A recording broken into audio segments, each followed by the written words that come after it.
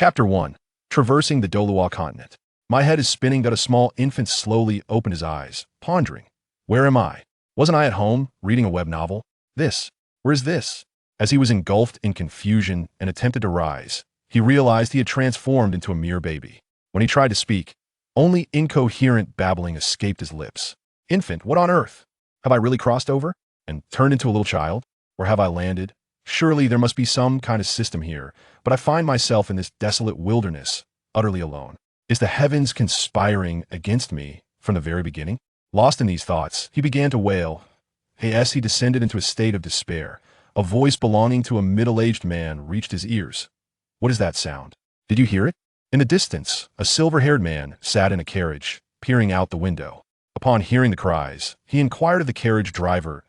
It seems to be the sound of a child crying, my lord, the driver replied, having also heard the lamentation. Stop for a moment. Let us investigate, commanded the silver-haired man. Yes, my lord. After halting the carriage, the silver-haired gentleman followed the sound and soon discovered an infant swaddled in blankets, weeping beneath a century-old demon-eye tree. Infant? Someone is coming. Ha ha ha ha. The heavens do not forsake me. But why is it still crying? I'm not crying, I am laughing. I am joyous. Woe is me. My lord, it appears to be a child, seemingly abandoned. The silver-haired man was none other than Douluo, a 99th level limit angel Douluo, and the elder of the spirit hall. His long, white hair cascaded down to his waist, framing a youthful visage imbued with an aura of purity. His piercing eyes exuded a mature wisdom that contrasted sharply with his handsome appearance. Clad in a platinum robe, he emanated an ethereal presence. What a handsome man, thought the infant inwardly. Could you take me in? I promise to be obedient and well-behaved, and I shall ensure your comfort in your later years. I only ask not to be abandoned. Yet what Douluo heard was, woe is me, woe is me. Infant. Oh no, this is it. Wait, if I act cute, raising my arms to beg for a hug, perhaps I can win him over. Otherwise, my fate is sealed. Well, here goes nothing.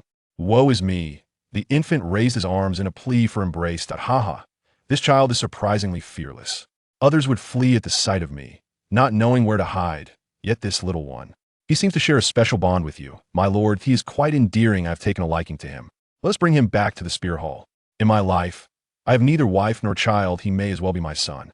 Congratulations, my lord, on acquiring a son. The carriage driver promptly knelt in reverence. Enough with the pretense. Let us return to the hall, Douluo said as he cradled his newfound son, a broad smile illuminating his face. He was now a father, though not by blood. As they walked, he addressed the driver. But my lord, what of the Tinsho side? Return to the hall. I have my arrangements, Douluo said softly while playfully teasing the child in his arms. Let's call you Douluo. As my son, I shall ensure that you become the very best.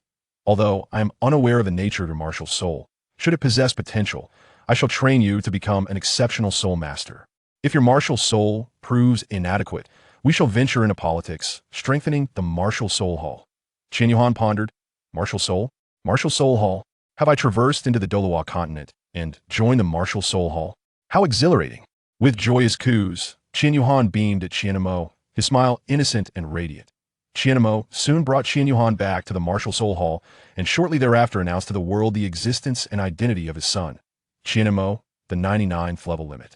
Douluo, an elder of the martial soul hall. The delighted father embraced the role of caretaker, eagerly anticipating the arrival of the nanny with the bottle so he could feed Douluo.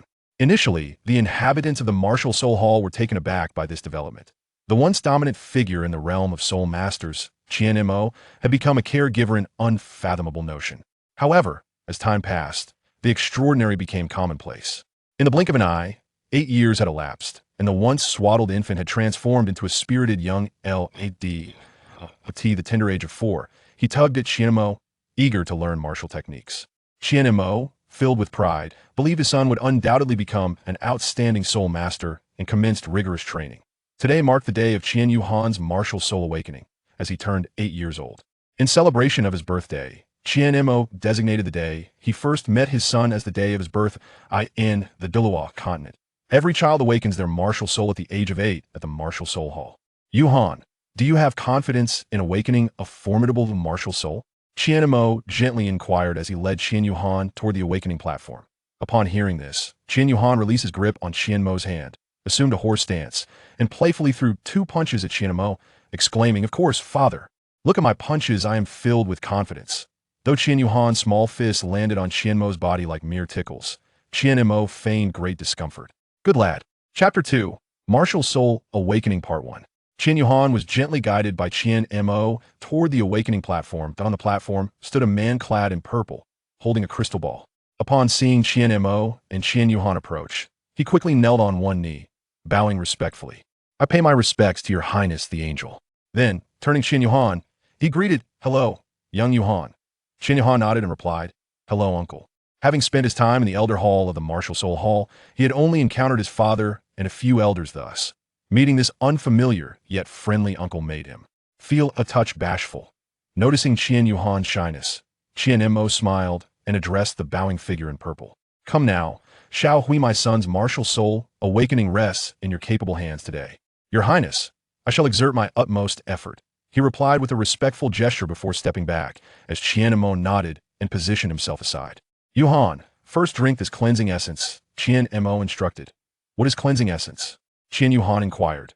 The cleansing elixir can be regarded as an exceptionally precious tonic. Upon consumption, it flows through your blood to your limbs and bones, unblocking and purging the meridians, thereby aiding in your subsequent awakening and alleviating stress. After listening to Xiao Hui's explanation, Qian Yuhan took the cleansing elixir from his hand, uncapped the bottle, and drank it in one swift motion. As the liquid entered her system, Qian Yuhan felt a warm sensation enveloping her entire body. It seemed as if a gentle force wrapped around her limbs and bones, causing a black substance to seep from her skin. This dark material was expelled from Qian Yuhan's body, dissipating into the air.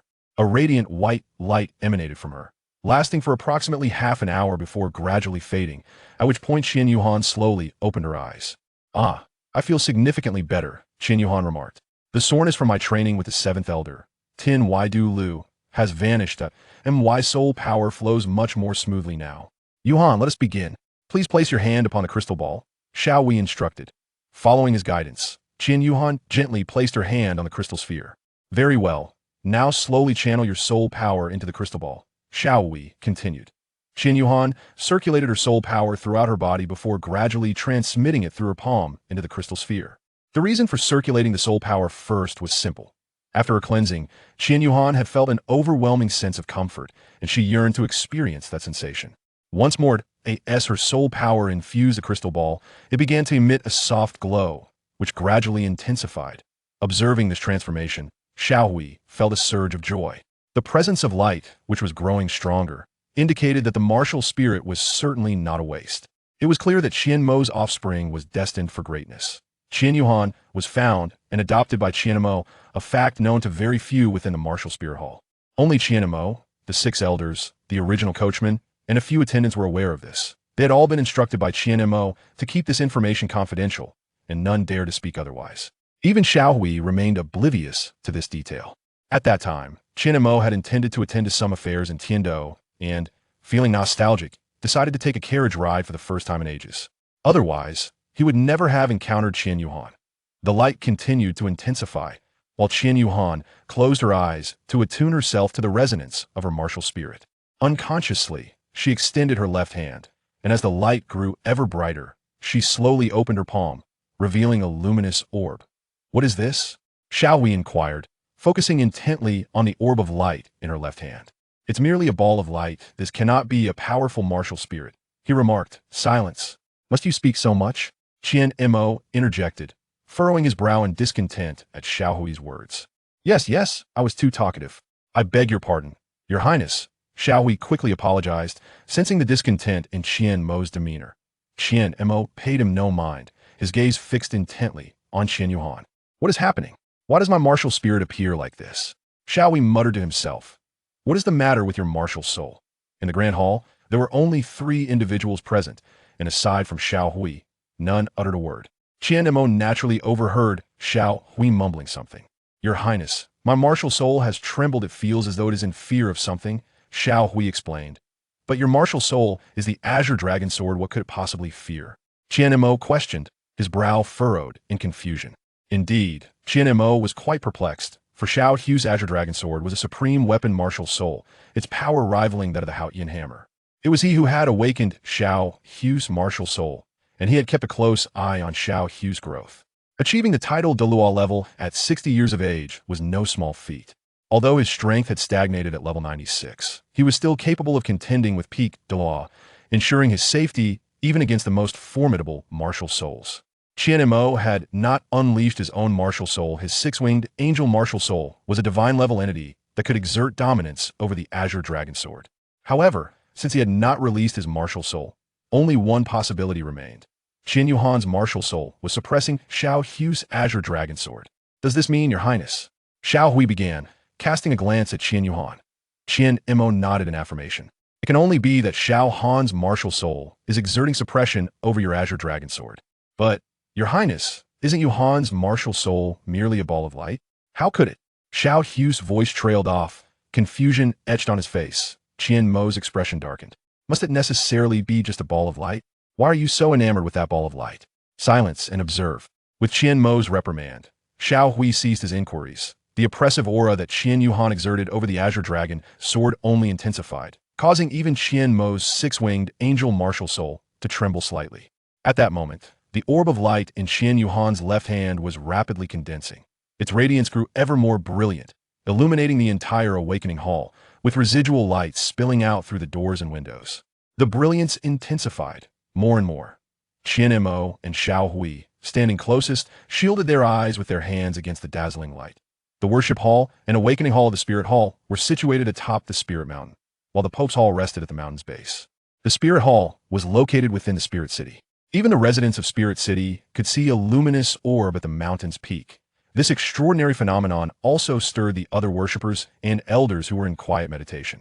They sensed the commotion within the awakening hall and promptly teleported over. The orb of light in Qian Yuhan's hand gradually dissipated, revealing a platinum sword in her left hand. It emanated an ethereal aura, its blade adorned with delicate runes. "You have arrived," Qian Mo said, standing with his back to the gathering of worshippers and elders, his gaze fixed intently on Qian Yuhan. "Greetings, great worshipper." "Salutations, judging elder." The elders and worshippers respectively bowed to Qian Mo. In the worship hall, Qian Mo held the title of Great Worshipper, while in the elder hall, he was known as the judging elder. Few individuals held such dual roles, and he was indeed one of a kind. "Greetings, Your Holiness." Xiao Hui is indeed the contemporary Pope of the Spirit Hall. His designation of Qian Yuhan as the heir is a direct result of the Pope's decree. His profound respect for Qian Yuhan stems entirely from the fact that he is the son of Qian Mo, who could be regarded as his mentor. Qian Mo provided the most guidance during his training. Thus, Xiao Hui's affection for Qian Yuhan is undeniable. "Your Majesty, look at the sword in Yuhan's hand," Xiao Hui exclaimed. Upon hearing his words, everyone turned their gaze toward Qian Yuhan. "What is this?" Chapter 3, The Awakening of the Spirit Part 2. "What is this?" The crowd gasped in astonishment. Following their exclamations, an eerie silence enveloped the grand hall. Before them, the light sword in Qian Yuhan's hand suddenly expanded, its blade stretching to approximately 80 centimeters, hovering in the air, pointing towards the onlookers. "I am named Radiance. Following my master, the God of Light, I have traversed the continent for over a millennium to attain the rank of the God of Light. Henceforth, I have ascended to the status of a divine artifact, bestowed with the title of God, and thus, the people of this age refer to me as the divine sword of light. Today, as this child awakens me as his martial spirit, I shall assist him in achieving greatness, and the light shall endure eternally." The voice, both majestic and sacred, resonated throughout the hall, stirring the hearts of all present. The sheer force compelled them to prostrate in reverence. It was divine power, the true power of God. Now, both Qian Mo and Xiao Hui comprehended why the Azure Dragon Sword trembled with fear. This martial spirit was indeed a genuine divine-level artifact, intricately linked to the God of Light. True to his position as the foremost among them, Qian Mo swiftly concealed his astonishment and addressed the gathered assembly. "In my capacity as the Elder of Judgment and Grand Offering of the Spirit Hall, I hereby declare, this matter is classified as the highest red secret of the Spirit Hall. And no one shall divulge a single word of it, should anyone be found doing so. I shall execute them." "Understood." The crowd responded in unison. Their hearts were filled with shock and exhilaration. Such a prodigy within the Spirit Hall could not help but elate them.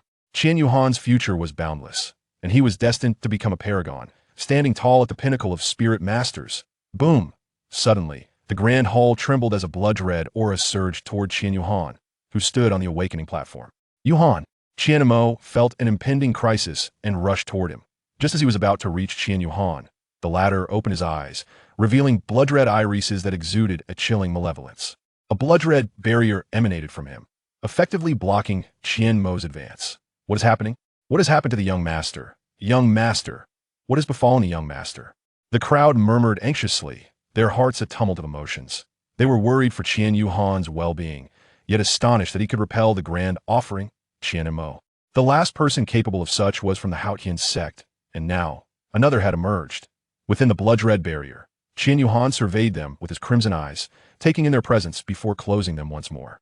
His right hand formed an empty grasp, and a blood-red long sword materialized in his grip. The sword's hilt was a deep crimson, with a tightly shut eye nestled between the hilt and blade, surrounded by sharp black-red spikes. The blade bore golden runes and shimmered with a silvered hue, evoking the sensation of divine judgment. Dual martial spirits. The crowd gasped in astonishment once more. That my name is the Azura Demon Sword, and I have been by my master's side since the day of his birth, aiding him in governing the divine realm. Now, I am tasked by my master, the Azura God, to assist Qian Yuhan in his growth. I am aware of your relationship with him. There is no need for alarm. I shall not bring him harm, and I implore you to refrain from disclosing my existence to him. Nor should you bestow upon me any soul rings. Focus solely on cultivating the bright, divine, sword martial soul. I remain hidden within his body, awaiting the moment he awakens my power, at which point I shall guide him in fulfilling the mission entrusted to me by the Azura God. Remember, confidentiality is paramount. Do not forget. As the voice dissipated, the blood-red aura of impending doom within the grand hall returned to Qian Yuhan's body. The crowd remained in stunned silence. Even the formidable Qian Mo stood frozen in disbelief. Why is everyone standing there like statues? What has transpired? Surely, I haven't awakened a worthless martial soul, and you are not contemplating how to sell me off? Are you? Upon reopening his eyes, Qian Yuhan returned to his normal state, his iridescent blue gaze scanning the bewildered faces around him, and he jested. The crowd gradually regained their composure. Qian Mo swiftly materialized beside Qian Yuhan, meticulously inspecting every inch of his son's being, his brow furrowed with paternal concern. Father, what is wrong with you? Qian Yuhan inquired, puzzled by his father's uncharacteristic display of anxiety. To him, Qian Mo had always embodied an unwavering calmness, but now he appeared flustered and restless. It's nothing, my son. How are you feeling? Qian Mo, realizing his own emotional lapse, hastily redirected the conversation. I'm quite well. I think I just had a dream, Qian Yuhan replied. A dream? Yes, a silvery sword spoke to me. It said its power is sealed by the laws of the world, and only when I transcend the limits of this realm can I wield its full strength. It urged me to strive diligently in my cultivation. It also mentioned that my physical attributes have improved significantly, and the absorption period for soul rings can be extended appropriately. The absorption period for soul rings can be increased. Although Qian Mo was aware that soul rings could indeed enhance their duration, his own configuration being 6 black and 3 red soul rings, attained after receiving the prestigious Angel Red Grade 8 reward from the Spirit Hall, he struggled to comprehend how his son could be poised to exceed expectations on his very first soul ring absorption. Nonetheless, he chose to trust in his son's potential. Patting Qian Yuhan's head, he said, "Well done, my son. When the time comes for your first soul ring, we shall venture to Douluo to procure it for you. But for now, let us assess your soul power." All right. Qian Yuhan once again placed his hand upon the crystal sphere, channeling his soul energy into it. The numbers displayed on the sphere began to ascend. 1, 3, 5, 7, 8, 9, 10. Innate full soul power. Wow, level 10. Father, I have reached level 10. Upon seeing the display indicating level 10, Qian Yuhan realized he had attained innate full soul power and joyfully called out to Qian Mo. However, unlike Qian Yuhan, the reactions of others were not filled with excitement. Instead, they exhibited a sense of acceptance as if it were a matter of course. Qian Mo nodded towards Qian Yuhan, acknowledging, "Very well. Indeed, you are my son, yet there remains room for improvement." Qian Yuhan, "Father, what does this mean?" "Place your hand on this crystal ball. This one has a maximum level of 10, while this one reaches 20. Give it a try." As Qian Mo spoke, another identical crystal ball materialized out of thin air, beckoning Qian Yuhan to approach. "Place your hand on it." The numbers swiftly ascended to 10, 11, 12, 15, 16, 17. Could it be yet another one? I believe it is quite possible. The grand offering possesses a divine-level martial soul, and the young master too. They must be quite similar. The number slowly climbed to 18 and continued to rise. 19. This is promising. Everyone held their breath. Their eyes fixated on the soul power crystal ball. A minute later, the entire crystal ball transformed into a golden hue, followed by a beam of light soaring into the heavens. 20. Innate full soul power at level 20. Another with innate full soul power at level 20. There is hope for the angelic inheritance. Watching the rise of the level 20 soul power beam, Qian Mo sighed, feeling both elated and anxious. He was delighted that his son had become another individual with innate soul power of 20, succeeding him. Yet, he was anxious about whether to allow Qian Yuhan to undergo the angelic assessment. However, his martial soul was the sword of light, and possessing divine light would undoubtedly influence the angelic evaluation. Nevertheless, it is still early. Chapter 4. If you are the young master, then I am still the angel Douluo. With the awakening ceremony completed, the high-ranking officials of the spirit hall dispersed. Qian Mo instructed them that, aside from disclosing that Qian Yuhan's first martial soul could be revealed, the innate soul power should be publicly claimed as level 10, while all other information was to be treated as top secret and not to be divulged. Qian Yuhan was acutely aware of his own innate soul power, which reached the pinnacle of level 20. His primary martial soul was the radiant divine sword. However, the existence of his secondary martial soul remained entirely unknown to him, and he had not yet perceived its presence. Qian Ma advised him to maintain a low profile in the outside world, emphasizing that humility and discretion could significantly mitigate numerous troubles. He cautioned against readily disclosing the name of his martial soul, suggesting that merely stating his innate soul power to be at level 10 would suffice. Qian Yuhan has always been obedient, and he faithfully follows Qian Mo's words. "Father, would you take me for a stroll in the Soul City?" he said, approaching Qian Mo and playfully tugging at his hand, attempting to charm him. He is well aware that his father is easily swayed by his antics, and it never fails. "All right, as you wish." "Oh, wonderful. Shall we set off now? Let us go." Since the arrival of his son, Qian Mo has felt a profound sense of fulfillment that he has never experienced in his century-long life. The happiness and satisfaction he has found over these past 8 years are truly remarkable. Each time he emerges from the training room, he transitions from sheer surprise to an eager anticipation.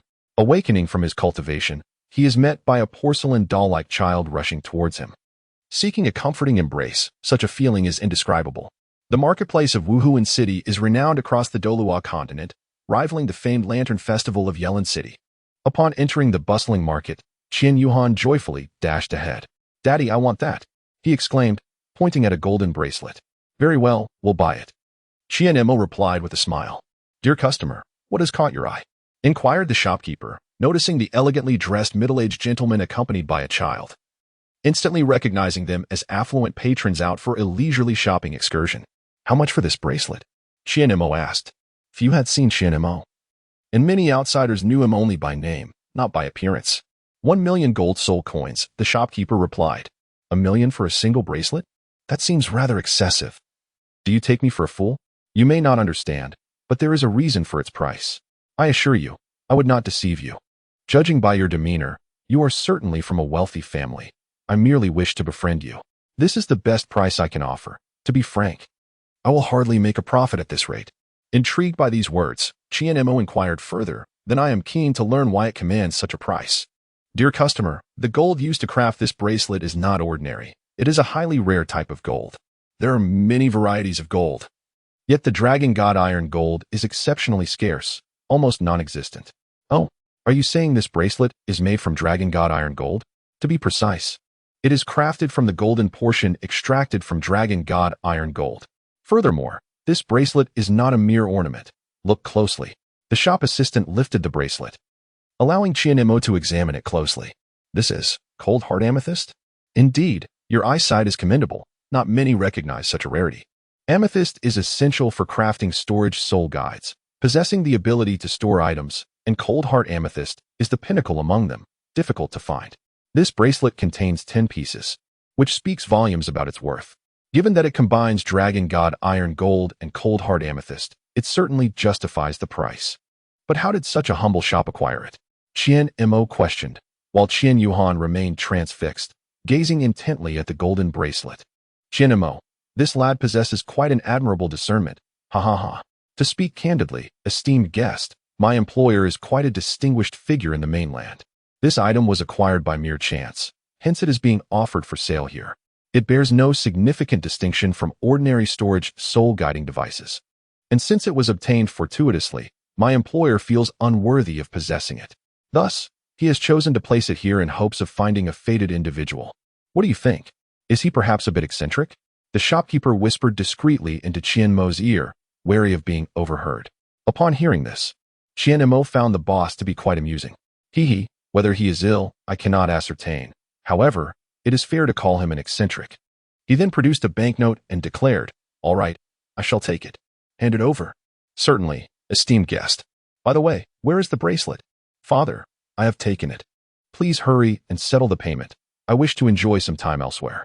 Qianmo, this mischievous boy, stepping out of the shop. Qian Yuhan had already vanished without a trace. Qianmo shook his head and chuckled wryly, remarking, "This lad is at that age of mischief and playfulness." Qian Yuhan adorned his left wrist with a bracelet gifted by Qianmo, while in one hand he held a skewer of giant ape meat, roasted to perfection over a decade, and in the other, a crab leg from a century-old salt-baked deep-sea monster. He merrily hopped about the marketplace, reveling in the vibrant atmosphere. "Qian Yuhan, my father is quite affluent. There are casually a myriad of golden soul coins in the drawer, all of which belong to me. Stop right there." "Young man," a voice echoed from directly in front of Qian Yuhan. Qian Yuhan looked up and beheld a rotund figure gnawing on a chicken leg, clad in a gray tank top that strained to contain his ample girth. His black trousers were riddled with several holes, and he was accompanied by two slender lackeys who stood before Qian Yuhan, their heads held high, gazing down upon him with disdain. "This mountain is mine, and this tree I have planted. If you wish to pass through, you must leave behind some toll," declared the hefty man. The two followers echoed in agreement, "Yes, indeed." "Pay up." Qian Yuhan's expression remained unchanged as he continued to savor his roasted giant ape meat while striding forward. The rotund man, feeling insulted by Qian Yuhan's indifference, seethed with indignation. His two lackeys beside him remarked, "Boss, he is completely ignoring you. This is utterly arrogant. We should show him what we are made of." Infuriated by their encouragement, the plump man bellowed, "Did you not hear me? I am speaking to you." Qian Yuhan continued to stride forward, seemingly unfazed by the situation. Suddenly, upon noticing Qian Yuhan's approach, the rotund figure abruptly knocked the delectable giant ape skewer from Qian Yuhan's grasp, causing it to fall to the ground, where it became soiled and inedible. A sharp stick grazed his mouth, drawing a trickle of blood. Unable to contain his fury, Qian Yuhan glared at the portly fellow, his voice low and seething. "You owe me my skewer." The rotund man, amused by the outburst, chuckled, "Little one, I shall not return it." "What will you do about it?" "Not only will I not return it, but—" He spat contemptuously upon the fallen skewer and raised his thick thumb in a mocking gesture, turning it downward in a dismissive manner. "Do you think this young master is easy to provoke?" Qian Yuhan's face flushed with anger as he shouted. The rotund man, seemingly entertained, scratched his ear and replied lazily, "What? I didn't quite catch that. Did anyone hear what he just said?" "Boss, he seems to claim he is a young master and that he is not to be trifled with," came the responses from his two lackeys, who joined in the laughter. "Ha ha, if you're a young master, then I'm a Seraphim Douluo," the rotund man mocked. Just as the laughter echoed, a resonant voice emerged, "Oh, you are a Seraphim Douluo, then who might I be?" Chapter 5. Only by becoming strong oneself can one avoid being bullied. The voice, powerful and captivating, echoed in the ears of those present. "My heavens, who is he? He is so handsome," exclaimed one admirer. "Look at me. I wish to bear your children." Many onlookers, captivated by the striking figure that had suddenly appeared beside Qian Yuhan, fell into a state of infatuation. "Dad, you've arrived," Qian Yuhan exclaimed, gazing at the man beside him, who affectionately ruffled his hair. "You rascal, you run off so swiftly. Have you been spending money and dashing about?" Qian Yuhan scratched his head, chuckling softly. "Ah, I've been discovered. Next time, I shall ensure I remain undetected." "Qianmom." At that moment, the stout man bellowed, "Hey, who are you to meddle in my affairs? Let me make it clear, I am a level 32 soul master.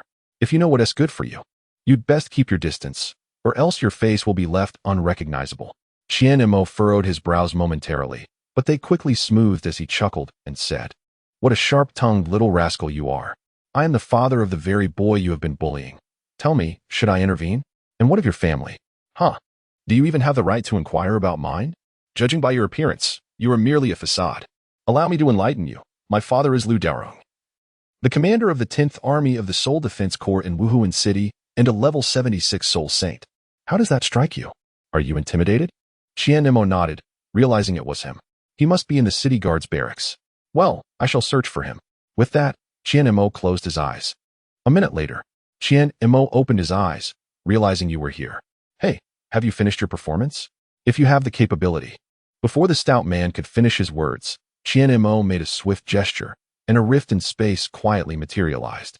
With his right hand reaching into the void, he effortlessly extracted a man clad in armor from the abyss. Oh, my goodness! The astonishment echoed in the hearts of every onlooker. Lu Daorong, who had just been reveling with his comrades, was suddenly brought to this place and turned around to see who dared to act so brazenly. Upon glimpsing the face of the individual holding him, he was struck with disbelief. Lu Daorong clearly recognized Qian Nemo 20 years ago as an elder of the Spirit Hall. Qian Nemo had led another elder and a contingent of Spirit Hall City Defense Army to fend off a beast tide. Lu Daorong had once witnessed this legendary figure atop the city walls.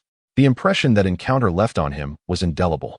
The terrifying pressure of the beast tide darkened the sky, casting ominous shadows over the city.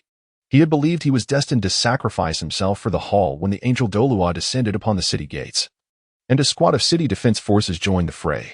This very army was the elite 1st Division of the Spirit Hall City Defense. The arrival of Qian Nemo, alongside another elder and the 1st Division, had instantaneously turned the tide of battle. Qian Ma has also slain the leader of the beast tide, the bloodthirsty crocodile, which has been a menace for 100,000 years. Reflecting on the scenes from 5 years ago, the individual who had elevated him was none other than the angel Douluo. The angel Douluo, Lu Daorong, stammered, "You must be the father of that little chubby boy," as he gestured towards the direction of the young lad. It was only then that Lu Daorong noticed the figure over there and replied, "Ah, yes, indeed. That is my son. May I inquire as to what grievance my son has caused you?" Qian Mo released his grip, causing Lu Daorong to crash to the ground. Striking the earth, he appeared unaffected by any pain, immediately kneeling before Qian Ma. "This rascal has wronged my son. You must provide me with an explanation, or else." Qian Ma's gaze pierced through Lu Daorong with a chilling intensity. The kneeling Lu Daorong shivered involuntarily. "My lord, I acknowledge my transgressions. I recognize my failings. I have not adequately guided him. Please, grant me another opportunity. I shall ensure strict supervision and discipline, and such misdeeds shall not occur again," Lu Daorong stammered nervously. The oppressive aura emanating from Qian Ma bore down upon him. The pressure of a 99 level limit Douluo was no trifling matter. "Your son has been abusing his status as the commander of the City Defense Army, bullying the weak. This cannot be a rare occurrence, can it? Is it not your indulgence that has brought about such behavior? It is my fault. I willingly accept punishment. I beseech you, my lord, show mercy this time." As he spoke, Lu Daorong repeatedly knocked his head against the ground. "Enough. Considering your years of diligent service in the City Defense Army, I shall spare you from your position as commander. You have one day to evacuate your family from Wuhan City, never to return. Should you be found here again, the consequences will be dire. Please, my lord, do you have any objections?" "And no, I shall leave immediately." Lu Daorong had wished to say more, but the weight of Qian Ma's words silenced him. He could do nothing but comply, lest he lose his life. "Let us return home." Qian Ma turned, affectionately gazing at his son, who stood frozen, blood trickling from the corner of his mouth and his eyes brimming with tears. "All right." With a wave of his hand, the two vanished from sight. As Qian Ma and Qian Yuhan departed, the onlookers also dispersed, leaving Lu Daorong and his plump son behind. Lu Daorong knelt, muttering to himself, "It's all over. Everything is lost," while the boy stood there, dazed. His once mighty father knelt before another like a dog, and he struggled to accept this grim reality. "Dad, the chubby boy timidly called to his bewildered father. Lu Daorong snapped back to reality, rising to his feet and delivering a stinging slap to his son. "You fool. It is all your fault. You have ruined our family. I disown you." The more he spoke, the angrier he became, and the harder he struck. "Fool." Meanwhile, in the Hall of Judgment, Qian Yuhan sat in deep contemplation, staring blankly at the summoned bright, divine sword in his grasp. Seeing this, Qian Ma walked over, crouched down before Qian Yuhan, and gently ruffled his hair, saying, "Child, do you understand what kind of world this is?" Qian Yuhan looked up at his father before him, shaking his head in silence. "Child, this is a world governed by the law of the jungle. Strength is the true currency for navigating this continent. Only by becoming formidable yourself can you avoid being bullied. Do you understand?" "Father, I wish to grow stronger, to be as powerful as you. No, even more so.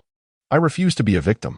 Qian Yuhan gazed at him, casting a glance at the radiant divine sword hovering beside him, then turned his unwavering gaze towards Qian Mo, resolutely declaring, "I will." "Good, you possess ambition. Ha ha ha. I eagerly await the day of your triumph." "Strengthening oneself is not only for personal gain, but also for those you cherish," he said, giving his son a reassuring pat on the shoulder. "Tomorrow, Uncle Tianwei will take you to the Douluo forest to acquire your first 2 soul rings, so prepare yourself. I shall take my leave now. Rest well." Chapter 6. Arrival at Douluo. As dawn broke, Tangwei Douluo arrived at Qian Yuhan's residence and knocked on the door. No response. What is going on here? He pondered, perplexed. Just then, someone tapped him from behind. "Who?"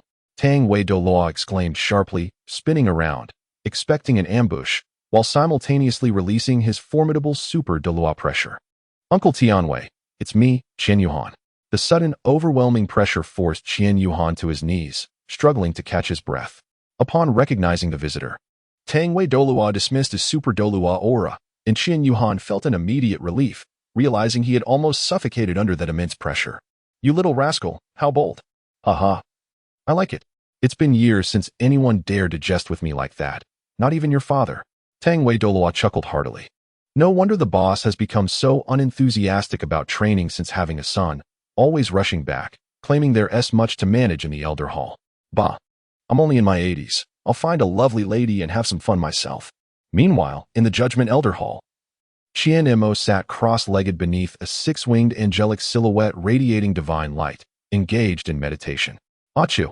A sudden sneeze interrupted his cultivation. I haven't sneezed in decades. "What is happening?" Qian Mo rubbed his nose, then resumed his meditative state. Above in the sky, a white tiger with black wings soared swiftly. This was the Meiying white tiger, the martial soul of Tangwei Douluo, a top-tier, mutated beast martial soul. The Meiying white tiger's soul masters possessed astonishing attack power and speed, while their physical strength, nourished by their martial soul, was equally formidable. Tangwei Douluo's name resonated throughout the Douluo continent. His muscular physique, densely packed with sinew, could inflict grave injuries on ordinary 10,000-year soul beasts with a single punch. His robust thighs provided remarkable acceleration, enabling him to swiftly reposition and land decisive blows on any weaknesses in his enemy's defenses. "Little Han, ahead lies the Douluo forest. In this operation, the Grand Priest instructed that you handle the acquisition of the soul rings entirely on your own. I shall not participate, merely responsible for your transportation. Exercise caution," Tianwei Douluo said solemnly to Qian Yuhan. "Understood, uncle," Qian Yuhan replied with a nod. "Oh, by the way, your father mentioned that for the first 2 soul rings, it would be best to pair 1 attack soul skill with 1 speed soul skill. Pay close attention to the abilities of the spirit beasts during the encounters. Choose those that resonate with you as your soul rings." "All right, uncle." The Mingy white tiger descended upon a clearing at the edge of the Douluo forest. Qian Yuhan dismounted from the white tiger and, retrieving a piece of giant ape meat from the cold-hearted dragon god bracelet that Qian Mo had purchased for him, offered it to the white tiger. The white tiger regarded Qian Yuhan and nudged the hand holding the meat with its head. In one swift motion, it seized the meat and swallowed it whole. This giant ape meat, once ingested by the white tiger, would ultimately transform into spiritual energy, which would then be transmitted to Tianwei Douluo. "This young lad displays quite the courtesy," Tianwei Do mused, a slight smile gracing his lips. Were anyone to witness this scene, they would surely be taken aback. The formidable Tianwei Douluo, smiling. After returning Qian Yuhan to his residence yesterday, Qian Mo reminded him to place all the prepared items into the golden bracelet he had purchased, which served as a storage soul guide, before setting off. He also mentioned the true name of this exquisite bracelet, the Han Xian Dragon God Golden Bracelet. Upon hearing such a majestic name, coupled with its formidable storage capabilities, Qian Yuhan became utterly enamored with the Han Xian Dragon God Golden Bracelet. After bidding farewell to the heavenly Might Douluo, he promptly dashed towards the Douluo forest. The heavenly Might Douluo watched as Qian Yuhan departed, reflecting on the events of the previous night. After Qian Mo escorted Qian Yuhan back to his residence, he communicated with Tian Wei Douluo to summon him to the offering hall. Upon receiving the message, Tian Wei Douluo hurriedly arrived and, upon seeing Qian Mo, clasped his hands in salute and said, "Elder brother, what do you require of me? Tomorrow, you shall accompany Xiao Han to the Douluo forest.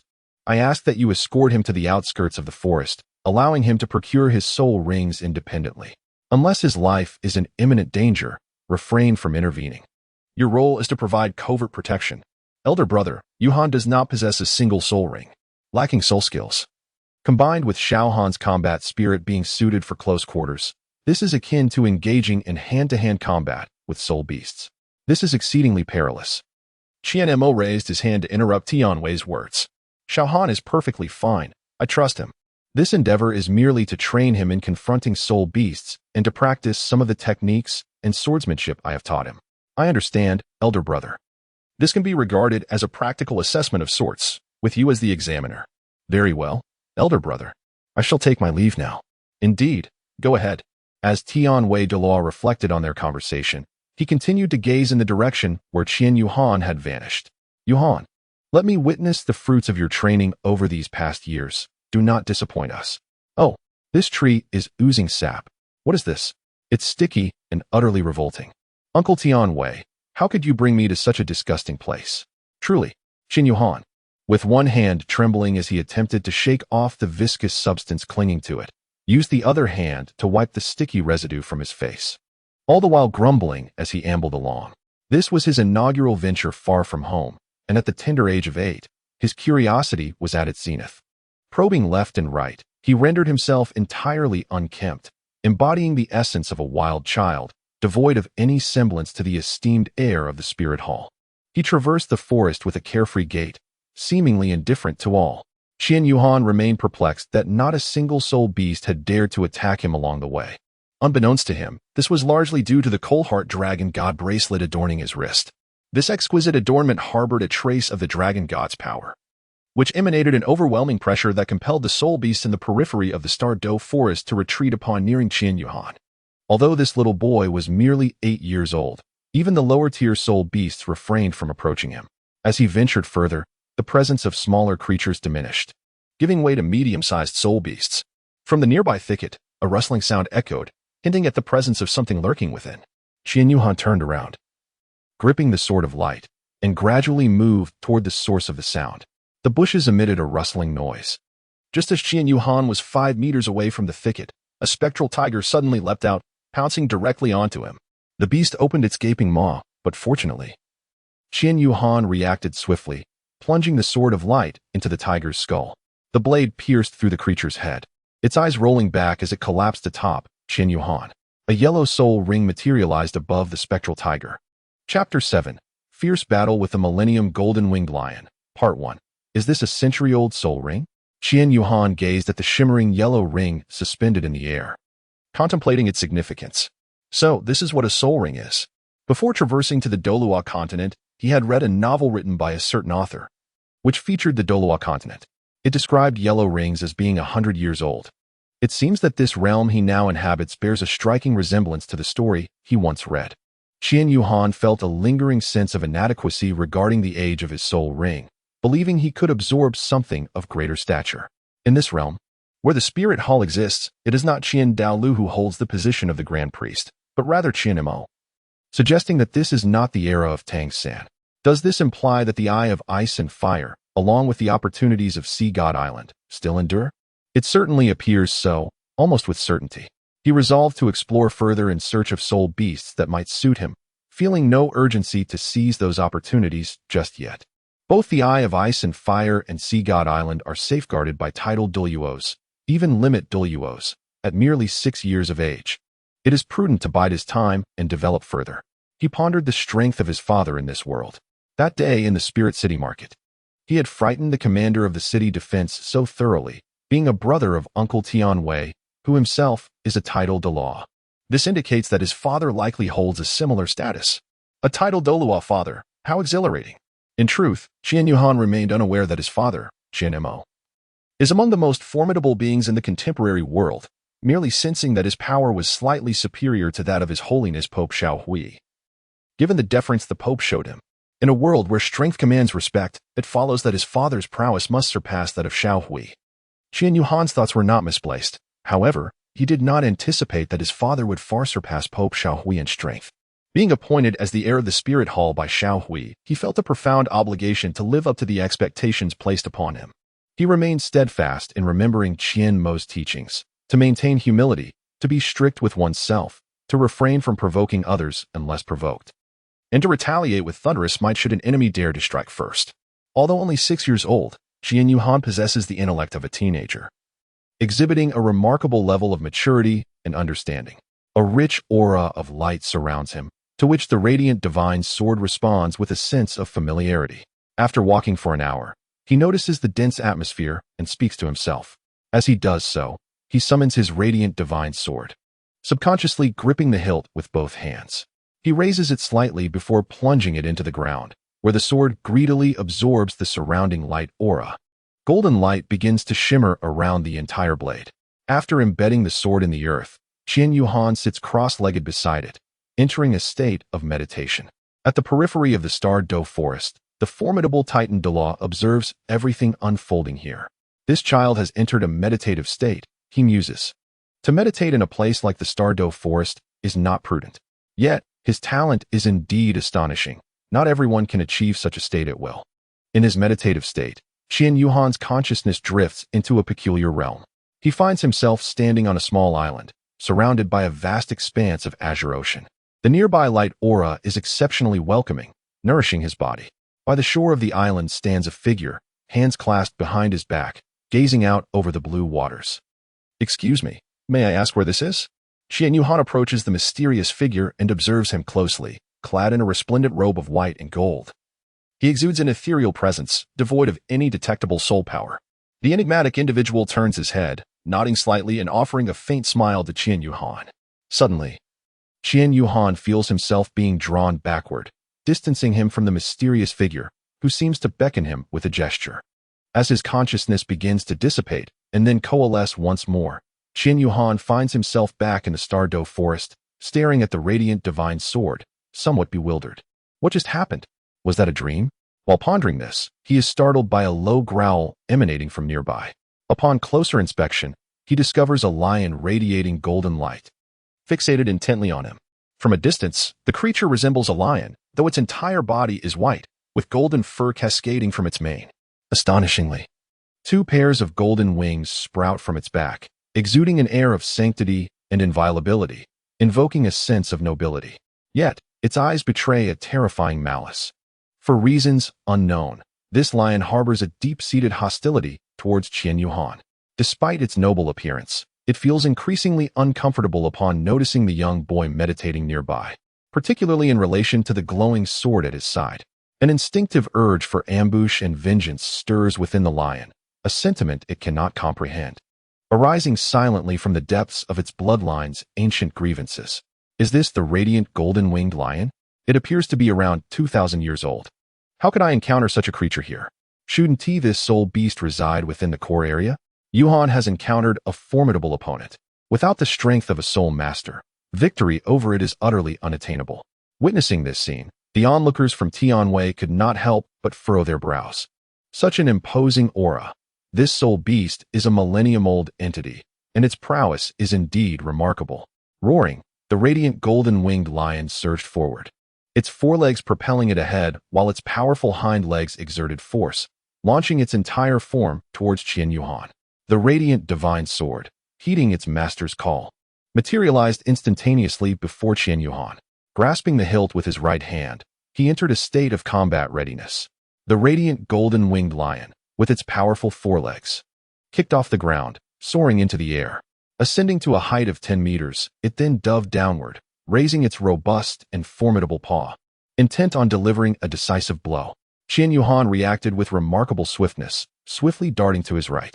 The golden-winged lion's descent caused the very earth to tremble, leaving behind a multitude of fissures where its feet had landed, with dust swirling in the air. The rising sand obscured Qian Yuhan's vision, hindering his ability to make the next critical judgment, and a sense of urgency began to overwhelm him.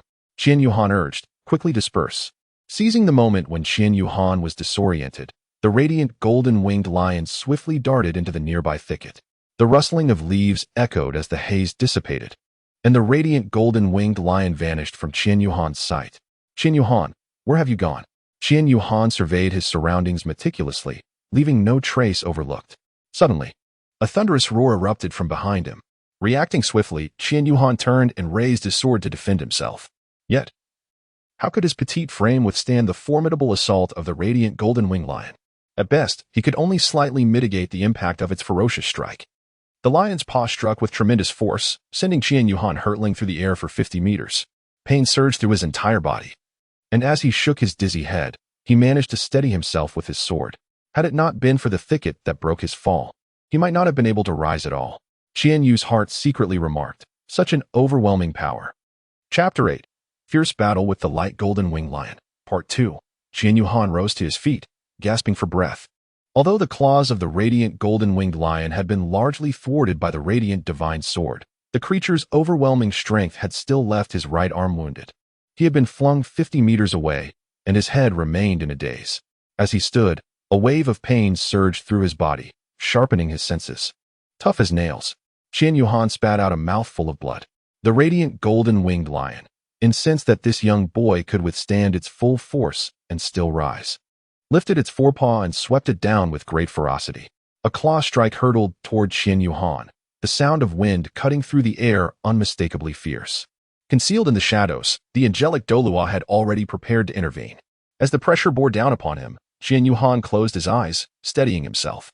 He recalled the sword techniques taught by his father and the countless repetitions practiced in the training ground. He was not surrendering to death by closing his eyes. Rather, he sought to calm his heart. The claw strike was swift, yet in Qian Yuhan's perception, it seemed to slow down 100-fold, as if time itself had decelerated. He gripped the sword hilt firmly, channeling all his strength into his legs and arms. The blade shimmered with concentrated light. Opening his eyes, he unleashed a powerful strike, sending a formidable sword shadow toward the claw attack of the radiant golden-winged lion. The strength and speed of his cut matched that of the lion's strike. The two forces collided violently, resulting in an explosion that enveloped the space between Qian Yuhan and the lion in a cloud of mist. As the smoke dissipated, Qian Yuhan had vanished from sight. The radiant golden-winged lion, confident that the boy's attack could not possibly withstand its own, turned to leave. Having expended considerable energy in those two powerful strikes, just as it was about to depart, a beam of light descended from above. In the midst of the obscuring smoke, Qian Yuhan was certain the radiant golden-winged lion remained stationary, underestimating the attack of a diminutive human, believing it lacked the capacity for evasion or defense. Seizing this moment of complacency, Qian Yuhan gathered his energy and leapt, gripping the radiant divine sword above his head. With the force of his descent and the full power of his strike, if this blow did not prove fatal, he would be defeated. Faced with the threat of death, Qian Yuhan tapped into his primal survival instinct, amplifying the power of his attack. As the radiant golden-winged lion turned to leave, it caught a glimpse of the light in the sky, growing larger and closer. The brilliance struck down, landing squarely upon the lion's right eye. Qian Yuhan adjusted the angle of his sword slightly, aligning it vertically with the lion's eye. The radiant golden-winged lion had once possessed the opportunity to evade, but having taken a full-force strike to the head, its body became limp and its consciousness hazy, robbing it of the ability to dodge. Qian Yuhan swiftly thrust downward, the radiant divine sword piercing the eye of the radiant golden-winged lion. The creature clawed the ground with its limbs, its head shaking wildly in a frenzy. Qian Yuhan was flung away in an instant, but fortunately managed to roll upon landing, emerging relatively unscathed. The unfortunate radiant golden-winged lion tumbled and roared in agony. The radiant divine sword firmly embedded in its right eye, siphoning the light energy from within its body. Ultimately, after a minute of rolling, the lion lay still on the ground, the sword lodged in its right eye, its left pupil dilated, its heartbeat forever ceased. A violet soul ring gradually emerged above the radiant golden-winged lion. This young man is impressive. The heavenly might Douluo nodded repeatedly from the shadows, his face alight with admiration and approval. Qian Yuhan gazed at the emerging soul ring, letting out a deep sigh. Qian Yuhan felt as though he had truly escaped the jaws of death. Contemplating this, he deftly swept his right hand over his left wrist. and a vial of medicine materialized in his palm. He poured a pill from the vial and swallowed it in one swift motion. This was the advanced healing elixir bestowed upon him by Qian Mo, capable of mending moderate wounds and providing significant analgesic effects for more severe injuries, while also replenishing his physical strength. The scars on Qian Yuhan's right arm soon showed marked improvement. After meditating in a cross-legged position for an hour, he approached the carcass of the radiant golden-winged lion and summoned the radiant divine sword, settling into a meditative posture. Qian Yuhan closed his eyes and performed a series of intricate hand seals, channeling the radiant divine sword to absorb his inaugural soul ring. Upon the spirit's contact with the violet soul ring, he discerned with astonishment that it was the essence of the 2,200-year-old radiant golden-winged lion. Engaging in the absorption of a soul ring beyond one's level is not to be taken lightly. A moment's carelessness could result in the soul ring's power rebounding, potentially leading to lifelong disability. Such occurrences are not uncommon. Entering his mental realm, he began to refine the soul ring. Observing the formidable spiritual energy of the radiant golden-winged lion, Qian Yuhan felt an overwhelming sense of caution. The lion's lingering resentment was palpable. After all, it was a top-tier soul beast of 2,200 years, ambushed to death by a mere 6-year-old child, an indignity that surely fueled its wrath. Qian Yuhan wielded the divine sword of light, unleashing a multitude of sword energies directed towards the radiant golden-winged lion's soul. Simultaneously, he released the luminous aura of the divine sword, which transformed into chains that ensnared the golden-winged lion. Despite its vigorous thrashing in a desperate attempt to break free, the chains, imbued with the purifying flames of light, seared the creature relentlessly. After 2 full hours, the golden-winged lion's soul let out a resonant roar within the realm of the mind, dissipating into the ether forever. Consumed by an overwhelming fury, as Qian Yuhan opened his eyes, he beheld the divine sword of light suspended before him, a violet soul ring ascending from its blade, signifying the acquisition of his first soul ring. The arduous battle against the golden-winged lion and the subsequent refinement of its essence had taken a toll on his body. Just as he intended to retreat to the periphery to recuperate with Uncle Tian Wei, a brilliant light erupted behind him, and a pair of golden wings emerged from the carcass of the golden-winged lion. This is astonishing. This is an external soul bone, concealed in the shadows.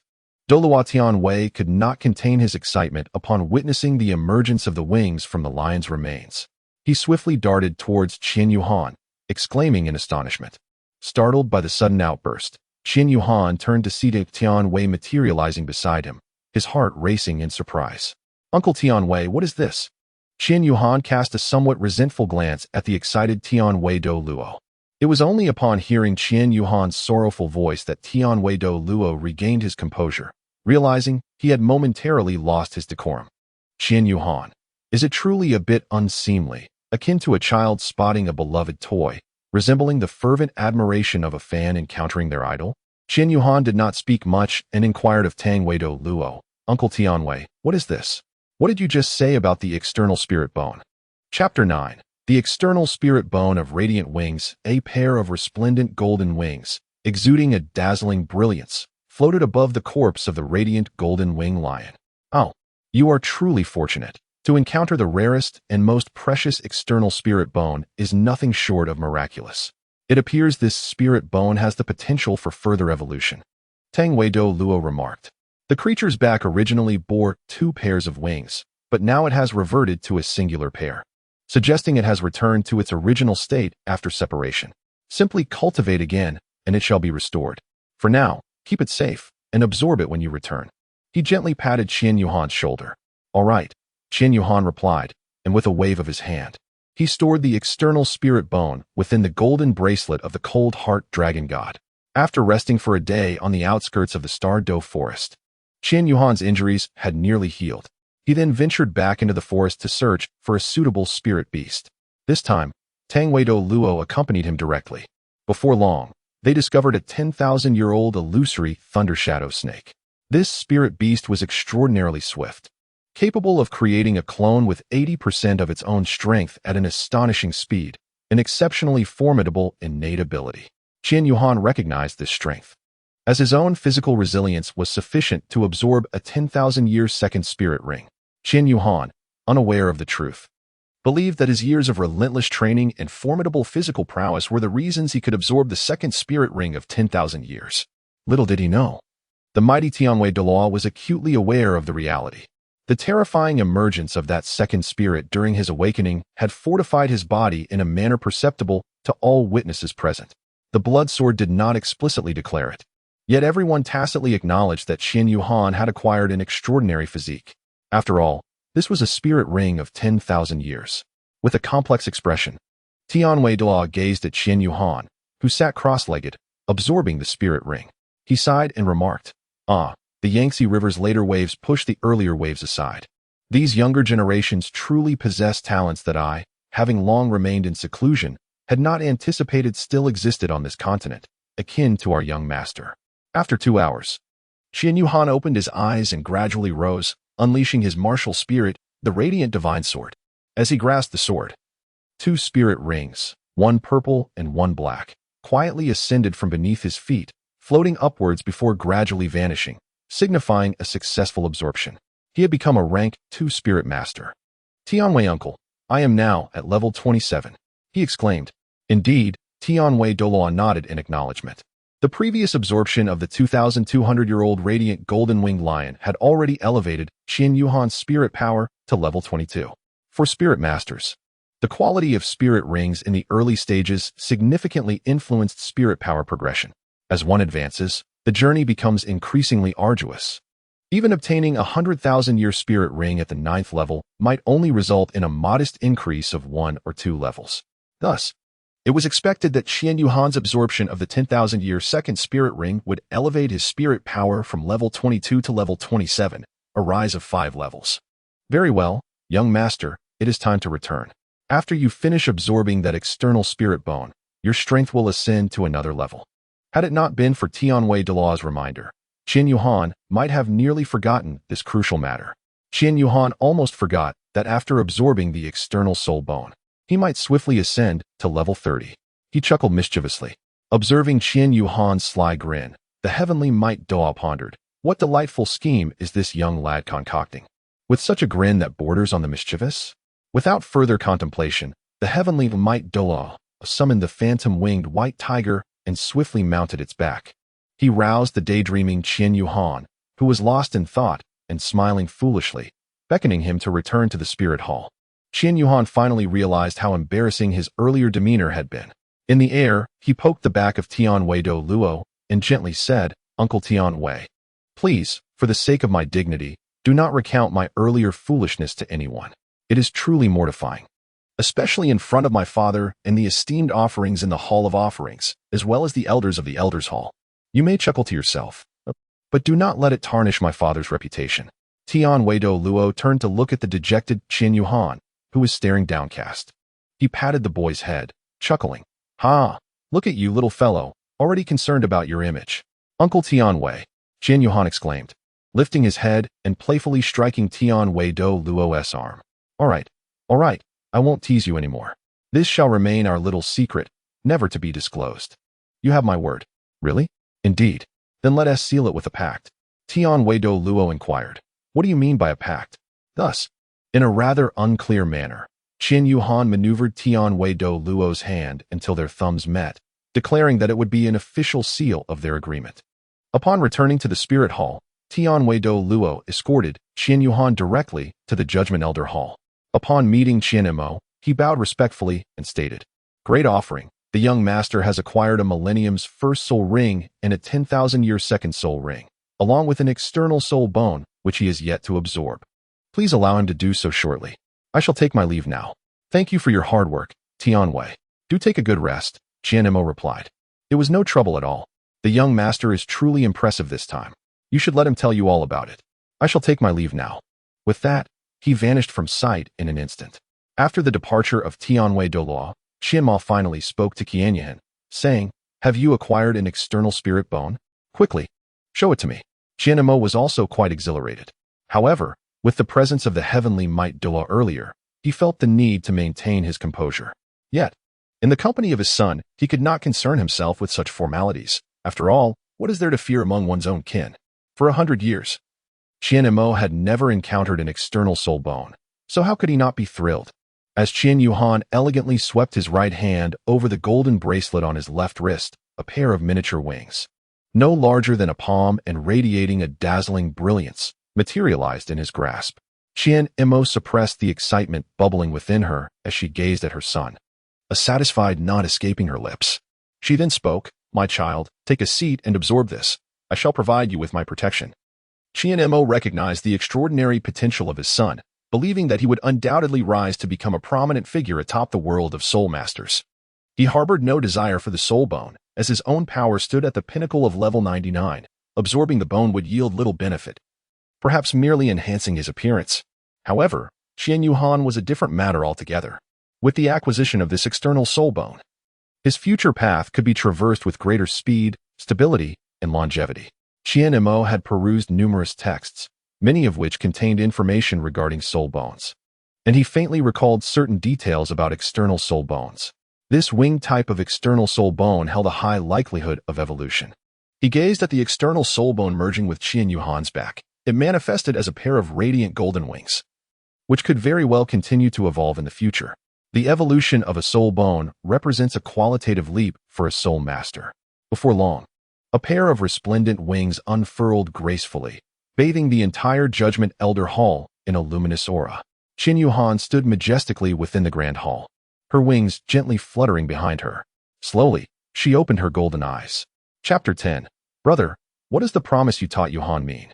Qian Yuhan gently opened her eyes after absorbing the luminous dual wings, gracefully descending before Qianma. Qianma gazed into Qian Yuhan's eyes and inquired, "My son, what has befallen your eyes?" Qian Yuhan, upon hearing Qianmo's inquiry, found herself perplexed. "Father, what is wrong with my eyes?" she asked.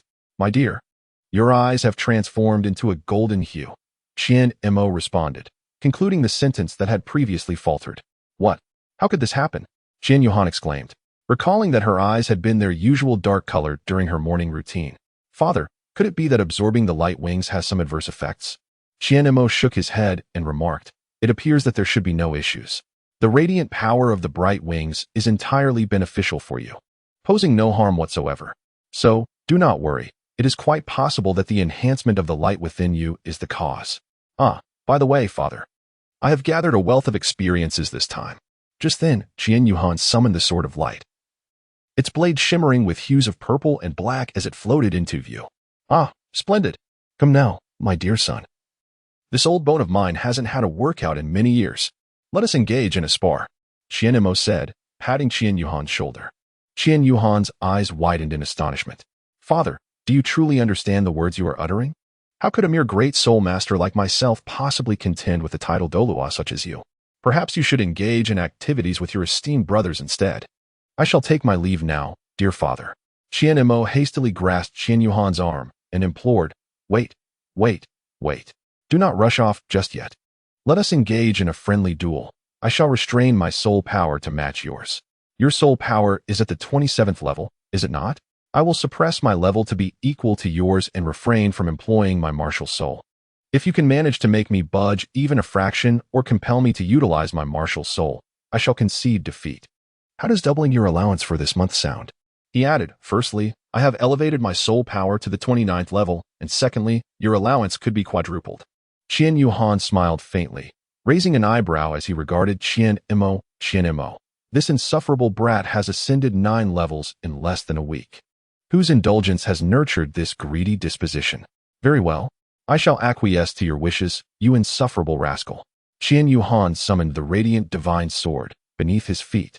2 soul rings, 1 purple and 1 black, materialized. The first soul skill, Radiant Slash. The first soul ring quietly illuminated. The radiant divine sword in Qian Yuhan's grasp shimmered with brilliance. With a sweeping motion, a beam of light surged forth towards Qian Imo. Qian Imo leisurely raised his right hand, extending his index finger to gently point at the oncoming light slash, which then vanished into thin air. A gust of wind rushed past Qian Mo's ear.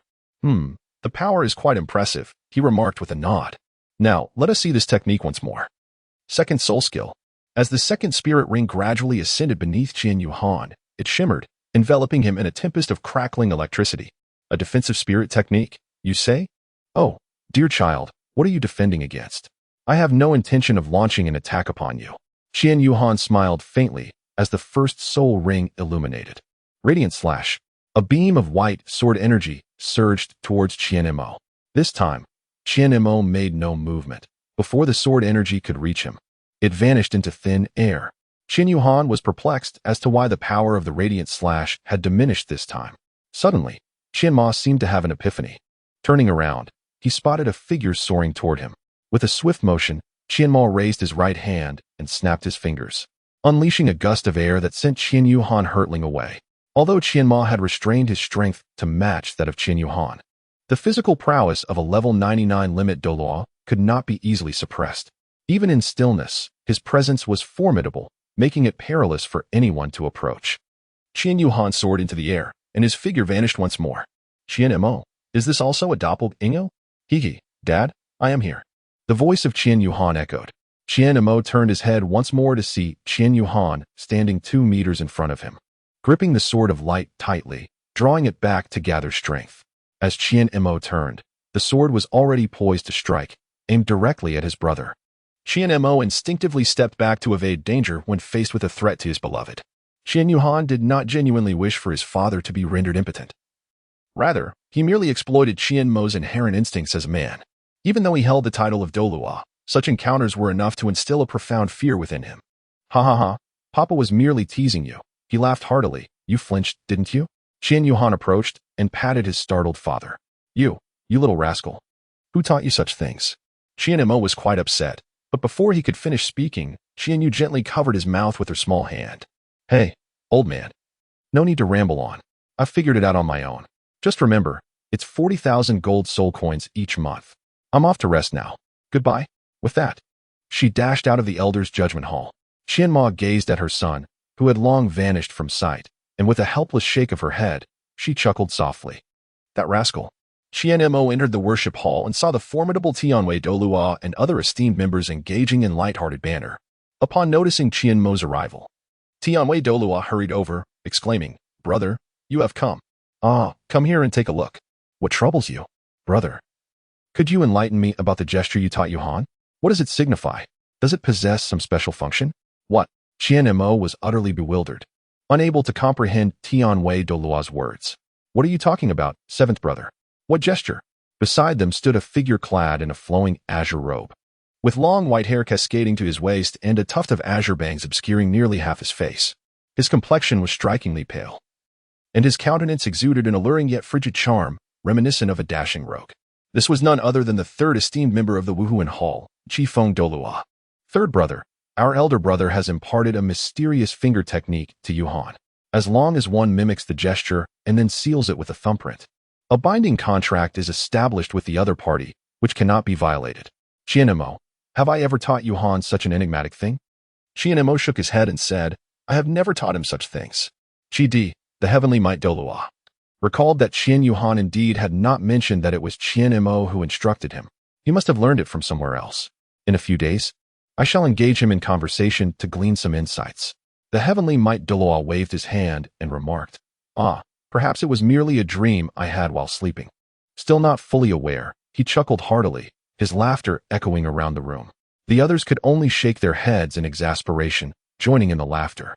Meanwhile, upon returning to his residence, Qian Yuhan leapt onto his bed, rolling on the sheets and causing a delightful ruckus before succumbing to a deep slumber. When he opened his eyes again, night had already fallen. Suddenly, a series of knocks resonated at the door. Who is it? Qian Yuhan inquired. It's me. Your father, came Qian Mo's response from outside. Qian Yuhan rubbed his eyes, approached the door, and inquired, What brings you here, father? Tomorrow. Accompany me to the heavenly Dou Empire. I have some matters to attend to there. While I handle my affairs, you can explore and enjoy yourself, Qian Mo replied. All right, came the response. Chapter 11. My name is Qian Yuhan. Knock, knock, knock. Xiaohan, are you up yet? It's time to set off. Qian Mo called from outside the door. There was no response for quite some time. Qian Mo, are you sleeping so soundly? Xiaohan, it's time to get up. Xiao Dad, what is the matter? Qian Mo continued to call at the door, while Qian Yuhan gently patted his back from behind. I can't believe it. Qian Mo was startled by Qian Yuhan's sudden approach. You move without making a sound. How did you return from outside? Weren't you resting in the house last night? Qian Yuhan suddenly appeared behind him, And Qianmo, filled with curiosity, inquired further. Oh no. I merely rose a bit earlier today. I went to the cliff at Wuhuan Mountain to cultivate for a while. Qian Yuhan elucidated his concerns, fearing that Qianmo might mistakenly believe he had spent the night reveling outside. Upon hearing Qian Yuhan's words, Qianmo was taken aback. Little Han is surprisingly diligent? Well, indeed. Haha. Qianmo gently patted Qian Yuhan's shoulder and softly said, Good child, let us embark on our journey. Upon reaching the entrance of the Pope's Hall in the Spirit Hall, Qian Yuhan beheld a majestic white tiger reclining before the Grand Hall. Was this not the formidable Mingyi white tiger belonging to the Titan Douluo? Father, will Uncle Tianwei be accompanying us? Indeed, you shall ride upon his white tiger. This will expedite our travel. Qian Yuhan took 3 steps forward, then swiftly leaped onto the back of the white tiger. His anticipation for the journey to the Heaven Do Empire was unmatched since the dawn of his memories. He had resided within the Spirit Hall, yearning more than anyone else to explore the outside world. Hurry, Uncle Tianwei, father. Qian Yuhan called out to the two. Please wait a moment, Xiaohan. I need to discuss a few matters with the Grand Offering before conveying some words to Qianmo and the Douluo Tianwei, replied the third offering, Qing Feng Douluo, as he turned his head to address Qian Yuhan. Qian Yuhan observed that the 3 individuals were still engaged in conversation, and he did not press them further. He turned over to the white tiger and retrieved a substantial piece of giant ape meat from the golden bracelet of the Cold Heart Dragon God. Carrying the meat, he approached the white tiger and set it down, playfully urging, Come on, little white tiger, you must be quick. I can hardly contain my excitement. Qian Yuhan rubbed his hands together, wearing an expression of eager anticipation as he urged Baihu. It appeared that Baihu understood Qian Yuhan's words, nodding in response. 10 minutes later, Tianwei Douluo set off with Qian Yuhan.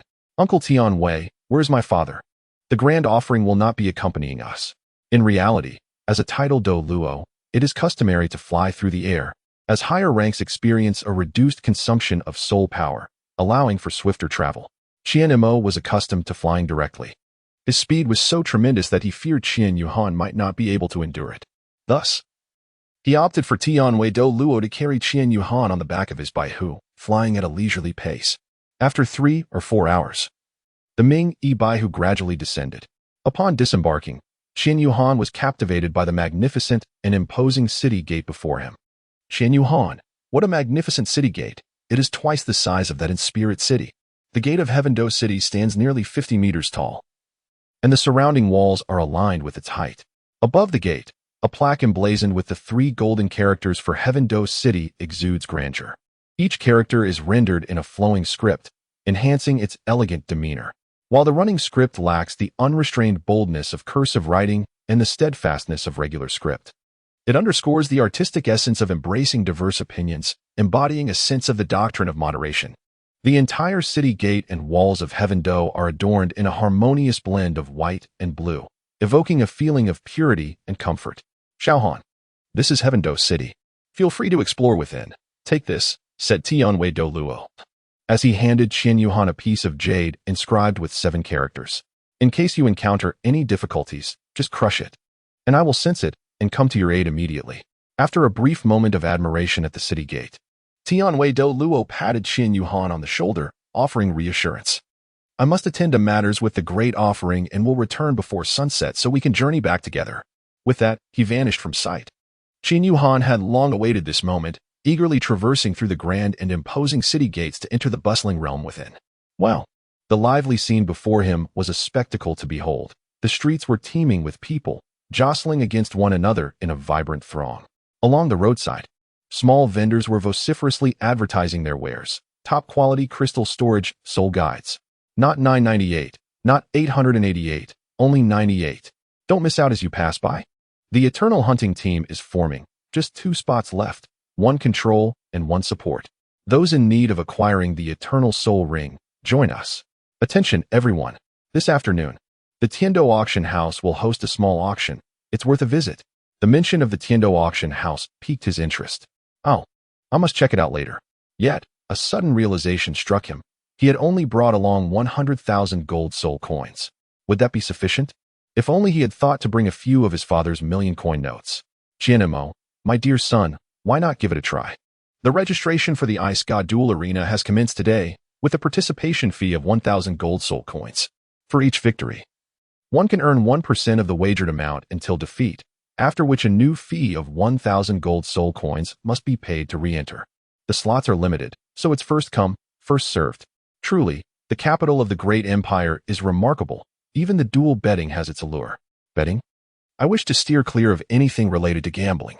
Little brother, do you wish to participate in the duel? No, as a mere second-ring soul master, I would surely be knocked out. Qin Yuhan chuckled bitterly and shook his head. No, little brother. This is a duel among equals. If you wish to join, you will certainly be matched with opponents of your own level, meaning you will only face those who are also second-ring. Why not give it a try? Consider it a practical training experience. Listening to the receptionist's enthusiastic explanation outside the Ice God duel arena, Qin Yuhan found himself wavering. It was not the lure of the wager, but rather the notion of engaging in a duel against peers that stirred his interest. Qian Mo had previously conveyed to him the importance of solidifying one's abilities through practical experience, emphasizing that rapid enhancement without a firm foundation could lead to instability, making future breakthroughs exceedingly difficult. Very well, I shall register, he said, handing over a stack of 100,000 bills to the receptionist. Please wait a moment. The receptionist replied, her demeanor friendly yet surprised. The registration fee is merely 1,000. What you have here is quite excessive. She forced a smile before retreating to her office.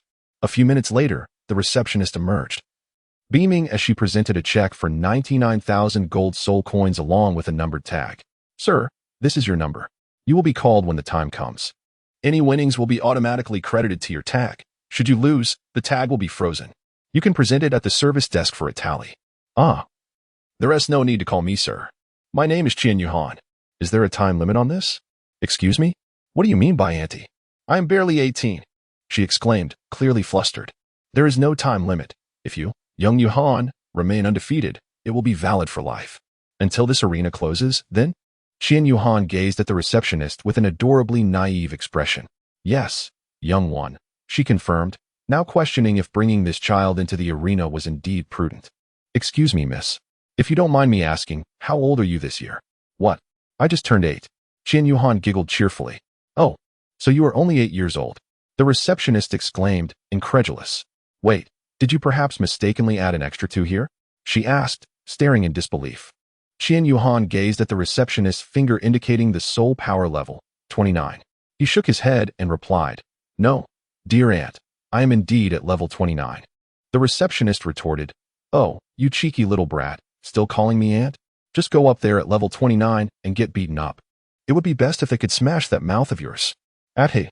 The inner turmoil of the receptionist had already begun to boil over. The little imp in Qian Yuhan's heart was laughing uncontrollably. Ha! This woman is truly amusing. From the very beginning, he discerned that this receptionist was likely a part-timer, probably not even 20 years old, and he spoke deliberately. He chuckled to himself. After all, he was merely an 8-year-old child, still not yet 18.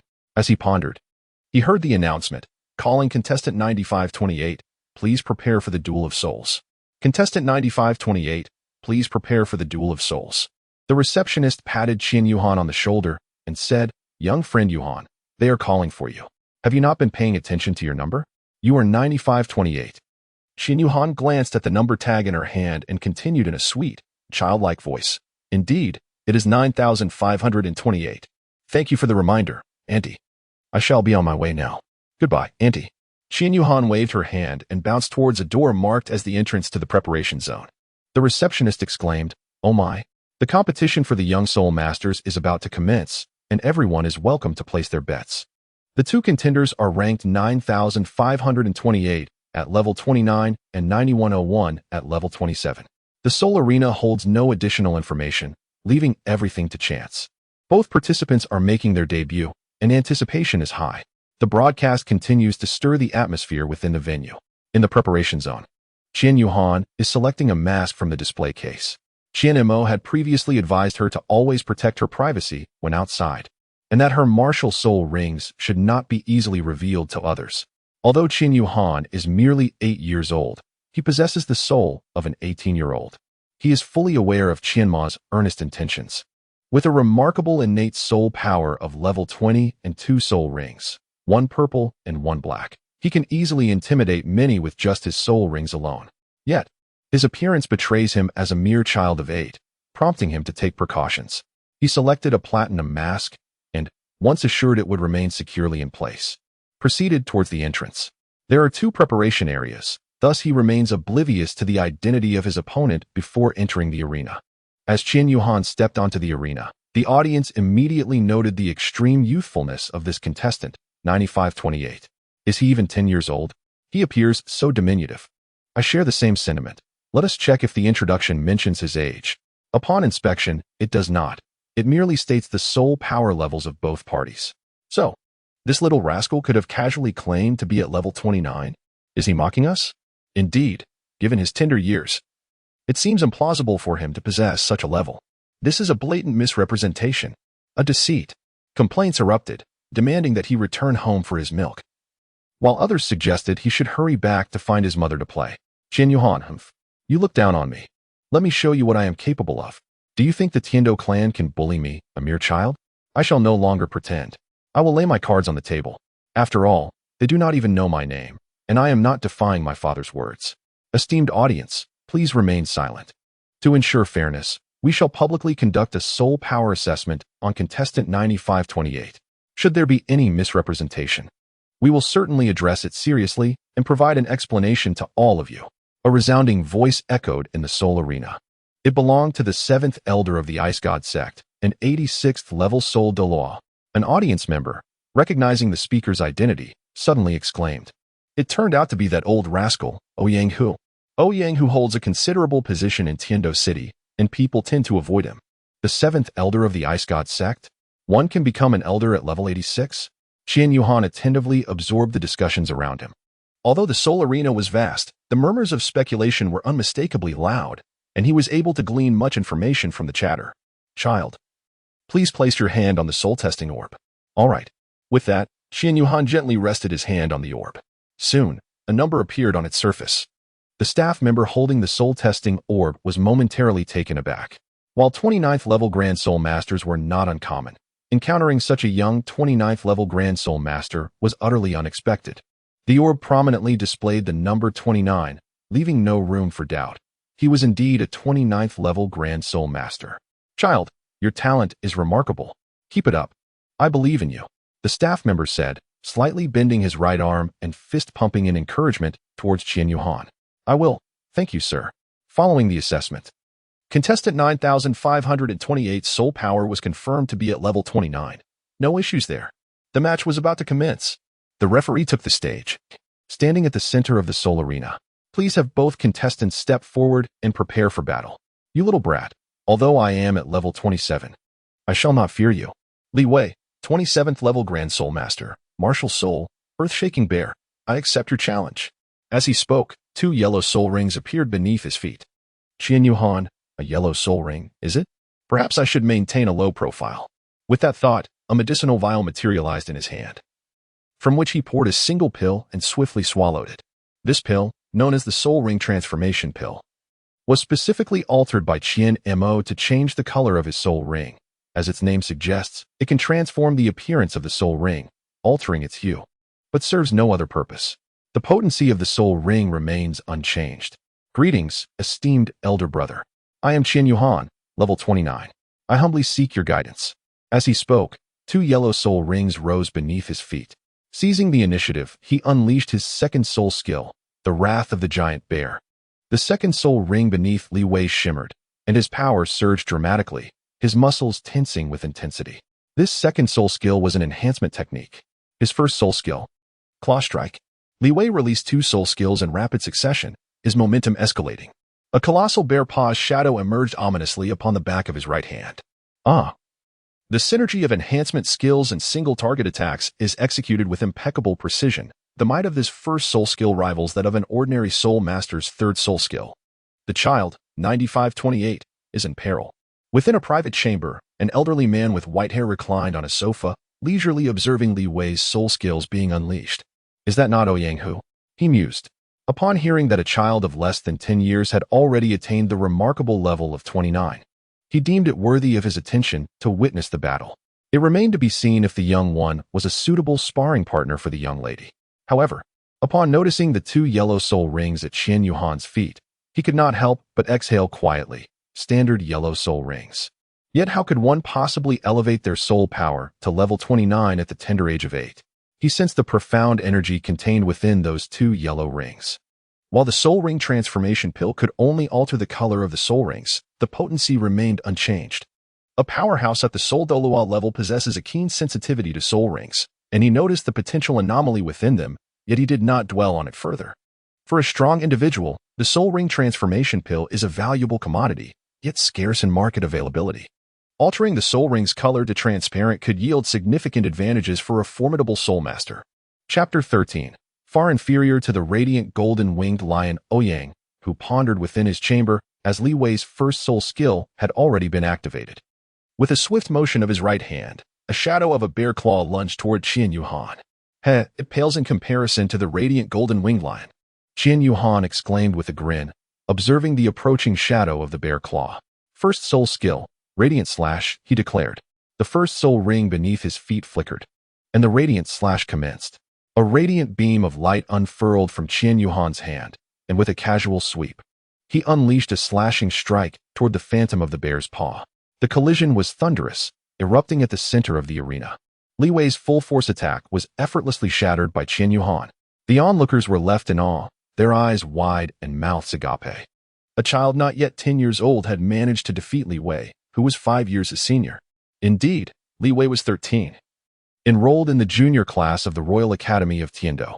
Further details about the Royal Academy of Tiando shall be elaborated upon later. For now, it suffices to say that prior to their appearance, Li Wei's parents were filled with pride upon learning he would participate in the soul fighting competition.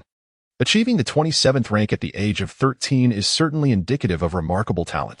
They were eager to seize the opportunity to promote their son, hoping that perhaps a notable figure within the academy might take notice, paving the way for him to enter the royal class. Parents often contemplate the future more thoroughly than their children. Thus, they communicated Li Wei's latest achievements and data to the staff at the Ice God Arena.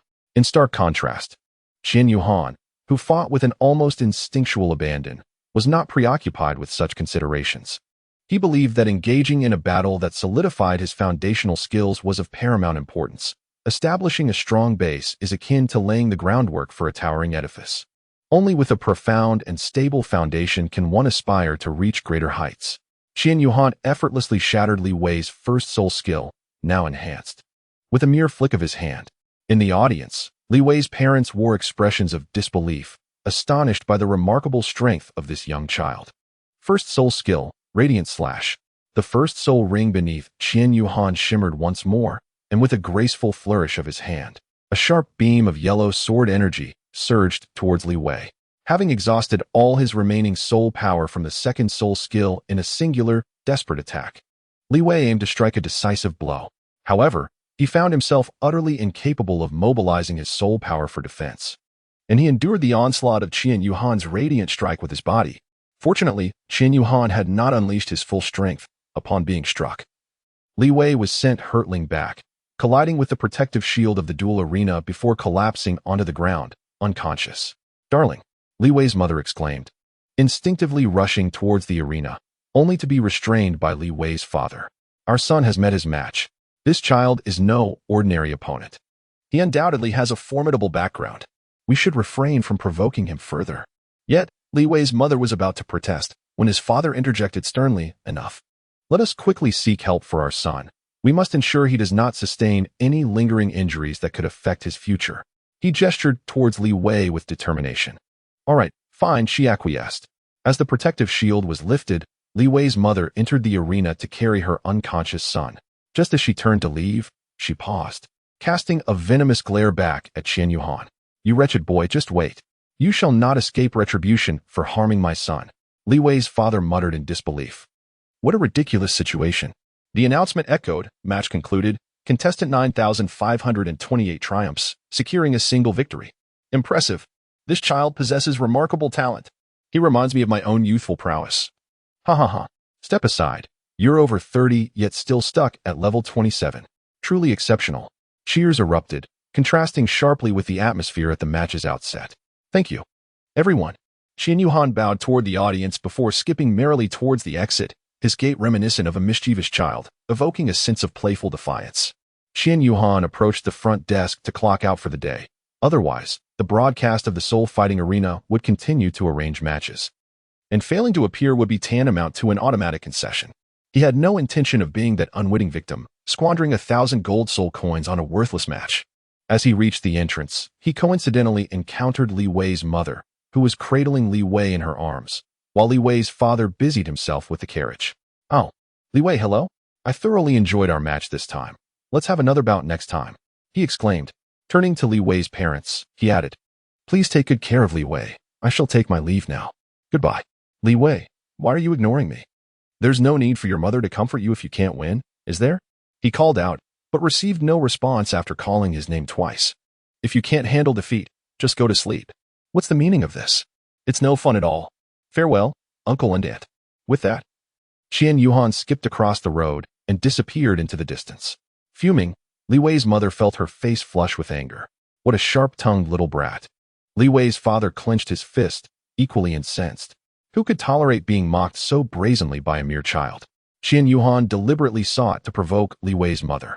Earlier, she was the first to issue threats on the battlefield. It is quite natural for both sides to sustain injuries during a soul battle, and rendering an opponent unconscious is equally commonplace. Qian Yuhan, however, showed some restraint, holding back considerable strength. Otherwise, had she unleashed her full power as she did against her father, it would have been fortunate for her opponent to escape without losing an arm or suffering grievous internal injuries. This time, Qian Yuhan resorted to straightforward mockery, which was quite exhilarating. Meanwhile, Qian Mo and the title Douluo Tianwei arrived at a magnificent white palace where the biting cold permeated the air, and the surroundings were enveloped in ice and snow. This palace could aptly be described as the Palace of Ice and Snow, constructed from millennium-old frozen ice, adorned with ice flowers and icy springs. Here lies the Ice God Sect, the foremost power of the Tiando Empire, perched atop the Ice God Snow Mountain, 500 kilometers north of Tiando City. For a title Douluo, this distance translates to merely an hour of flight, while for Qian Mo, who comprehended the laws of space upon becoming an ultimate Douluo, traversing thousands of kilometers is but a fleeting moment. This starkly illustrates the vast disparity among titled Douluos. Tianwei, a level 96 titled Douluo, stood in contrast to Qian Mo, who had reached level 99. Although the difference is only 3 levels, their powers are worlds apart. Returning to the subject at hand, the Tiando Empire is situated in the northeastern part of the Douluo continent, with half of it constituting a forbidden area for soul masters. An exceedingly frigid place. The Ice God Sect resides at the southernmost peak of the Ice God Snow Mountain, making it a fortress that is easy to defend yet difficult to assault. Despite the mere 500 kilometers separating Tiando City from the forbidden northern region, the mountain acts as a barrier, keeping the frigid air confined to the north. Consequently, Tiando City enjoys a perpetual spring climate, making it a highly habitable locale. Within the Grand Hall of the Ice God Sect, a figure seated on the central throne inquired, "Brother, what brings you to my icy lair with such urgency? You seldom visit this cold refuge." The man on the throne chuckled, trying to lighten the mood. "Dear brother, to be frank, the matter I wish to discuss pertains to the future of the Douluo continent. All factions, including my Spirit Hall and your Ice God Sect, may soon find themselves embroiled in a significant upheaval."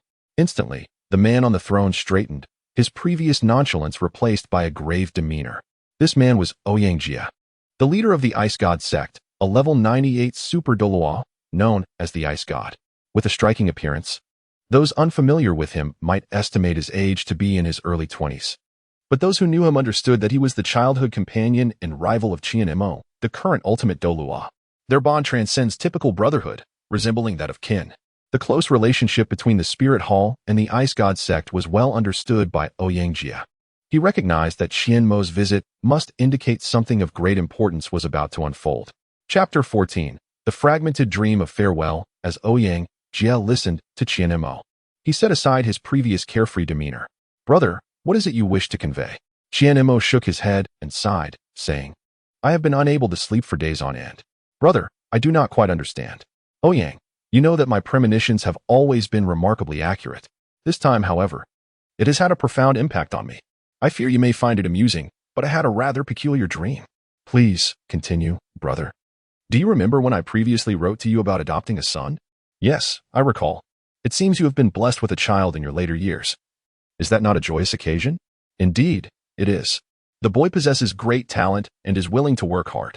Yet, on the very night after he awakened his martial soul, I had this strange dream. A colossal rift tore open in the heavens, enveloped in darkness. As crimson lightning ravaged the entire continent, the bolts of lightning struck down, forming a pool of blood. Within it were you, the emissary of the Ice God sect, and all the formidable warriors of various factions.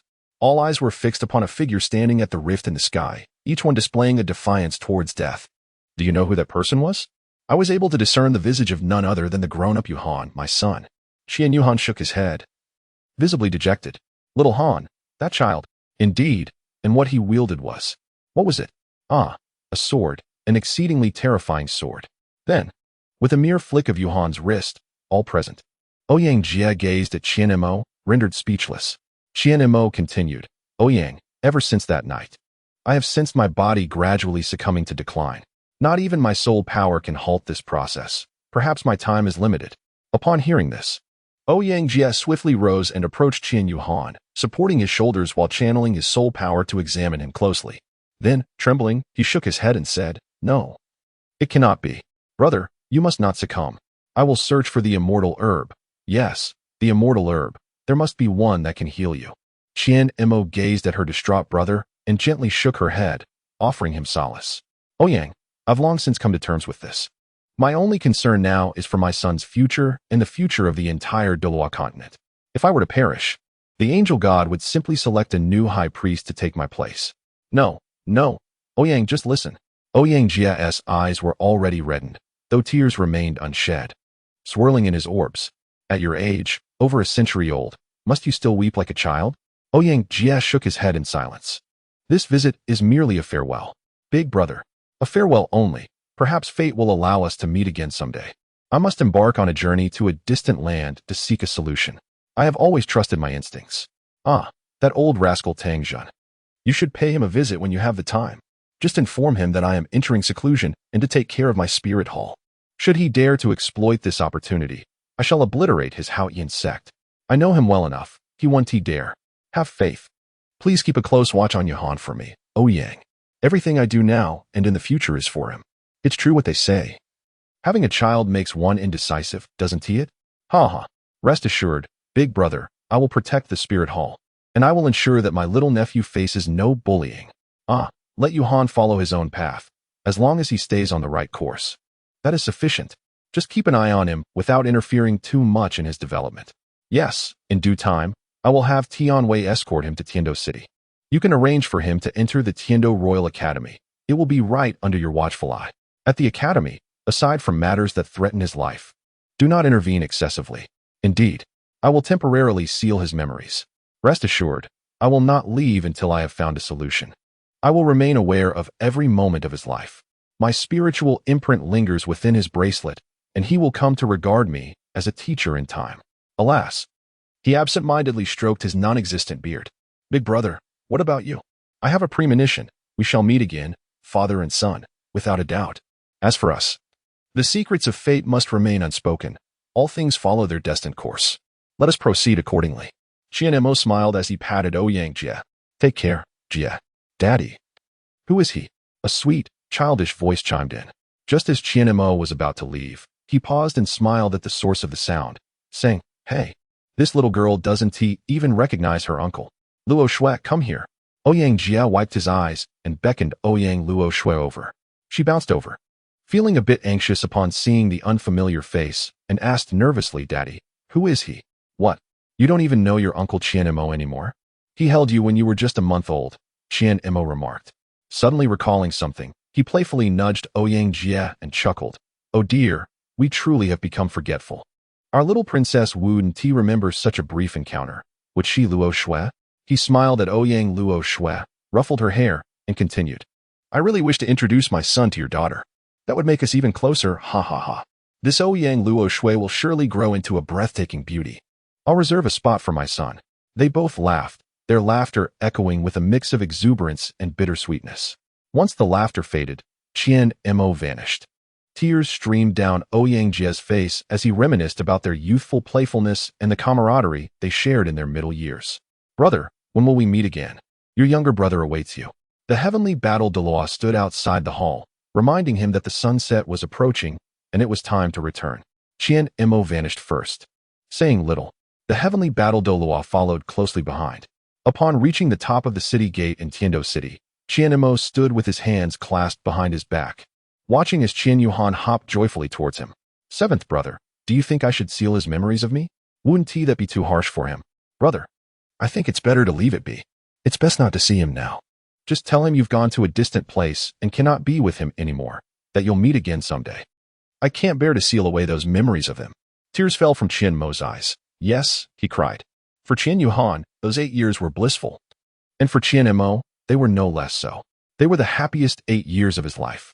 He hoped to see his son again, not wanting him to greet him with, "Hello, uncle." Perhaps this was a bit of selfishness on his part. Everything that needed to be said has been conveyed. Tell Yuhan that I have always loved him. After casting one last glance at his son walking along the road, he seemed to imprint his image in his mind. Then, with a flash, he disappeared. The heavenly battle Douluo also glanced at the self-entertaining Qian Yuhan, contemplating, "Child, it's fate. I hope you can persevere." Uncle Tianwei, where's my daddy?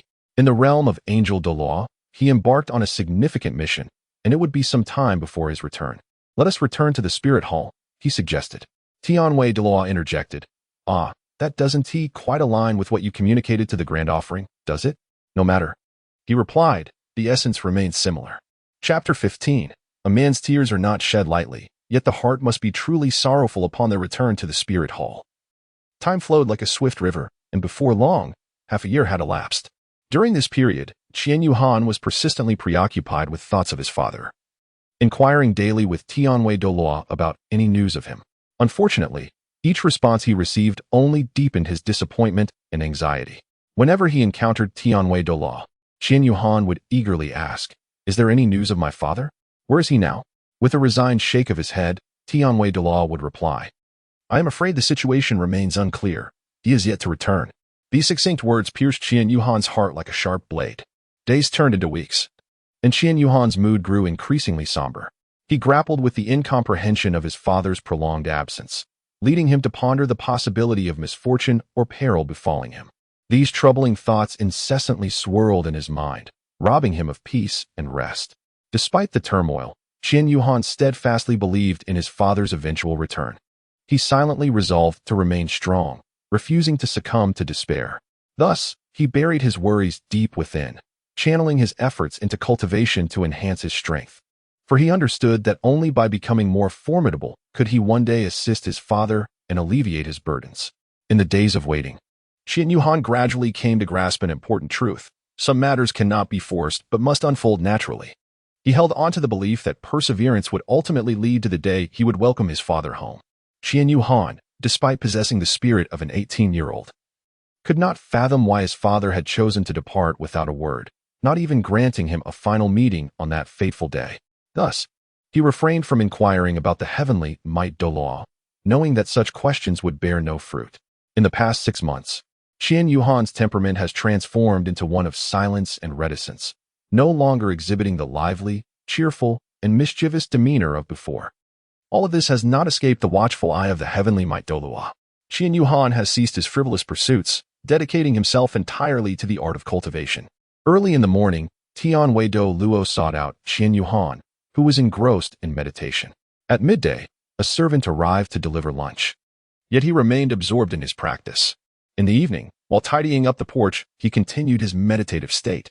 Each day was spent in rigorous training, alternating between cultivating his spirit and engaging in combat drills at the Seoul Arena in Wuhuan City.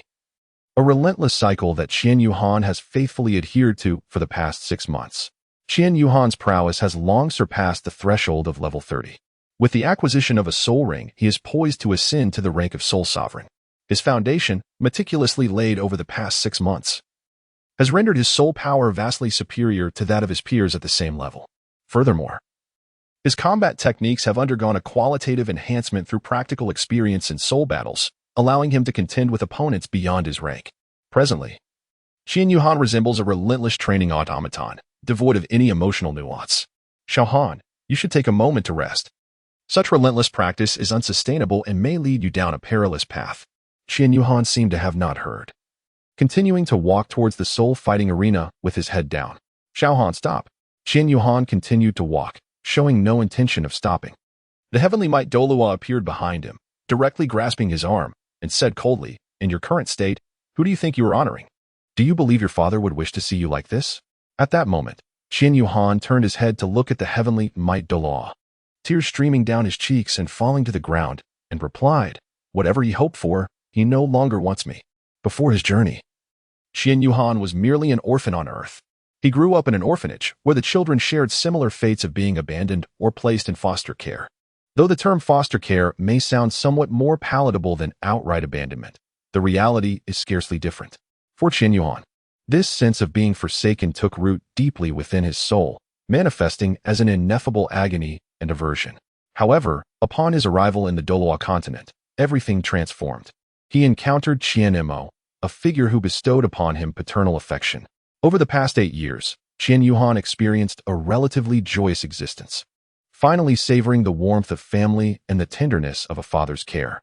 This period allowed him to gradually forget the loneliness and desolation of his past. Yet, without warning, Qian Mo vanished silently for several months. Although the elders claimed that Qian Mo had embarked on a mission, a profound intuition within Qian Yuhan stirred, suggesting that the situation was far more complex. He harbored suspicions that Qian Mo may have encountered misfortune, a feeling of unease that gnawed persistently at his heart. Even more perplexing was the reluctance of others to reveal the truth to him. He could not comprehend why they chose to conceal the reality, leaving him in ignorance. This veil of secrecy incited feelings of anger and helplessness within him. He yearned for the truth rather than remaining shrouded in mystery. Qian Yuhan felt perplexed and bewildered. He sensed that he had been forsaken by his father. Although the reality may not align with this perception, and he had not truly been abandoned. The emotional turmoil he experienced was profoundly distressing, particularly on a mental level. Observing Qian Yuhan's demeanor, the Douluo of heavenly might could no longer bear to reprimand him further. He understood that an 8-year-old child forced to confront the abrupt departure of a father would inevitably feel the pangs of abandonment, a sentiment that would unsettle anyone. Xiaohan, come with me, the Douluo of heavenly might said, leading Qian Yuhan to the residence of the Douluo of the Azure Phoenix. After knocking on the door, he ushered Qian Yuhan inside. Third brother, please have a conversation with Xiaohan regarding our elder brother's situation, he remarked before exiting the room. Uncle Qifeng, please speak to me candidly. What has happened to my father? Is he dead?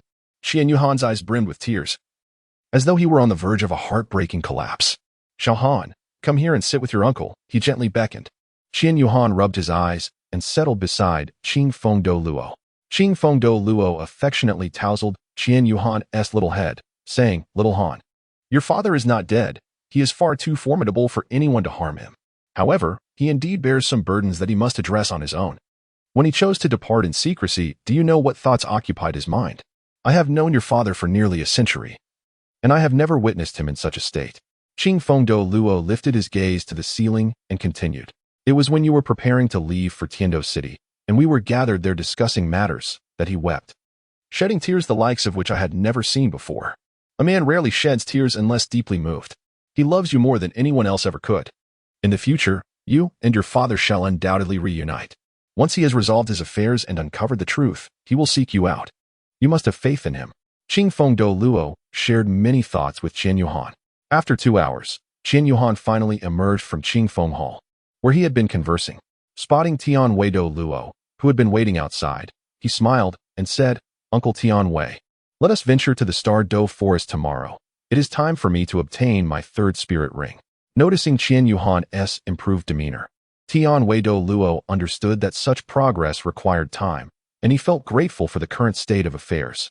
He mused that only a person as perceptive as third brother could effectively counsel in such matters, as the other 5 rough-hewn men would hardly suffice. Tian Wei Douluo expressed his appreciation, saying, You have made remarkable progress. Only Qian Yuhan himself was aware of the profound changes his character had undergone over the past few months. In the past, he might have been considered a somewhat proficient socialite, able to engage in casual banter with unfamiliar acquaintances. Yet now, when faced with those he did not know well or had only a superficial relationship with, he found himself disinclined to utter a single word. Qian Yuhan had long since enveloped his heart in a protective shroud. Ever since Qian Mo departed from his side, he had endured a profound blow. Coupled with his solitary cultivation, devoid of any emotional entanglements, he gradually acclimated to this state of isolation and solitude. Although the devoted uncles continued to express their warmth and concern as always, he found himself yearning for his father. Qian Yuhan quietly sat in the pavilion atop the martial Soul Mountain, his gaze fixed on the horizon, where the remnants of the setting sun bathed the entire world in a warm, orange hue, reminiscent of a breathtaking painting. Although he still harbored feelings of anger and dissatisfaction over his father's abrupt departure, the knowledge imparted by the Qian Feng Douluo that they would undoubtedly meet again in the future sparked a flicker of anticipation within him. As a novice writer, I humbly request the esteemed readers to lend their support and offer constructive criticism. I, Douluo, fondly recall my childhood days spent immersed in the novel Douluo, finding this intellectual property quite captivating. At that time, I yearned to create my own version of Douluo. However, the overwhelming pressure of academic responsibilities during my high school years thwarted this modest aspiration. Now, at long last, I find myself with the time to pursue this dream, and I shall endeavor to write to the best of my ability. I kindly ask for your encouragement and support in this endeavor. Chapter 16. It was all just a dream, a terrifying dream.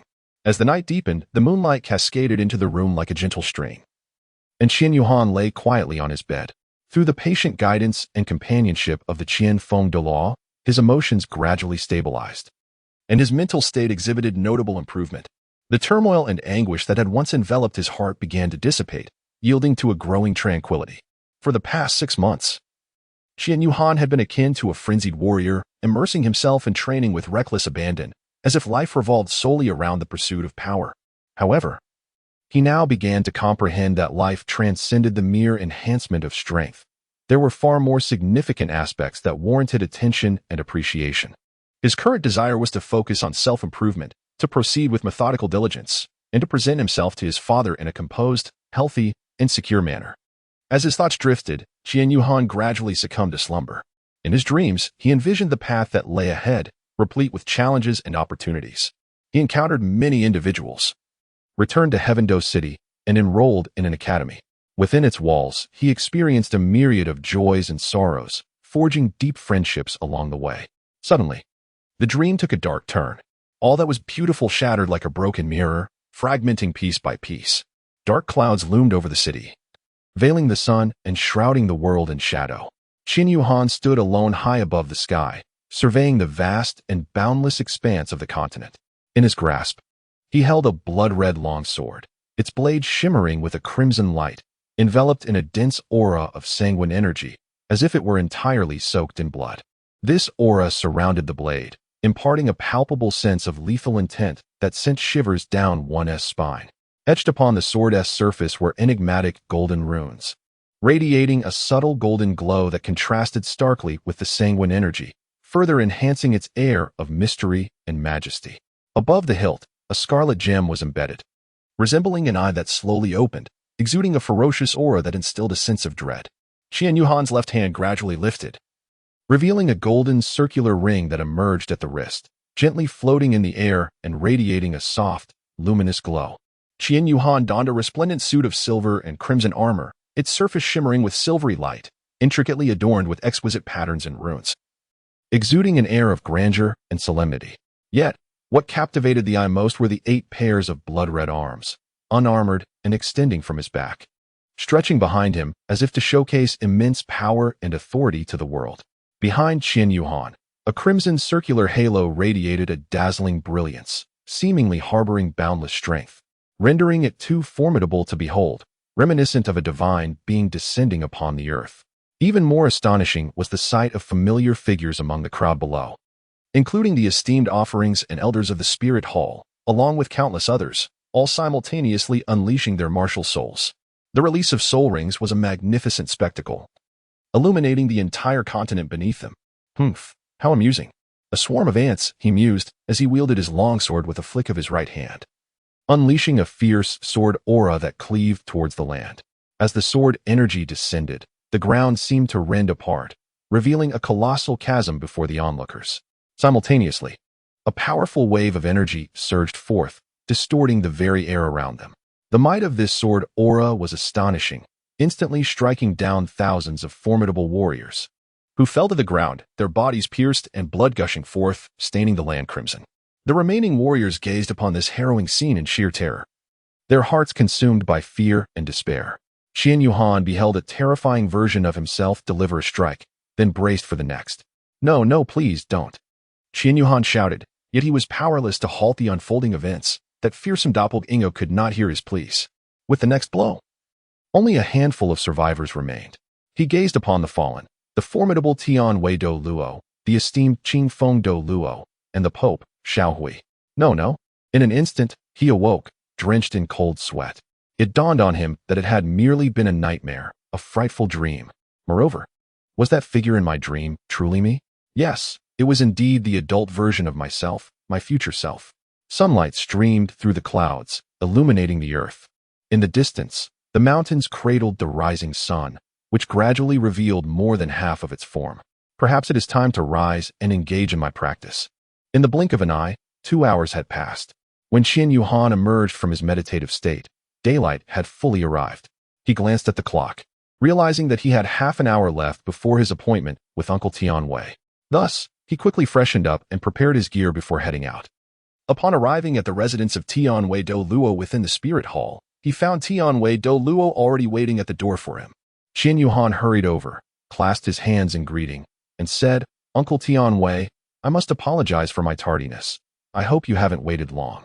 No. It is I who was too eager, too excited to see our little Han. Ha. Are you all set? Qian Yuhan nodded slightly, choosing not to elaborate further. Deep within, Tian Wei Douluo let out a quiet sigh, yet his face remained adorned with a benevolent smile. Let us commence. Upon reaching the periphery of the Star Do forest, Qian Yuhan communicated his intentions to Tian Wei Douluo, reiterating their previous arrangement. He instructed Tian Wei Douluo to wait outside as he pursued a defensive soul beast of approximately 20,000 years in age, asserting that assistance was unnecessary this time. Qian Yuhan sought to utilize this opportunity for breakthrough training. Realizing that battling opponents of equal or slightly superior strength in the soul arena of Soul Master City was far less effective than engaging in life-and-death confrontations with formidable soul beasts, he was determined not to let this chance slip away. Not long after entering the Stardo forest, he heard what seemed to be cries for help nearby. Qian Yuhan quickly adjusted his form and darted towards the source of the sound. Miss, run. We've stirred a hornet's nest.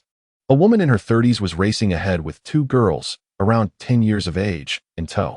Countless small, Qianjun ants pursued them relentlessly from behind. The woman, clad in servant attire, was accompanied by 2 girls, one adorned in luxurious garments and the other dressed in a simple white dress emblazoned with a faint blue character for ice. Clearly, these 2 were accompanying the elegantly dressed girl on her training expedition. The trio hailed from the Ice God sect. The girl in resplendent attire was Ouyang Luoxue, the young lady of the sect, while the girl in the white dress was her dearest friend, Nana. The servant was Xiao Lan, Ouyang Luoxue's dedicated maid. I've sent out a distress signal. Reinforcements should arrive shortly, Xiao Lan reassured. Miss, we must continue to flee towards the outskirts. Hold on. Why is our luck so abysmal? I should have listened to you, Sister Xiao Lan, Nana lamented. Ouyang Luoxue halted, turning to Xiao Lan. If we keep running like this, I fear I won't have the stamina to last until help arrives. Sister Xiao Lan, I will assist you. Let us see if we can delay their pursuit for as long as possible. In the face of danger, Ouyang Luoxue maintained an extraordinary calmness, exhibiting a maturity beyond her years, a true prodigy. Miss, even if it costs me my life, I will ensure your safety. Don't speak of despair. First soul skill, Ice Spirit Blessing. A pale blue staff materialized in her hand, pointing towards Xiao Lan. Her first soul ring shimmered, enveloping Xiao Lan in swirling white snowflakes. Ouyang Luoxue's first soul skill, an ice attribute enhancement, could bolster herself or bestow amplification upon others. Fourth soul skill, Ice Dragon's Breath. Xiao Lan's fourth purple soul ring glimmered as she unleashed a wave of blue light towards the approaching swarm of ants. The wave of energy froze the small Qianjun ants instantly. With a slight twist of her head, the wave shifted, sweeping across the area in a fan-shaped arc. Soon, all visible small Qianjun ants lay encased in ice. Third soul skill, Ice Dragon's Shock. Xiao Lan leaped into the air, bringing her forceful descent crashing to the ground. The shockwave shattered the frozen ants into shards. We're safe now, she exhaled, though puzzled. Strangely, I distinctly sensed a powerful force approaching us moments ago. These diminutive thousand-gene ants are incapable of exuding such formidable pressure, Xiaolon pondered. Suddenly, the ground trembled violently. 100 meters away from Ouyang Luoxue and her companions, the earth abruptly sank, releasing a cloud of dust.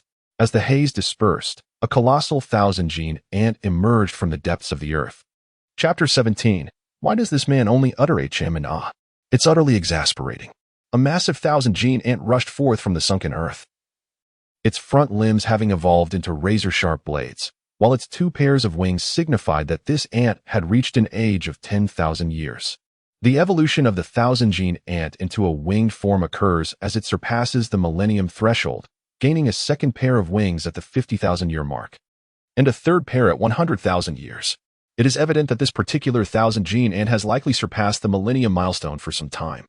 Yet it has certainly not reached 50,000 years. This is dire. A millennium-level soul beast. Xiaolon thought to herself. We are no match for a 1,000-year soul beast. Ouyang Luoxue stated solemnly. Soul beasts ranging from 1,000 to 50,000 years correspond to the strength of a soul sage, while those from 50,000 to 99,999 years align with the power of a soul Douluo, and those exceeding 100,000 years correspond to a tidal Douluo. Miss, you must leave first. I will strive to hold it off for a while longer. Please hurry. Xiaolon had already resolved herself to face certain death, determined to ensure her mistress's safe escape. We should go together. You cannot hold it off for long alone. If you perish, we will not escape either. Come on. Ouyang Luoxue's gaze sharpened, fixated on the thousand-gene ant 100 meters away. Xiaolon was moved by her mistress's profound thoughts. Indeed, she could only last for a minute at best. And with her mistress just having attained the rank of a soul master, how far could she flee? With a flicker of her yellow soul ring, Ouyang Luoxue activated her first soul skill, Ice Spirit Blessing. The ice attribute within Xiaolon experienced a brief, yet significant enhancement. The mighty ant sensed the combative spirit of the three individuals opposite, propelling itself forward with a powerful leap towards Ouyang Luoxue and her companions. 100 meters. 50 meters. With her second soul skill, Ice Domain, the second purple soul ring beneath Ouyang Luoxue shimmered. A domain with a radius of 50 meters spread out from her as the focal point. The thousand-gene ant was ensnared within the frigid domain. This icy realm possesses the ability to restrict an opponent's movements, diminishing their speed and lowering their attack power, while simultaneously enhancing the capabilities of soul masters imbued with ice attributes within its confines. It is indeed a formidable skill that not only strengthens oneself, but also subdues adversaries. This illustrates the extraordinary talent possessed by Ouyang Luoxue. As for the fourth soul skill, Ice Dragon's Breath, the fourth purple soul ring beneath Xiaolon shimmered as she gathered her energy for a decisive strike, unleashing a wave of light. Concentrating her soul power into a singular point, she unleashed it with all her might. The thousand-gene ant halted its charge, its sharp blades piercing the ground. As it raised its arms to hoist a massive boulder before it, the Ice Dragon's breath collided with the boulder, resulting in a resounding explosion. Yet, the thousand-gene ant was still struck by the residual shockwave, forced to retreat. The boulder absorbed a significant portion of the damage, leaving the ant's proud, powerful limbs with but minor injuries. The thousand-gene ant gazed at its arm, oozing green blood, and let out a furious howl towards the heavens. It charged once more at the trio. This is bad. The boulder raised by the thousand-gene ant absorbed a considerable amount of damage, and the remaining impact proved to be non-fatal. It seems to have enraged it even further, remarked Nana, who stood beside Ouyang Luoxue. Second soul skill, Frost Slash. The yellow second soul ring beneath Nana flickered as she conjured an icy blade in her right hand and struck towards the thousand-gene ant. A shard of ice hurtled towards the creature, which, undeterred, chose to meet the attack head-on with its body. The ant was repelled a few meters, yet it sustained no significant harm. It merely stumbled backward slightly due to the residual shockwave. The defensive prowess of the thousand-gene ant is truly astonishing. The first soul skill, Ice God Slash. Underneath Ouyang Luoxue's feet, the first soul ring shimmered as she conjured a beautifully crafted ice blade in her right hand, adorned with precious gems. This is none other than Ouyang Luoxue's second martial soul, the Ice God Battle Blade.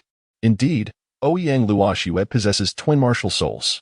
Her first martial soul is inherited from her mother, the Ice God Staff, which is still in its rudimentary Ice Spirit Staff stage. while her second martial soul is derived from her father, the ice god Douluo, and is the ice god battle blade. With a single, decisive slash, Ouyang Luoxiue aimed directly for the right arm of the Thousand Gene Ant. The formidable force severed the ant's right arm, not only breaking through its tough exterior, but also cleaving it cleanly in two.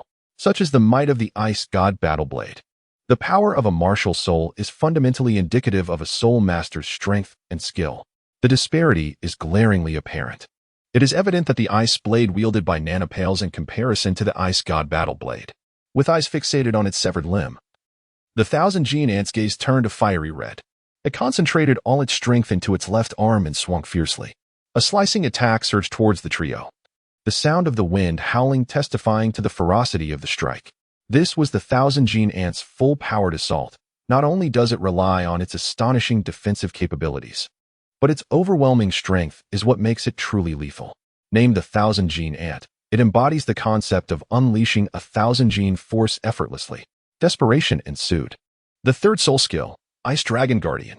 The third soul ring beneath Xiaolon glowed, enveloping Ouyang Luoxiue and her companions in a protective barrier. Just as the fierce attack was about to collide with the shield, a resounding impact was heard. Ouyang Luoxiue and her friends were not flung away by the Thousand Gene Ant strike, and the shield remained intact, as if the attack had not even touched the Ice Dragon Guardian. In truth, it had not. As the smoke cleared, a young boy clad in platinum armor, wielding a sword that radiated brilliant light, stood before the trio. It was Qian Yuhan, who had rushed over upon hearing the commotion just an hour after entering the Stardow Forest. "Friend, this place is perilous. You must leave at once," Ouyang Luoxiue urged, gazing at the boy who appeared to be of similar stature to herself. Qian Yuhan did not clearly hear what Ouyang Luoxiue had said and merely responded with a casual sound. Noticing his lack of action, Ouyang Luoxiue called out, "Did you hear what I said?" This time, Qian Yuhan indeed heard her and nodded in affirmation. "Ah, you heard me. Then why aren't you leaving? Do you wish to accompany us to our demise?" The formidable ant of 1,000 June witnessed the arrival of yet another young boy, preparing for a fierce battle. Despite its battered and weary body, it charged towards the four with unwavering determination. "It's over. You cannot escape now. Let us make one final stand," declared Ouyang Luoxiue, her voice resolute. "Sister Xiaolan's spirit energy is running low. Nana, you and this young lad must transfer your spirit energy to me so I may unleash the ice god slash once more." "Absolutely, Luoxiue," Nana responded without hesitation, channeling her spirit energy towards Ouyang Luoxiue. Observing that the spirit energy was barely sufficient to invoke the ice god slash, yet lacking the potency to vanquish the ant of 1,000 June, she anxiously turned to Chun, exclaiming, "Did you not hear what I just said?" Qian Yuhan, with a soft hum, he concentrated his soul power into the radiant divine sword in his hand. Ouyang Luoxiue, this man only knows how to say HM. It's infuriating. How can he not understand human speech? Ah, forget it. First soul skill, Ice God. Ouyang Luoxiue prepared to unleash the Ice God slash, but just as she was about to strike, she suddenly noticed Qian Yuhan's sword swing, releasing a powerful slash that cut through the air. The radiant arc of light moved with the swiftness of lightning, hurtling directly toward the 1,000 Gene Ant with immense force. Upon collision, a thunderous roar erupted, followed by a tremendous shockwave that sent billowing clouds of smoke into the air, enveloping everything in its vicinity. Ouyang Luoxue's eyes widened in astonishment as she beheld the unfolding scene. She had not anticipated Qian Yuhan's speed, as he had outpaced her. Moreover, the sheer power of his strike left her utterly astounded. Yet, she quickly regained her composure, steeling herself for the ensuing battle. Chapter 18. So beautiful. As time passed, the smoke gradually dissipated, revealing the figures that had been concealed within. The 1,000 Gene Ant's gaze had grown vacant, as if it had lost the very essence of life. Its body lay limp upon the ground, motionless. Then, a torrent of blood erupted, splattering across the surrounding earth. It became evident that the head of the 1,000 Gene Ant had been completely severed from its body. The severed head rolled aside, bearing an expression of shock and disbelief. All of this was the handiwork of Qian Yuhan, whose attack was executed with unparalleled precision, akin to a flash of lightning, expertly cleaving the ant's head from its body. Ouyang Luoxiue stared blankly at Qian Yuhan. Qian Yuhan brushed off the non-existent dust from his hands and remarked, "Done. You can actually speak normally? How did you discern that I couldn't?" Upon hearing the voice behind him, Qian Yuhan turned to look. "How beautiful! although she was merely a 10-year-old girl, having seen countless beauties and short videos from the original world. Qian Yuhan could instantly tell that this girl would undoubtedly grow into a stunning beauty. Ouyang Luoxue possessed skin as fair as snow, translucent and delicate like mutton fat jade. Her large, expressive eyes sparkled with a bright light, reminiscent of the dazzling stars in the night sky. Her long hair was neatly tied into a low ponytail, smooth and silky, cascading beautifully like a waterfall with each gentle sway. She exuded a unique aura, radiating a mature charm that belied her young age, as if she had undergone the trials and tribulations of life. This distinctive quality made her stand out in the crowd, captivating attention. Ouyang Luoxue, feeling the prolonged gaze upon her, could not help but blush, exclaiming, "You are quite rude. Is it appropriate to stare at a girl like that?" Qian Yuhan, upon hearing this, quickly came to his senses and apologized. "I'm so sorry, truly. I have never encountered a girl as beautiful as you." Observing Qian Yuhan's bashful demeanor, Ouyang Luoxue's lips curled into a slight smile. This man is rather amusing. He is completely different from his earlier combative self. Ha ha. Then she tilted her head and asked with a playful smile, "So, how do you intend to compensate me for my emotional distress?" Beside them, Xiao Lan and Nana were taken aback. They had never witnessed the young lady engage in such lengthy conversation with a man. "Sister Xiao Lan, did Luoxue just laugh?" It seems so. This was the first time they had seen the young mistress smile at anyone other than the ice god Douluo. Emotional distress compensation? Indeed. You stared at me for nearly a minute, making me think I had encountered a lecher, which frightened me. Therefore, you owe me. Qian Yuhan. What a formidable woman. Yet I am but a lecherous rogue, he. But what shall I do today, as I am devoid of funds? Perhaps I could leave my name and address, and you may send the money to me later. I am Ouyang Luoxue from the Ice God sect. Is this for real? Young lady? Of course it is real. What do you think? Had I known earlier, I would not have rescued such a money-obsessed individual, truly. I have fallen into the depths of monetary obsession. Ouyang Luoxue, dare you speak to me in such a manner? Upon hearing Qian Yuhan's sarcastic remarks, Ouyang Luoxue's eyes widened, and she pointed a finger at him, clearly irked. Mrs. Getting angry, this little brother is quite audacious, Nana remarked in astonishment. However, Ouyang Luoxue did not persist in glaring at Qian Yuhan. Instead, she offered him a radiant smile, her expression brightening even further. Xiaolan and Nana? All right, I was merely jesting. I sincerely appreciate your timely assistance. If you have finished observing, has your curiosity been satisfied? If not, perhaps you wish to see more? Ouyang Luoxue deliberately elongated her last syllable. Enough. There is nothing much to it. It's only natural to lend a hand in times of need. You have yet to tell me your name. Oh, I am Qian Yuhan. If there is nothing else, I shall take my leave to absorb a soul ring, as I am in need of a third soul ring. With that, he hurriedly made his way towards the corpse of the 1,000-gene Aunt Qian Yuhan. This woman is incredibly formidable. She actually employs a mental assault. After absorbing the soul ring, she retreats. How terrifying. Wait a moment. Ouyang Luoxue exclaimed as she observed Qian Yuhan preparing to absorb that soul ring. That is a 10,000-year soul ring. You cannot absorb it. Qian Yuhan appeared oblivious to his surroundings as he approached Qian Junyi, summoning the radiant divine sword. This majestic blade drew upon the power of the soul ring, absorbing its essence. This little brother's martial spirit is remarkable, remarked Xiaolan, the spirit of the sword. Sister Xiaolan, do you also feel this oppressive weight? Do you sense this oppression? Indeed, replied Nana with a nod. Ouyang Luoxue gazed at Qian Yuhan, who was diligently absorbing the soul ring, and remarked in astonishment. Even my martial spirit feels it. What? Exclaimed Nana and Xiaolan in unison. Shoo, lower your voices. He is in a critical phase of absorption. We must not disturb him. Consequently, Nana and Xiaolan moderated their volume and whispered among themselves, Eldest Miss, your martial spirit can be subdued by that sword. Yours is a divine-level martial spirit. The Ice God Battle Blade is indeed a genuine divine-level martial spirit. Is there truly a martial spirit capable of suppressing another of divine caliber? This individual is extraordinary, Ouyang Luoxue mused inwardly. Within Qian Yuhan's mental realm, he found himself enveloped in a chaotic void, thick with an overwhelming darkness. He sensed a formidable soul power approaching him. This was the soul force of Qian Junyi. I never anticipated your soul power to be so potent, Qian Yuhan exclaimed in surprise. The radiant divine sword shimmered with blinding brilliance as it clashed fiercely with the sharp mandibles of Qian Junyi. The tremendous force caused Qian Yuhan's arm to ache, yet he steadfastly gripped the hilt, refusing to yield. As moments ticked by, nearly an hour had passed. Qian Jun bore numerous wounds, particularly a severed right arm. Blood streaming profusely. Why does everyone seem to target my right arm, as if it has provoked their ire? Qian Yuhan raised the radiant divine sword high, charging towards the most vulnerable midsection of the Qianjun ant. The Qianjun ant swiftly swung its left arm, attempting to fend off the assault. However, it struck nothing but air. It turned out to be merely a doppelganger of Qian Yuhan.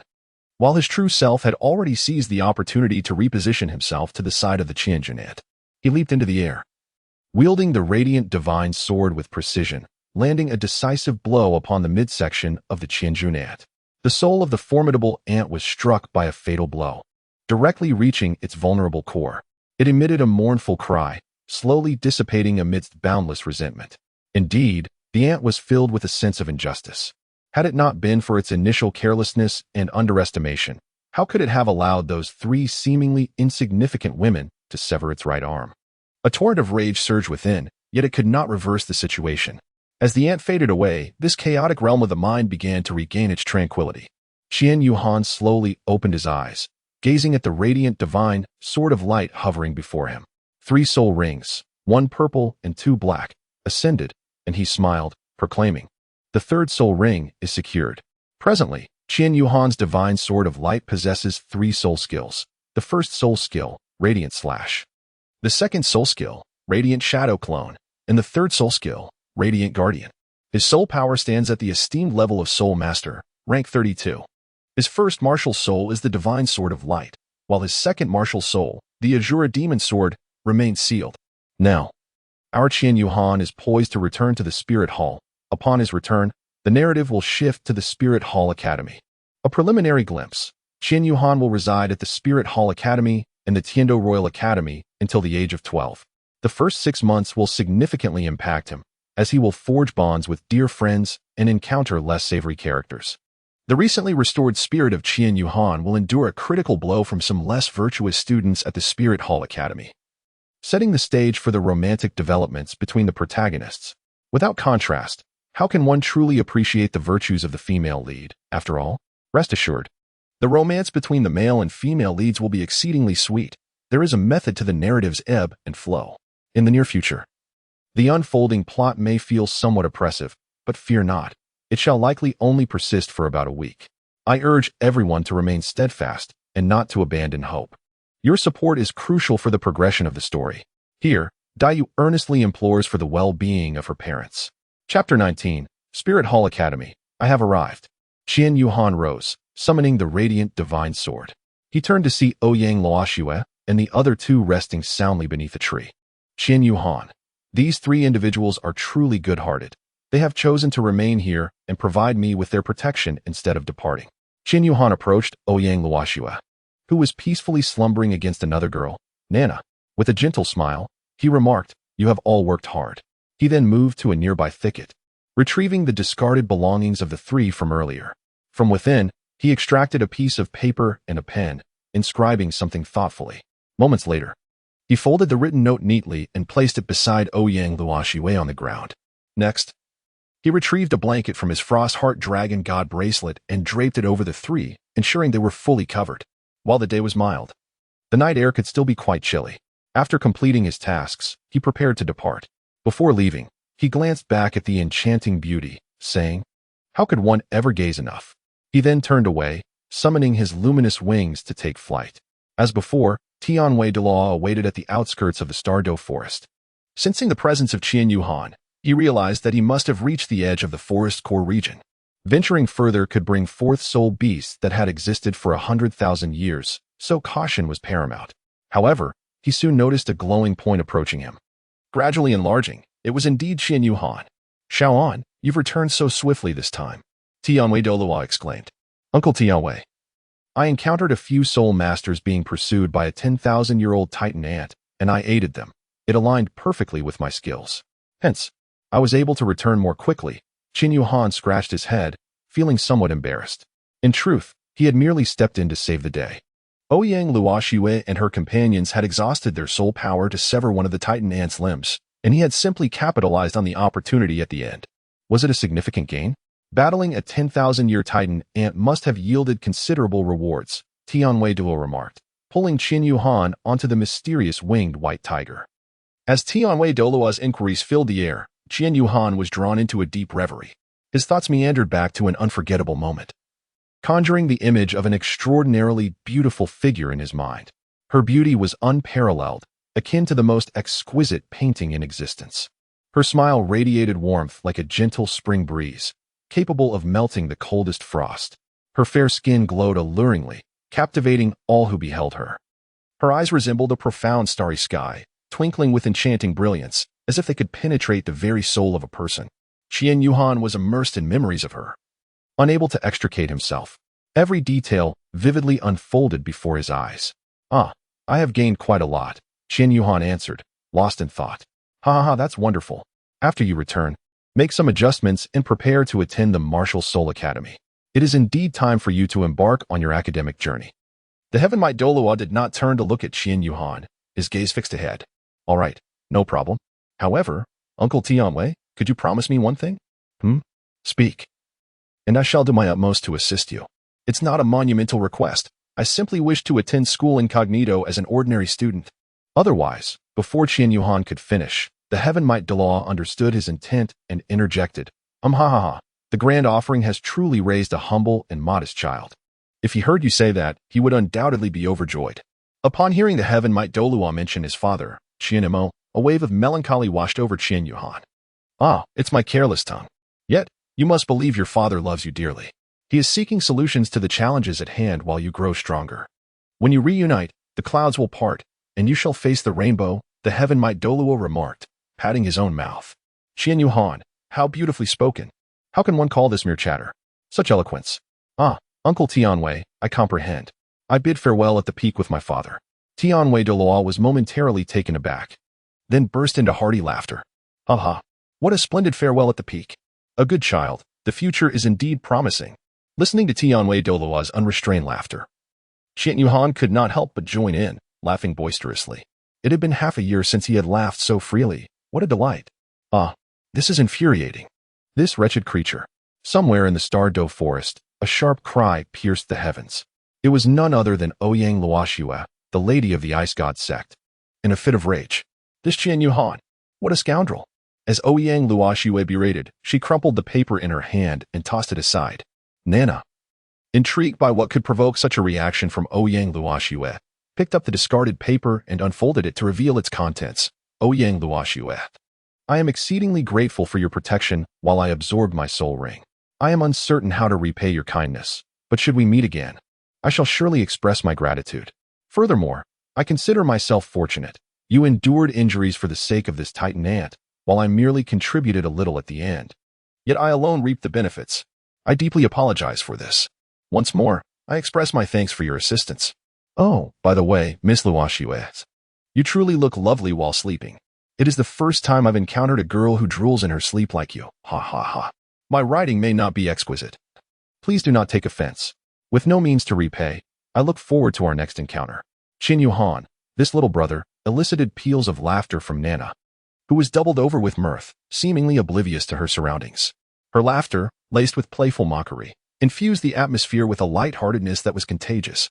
Drooling with laughter. You've utterly cracked me up. She continued to tease, as if she had stumbled upon the most amusing spectacle in the world.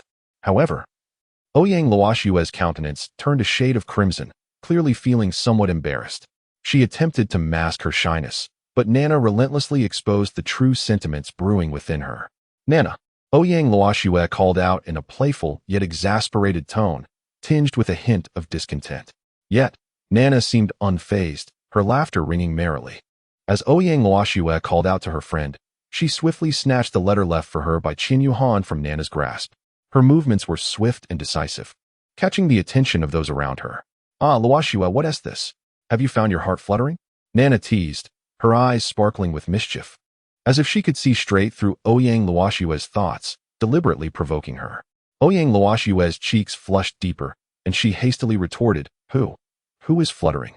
This letter is merely evidence. Should I encounter him again, I shall use it to extort him. Her tone was resolute, yet her gaze betrayed an undercurrent of subtle unease.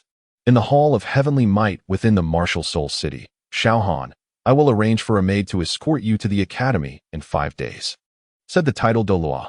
That coincides perfectly with the start of the semester. I have prepared everything you will need for school, including your uniform and class supplies. On that day, wear your uniform and ensure the rest of your belongings are ready. She will come directly to your residence to fetch you. All right, uncle. The titled Douluo then bestowed upon Qin Yuhan his own token of devotion for any unforeseen circumstances that might arise. Qin Yuhan returned to her room, gazing at the bedside table where a photograph of herself and her father rested. She spoke softly to herself, "Father, I shall strive to become stronger. I truly will. Do you know how much I miss you?" 5 days later, under the guidance of a maid appointed by the Tianwei Douluo, Qin Yuhan arrived before the grand entrance of the Wuhuan Hall Academy. Above the archway, the name Wuhuan Hall Academy was elegantly inscribed in gilded letters. Wuhuan Hall Academy. Here I come. The chapter of Wuhuan Hall Academy officially commenced. For those reading this, I kindly urge you to lend your support for continued updates. Those capable among you, please consider contributing gifts from the free options available to boost the engagement. Thank you ever so much. Chapter 20. A dismal first experience at school. Wuhuan Hall Academy. Here I come. Upon entering the large tent lined with tables, Qin Yuhan set down her heavy luggage and approached the table to inquire, "Excuse me, I am a new student. Is this where I sign in?" The individual responsible for the sign-in appeared to be an upperclassman who looked down upon the newcomers. He initially ignored Qin Yuhan's question, casually picking his nose without regard for the surrounding spectators.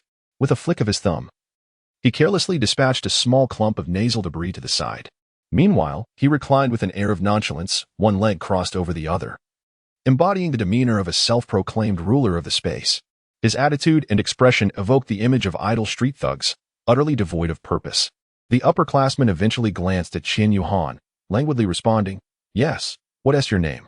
Noticing his blatant disregard, Qin Yuhan chose not to indulge him with a friendly demeanor, her face hardening as she replied, "Qin Yuhan."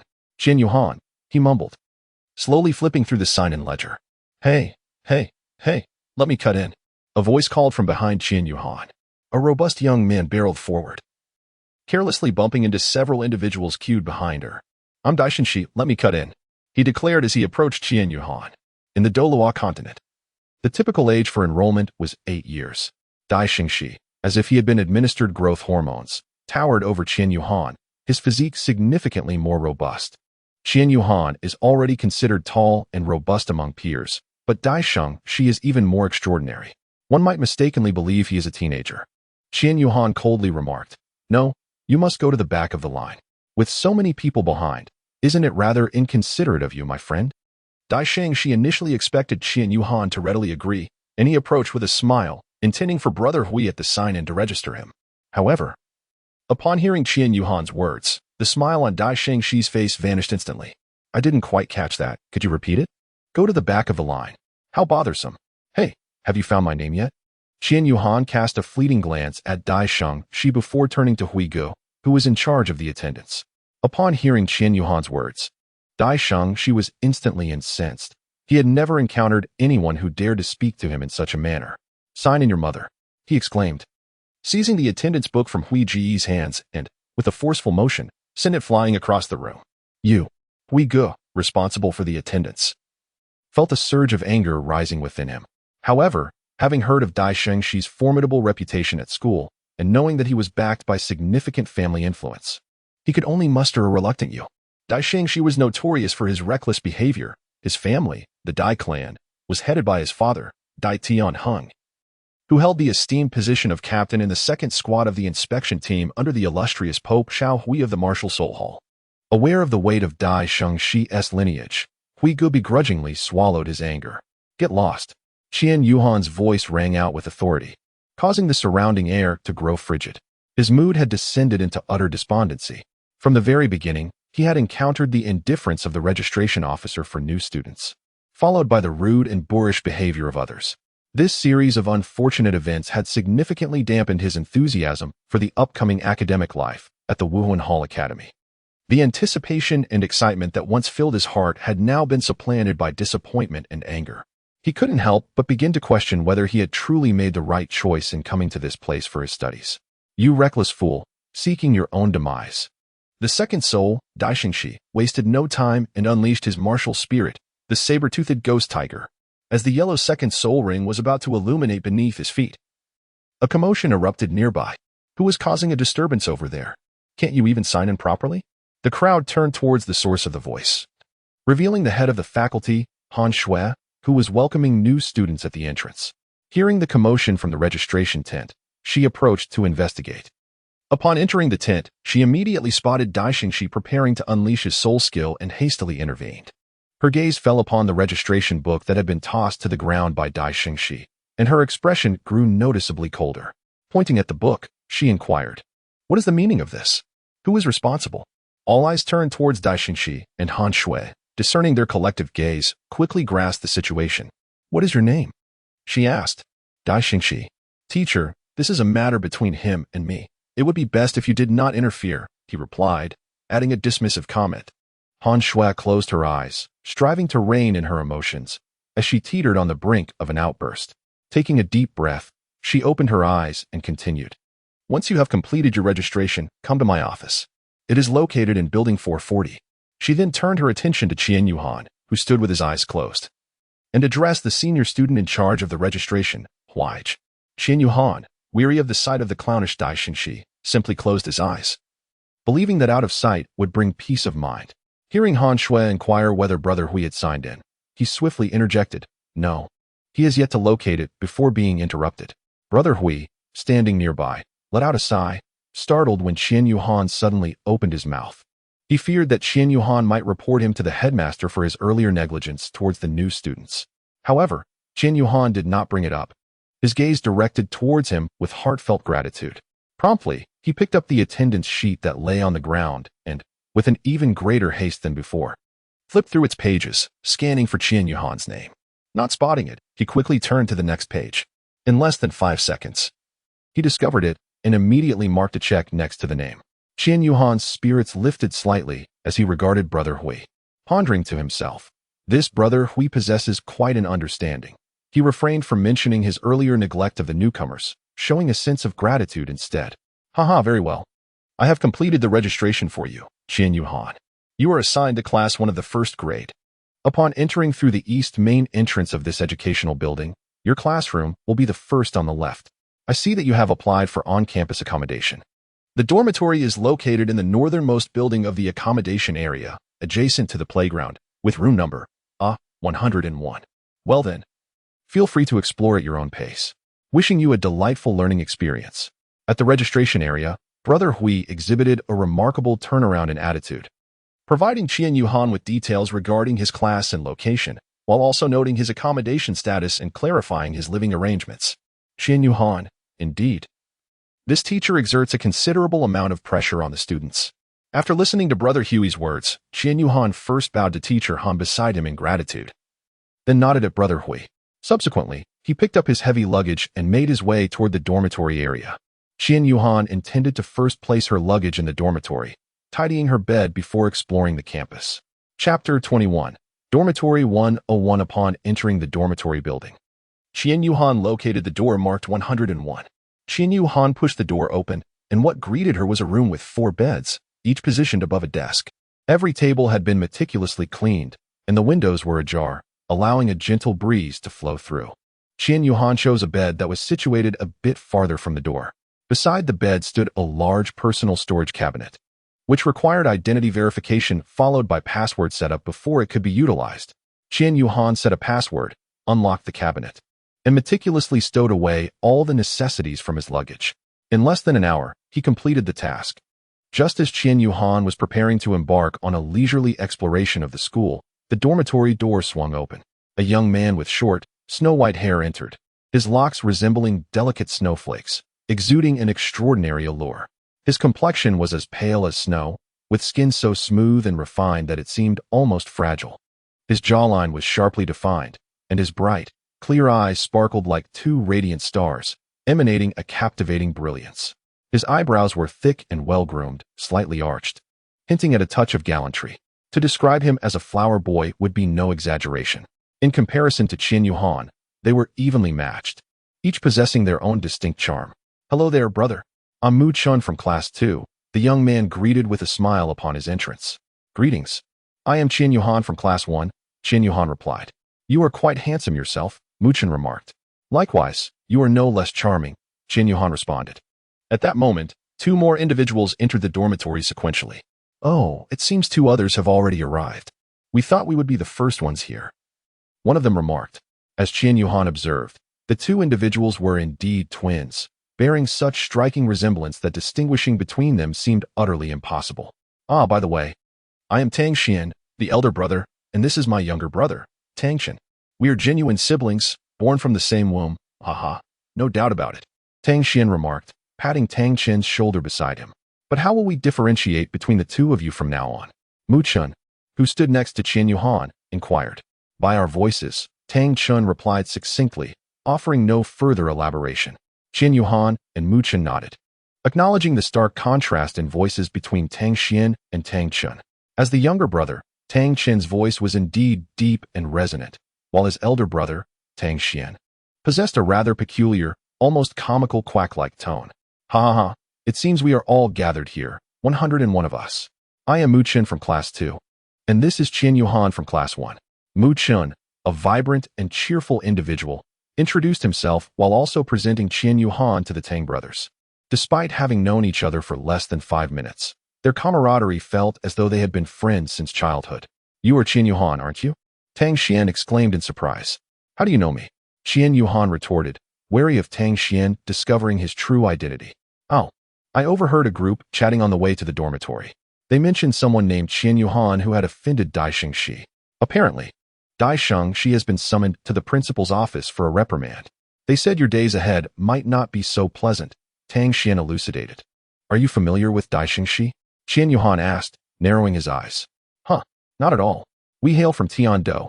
Upon entering the school, we heard rumors about a wealthy scion at the Martial Soul Hall Academy, and upon inquiring, we discovered it was Dai Xingxi. He is in the same class as us, Class 4. Tang Xian exaggeratedly pulled at his face, feigning distress. Yuhan, you should be cautious of him, Tang Chen advised earnestly. Unlike his brother. Yes, I understand.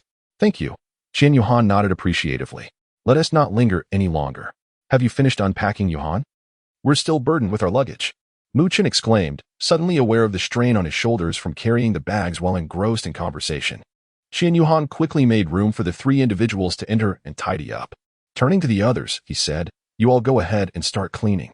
I will take a stroll to locate the cafeteria and perhaps we can dine together later. Sure. Sounds good. The three replied, as he meandered through the Spirit Hall Academy. Qian Yuhan marveled at the sheer size of the institution.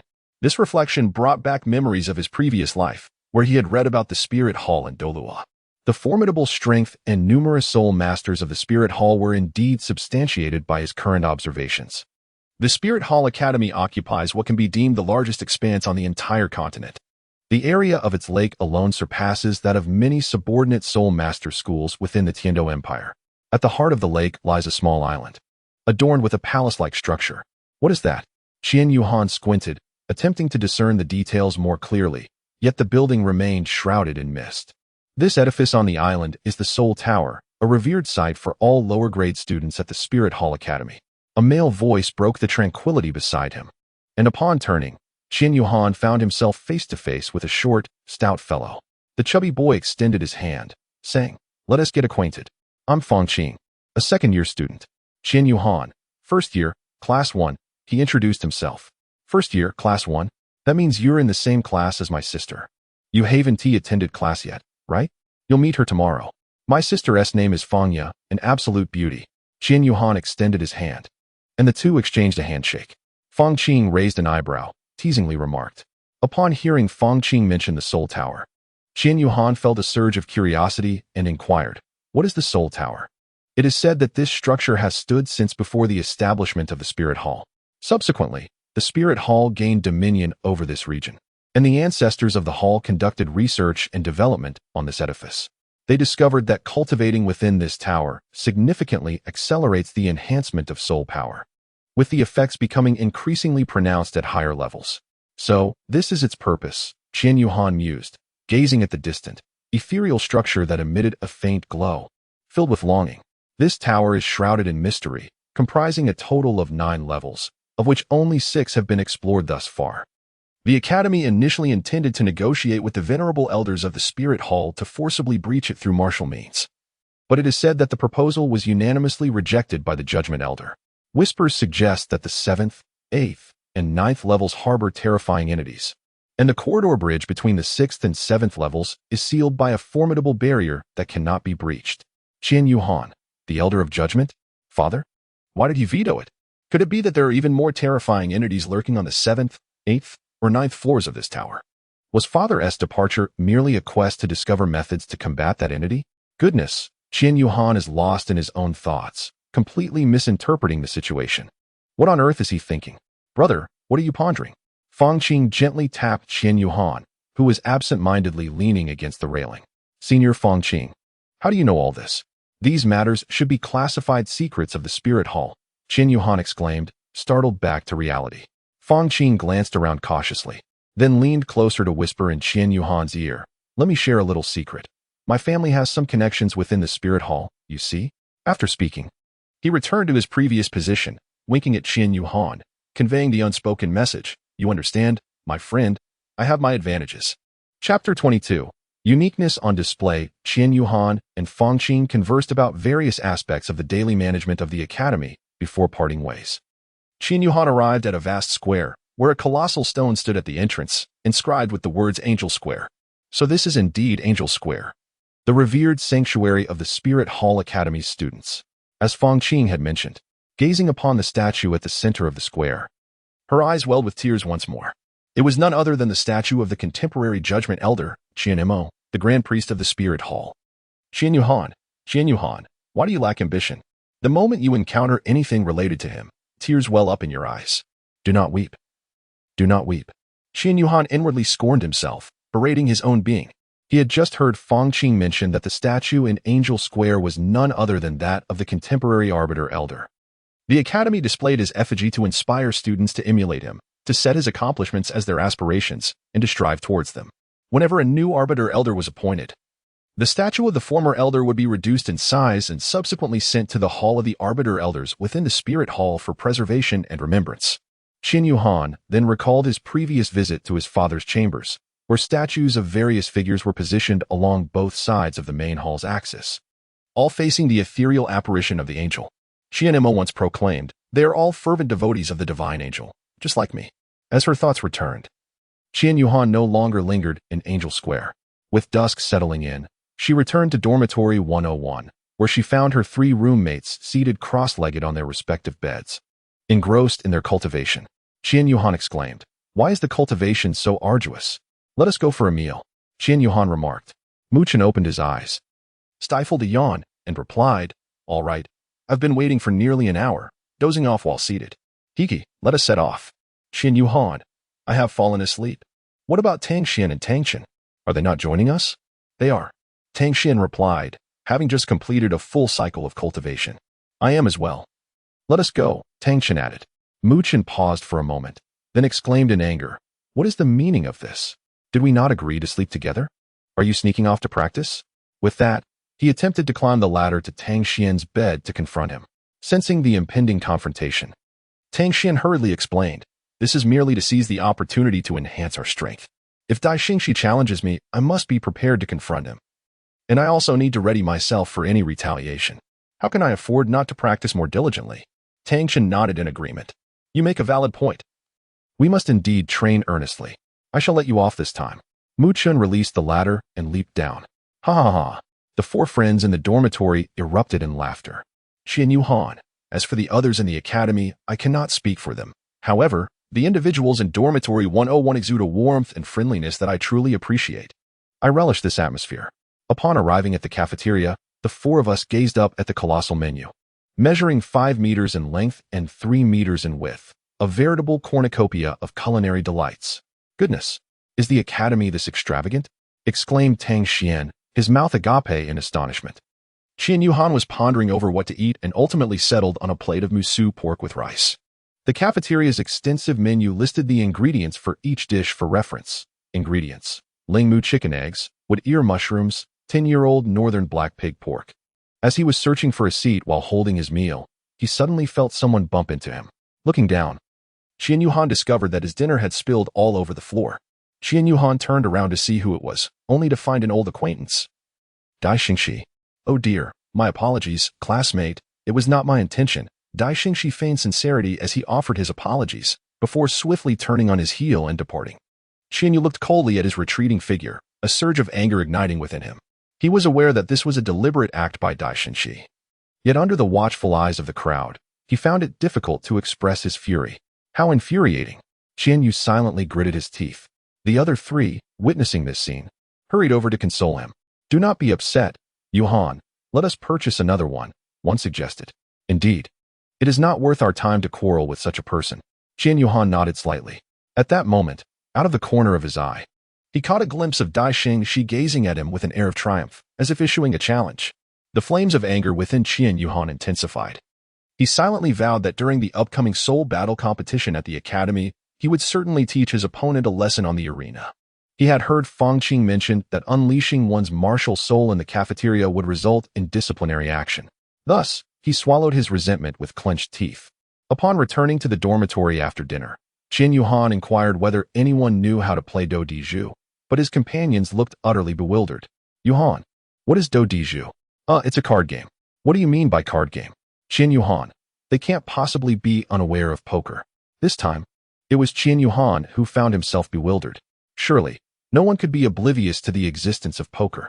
Qian Yuhan suddenly recalled that this was not the original world. In Douluo continent, there should be no such thing as playing cards, and naturally, they would be unaware of the game Do Di Zhu. No worries, it's merely a type of game, a card game, Qian Yuhan remarked. I'll take the time to bring out a full deck, and the four of us can play together. It's quite entertaining. Subsequently, the others settled onto their beds. And before long, Mu Chen had already begun to snore. Tang Xian looked at Mu Chen's bed across from him, exclaiming, is this guy some sort of sleep deity? He has been napping all afternoon, and now he is back to sleep again. Does he truly sleep like this? Every individual's body is different. Perhaps he simply has a constitution that leans towards excessive sleep, Qian Yuhan quipped. Qian Yuhan lay on the bed, gazing at the ceiling. Contemplating. This is indeed the Douluo continent, distinct from the original world. Certain elements present in the original realm are likely absent here, such as playing cards.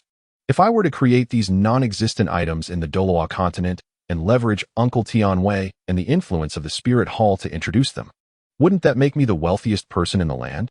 Ha! Observing Qian Yuhan's foolish laughter while lying on the bed, Tang Xian placed his right hand on his forehead and remarked, Mu Chen sleeps soundly, and Yuhan grins foolishly. Our dormitory. By the way, I have a lucrative business proposition. Would you care to join me? Wealth to be made. At that moment, Tang Chen suddenly sat up. Tang Xian shot a glance at his money-hungry brother, speechless, before turning to Qian Yuhan and stating, Tang Chun is merely a slave to wealth, prioritizing money above all else, as long as it does not conflict with his principles. Qian Yuhan, this is quite contradictory for Tang Chun. How could one amass great wealth without transgressing certain principles? Thus, he cannot be considered a mere slave to wealth. I am willing to participate, though I lack business acumen. However, I can certainly attract beautiful women to lend your endeavors some renown. Heh. Qian Yuhan remarked, what a farce, soliciting beautiful women for advertisements. It reflects a complete lack of business acumen. Tang Xian seems utterly devoid of self-awareness, he chuckled. And as for your attempts to attract women, that merely reveals your lecherous tendencies. Qian Yuhan continued, how do I know? My brother and I are likely a year older than you. It's rather embarrassing to admit. But during my first year at Tiando, there was a stunning classmate.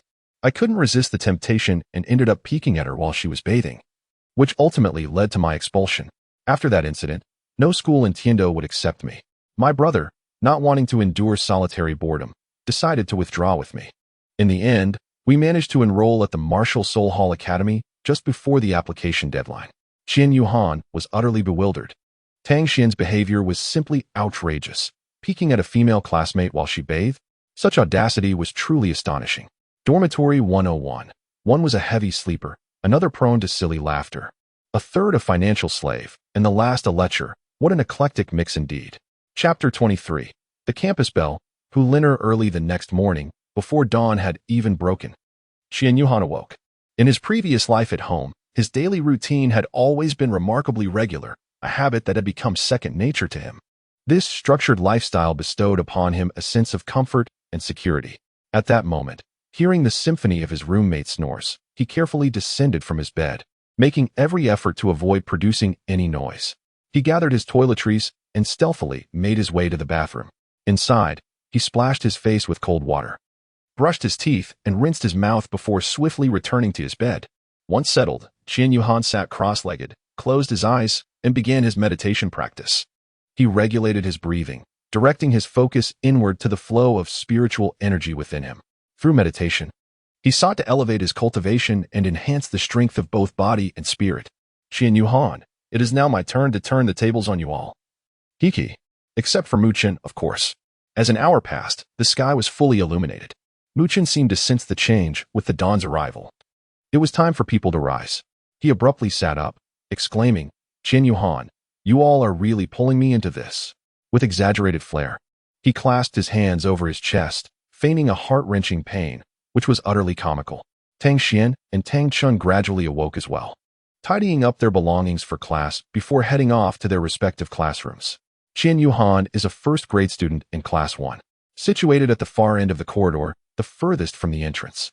Tang Xian and Tang Chun arrived at their classroom door first, waved, and entered. Mu Chun and Qian Yuhan continued walking inside when suddenly, Mu Chun nudged Qian Yuhan's back with his elbow. Look over there, he said, gesturing with his chin. Following his direction, Qian Yuhan beheld a girl of graceful stature, possessing curves in all the right places. Mu Chun hurriedly pulled Qian Yuhan towards the girl, pretending to turn back for a chat, though his gaze remained fixated on her, as if enchanted. Wow, she is stunning. Qian Yuhan poked the dazed Mu Chun, who then snapped back to reality and whispered beside Qian Yuhan. As they exchanged words, the girl cast an odd glance at the pair, who were now moving in an unusual manner. Qian Yuhan walked normally, while Mu Chun staggered backward, leaning against Qian Yuhan. Due to their previous whispering, Mu Chun's lips were nearly against Qian Yuhan's face.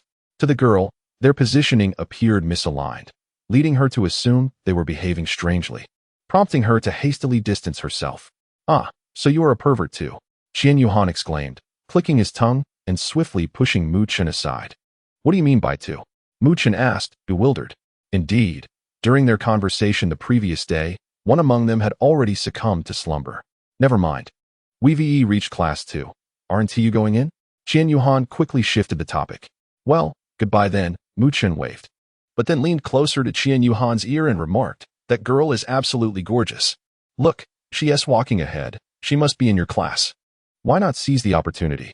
Go away, Qian Yuhan replied, shoving the grinning and somewhat lewd Mu Chun into the classroom before making his way to Class 1. Internally, he couldn't help but reflect. Mu Chun is quite handsome. If only he didn't tee off and display such lewd behavior, he'd likely attract many admirers. Alas, it remains uncertain who could manage him in the future. Earlier, Qian Yuhan had been walking straight and hadn't gotten a clear look at the girl's features. Only when Mu Chun pulled him along did he catch a glimpse of her commendable figure. Qian Yuhan was quite curious about what this girl looked like. To have captivated Mu Chun so completely. Upon entering the classroom, Qian Yuhan finally laid eyes on the girl sitting at the very back. The reason she stood out so distinctly was quite simple. She was not wearing the school uniform. Qian Yuhan was the last to enter the classroom. They had originally arrived with 5 minutes to spare before the bell, but after a playful exchange with Mu Chun, their pace had slowed. Just as Qian Yuhan stepped through the door, the class bell rang. The teacher at the podium wasted no time and promptly announced the beginning of the lesson. In unison, the entire class rose to their feet, resembling soldiers in formation. Even the beautiful girl not in uniform stood up. Meanwhile, one student remained in a daze at the front, seemingly oblivious.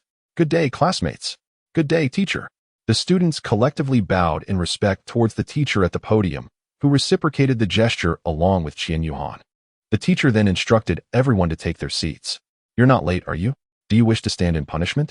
The teacher remarked with a smile, directing her words towards Qian Yuhan, who was standing by the side of the podium. Oh. Qian Yuhan regained her senses and walked to the last row, discovering that only the seat next to the beautiful girl who was not wearing the school uniform was available. Sighing, she muttered to herself, I suppose I'll settle for this. The two boys seated in front of Qian Yuhan were reveling in their delight at the fact that the school's enchanting beauty, Hu Liner, had taken a seat behind them. Upon overhearing Qian Yuhan's murmurs, their eyes widened in astonishment. One of them exclaimed, "Come on, just make do with your seat. If you're not satisfied, why not let me take your place? You're truly oblivious to the fortune you have."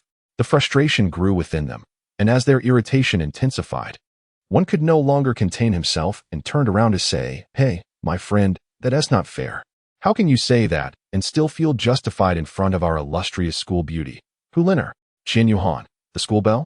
Huliner? Oh, I shall pay more attention next time. The school bell? I have not heard of her." Qian Yuhan turned to glance at Huliner beside her.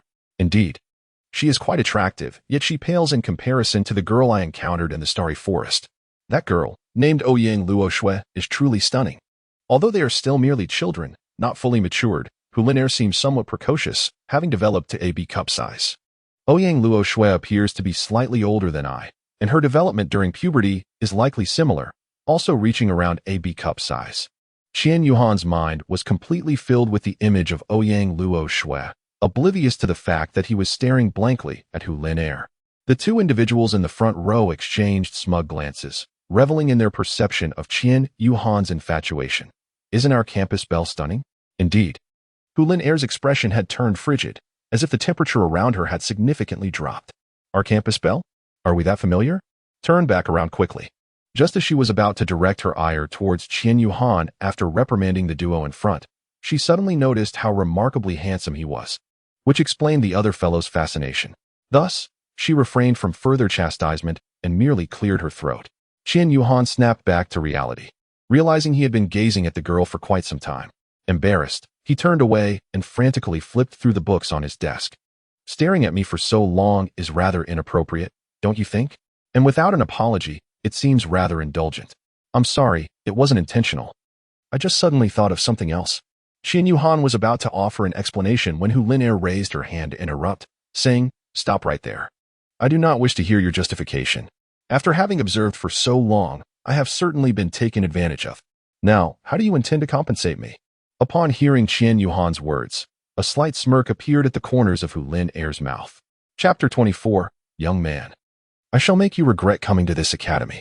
Seeing the smile on Huliner's lips, Qian Yuhan sensed impending trouble and hastily replied, "Engaging in unlawful activities is out of the question." Huliner's laughter, though silent in the classroom, radiated with delight at his evident panic. Huliner thought to herself, "This man is rather amusing. I wish to continue teasing him. What unlawful activities are you referring to?" "I am utterly clueless," she said, leaning closer, the distance between them diminishing. "Surely, you cannot mean that," she added, deliberately elongating her words. Qian Yuhan felt an unbearable heat enveloping him, swallowing hard. He was so uncomfortable that he could hardly speak. "How old are you?"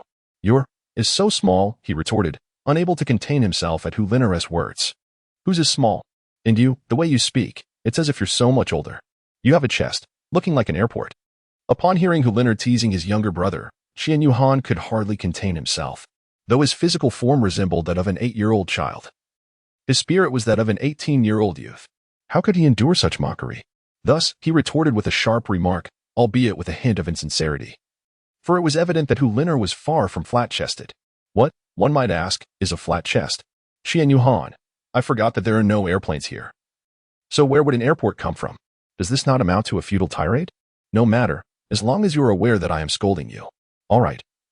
I was just jesting. Treat me to a meal at noon, and we can consider the mental anguish you owe me settled. I apologize, but I cannot assist with that." Qian Yuhan silently cursed under his breath, yet he acknowledged that he had been staring at the person for quite a while, making it inappropriate to voice any further complaints. Thus, he simply nodded in agreement. "Has your little meeting concluded?" came a voice from the direction of the podium. "Qian Yuhan, alas, I have forgotten that class has commenced." With a melancholic gaze, I glanced at my neighbor, Huliner. Yet upon reflection, I realized, this woman is formidable. Just moments ago, she nearly pushed me to my limits. No wonder Muchen reacted so dramatically upon seeing her beauty. I must keep my distance from such individuals in the future, for they are truly terrifying.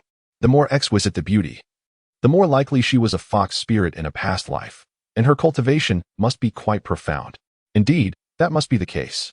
Meanwhile, far away in Tiandu, Ouyang Luo Shui sneezed. Throughout the morning, the teacher devoted the time to introducing various school regulations, activities, and rewards to the students. The homeroom teacher of Class 1, Year 1, where Qian Yuhan studies, is Zhou Yu, a formidable soul emperor of the 67th generation. Possessing an eloquent tongue, she possesses the remarkable ability to captivate her audience, clearly demonstrating her prowess as an exceptional educator during the very first lesson.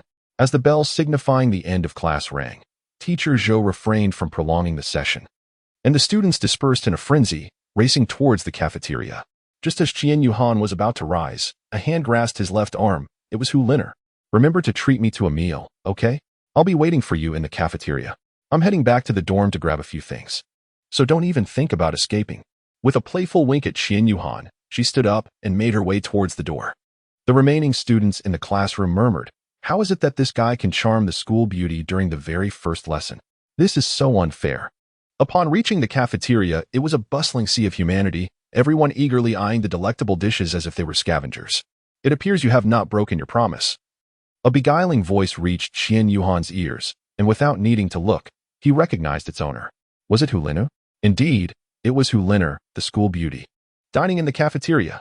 Hadn't she always preferred meals prepared by her family's chef? Why was she here? Yes, she arrived a few days prior to the enrollment. And there has always been someone delivering her meals. Her family is somewhat affluent. She arrived a few days early? Indeed. I heard she came to participate in the opening ceremony of the academy and to attend the rehearsals beforehand. Overhearing the discussions, Qian Yuhan began to piece together the context. The opening ceremony? What opening ceremony? Don't you know? The day after tomorrow, there are no classes in the afternoon. It's the opening ceremony, followed by a welcome gala in the evening. Didn't they inform you when you signed in? No, I had a bit of a disagreement during the sign-in process. And once I completed it, I left immediately. It was quite chaotic in that tent. That's all right. Now you know. I want to have that hand-tiered chicken. Hu Liner pointed to a stall in the front right. As Qian Yuhan glanced at the enormous menu above the crowd, his eyes involuntarily twitched upon seeing the price for the hand-tiered chicken, a staggering 1,000 gold soul coins for a single serving. Qian Yuhan, this woman is rather choosy, isn't she?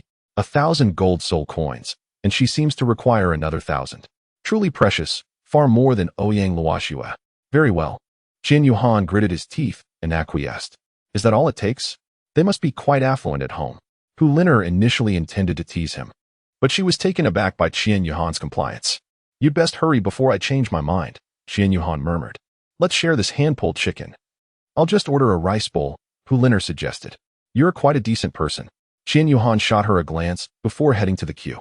You go find a seat. I'll handle the ordering. Hu Liner thought, this guy isn't so bad. Perhaps treating him this way is a tad too harsh. While Qian Yuhan was in line, he heard a commotion behind him. Hey, make way, make way. Hurry up. That guy, move to the back. My boss is hungry and needs to eat first. Qian Yuhan glanced back, and his gaze instantly turned frigid, emanating an aura of icy chill around him. Qian Yuhan's classmates. Hey, have you noticed it feels a bit colder? Indeed, it's only September. It shouldn't be this chilly. I'm already shivering. Qian Yuhan turned back without acknowledging the commotion behind and continued to stand in line. Before long, the noise grew louder, and Qian Yuhan realized that the group had arrived. Excuse me, let us through. My elder brother wishes to dine. Who does your elder brother think he is? He must wait in line like everyone else. Qian Yuhan furrowed his brows tightly, his countenance as gloomy as a sky shrouded in dark storm clouds. His voice resonated with a deep, formidable timbre, reminiscent of echoes emanating from an abyss, instilling a sense of dread. Yet, despite the gravity of his tone, there was not a flicker of emotional fluctuation. Much like an iceberg, cold and resolute. Only those who truly understood Qian Yuhan could discern that this emotionless utterance was a manifestation of his extreme fury. It was in moments of utmost calmness that he became most formidable. At this juncture, a blazing inferno of anger raged within him, albeit forcefully suppressed. Let me see who dares to obstruct my way, came the voice of Dai Shengxi. Indeed. The cacophony moments ago was the result of Dai Shengxi's sycophants creating a ruckus to drive others away. Qian Yuhan instantly spotted Dai Shengxi slowly approaching from behind them. As soon as Dai Shengxi's hand brushed against Qian Yuhan's shoulder, he was abruptly repelled. Dai Shengxi staggered backwards, astonished by the force. How formidable! He must be a senior, indeed a very accomplished one, he thought to himself. Senior, please. It was a misunderstanding, I meant no offense. Dai Shengxi swiftly altered his demeanor, adopting a tone of overt flattery akin to that of his sycophantic followers. Oh, how quickly the mask changes, Qian Yuhan remarked coldly. Dai Shengxi's expression faltered. That voice sounded rather familiar. Qian Yuhan remained with her back, turned to Dai Shengxi. Thus Dai Shengxi was unaware of Qian Yuhan's true identity. Qian Yuhan slowly turned around after speaking. A truly obsequious fellow, and I hold you in disdain. You, Qian Yuhan, how could it be you? Begone. And queue at the back. Otherwise, the collective spittle of this gathering shall surely drown you. Dai Shengxi's face flushed with anger as he nodded repeatedly, murmuring, all right, before turning away to retreat to the back. Excellent. Splendid. Let us temper his arrogance. Applause resounded continuously. Qian Yuhan, is he really leaving just like that? He doesn't seem like the type to endure in silence. Dai Shengxi stormed out of the cafeteria, muttering to himself, Qian Yuhan, just you wait. The grand gift I've prepared for you has only just begun. Continue to be arrogant, young man, and I shall make you regret ever coming to this academy. Chapter 25, The Friendly Match, Part 1. After Dai Shengxi departed, it wasn't long before Qian Yuhan managed to procure some hand-pulled chicken. For Qian Yuhan, 1,000 gold soul coins was merely a trifling sum. However, since it was not earned by his own efforts, utilizing it felt somewhat displeasing. On his tray lay a bowl of hand-pulled chicken alongside 2 plates of rice, perfectly arranged. Qian Yuhan cautiously held the tray, glancing around in search of Hu Lin Air. Upon spotting Qian Yuhan approaching with the tray, Hu Lin Air promptly stood up and waved her hand. Qian Yuhan spotted her waving and proceeded towards her location. The campus belle was greeting someone. Could it be me? I noticed her beckoning and smiling at me. Let us not be narcissistic. She is clearly smiling in my direction. Indeed, it is for me. Where Hu Lin Air is, restlessness surely follows. Have you ever considered donning a veil? Isn't it bothersome to have these individuals incessantly chattering in your ear? Qian Yuhan placed his tray down and sat across from Hu Lin Air, remarking. Hu Lin Air chuckled. What is this? Are you feeling jealous? Very well. I shall consider it next time. Who is jealous? I am merely offering a friendly reminder. Do you understand? Qian Yuhan truly felt intimidated by the school beauty of the academy, as if she had him completely under her thumb. Reflecting on his current state, he increasingly perceived himself as pathetic. Should he not take decisive action and conquer her instead? As soon as this thought crossed his mind, Qian Yuhan promptly shook his head, dismissing the notion from his thoughts. Qian Yuhan, you are truly famished, yearning to win over that woman. Moreover, you are merely 8 years old. What are you thinking? Qian Yuhan bowed his head earnestly over his meal, utterly oblivious to the world outside. Fearful that he might unwittingly become the target of Hu Lin Air's playful teasing once more. This scene ignited a wave of frustration among his classmates. It was not every day that one had the privilege of dining with the school belle. Although Hu Lin Air had only been at the school for less than a month, her beauty had spread like wildfire since her appearance at the rehearsal, and now, after more than half a month, her reputation had already taken root despite her formal attendance at the institution still pending. The sight of Hu Lin Air sharing a meal with Qian Yuhan shattered their hearts. Their goddess was now dining with a boy. And that was hardly an auspicious sign, especially since he was quite handsome. As Qian Yuhan immersed himself in his meal, he turned to Hu Lin Air across the table and said, I'm done. I'll be leaving now. Bye. With that, he stood up, took his plate, and made a hasty exit, leaving no opportunity for Hu Lin Air to utter another word. Watching him flee, Hu Lin Air shook her head with a bemused smile, muttering to herself, am I really that intimidating? At that moment, one of the boys, perceiving an opportunity with Qian Yuhan gone, rose from his seat and approached Hu Lin Air. However, before he could utter a word, Hu Lin Air cut him off with a sharp, get lost. Once outside the cafeteria, Qian Yuhan breathed a sigh of relief, feeling as though he had been granted a reprieve, and made his way toward the dormitory. In a hidden corner, a figure observed Qian Yuhan's retreating silhouette with a sinister grin, whispering, you've stirred up trouble with my brother. Just wait and see. Regret shall soon follow. Suddenly, a female voice broke the stillness, startling the shadowy figure. What are you sneaking around for? Nothing much. Let us go. I'll escort you back to your dorm for some well-deserved rest. You have classes this afternoon, he replied. All right, she agreed, and the pair headed toward the dormitory. Upon arriving at dormitory 101, Qian Yuhan climbed into bed, feeling utterly exhausted, or more precisely, emotionally drained. It was the first time a girl had left him feeling like a mere plaything, toyed with and teased. Yuhan, I heard you've already struck up a connection with the school belle. Quite swift, I must say. Mu Chun, who had just returned from the cafeteria, chimed in. Having overheard numerous discussions about a handsome boy dining with the school beauty, who seemed to be in the same class as her. Me? Pursue her? It's quite the opposite. She is the one pursuing me, Qian Yuhan retorted instinctively. Well, Yuhan, this is promising. There's an old saying, a girl chasing a boy is like a veil between them. A stunning beauty is after you. You should be secretly delighted, Mu Chen exclaimed, utterly astonished by Qian Yuhan's words. I don't feel much for her at the moment, Qian Yuhan replied. Take your time, don't rush. Just let me tell you, he added. Meanwhile, Hu Lin Air, having exited the cafeteria, was pulled into a corner by a masked boy. So how did it go? Did you succeed? He asked. Not so fast, she replied. I advise you to act swiftly, lest your mother's business in Seoul City be jeopardized, the masked man threatened. Do you not feel this is rather excessive? Just because you wear a mask does not mean I am oblivious to your identity. I simply choose not to expose you. Excessive? Hu Liner, how dare you speak to me in such a manner? Do not forget your family. Enough, I understand. You utilize your family's resources to assist our business, and I shall help you with one task. We will consider it settled, and you shall not trouble me further. Understood? Hu Liner, you wouldn't have developed genuine feelings for that fellow, would you? You have overstepped your bounds. I suggest you leave at once. I, Hu Liner, shall certainly fulfill my promise to you, she declared, abruptly releasing the masked man's hand. He snorted disdainfully and departed.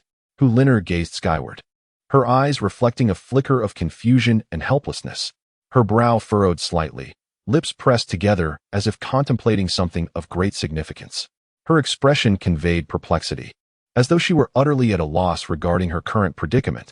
She stood there, motionless, resembling a statue, seamlessly blending into her surroundings. A gentle breeze danced through her hair, swaying it softly, adding an air of tranquility and mystery. Is this treatment towards him not exceedingly unfair? What should I do? Returning to reality, Hu Liner found herself back in her dormitory, feeling somewhat disoriented. Her roommates observed her peculiar state, puzzled by the unfolding events. They watched as she climbed onto her bed, lying still in a melancholic silence, hesitant to disturb her further. Rest assured, focus on your studies and daily life. Fate will naturally bring you together, Mu Chen advised as he guided Qian Yuhan for half an hour, articulating his thoughts with confidence. Embodying the role of a relationship guru. In truth, most relationship advisors and their strategists are often novices in love themselves, fixated solely on theory without any practical experience. Much like the individual who was currently expounding upon romantic matters. At that moment, Tang Xian and Tang Chen entered, their teacher having delayed them, resulting in their tardy return from the cafeteria. Hey, aren't you two going to rest? Don't you have a friendly match this afternoon? Tang Xian remarked, observing the energetic Mu Chen who was neglecting his nap. Qian Yuhan and Mu Chen, friendship match? I'm not sure, who told you that? What? You all don't know? Our homeroom teacher mentioned that there would be a friendship match between classes 1 and 2 this afternoon, and encouraged us to go watch if we had nothing to do. Tang Xian explained, while Tang Chen nodded in agreement, adding, so, you should lie down in bed and take a moment to rest and adjust your condition. Prompted by Tang Chen's reminder, Qian Yuhan and Mu Chen hurriedly lay down, closing their eyes. Before long, the sound of Mu Chen's snoring echoed throughout room 101. Chapter 26. The Friendship Match, Part 2. After approximately an hour of slumber, Mu Chen was awakened by an urgent need to relieve himself. Oh no, I can't hold it any longer. Mu Chen hastily climbed out of bed and rushed toward the restroom, leaving Qian Yuhan momentarily stunned. Is this really a way to wake someone up? Indeed. In the previous world, he too had been roused by such an urgent call of nature. If he had failed to hold it during a dream, the consequences would have been quite dire. Qian Yuhan no longer reminisces about the tormenting memories of the past. At the tender age of 12, he even drew maps, which he now finds rather embarrassing. The return of Mu Chen brings a refreshing aura, his complexion radiant as he emerges from a bath, feeling as though he is floating on air. It is only when he prepares to return to bed that he notices Qian Yuhan, Tang Xian, and Tang Chen are all awake. He inquires, aren't you all taking a nap? Tang Xian, with a frown, thinks to himself, is it really their choice to stay awake? The snoring of a certain individual has rendered it impossible for the other three to catch even a moment's sleep. You sleep for an hour, and your snoring has caused disruptions that have led the neighbors to knock 2 or 3 times. How are we supposed to sleep? Tang Xian rolls his eyes at Mu Chen. I apologize, brothers. Please continue to rest. I shall forego my nap. He sighs, never mind. Class will resume in half an hour anyway. No point in sleeping now. Qian Yuhan glances at the dormitory's soul-guided clock and remarks, I sincerely apologize, truly. How about this? I shall cover your dinner. The three respond in unison, deal. Mu-chun interjects with a puzzled expression. Why do I feel like I've been cornered? He then asks Qian Yuhan, by the way, how old are you? Let's arrange our hierarchy in class 101. I was born on August 20th, Qian Yuhan replies. Ah, so you are younger than I am. You are the fourth brother of class 101, Qian Yuhan. I am the third, Tang Xian is the eldest, and Tang Chen is the second. We, the four brothers of class 101, do not seek to be born on the same day, but rather to meet our end on the same day. Should you perish, I shall not follow suit. I still wish to live, Tang Chen quips, shattering the emotional atmosphere Mu Chen had crafted around their brotherhood. Hey, second brother, don't say that. Mu Chen retorts. Fourth brother, how do you feel about our class's chances this afternoon? Confident, Qian Yuhan affirms with a nod. Wow, fourth brother, I believe you can triumph over others in our class, but me? That's uncertain, Mu Chen responds, raising an eyebrow in confidence. Then, the two of us as elder brothers will definitely come to witness your internal battle in class 101 this afternoon, Tang Xian says, patting the shoulders of Qian Yuhan and Mu Chun. Big brother, it's uncertain whether Mu Chun can stand against me in the end, Qian Yuhan chuckles. Haha, it seems the fourth brother is brimming with confidence. I have high hopes for you, second brother, Tang Chun encourages as he pats Qian Yuhan on the back. In truth, the friendships formed in youth are the purest, untainted by ulterior motives, unlike the superficial camaraderie found in the political arena. On September 5th, 8028 of the Douluo calendar, Tang Xian and Tang Chun were 9 years old, while Mu Chun and Qian Yuhan were 8. Little did they know, the future held astonishing accomplishments for them. You may call me big brother, and in times of peril, I shall ensure my younger brother's safety. I am your younger brother. And in desperate circumstances, I shall assist my elder brother in escaping danger. Fourth brother, what is your martial soul? Do tell me. Mu Chen inquires as they walk towards the classroom. You will find out in due time. It's a secret, Qian Yuhan replies, feigning mystery. Humph. If you choose not to share, so be it. But allow me to reveal that I have attained level 29 and am on the brink of reaching level 30. Impressive. Third brother, if you encounter me, you best be cautious, Qian Yuhan retorts. Indeed, of course. Huh? What did you just say? Mu Chen initially nodded in satisfaction, relishing the sensation. However, sensing something amiss, he inquired. Ah? I said you must be gentle when you encounter me. What is the matter? Qian Yuhan walked ahead, stifling a laugh. Upon reaching the entrance of Class 2, Mu Chen addressed Qian Yuhan, saying, Fourth, wait until this afternoon when my brother will teach you a proper lesson. I'm looking forward to it, Qian Yuhan replied, waving his hand without turning back as he made his way to Class 1. The homeroom teacher of Class 1, Zhou Yu, entered the classroom behind Qian Yuhan, stepping onto the podium and tapping the blackboard, which promptly silenced the clamor of the students. Children, I believe you have heard from other classes that this afternoon we will engage in a friendly competition with Class 2. The rules are simple. It will be a battle arena format. The last one standing will represent their class as the victor. For our class, if anyone remains standing until the end, they will be the class leader. Do you all understand? Understood. The students shouted in unison, their spirits soaring. A similar fervor echoed in Class 2. The two classes gathered in the school's Duohan zone. The Duohan zone of the Spirit Hall was expansive, featuring 3 standard battle arenas. In a moment, everyone from our class will participate. I do not expect you to perform flawlessly. Just give it your all so that I can gauge your abilities and subsequently plan our teaching strategy. Class 1. Victory is ours. Class 1. Victory is ours. Zhou Yu was an enthusiastic combat spirit aficionado, possessing unique insights into the study of martial spirits.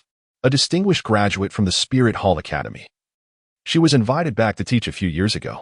Hearing the spirited cheers from Class 1, Class 2 was equally determined. Class 2. Let's go. The homeroom teacher of Class 2, Han Xin, was also a female educator, though she and Zhou Yu were of the same age. Han Xin graduated from the Tiando Royal Academy and emphasized theoretical education. Despite her relatively low soul power, only at level 51, her theoretical knowledge was unparalleled compared to Zhou Yu. Each teacher had their strengths. Zhou Yu integrated theory with practical combat more closely, while Han Xin prioritized theoretical foundations, followed by practical validation, emphasizing rational combat. Zhou Yu and Han Xin alternated as judges. The first group of students stepped forward. For the first match, Han Xin served as the referee. A boy from Class 1 leaped onto the battle arena, followed by a girl from Class 2. A boy against a girl? Classmate. Wouldn't it be better to find another girl to fight with? It wouldn't be honorable for a boy to defeat a girl. The girl smiled faintly and replied, "Come on. I relish a challenge. Zhao Qianqian, level 22 agility type soul master, at your service. All right, let us battle." Lu Hui, level 24 attack type soul master. Both students summoned their yellow soul rings, showcasing a standard soul ring configuration. Zhao Qianqian's second soul ring flickered, and with a sharp command, she vanished from sight.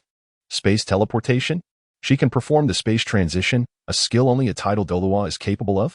Hu Lin'er spoke beside Qian Yuhan. Qian Yuhan observed the situation on the field, shaking her head in denial of Hu Lin'er's words. Her soul skill was likely designed to instantaneously augment her speed, allowing her to move with such swiftness that it gave the illusion of teleportation. In reality, she did not utilize spatial power to distort dimensions for teleportation. It was merely a rapid movement within the existing space. Qian Yuhan's words ring true.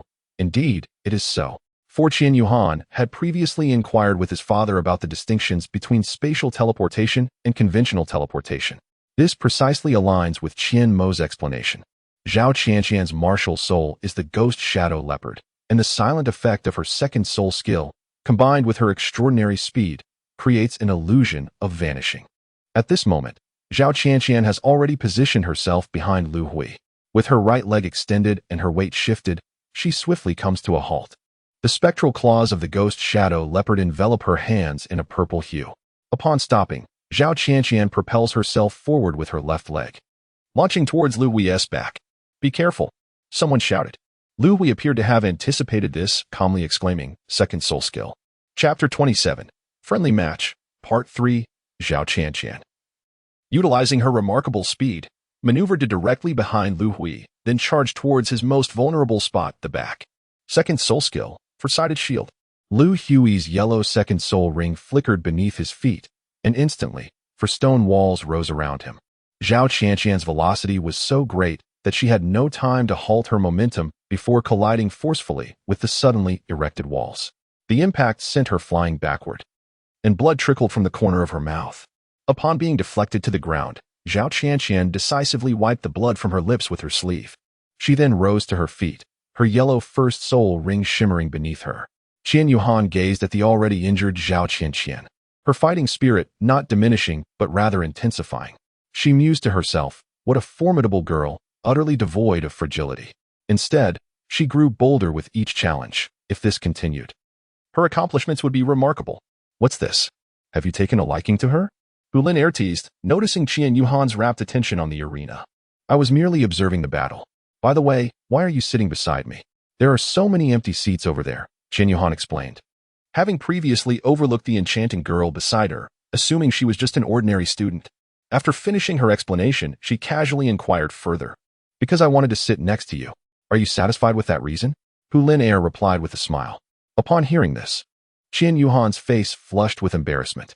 She inwardly scolded herself. Why did I have to ask so many questions? I shouldn't engage her further, otherwise I might unwittingly fall prey to her teasing again. The first soul skill, Ghostly Shadow Strike. Zhao Qianqian activated her initial soul ability, embodying the characteristics of a speed-based soul master, renowned for their explosive velocity. Enveloped in a shroud of black mist, she vanished from sight. Lu Hui's second soul skill had also been unleashed, leaving him exposed to his opponent. Zhao Qianqian's shadow-like form darted around Lu Hui with remarkable speed, creating black afterimages that encircled him, effectively blocking all avenues of escape. Zhao Qianqian remained patient, biding her time, waiting for her opponent to reveal a flaw. Lu Hui, unperturbed, closed his eyes, attuning himself to the fluctuations in the surrounding air, attempting to decipher Zhao Qianqian's movement patterns. 1 second, 2 seconds. Yet it was Zhao Qianqian who now found herself perplexed, hesitating. She could not discern whether Lu Hui's apparent vulnerability was a deliberate ploy or a sign of surrender. Nonetheless, she assumed it was the former, continuing to hover outside, oblivious to the gradual depletion of her soul power. This is not good, thought Zhao Qianqian. If this continues, her soul power would dwindle significantly, and if she failed to strike, defeat would follow. Hu Lin'er observed the unfolding situation and commented. Indeed. Qian Yuhan concurred. Zhao Qianqian sensed that her soul power was nearly exhausted. She could only gather it for one final assault. Resolute, She clenched her teeth, channeling her energy into her hands and legs. Lu Hui, with his eyes closed, distinctly felt a surge of soul power emanating from his 2 o'clock position. The first soul skill, Savage Might. Lu Hui's first soul ring glimmered as he opened his eyes and charged towards that direction. Although Zhao Qianqian was moving swiftly while gathering her soul power, Lu Hui had long since mastered her movement patterns. Bang! With the enhancement of his first soul skill, Lu Hui precisely struck Zhao Qianqian, who had just moved to a 2 o'clock position, sending her flying with a single punch. Zhao Qianqian was taken aback. She had intended to launch one final assault from the location where she had just concentrated her soul power. In that fleeting moment, she was unexpectedly knocked away. Initially, she believed Lu Hui was charging toward her previous position, presuming it to be her true location, and proceeded with her original plan. However, just as she swiftly maneuvered around to reach her intended spot, she was hit. What formidable strength, murmured Mu Chun from Class 2. Noting the precise prediction and the absence of any superfluous movements, Lu Hui did not pause. He charged directly toward the airborne Zhao Qianqian. What is he doing? Will he continue the assault? The members of Class 2 gasped in alarm. Zhao Qianqian was already injured and unlikely to continue fighting. Another attack could leave her with lasting repercussions. Suddenly, Lu Hui leaped into the air, catching Zhao Qianqian before she could plummet to the ground. The two landed gracefully. Cradled in Lu Hui's arms, Zhao Qianqian's complexion appeared somewhat pale. Observing her pallor, Lu Hui expressed his regret. I'm truly sorry. I didn't mean to hurt you. I thought you could handle it. Upon hearing his apology and realizing her current situation, Zhao Qianqian felt her cheeks flush slightly.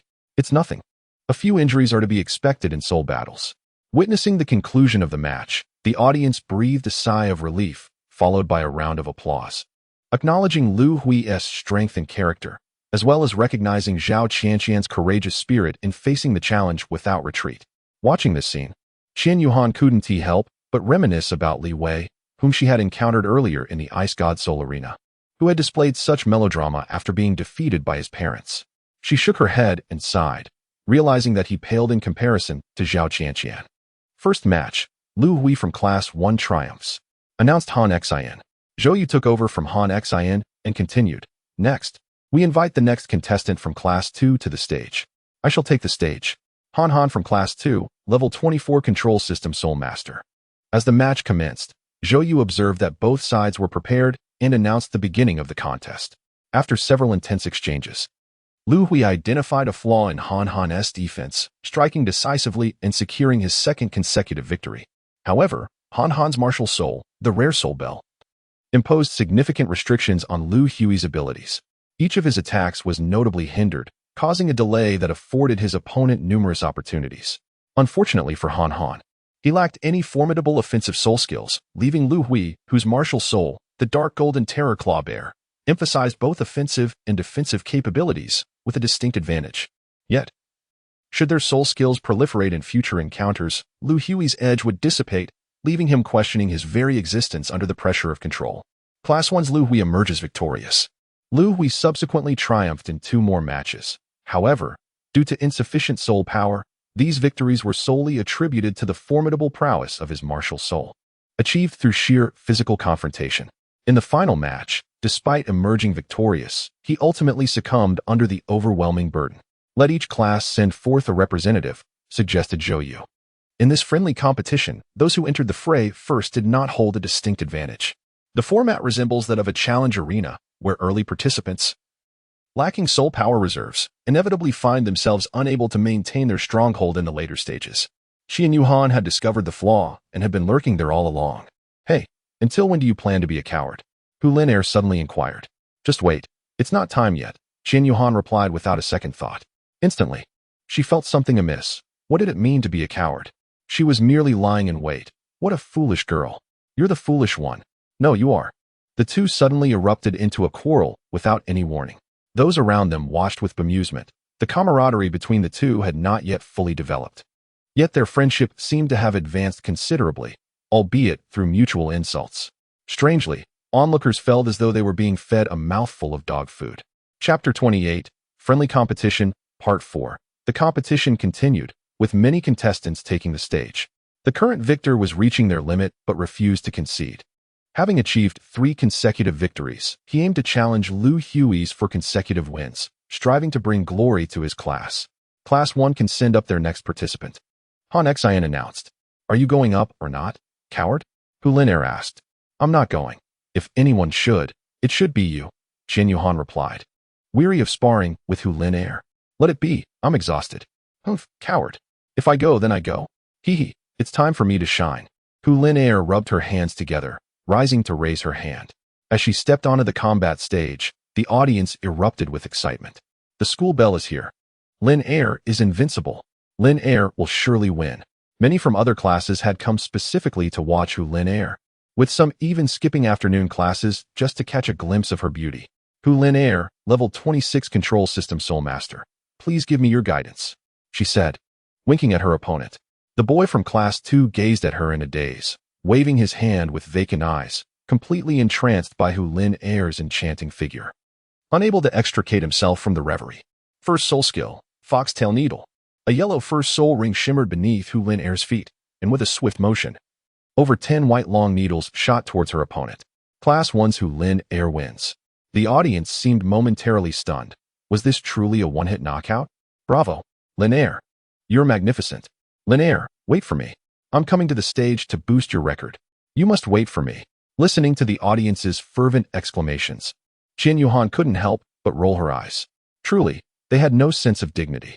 Qian Yuhan discerned that Hu Lin Air's martial soul was likely a fox type, imbued with enchanting qualities that allowed her to exert psychological control over her opponents. Furthermore, due to her adversary's insufficient soul power, their defensive capabilities had plummeted nearly to zero, enabling her to strike decisively. The onlookers, particularly those from Class 2, observed the captivating beauty on stage and hesitated, reconsidering their eagerness to participate. The combination of her striking appearance and formidable prowess instilled a sense of trepidation. Should they inadvertently injure her, they would surely face the wrath of their peers. And should they falter in battle, they would become the subject of derision. Thus, the majority shared this sentiment, leading to a unanimous decision to refrain from stepping forth. At that moment, Mu Chen scanned the surroundings and realized that no one else intended to compete. He understood that it was now or never. If he did not take the stage, their class would surely face defeat. With a mischievous grin, he declared, if none of you will, then I shall. Leaping onto the stage, Mu Chen, a level 29 assault system soul master, proclaimed, I am at your service. Very well, let us proceed. Hu Lin Air responded with a smile. In truth, Mu Chen had noticed something that Qian Yuhan had observed as well. An earlier competitor's gaze had lingered upon Hu Lin Air's eyes, which had ultimately led to his enchantment and subsequent control. With a flourish, Mu Chen produced a long strip of cloth from his pocket and blindfolded himself. Qian Yuhan could easily discern Mu Chen's intentions. This third brother possesses remarkable abilities. Hu Lin Air exclaimed, Brother, just look at them. Are they not beautiful? As Mu Chen listened to her enchanting voice, the impulsive desires within him surged, compelling him to unveil the cloth that obscured her eyes. Just as his right hand uncontrollably moved upward, his left hand grasped it, bringing him back to his senses. He realized, to his astonishment, that he had broken through her enchanting fox domain. Hu Lin Air gazed at Mu Chen, astonished that a boy could resist her allure and not succumb to its enchantment. Her fox domain wielded immense power over less mature minds, but its effectiveness diminished against those who were older or possessed greater mental fortitude. My lady, you are indeed beautiful. I have already glimpsed your exquisite visage. Now, let us engage in battle. With that, the first yellow soul ring beneath his feet shimmered. First soul skill, Golden Crocodile Tail. As Mu Chen called upon his martial spirit, a golden crocodile tail sprouted forth. He swiftly pivoted his body, forcefully swinging the robust tail. This tail was adorned with sharp, conical spikes, glimmering ominously and evoking a sense of dread. As he unleashed the powerful tail, a formidable shockwave erupted, hurtling toward Hu Lin Air with astonishing speed. The air seemed to tear apart in its wake, producing a deafening sound that caused onlookers to blanch. The sheer force of this shockwave promised catastrophic consequences if it were to strike its target. However, Hu Lin Air did not yield. Her second soul ring glimmered beneath her feet. Second soul skill, Enigmatic Fox Mist. A purple mist began to emanate from her, enveloping her surroundings. Mu Chen's attack collided with this mist, producing no sound as it passed through without finding its mark. Unable to target. Upon closer inspection, Mu Chen recognized the sheer dominance of this defensive skill. It was indeed divine in nature. The state of being untargetable rendered one immune to all physical attacks, though energy-based assaults could still connect. Hu Lin Er's second soul skill allowed her to merge seamlessly into the mist, achieving immunity from physical strikes. Yet, Mu Chen's first soul skill unleashed a shockwave, which could only diminish in power but not be entirely thwarted.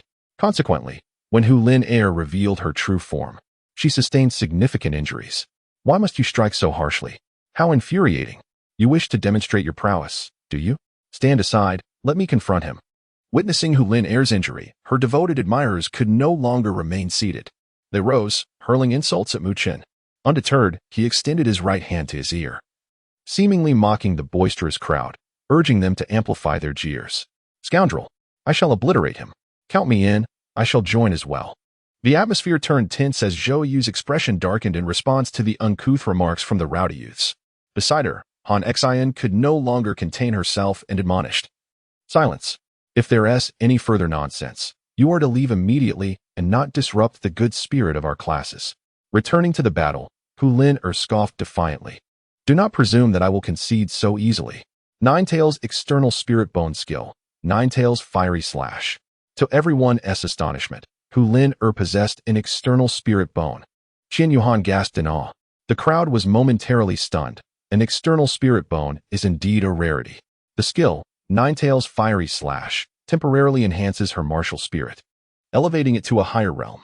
For instance, with a dual-tail form, she could briefly evolve into a three-tail state, harnessing the power of the supreme beast martial spirit. The nine-tailed fox, she unleashed a wave of cutting energy directed at her opponent. Each tail could manifest a separate attack. Furthermore, when the ethereal image of the fox appeared, it would instantaneously release an area of effect charm ability. This skill seamlessly combined group control with single-target assault, exhibiting overwhelming dominance. It also testified to Hu Lin Er's extraordinary talent. Her martial spirit was indeed the divine beast, the nine-tailed fox. However, it was only when her fox spirit evolved into its nine-tailed form that it would truly embody a divine beast. At present, her fox spirit could be regarded as a top-tier beast martial spirit, starting with one tail, indicating an innate soul power of level 10. Currently, her martial spirit had evolved to a dual-tail fox. The three-tailed fox phantom gathered strength, its three tails whipping through the air, creating a formidable sound. Compared to Mu Chen's prior attack, each wave of energy was slightly diminished, yet the combined force was not to be underestimated. Mu Chen did not remain passive.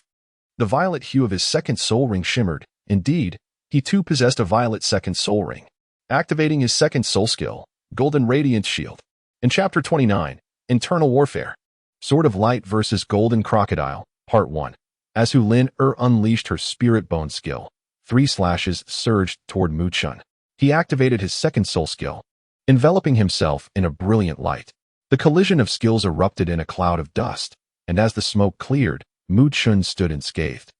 Though the golden radiance surrounding him had dimmed considerably, Hu Lin had exhausted her soul power with the use of her spirit bone skill, leaving her incapable of continuing the fight. Conversely, Mu Chen had employed 2 soul skills, one for offense and one for defense, resulting in minimal energy depletion.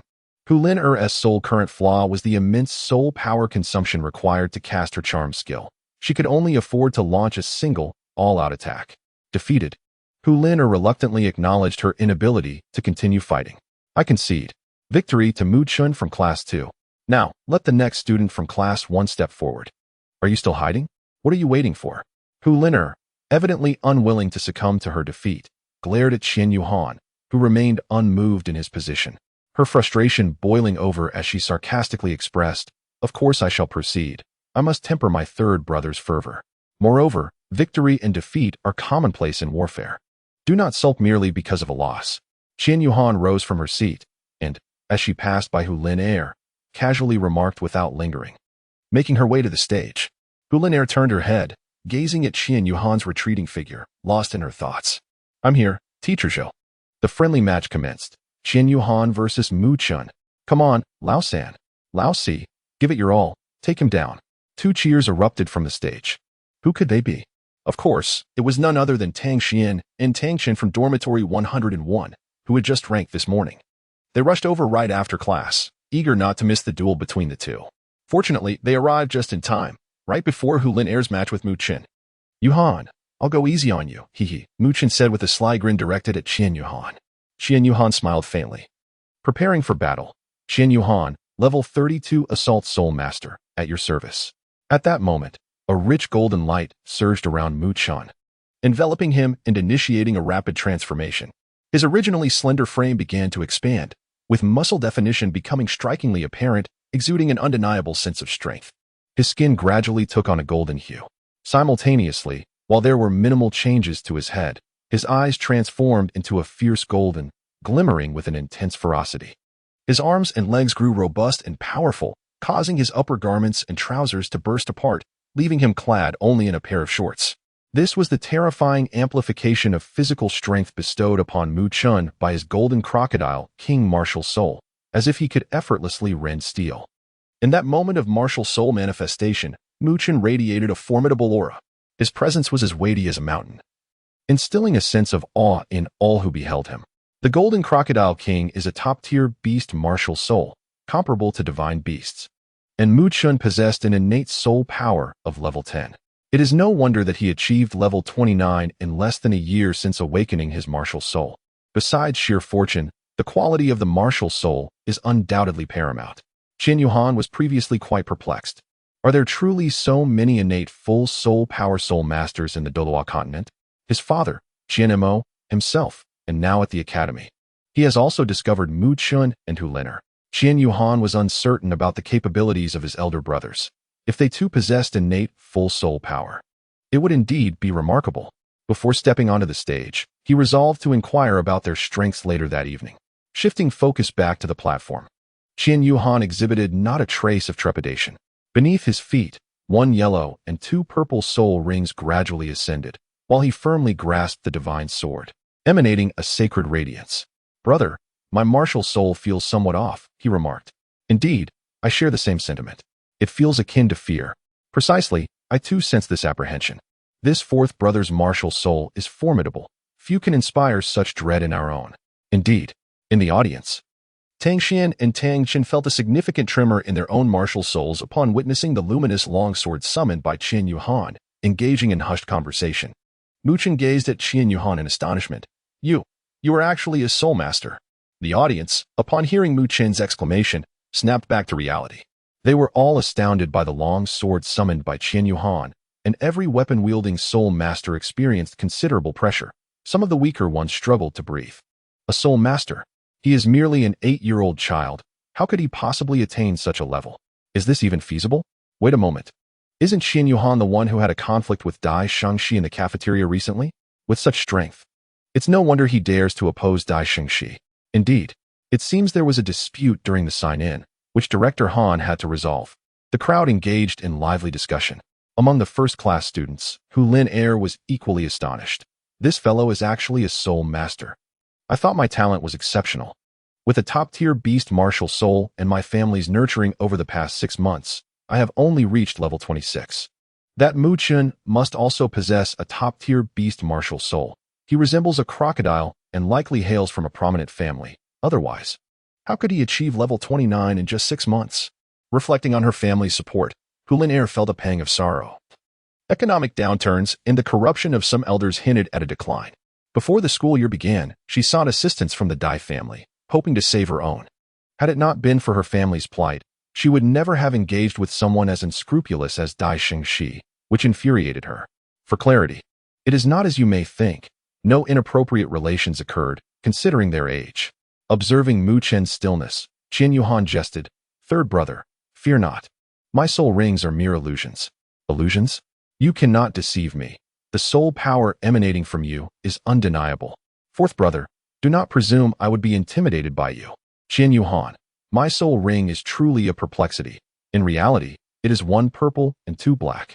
Meanwhile, I have heard that Class 1 and Class 2 are engaged in a friendly competition."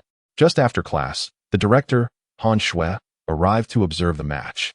Standing beside the 2 responsible teachers while watching the 2 contestants on the field, Mu Qin, with hands forming seals, was the first to act. A golden aura radiated from his body before soaring into the sky, creating a golden barrier that enveloped both participants. This is a domain. Han Shui squinted at the golden shield on the field, uttering in astonishment. The two homeroom teachers beside her were equally stunned, their mouths agape. It is rare to encounter someone with a domain. The two teachers exchanged glances, both understanding the unspoken message. A friendly competition has revealed several promising talents. Lu Hui and Hu Lin Air from Class 1, and Mu Chun from Class 2. Not to mention the 8-year-old soul master, Qian Yuhan, who has truly reshaped their perceptions. Promotion seems within reach. Mu Chun's yellow first soul ring flickered. First soul skill, golden crocodile tail strike. Qian Yu's lips curled slightly in a smile. Those brothers who have read the latest chapter, please lend a hand and urge for an update. Much appreciated. There will be another update tonight. Chapter 30, The Internal Strife of 101. The lightsaber battle with the golden crocodile, Part 2.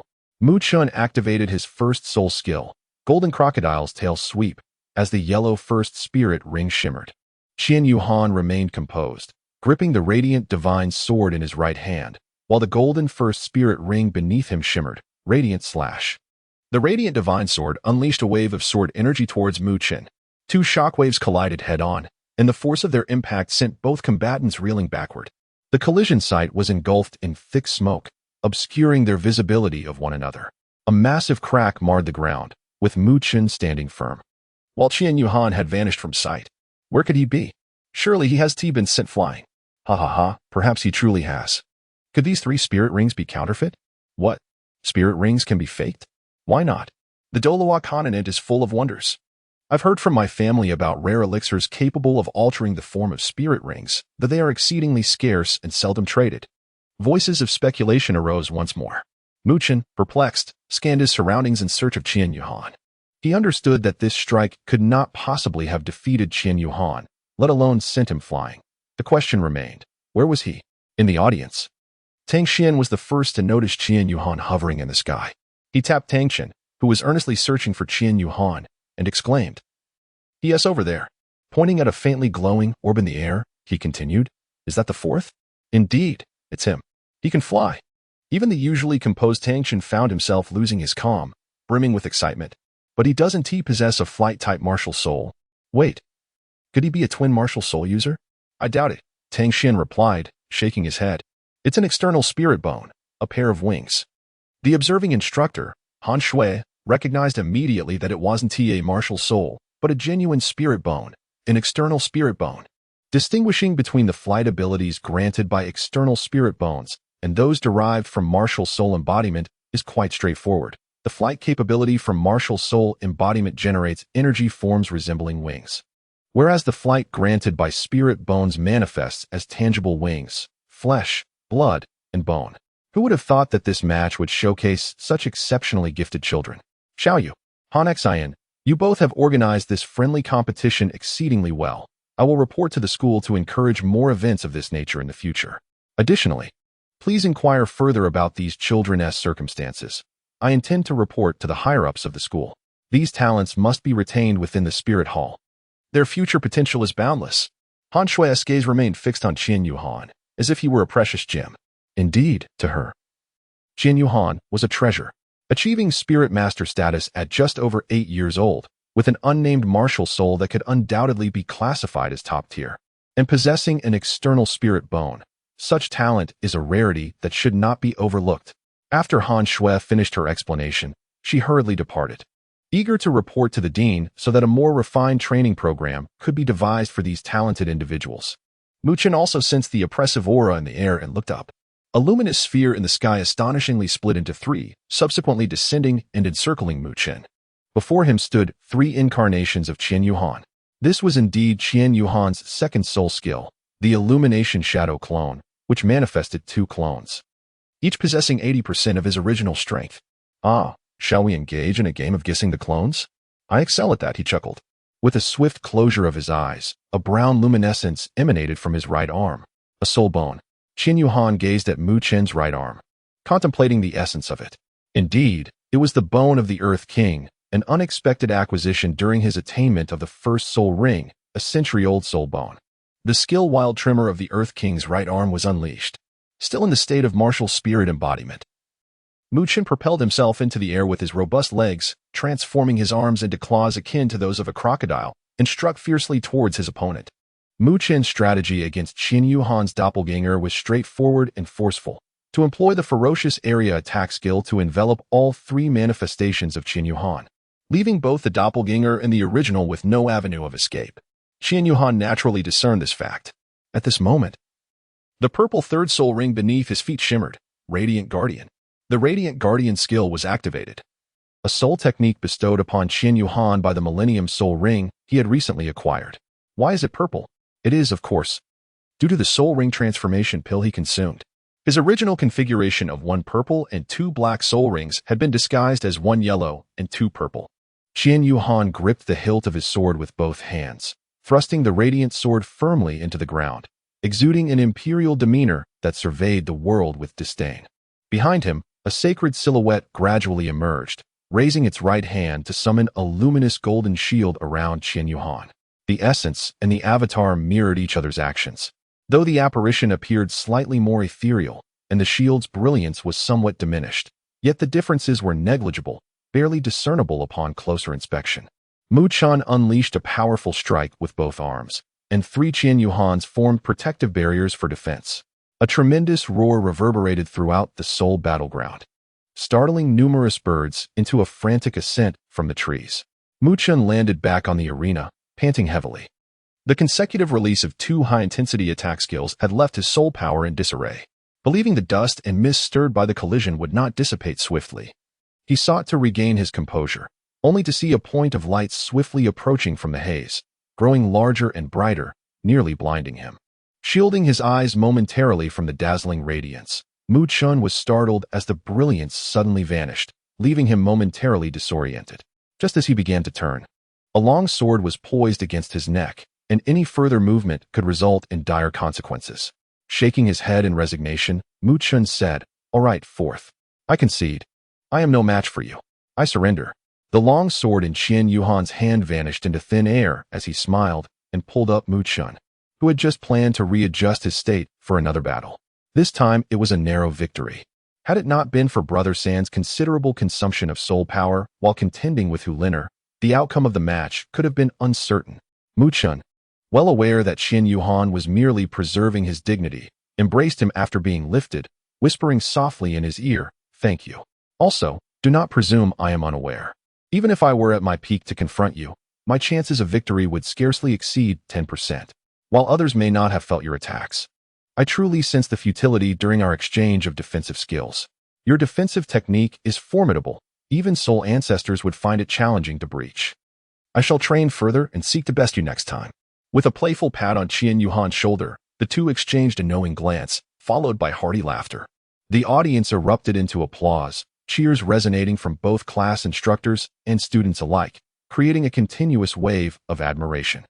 They had delivered a spectacular display of offensive and defensive prowess to all in attendance. Chapter 31. I am not one to be trifled with. As the friendly match concluded with Qin Yuhan's victory over Mu Chen, no one from either class dared to challenge him further, thus solidifying Qin Yuhan's status as the champion. Mu Chen, still embracing Qin Yuhan, made his way towards the cafeteria, his mind consumed with a singular thought: to feast. En route, the Tang brothers, Tang Xian and Tang Chun, caught up with them. Upon finishing their observation of the match and arriving at the waiting area, they learned that the duo had already departed, prompting them to hurry after them. "Old Fourth, you were quite impressive. The term genius certainly suits you," Tang Xian panted as he caught up, patting Qin Yuhan on the shoulder. "Not really, just a slightly better martial soul," Qin Yuhan modestly replied. "By the way, what is your martial soul?" "It seems to have a restraining effect on my brothers and my Haotian hammer," Tang Xian inquired eagerly. "Haotian hammer. So, you two are disciples of the Haotian sect. I recall that this sect was known as the greatest in the world of novels, but ultimately retreated from the public eye due to pressure from the spirit hall." Qin Yuhan remarked. "My martial soul, is the Radiant Divine Sword." Radiant Divine Sword. The name startled the three present, their eyes widening in astonishment. "Wow. Although I haven't heard of it, the inclusion of divine suggests it must be extraordinary," Mu Chen commented. "Old Fourth, you don't mean to say it's a divine-level martial soul, do you?" Tang Xian, usually reserved, couldn't help but ask. "I'm not entirely certain," Qin Yuhan replied. "Are you born with full soul power?" Mu Chen inquired. "Ah, yes. I possess innate full soul power at level 10, Qin Yuhan stated directly. Qian Mo had once advised him not to readily disclose that he possessed an innate soul power of level 20. Thus, he merely claimed to have an innate soul power of level 10. This must indicate a top-tier martial soul. If it were a divine martial soul, I have heard that it would indeed correspond to an innate level 20 soul power, Mu Chen elucidated. Meanwhile, Tang Xian and Tang Chen nodded in agreement. Tang Xian remarked, both Tang Chen and I possess mutated martial souls. Mine is the Heavenly Thunder Hammer, while his is the Earth-Shaking Hammer.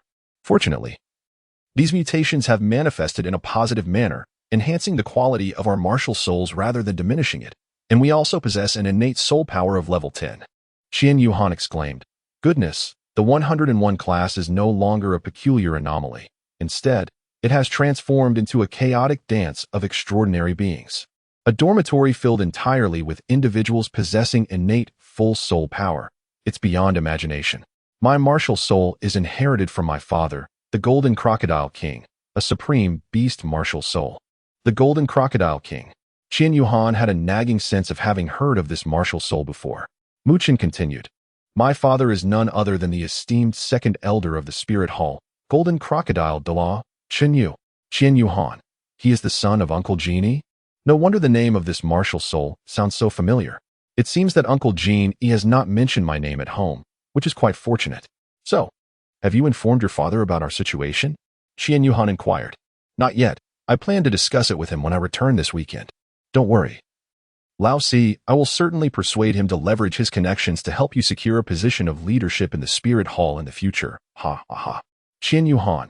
Uncle Gene is aware of my enrollment at the Spirit Hall Academy, yet he is likely unaware of my concealed identity. I trust that when Mu Chen informs him, he will comprehend the reasons behind my actions. I only hope that my identity is not inadvertently revealed in a moment of shock. As Qian Yuhan contemplated, he heard Tang Xian inquire, Your father is named Chen Yu, but why do you go by Mu Chen? Is your surname Mu? Upon hearing Tang Xian's question, Mu Chen's expression darkened, and she slowly replied, My mother experienced complications during my birth, and she passed away shortly thereafter. My father, overwhelmed with grief, chose to honor her memory by giving me her surname. I apologize, it's nothing. The four of them engaged in casual conversation when a commotion nearby caught their attention.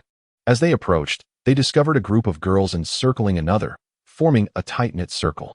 At the center crouched a girl, huddled tightly, her hands shielding her head as if attempting to vanish entirely.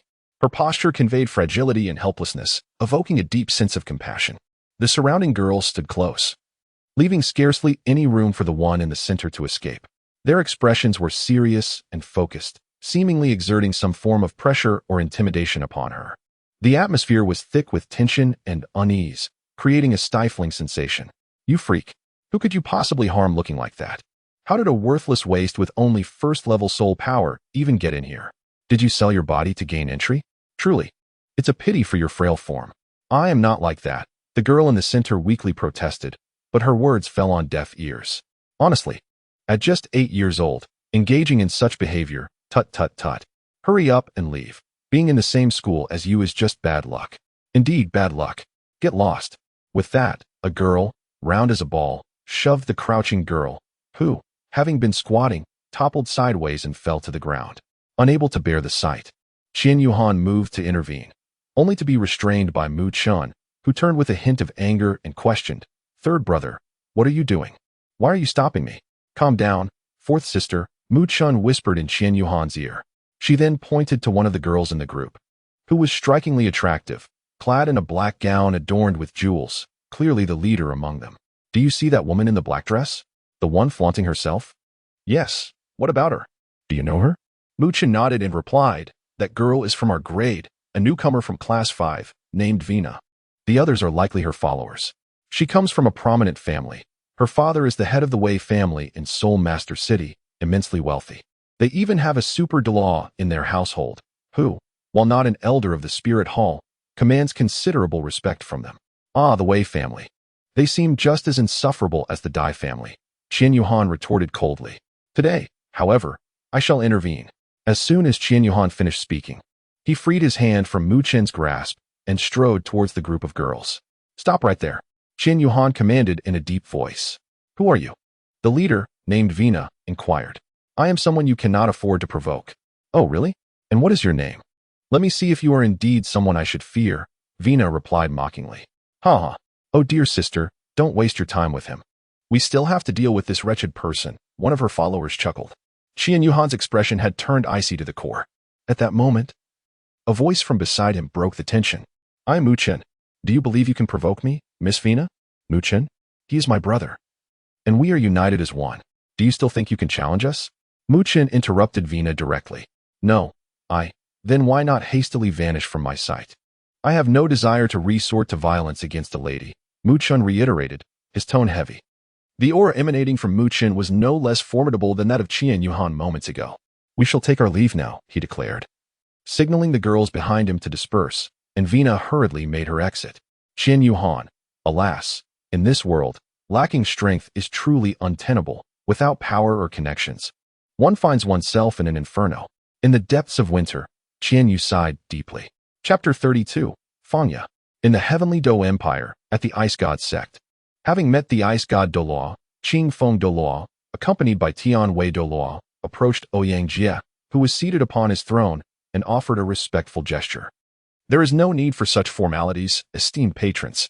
My relationship with your grand patron is akin to that of brothers, thus, we are brothers as well. And such formalities are unnecessary. May I inquire as to the purpose of your visit to this cold hall? Qing Feng Douluo responded, in that case. I shall address you as Brother Ouyang. The ice god Douluo nodded and smiled. Before our elder brother departed, he expressed a desire for my young master to attend the Royal Academy of Heavenly Dou. However, I find it perplexing that the term has commenced. And upon dispatching inquiries to the Royal Academy, I discovered no news of the young lad. I was just about to seek your guidance regarding this matter. Has something transpired? Ouyang Jie, clearly anxious, interrupted, unable to maintain his composure when discussing matters related to Qian Mo. Please, Brother Ouyang, do not rush. Allow us to explain. The admission age for the Royal Academy of Heavenly Dou is 12 years, and Yuhan is only 8.5, clearly below the required age. Conversely, at the Spirit Hall Academy, admission is granted at 8 years of age. We, the patrons, have conferred and decided to enroll Yuhan at the Spirit Hall Academy, which will also allow us to care for him more conveniently. We seek your understanding in this matter.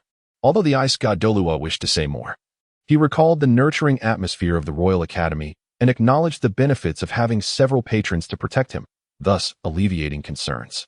He continued, We are grateful for your care of my esteemed nephew. Brother Ouyang, you flatter us. Yuhan is a cherished child whom we have watched grow since his infancy. Rest assured, we have come merely to inform you, so that you need not worry. Inside a chamber of the Ice God sect, a cloaked figure knelt respectfully. Miss, we have conducted the investigation. The boy named Qian Yuhan, among the three of you, is currently studying at the Spirit Hall Academy, in the 1st grade. Ouyang Luoshua nodded and replied, Very well, I appreciate your efforts. You may leave now. The cloaked attendant hesitated briefly before adding, It appears that this Qian Yuhan possesses some background, Mississippi. How could one with such a martial spirit lack connections? Ouyang Luoshua muttered to herself after the attendant departed. At the Spirit Hall Academy, Qian Yuhan and his 3 companions approached the girl who lay on the ground. Upon noticing their approach, she visibly flinched. Do not fear. All is well now. Those individuals have departed, Qian Yuhan reassured her. I am Qian Yuhan, and this is Mu Chen. The two with somewhat dubious demeanors are Tang Xian and Tang Chen. We mean you no harm. Thank you, the girl murmured, her head bowed. Are you also a freshman this year? Which class do you belong to? Qian Yuhan inquired. The girl nodded. I am in class 1. How come I have not seen you today? What is your name? Fangya, she replied. The name Qian Yuhan feels remarkably familiar. Fangya, with the surname Fang. Senior Fang Qing also bears the same surname and mentioned having a younger sister. Do you happen to have an older brother named Fang Qing? How do you know? Are you acquainted with them? Upon hearing that Qian Yuhan seemed to know her brother, the once vigilant heart began to relax significantly. Yes, we had a conversation together previously. Qian Yuhan nodded in affirmation. Beside them, Tang Xian inquired with curiosity, Then why do those girls bully you, Fangya? I don't really know. I met them when I was signing in, but we didn't interact much. At that moment, I sensed their unfriendly demeanor and chose to distance myself from them. However, they have been speaking ill of me these past 2 days. Fangya's eyes began to glisten with unshed tears. It was surprising to see a girl react in such a manner. I am aware that Vina possesses a rather high opinion of herself and is quite arrogant. I never expected her to engage in such bullying, Mu Chen remarked indignantly upon returning home. Before he could finish, Qian Yuhan interrupted. Third brother, do not mention this to your family. While you may assist her temporarily, you cannot provide continuous support. Qian Yuhan turned to Fangya and inquired. They just mentioned that your innate soul power is at level 1. What does that mean? Faced with Qian Yuhan's question, Fangya lowered her head once more. After a brief moment, seemingly having made a resolute decision, she lifted her gaze to meet the eyes of Qian Yuhan and the others, saying, When I awakened my martial soul, it underwent a mutation and became sealed, transforming into a mere chick. Ordinarily, our family awakens the Crimson Flame Phoenix martial soul, which is prone to mutations. However, some of these mutations are harmless, much like my brother's transformation into the Blackfire Phoenix. Yet, the mutation of my martial soul is undoubtedly fatal. Qian Yuhan, it turns out that Fang Qing possesses the Blackfire Phoenix martial soul. My own martial soul initially hinted at the power of the divine beast Phoenix, but it manifested only for a fleeting moment before vanishing entirely. Consequently, both my soul power and martial soul have become exceedingly feeble. As they listened to Fangya's words, the three could empathize deeply, feeling a sense of sorrow for her plight. Why 3, you may ask? Because Mu Chen noticed Fangya's chapped lips and went to fetch her a drink. He returned promptly, presenting a bottle of beverage to Fangya. Thank you, Fangya said with a faint smile directed at Mu Chen. In that instant, Mu Chen was momentarily transfixed, his gaze captivated by Fangya's enchanting smile. It was as radiant as spring flowers in full bloom, seemingly capable of dispelling all gloom and sorrow. Her eyes sparkled with a gentle luminosity, akin to 2 brilliant stars twinkling with mesmerizing light. At that moment, he became oblivious to everything around him, fixated solely on Fangya's exquisite visage. Her lips curled slightly upward, revealing a row of pearly white teeth that gleamed like precious gems. Mu Chen felt as if he had encountered the most beautiful sight in the world, his heart racing uncontrollably. He took a deep breath, attempting to regain his composure, yet the excitement within him was impossible to suppress. Observing Mu Chen's dazed expression, Qian Yuhan and the others exchanged knowing smiles. Qian Yuhan turned to Tang Xian and remarked, It seems your flirtatious nature is about to change hands. Ha ha ha. Hearing Qian Yuhan's teasing, Tang Xian glanced at Mu Chen and burst into laughter. Fangya, witnessing Mu Chen's foolishness, covered her mouth with a more radiant smile, thinking to herself, This boy named Mu Chen is rather intriguing. Let us not linger here foolishly. Come, let us head to the cafeteria. Today, I shall treat you all, Qian Yuhan said, patting Mu Chen on the shoulder while addressing Fangya, Tang Xian, and Tang Chen. Upon regaining his senses, Mu Chen exclaimed, All right. The 2 brothers, Tang Xian and Tang Chen, echoed in agreement. Fangya's cheeks flushed slightly, and she lowered her head shyly, her gaze flickering, as if she were still unaccustomed to such an atmosphere. She bit her lip gently. A hint of hesitation and unease reflected in her eyes. However, not wishing to dampen Qian Yuhan's enthusiasm, she ultimately nodded in consent. Chapter 33. Your brother is quite negligent. At the cafeteria, Mu Chen appeared exceptionally animated, continually inquiring about Fangya's preferences for food and drink. After a while, he began to introduce various dishes, analyzing their effects and benefits. Through casual conversation with Qian Yuhan and the others, Fangya learned that Tang Xian and Tang Chen were disciples of the Haotian sect from the Tiando Empire. Qian Yuhan remained somewhat mysterious, seemingly reliant solely on his father, and Mu Chen, with the most substantial background, was, in fact, the son of a revered figure in the spirit hall. Fangya smiled warmly at the animated figure before her, and a wave of affection and joy surged within her. She listened intently to his every word, as Mu Chen enthusiastically shared his knowledge, eager to impart all that he knew to her. His movements were exaggerated and lively, infectious in their energy. Fangya gently covered her mouth, breaking into laughter. Her laughter was crisp and melodious, reminiscent of the delightful chime of silver bells. Her smile blossomed like flowers in spring, both beautiful and captivating, rendering the surrounding air refreshingly pleasant. Fangya possessed not only stunning beauty but also exceptional grace.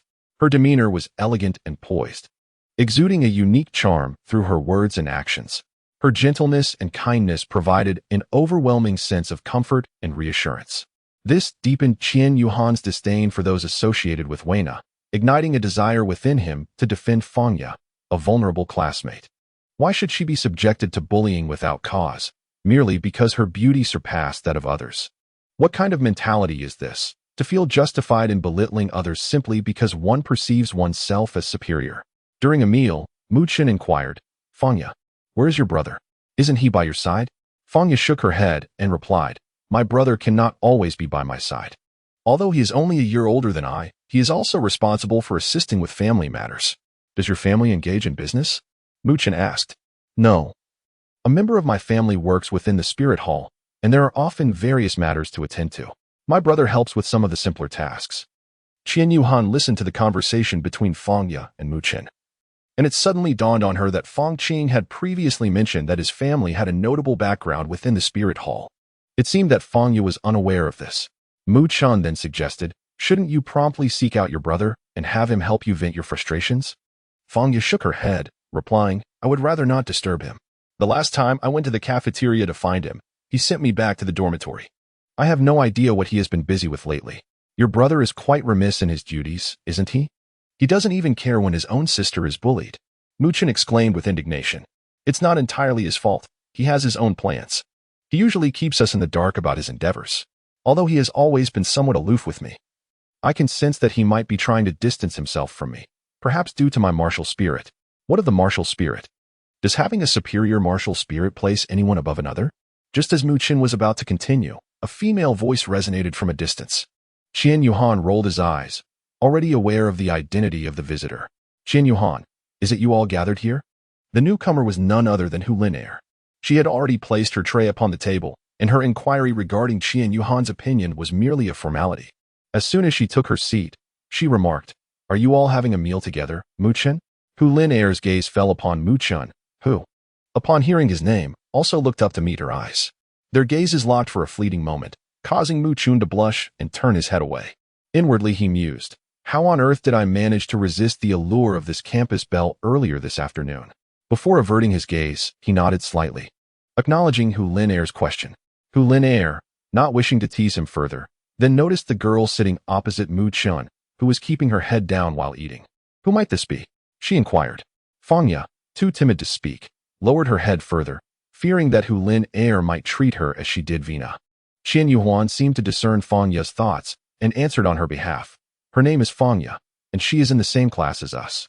It struck her as peculiar that she had not seen Fangya during the morning classes or the afternoon friendly match. Just as Qian Yuhan was about to continue assisting Fangya in her replies, Fangya lifted her head and interjected, thank you, Yuhan, but I will inform Liner myself. Do you know me? Fangya asked with a gentle smile. I am the school beauty. How could anyone not recognize me? Hearing Fangya's compliment, Hu Liner felt a tinge of bashfulness and responded, thank you. You are quite beautiful yourself. This morning, I was dragged into a study room by Vina from class 5, who insisted I help her with the assignments her teacher had given her. It took me the entire morning to finish. After lunch, I happened to see my brother lurking around, not sure what he was up to, and he eventually escorted me back to the dormitory. In the afternoon, I went to the soul fighting area, but only to the spectator zone. Fangya chuckled wryly as she spoke. When I emerged, I was once again cornered by Vina and her followers. If it weren't for Yuhuan and the others, I fear I would have been bullied again. Fangya did not hold back and recounted all that had transpired throughout the day. Hu Liner, visibly agitated, remarked, Vina is truly outrageous. I cannot believe she behaves so recklessly at home and fails to temper her conduct at school, showing no concern for her family's reputation. Do you know her? Qian Yuhuan inquired. Hu Liner nodded, saying, before school, our families were quite close and often spent time together. Alas, she is the type to bully the weak while fearing the strong. That is indeed the case, Mu Chen interjected. Hu Liner turned to Mu Chen and added, you are quite impressive, Mu Chen. You possess the golden crocodile soul, akin to one of the offerings at the spirit hall. You even know that the spirit hall has an offering with the golden crocodile soul? Mu Chen exclaimed. Of course. My grandfather once fought alongside that offering in the battle against our enemies. Qian Yuhan mused with delight, realizing that Mu Chen was the son of Uncle Jin Yi, which implied that Hu Linair's grandfather and Uncle Jin Yi were of the same generation. It was amusing to think that Uncle Jin Yi had a child in his later years, leading to Mu Chen's arrival. Hu Linair would even have to address both Mu Chen and me as uncle. By the way, this semester includes an outdoor practical exercise. Groups of 6 can be formed across classes. Shall we participate? We were unaware of this matter. Absolutely. Tang Xin replied enthusiastically. I'm on board, said Tang Chen coldly, devoid of any emotion. Very well, Qian Yuhan said nonchalantly. Mu Chen nodded in agreement. Everyone turned to Fangya, who hesitated, saying, I think I'll sit this one out. Perhaps you should find someone stronger. I'm afraid I might hold you back. Fangya's face showed embarrassment as she smiled. However, Hu Lin Air stood up and moved to sit beside Fangya, taking her hand in a comforting gesture. It's all right. I don't believe you'll hold anyone back. Everyone has their strengths and weaknesses. I trust you possess your own unique charm, Hu Lin Air said earnestly, her serious gaze directed at Fangya, genuinely encouraging her rather than merely pretending. Qian Yuhan gazed at Hu Lin Air and thought to herself, this Hu Lin Air is quite perceptive. Possessing strength, yet lacking the arrogance and pride exhibited by someone like Vina. She is truly admirable. Fangya looked at Hu Lin Air and said, Thank you, Lin Air, before turning to the rest of the group. Everyone nodded in encouragement, their expressions supportive. Thank you all, I shall join. Chapter 34. A letter signed by Snow. The quartet from dormitory 101 parted ways with Hu Lin Air and Fangya outside the cafeteria. Hu Lin Air felt as if she had an endless stream of words to share with Fangya, persistently engaging her in conversation. Fangya exhibited no signs of impatience, listening attentively as Hu Lin Air recounted her extraordinary experiences and amusing stories. After Fangya agreed to team up for outdoor practical training during the semester, Hu Lin Air held Fangya's hand and chatted excitedly all the way from the dining area to the entrance of the girls' dormitory. Qian Yuhan, to put it delicately. One might refer to it as being naturally familiar. However, to express it more candidly, it could be described as a social disorder. Qian Yuhan observed his close friend, Mu Chen, who was now in a daze, trailing behind Fangya and her companion as they made their way towards the girls' dormitory. He reached out and pulled him aside. Enough of this folly. If you continue, you shall find yourself in serious trouble. Just imagine if Uncle Jean were to find out. Qian Yuhan, realizing he had inadvertently let something slip, hurriedly covered his mouth. What did you just say? Mu Chen inquired. Oh, it's nothing. Haha, just nothing. Qian Yuhan chuckled awkwardly. He had just mentioned that if she continued to walk with them, she would face disciplinary action, which would inevitably reach Uncle Jean. Wait, Uncle Jean? How dare you refer to my father as Uncle Jean? Tang Chen abruptly interjected. Upon hearing this, Qian Yuhan quickly replied, did you not mention that your father is the esteemed golden crocodile Douluo of the Spirit Hall? We are brothers now, so addressing him as uncle is hardly inappropriate. Mu Chen pondered for a moment and concurred, yet he continued, while it is perfectly acceptable for us to speak in such a manner privately, should you encounter him, you must refer to him as the golden crocodile Douluo. When I visited the golden crocodile hall to seek him out, he insisted that I call him the second elder. Haha, he is quite a man who values his reputation. Qian Yuhan.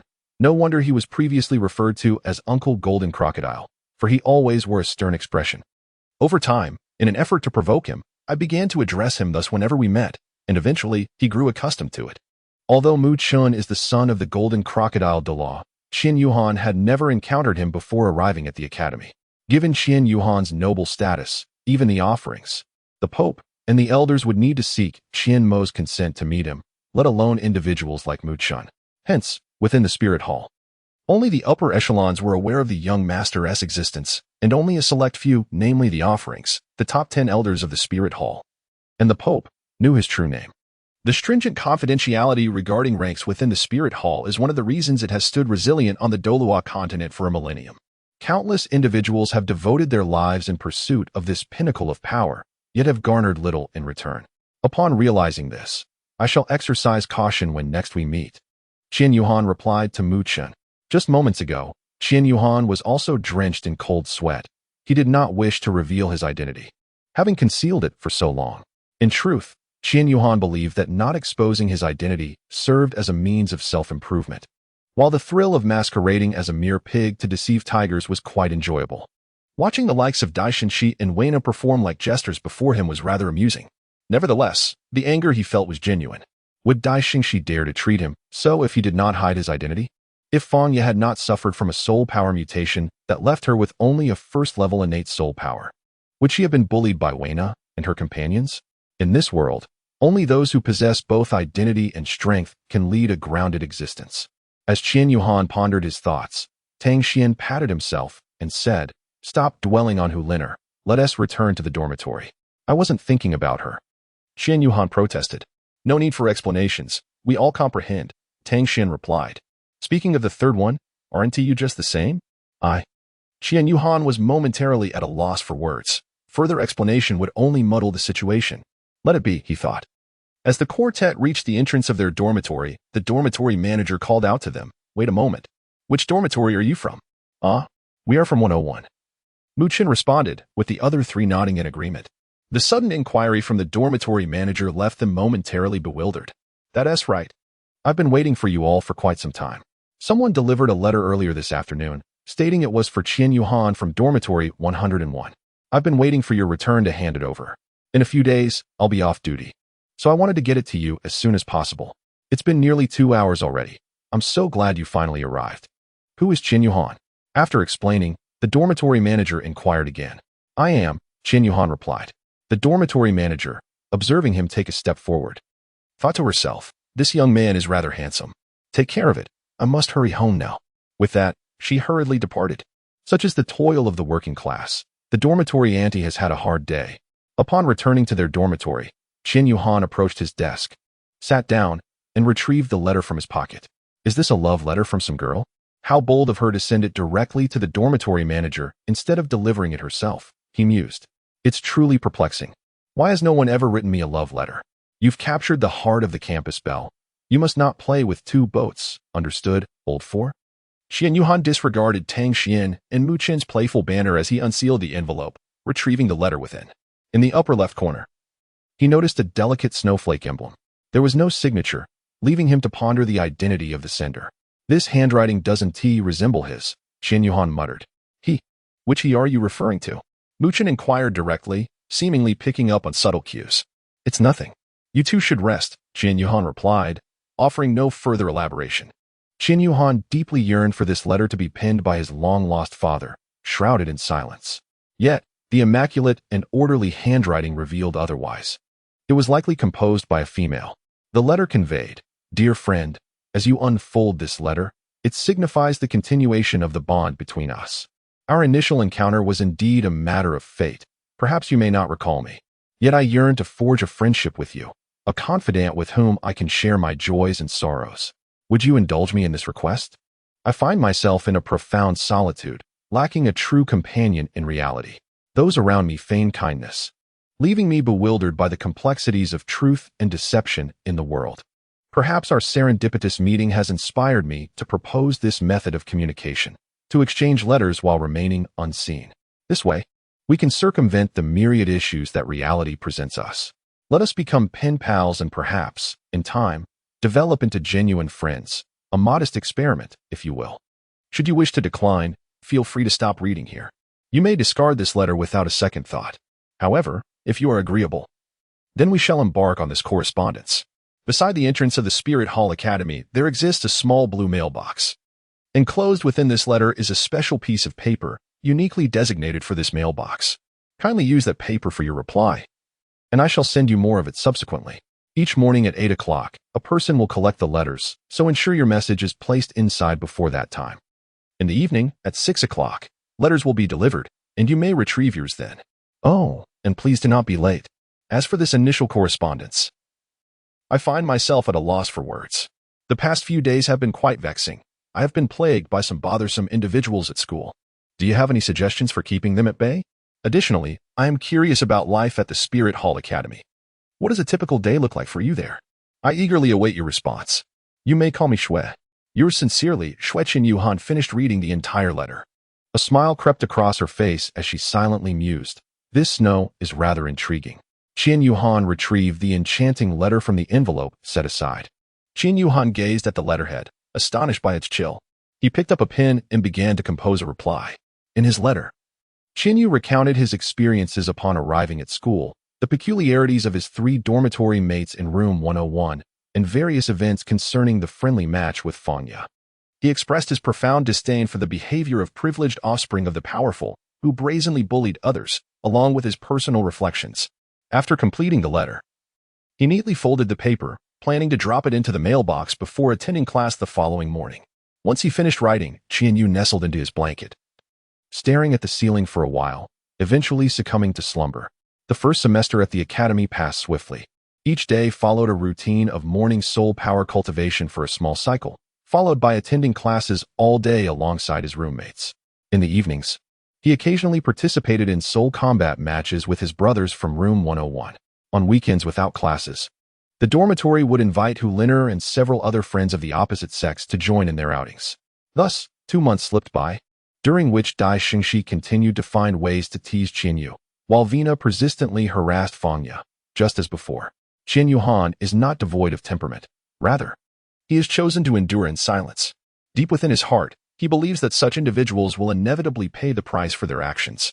Muchen continually enlightens Fangya, reminding her that this academy harbors not only shadows but also the genuine beauty and preciousness found in the care and camaraderie of good friends, something she has already acquired. Through her interactions with Muchen and others over the past 2 months, Fangya has gradually recognized the sincere efforts of these cherished friends, leading her to become more optimistic and cheerful. Muchen's soul power has ascended from level 29 to 32, earning him the 3rd soul ring and elevating him to the rank of soul master. Tang Xian has also found a young girlfriend.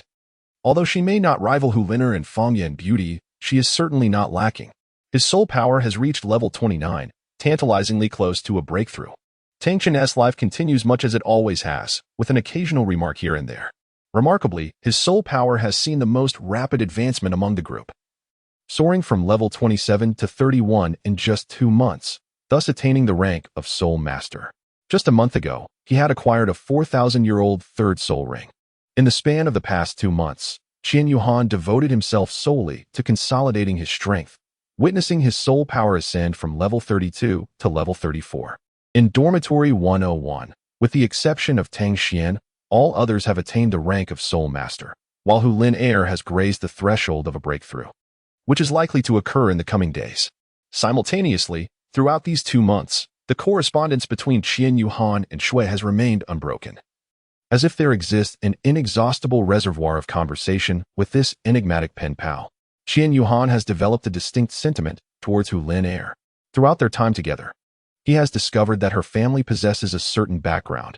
However, she exhibits none of the airs typically associated with a young lady of privilege. Instead, she frequently extends her efforts to assist students from impoverished families who, despite their humble origins, exhibit commendable potential and seek to hone their skills through education. Qianyu Han has witnessed these acts of kindness, leading him to reassess his initial impression of Hulin Air. Qianyu Han was uncertain whether he had developed feelings for her. He himself was completely unsure. He struggled to comprehend his own heart, fearing that a moment of impulsiveness might lead him to misinterpret Huliner's intentions, ultimately jeopardizing their friendship. This sense of apprehension and uncertainty had been troubling Qianyu Han lately. Qianyu Han had previously communicated with the Snow in her letter, yet the Snow did not elaborate much on the matter, often merely skimming over it. On November 9th, 8028 in the Douluo calendar, on a plain and unremarkable Friday afternoon, Zhou Yu, after completing her lessons for the day, rallied her class for the upcoming midterm outdoor practical exercise. Dear students, next Friday marks the Academy's most distinctive outdoor practical exercise event, an annual tradition. Depending on the varying strengths of different grades, the Academy assigns everyone to different locations. This time, we shall venture into the Sunset Forest. Upon hearing the name Sunset Forest, Qianyu Han's expression shifted, the eye of ice and fire. According to protocol, we are permitted to cross classes. I observe that our classmates have already formed their teams and are prepared. For many of you, this is your inaugural outdoor combat exercise, so there is no need for trepidation. The Academy has selected a location for you where, as long as you refrain from wandering aimlessly, there will be no threat to your lives. Rest assured on that front. By the way, several members of our class have already ascended to the rank of Soul Master, which is commendable. For those who have yet to break through, do not be disheartened. This event is designed to provide you with an opportunity for growth and to surmount your limitations. Seize this chance wholeheartedly. That is all I have to convey. Class dismissed. As the command was issued, the students dispersed in a flurry. Qianyu Han walked alongside Huliner in the corridor of the teaching building. Turning to Huliner, Qianyu Han said, "Liner, you must seize this opportunity. It is a splendid chance for breakthrough." Qianyu Han's relationship with Hulin Air is merely separated by a thin layer of paper. In this world, the concept of early romance does not exist. However, Qianyu Han is still in the process of adjusting. seeking to determine whether their bond is more akin to that of friends or lovers. With a playful smile, Hu Lin Air remarked, "What? Do you lack confidence in me?" If someone of Vena's caliber were to express such sentiments, it would evoke a sense of aversion in Qian Yuhan. Yet, when it comes from Hu Lin Air, it carries a different essence, one that is almost mischievous. What are his true feelings for her? Qian Yuhan feels he is gradually uncovering the answer. As for Hu Lin Air, she understands Qian Yuhan's hesitation and patiently allows him the time to reach a decision, which in turn frees him from the burden of contemplation regarding their relationship. However, within Hu Lin Air's own heart lies a secret turmoil, a personal conflict known only to her. After finishing their dinner, Qian Yuhan and Hu Lin Air returned to their dormitory, where they found Tang Xian grinning foolishly and Tang Chen beside him, wearing an expression of utter disbelief at his brother's antics. Look at him, completely overjoyed after receiving a gift from his little girlfriend, Xiaoyu. He has been like this for nearly half an hour. Ah, the folly of a man in love, Qian Yuhan remarked, observing Tang Xian's silly grin. Don't point fingers at others. Aren't you just the same with Hu Lin Air? Tang Chun retorted, devoid of any emotion. My relationship with Lin Air. I simply do not understand what you are still contemplating. If you like her, why not boldly confess your feelings? Qian Yuhan, will you boldly confess? Chapter 36, Commencement of Outdoor Combat. Qian Yuhan, is this a bold confession? Do I like her? Indeed, I do harbor feelings for her. And I do not wish for my hesitations to lead to misunderstandings that may ultimately result in regret. Yes, after the practical exercises next week, I shall muster the courage to confess my feelings. Qian Yuhan silently resolved within her heart. Before she knew it, Thursday of the following week had arrived. The day before the practical training exercise, Qian Yuhan was tidying up her belongings in the dormitory. After ensuring everything was in order, she decided to take a stroll. Glancing back at Mu Chun, Tang Xian, and Tang Chun, who were still busy organizing their things, she bid them farewell and stepped outside. Aimlessly wandering along the paths of the academy, she observed her shadow under the lamplight and let out a soft sigh. Qian Yuhan has harbored feelings for Hu Lin Air for quite some time. Yet, he is merely an 8-year-old child. Deep down, Qian Yuhan comprehends that he is still too young, and the notion of romance seems rather impractical. In his perspective, at the tender age of 8, one should devote oneself to learning and personal growth rather than becoming entangled in the complexities of love too soon. This belief is deeply ingrained in his heart, preventing him from daring to cross that boundary. Each time he encounters Hu Lin Air, his heart races, and his cheeks flush with warmth. He silently observes her every action, noting her preferences and interests. Although he is aware that such behavior might be deemed childish or absurd, he finds himself unable to rein in his emotions. Simultaneously, Qian Yuhan begins to ponder the nature of his feelings for Hu Lin Air. Is it merely a fondness, or is it genuine love? He remains uncertain, as he has never experienced anything of this sort before. Nevertheless, he hopes to safeguard this affection, ensuring it remains unscathed. In the original world, even at the age of 15 or 16, engaging in romantic relationships is considered early, how much more so for an 8-year-old. Qian Yuhan walked along the path, kicking pebbles beneath his feet, reflecting on the words spoken to him by Tang Xian a few days prior. Isn't it quite common for children as young as 8 to fall in love? In our sect, there are several villages where, astonishingly, individuals as young as 15 or 16 are already marrying and starting families. Qian Yuhan, it seems that I am still influenced by the original world. Since I have arrived in this realm, I must swiftly acclimate to the myriad changes in life. As I wandered, I arrived at the iconic edifice of the Angel Plaza, a distinguished landmark of the Spirit Hall Academy and one of the emblems of Spirit City. Oh, Junior Yuhan. A voice suddenly resonated from behind me. Turning around, I beheld none other than Feng Qing. What brings you here alone? Are you troubled by something? Qian Yuhan shook his head, attempting to recalibrate his emotions. He wished to conceal his inner thoughts from Feng Qing, as their relationship was merely that of senior and junior, lacking the intimacy shared by Mu Chun and the others. Thus, it was preferable for as few people as possible to be aware of such matters. I heard that you are going to the Sunset Forest tomorrow. All right. It must have been Fanya who informed you. Qian Yuhan believed the answer to be affirmative, but to her surprise, Feng Qing shook her head and remarked, "It is not my sister. Rather, it was a good friend of yours from the same grade who mentioned it. My relationship with my sister is rather ordinary. My family has merely urged me to look after her more while at the academy." Qian Yuhan was somewhat astonished. Is this really my older brother? However, It is likely due to Feng Yu's innate soul power being at level 1. If their relationship were to be discovered by others in the academy, Feng Qing would undoubtedly be subjected to ridicule, making it difficult for him to hold his head high. Thus, he distanced himself from his sister within the academy. Nevertheless, Qin Yuhan still felt that Feng Qing was being a bit excessive. Well then, brother Feng Qing, I must take my leave as I have some matters to attend to. Let's chat again when we have the chance. Goodbye. Qin Yuhan hastily concluded the conversation and departed in a rush. As he gazed at the spot where Qin Yuhan had vanished, Feng Qing's lips curled into a subtle smile. The following morning, Qin Yuhan took the letter he had composed the previous day and set out for his morning jog, intending to deposit it into the mailbox. In this correspondence, he had not penned much.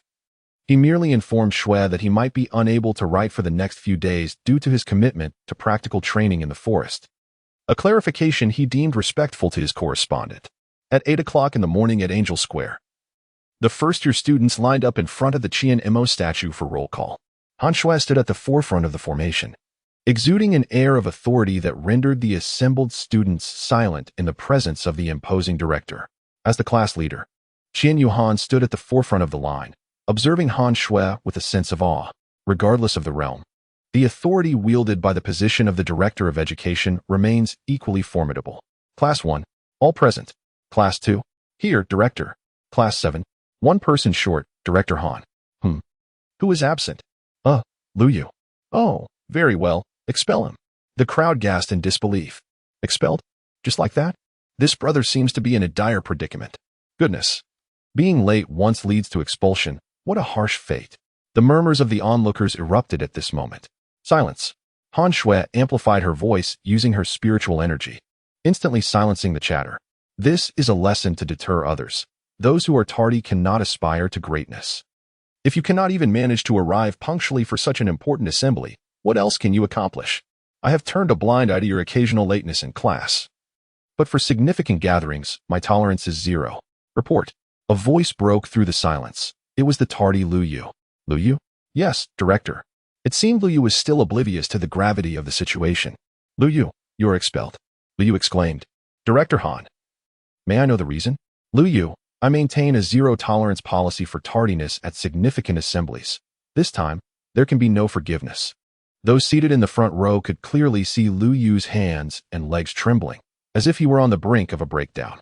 Director Han, you cannot expel me. Please, give me a reason. On my way here, a senior collapsed, and there was no one around, so I carried him to the infirmary, which delayed me a bit. If you don't believe me, you can ask the doctor at the infirmary. With such confidence in his explanation, I will grant you this one chance. However, a punishment must be imposed. Upon your return, you shall serve detention every Saturday night. Lu Yu exhaled deeply, expressing his gratitude repeatedly. Qin Yuhan observed with amusement this familiar scene that frequently unfolded in the original world. It seems this performance occurs across various realms. Following this brief interlude, each class, under the guidance of their respective head teachers, boarded the designated soul-guided airships. Once all passengers were on board, the vessels ascended, heading straight for the sunset forest. Through the glass windows, the Soul Master City came into view as the outdoor combat drills commenced. Chapter 37. Instinctive Actions in the Ice God Sect of the Heavendo Empire, within a room that starkly contrasted its surroundings. One could immediately see a large bed adorned with an array of plush toys upon entering. Opposite the bed stood an expansive vanity, where a stunningly beautiful woman was engrossed in reading something. This woman was none other than Ouyang Luoxue, the young lady of the Ice God Sect. The Sunset Forest. You say? Ouyang Luoxue murmured softly as she glanced at the letter in her hand.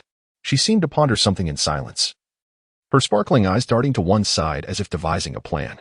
Lu Lao, Ouyang Luoxue raised her head and spoke with an air of calm indifference. An elderly man clad in a deep blue robe appeared instantly in her chamber. Miss, how may I serve you? Is the Sunset Forest far from the Ice God Snow Mountain?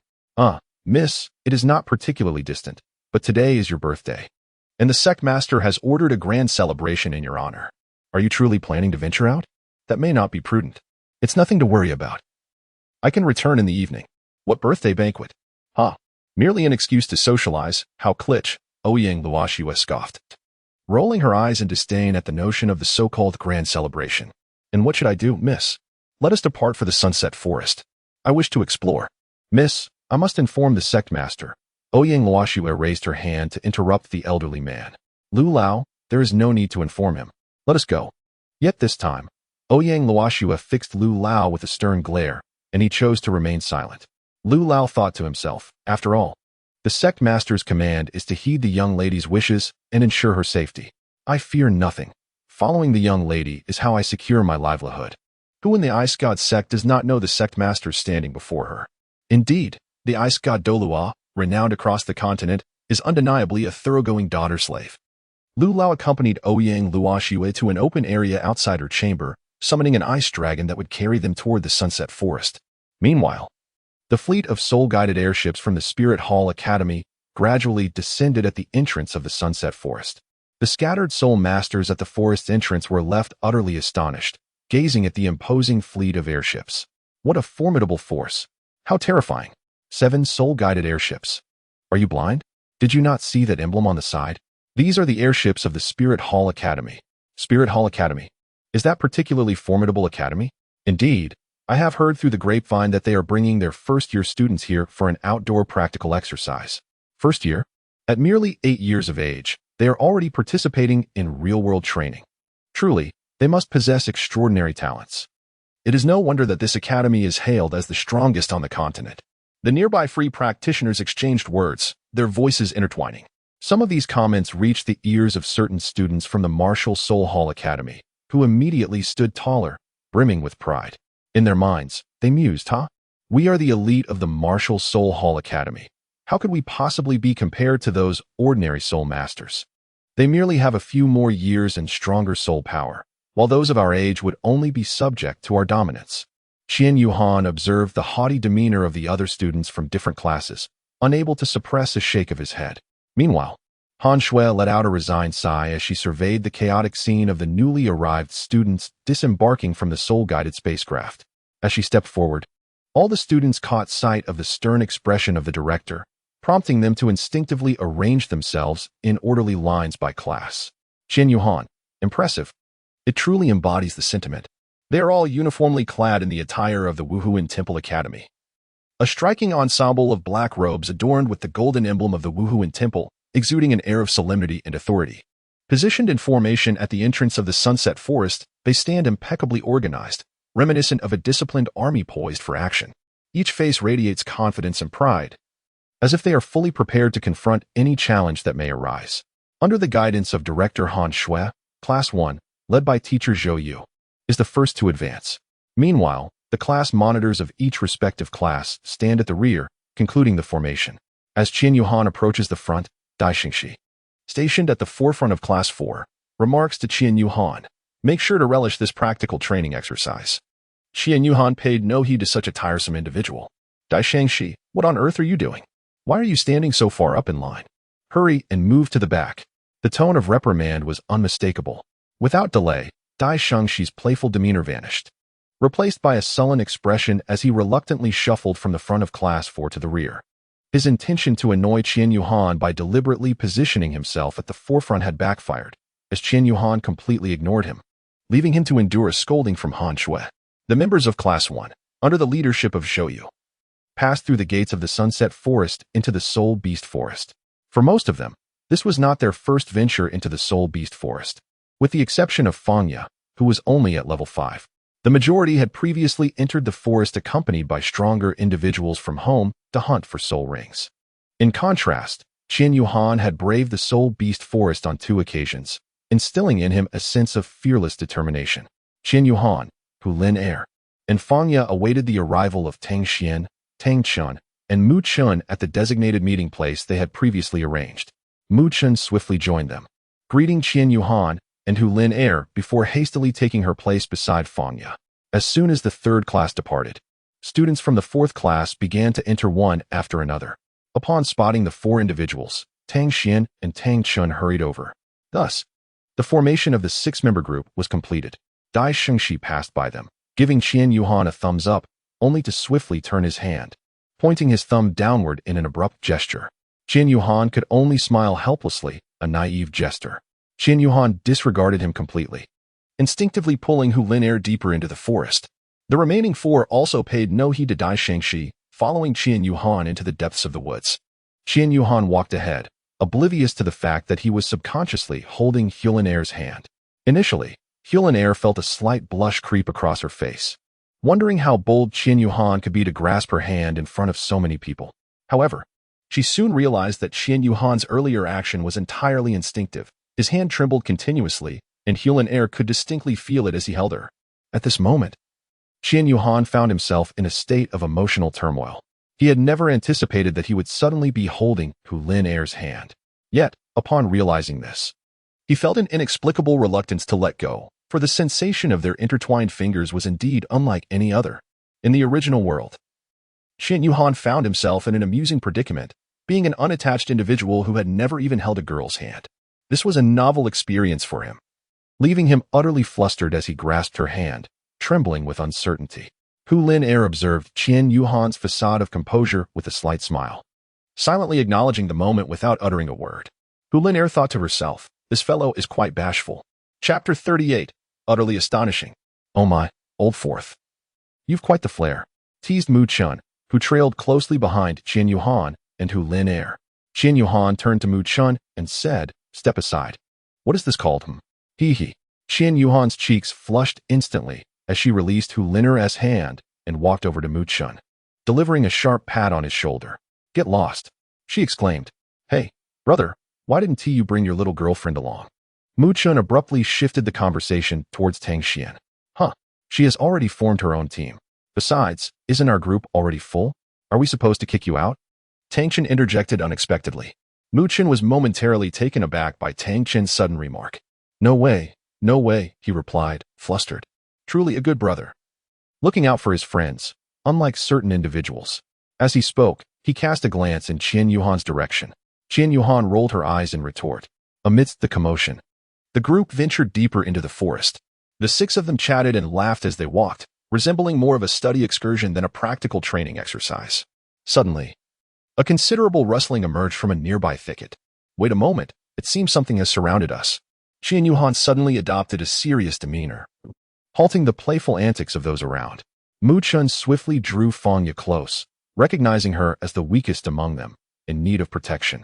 Beneath Qian Yuhan's feet, a purple and two black soul rings materialized, only to vanish in an instant. Fourth brother, what just happened? Your soul rings? Tang Xian and Tang Chen stood behind Qian Yuhan, their eyes seemingly bewildered. Had they truly witnessed what they thought? 3 soul rings, 1 purple and 2 black, rising from Qian Yuhan's feet? What was going on? It appeared that Qian Yuhan had yet to grasp the situation. Upon hearing Tang Chen mention the soul rings, he was suddenly reminded that he had forgotten to take his medicine. Did you perhaps mistake something? How could I possibly possess such an extraordinary soul ring configuration? That would require a level of talent that is simply monstrous. Qian Yuhan gazed at his 2 elder brothers, who stood with expressions of skepticism, and sensed that he might not be able to deceive them any longer. He braced himself for a confession. At that moment, the 2 exchanged glances and nodded in agreement. Tang Xian remarked, surely it must be our imagination. Ha ha ha. Let us prepare for battle. Tang Chen promptly reminded Tang Xian as he summoned his earth-shattering Haotian hammer, revealing 3 soul rings, 2 yellow and 1 purple, floating beneath his feet. Perfectly aligned, Tang Xian was not one to lag behind. He stamped his right foot and raised his right hand, causing a bolt of lightning to strike from the heavens. In his grasp was the Haotian hammer, subtly crackling with arcs of electricity, embodying his martial spirit, the Thunder Haotian hammer, with 2 yellow soul rings rising beneath him. Tang Xian exhibited signs of nearing a breakthrough to level 30, seizing the opportunity to ascend. His innate talent was indeed superior to that of his brother, Tang Chun. Yet he had squandered much training time due to his romantic involvement with Xiaoyu.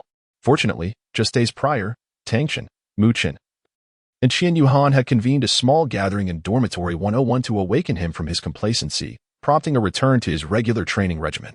He sought not to practice excessively but merely to maintain his previous routine, ensuring he did not fall behind.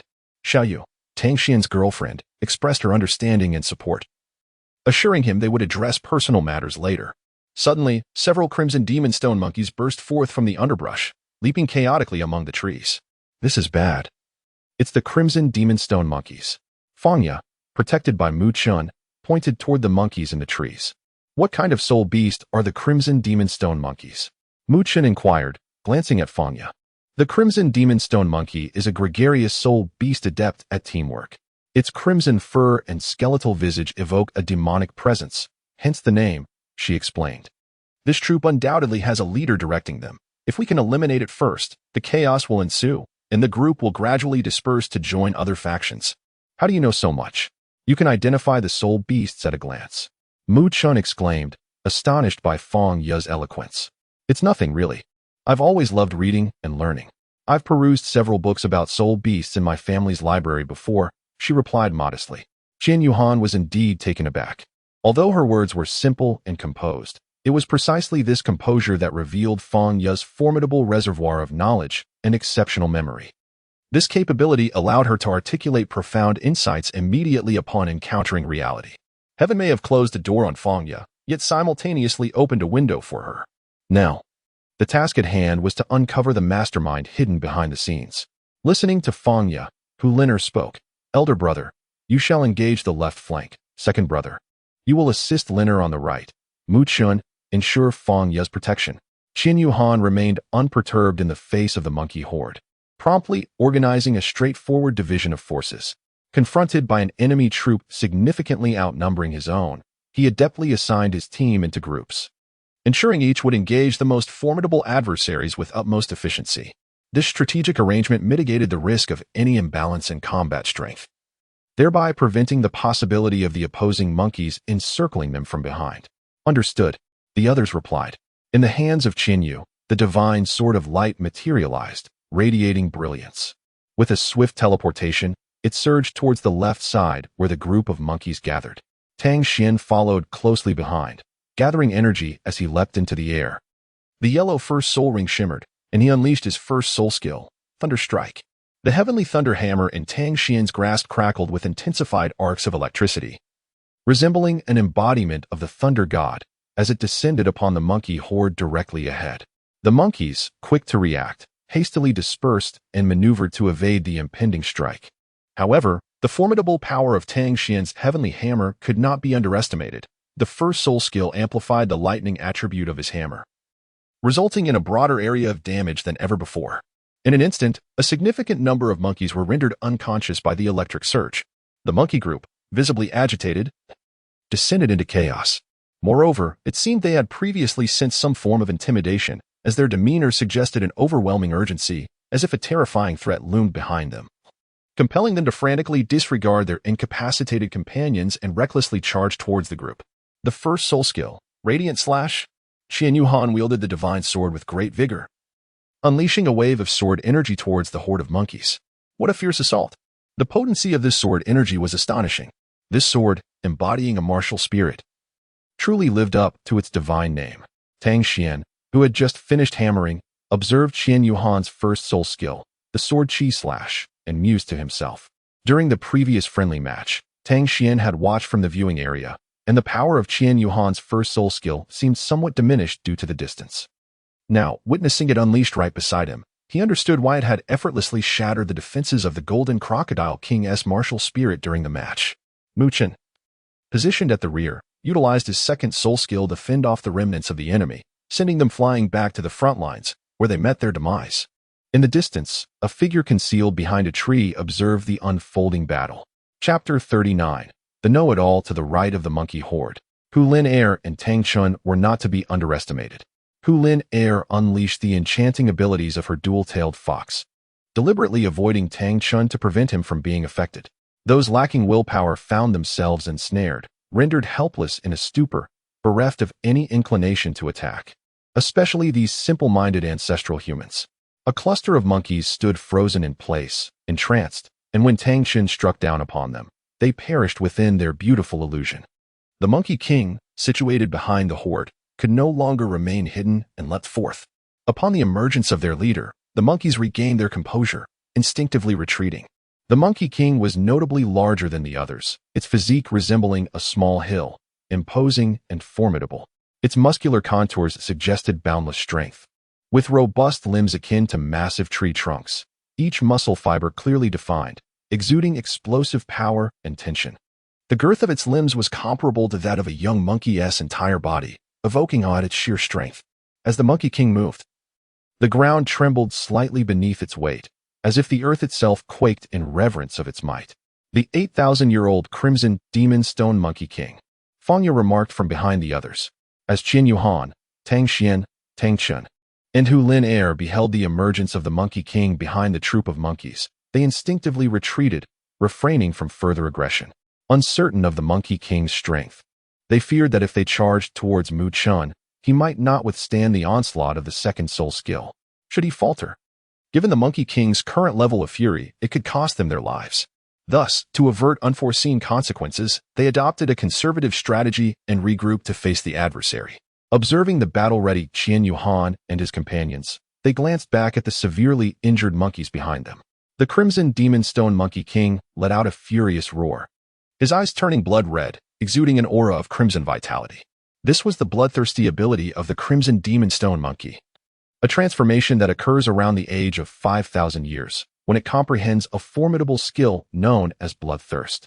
From the age of 5,000, the fur of the Crimson Demon Stone Monkey gradually darkens, culminating in a deep red hue at the age of 10,000.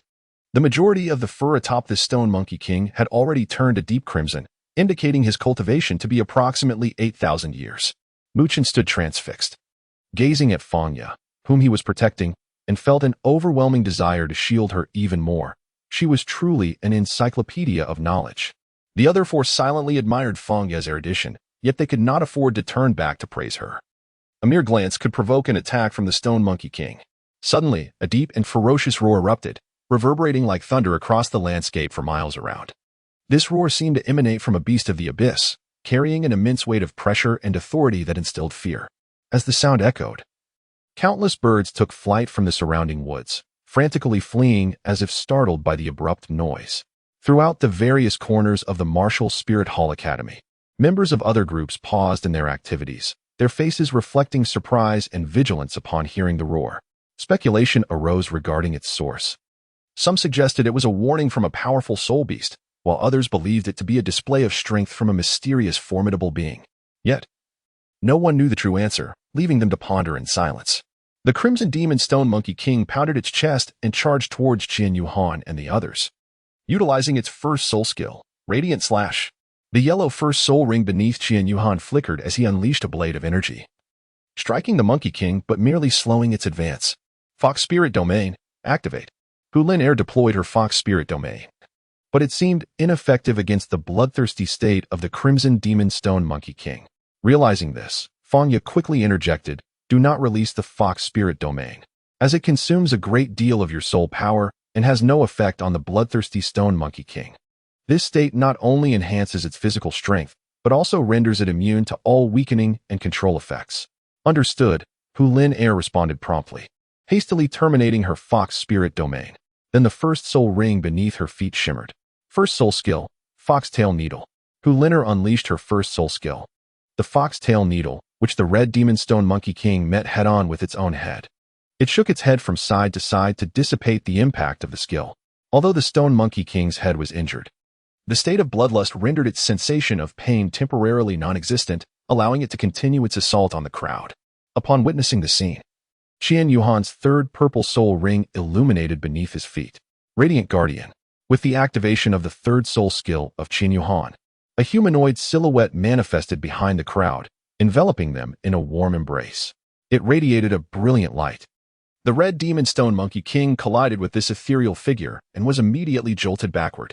Subsequently, his bloodthirsty ability ceased, plunging him into a state of weakness and exhaustion. Coupled with the injuries sustained while in the bloodthirst state, a surge of pain overwhelmed him, causing the beleaguered Stone Monkey King to collapse onto the ground. As Qian Yuhan concluded the release of his skill, Mu Chun, who had been steadfastly protecting Fangya, appeared to be brimming with combat spirit. Having devoted his efforts to safeguarding Fangya, he now felt an irresistible urge to unleash his prowess upon the feeble 8,000-year soul beast. Observing Mu Chun gathering energy to unleash his first soul skill, Qian Yuhan recognized that this strike would undoubtedly deliver a fatal blow to the Stone Monkey King. As Qian Yuhan was about to urge Mu Chun to cease, the golden crocodile's tail had already been unleashed. Alas, this third brother, the Stone Monkey King, lying there, seemed to sense the impending doom and closed its eyes, resigning itself to fate. With its eyes shut, an abyss of darkness enveloped it. When suddenly a radiant light pierced through the gloom, followed by a deafening rush of wind that swept past its ears.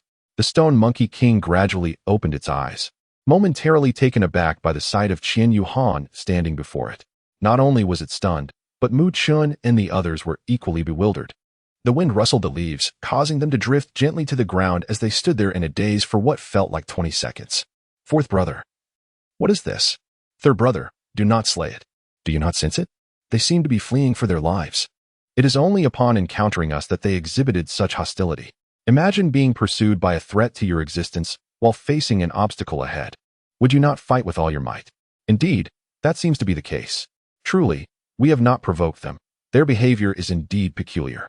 It is known that the red devil stone monkeys, as a pack-oriented spirit beast, are typically quite docile. I too am perplexed as to why they are acting so unusually. Qian Yuhan observed that the crowd seemed to comprehend his actions. He turned and crouched down to address the Stone Monkey King, inquiring, "Is there something pursuing you?" The Stone Monkey King nodded in affirmation. This 8,000-year-old soul beast had indeed awakened its intelligence, capable of understanding human speech. The Stone Monkey King weakly gestured toward Qian Yuhan and his companions. "Us? What is the matter with us?" The Stone Monkey King shook his head. "Is it a soul master? Are soul masters chasing you?" Qian Yuhan immediately grasped the situation. The Stone Monkey King nodded again, confirming his response. "You should leave now and ensure the safety of your kin. I understand the actions you have taken in your desperate bid for survival. Go on," Qian Yuhan concluded, retrieving a vial of healing elixirs from the golden bracelet of the cold-hearted dragon god. He offered one to the Stone Monkey King, stating, "This is a healing elixir. The injuries you have sustained are merely superficial. Consuming this will allow you to recover swiftly." The Stone Monkey King hesitated momentarily, but ultimately resolved to ingest the elixir. Qian Yuhan. Hesitation is a natural response. Who can ascertain whether this elixir harbors any toxicity? Upon consuming it, the Stone Monkey King swiftly discerned that his wounds were mending at an astonishing pace, instantly filled with joy. Such is the nature of the primate spirit beasts.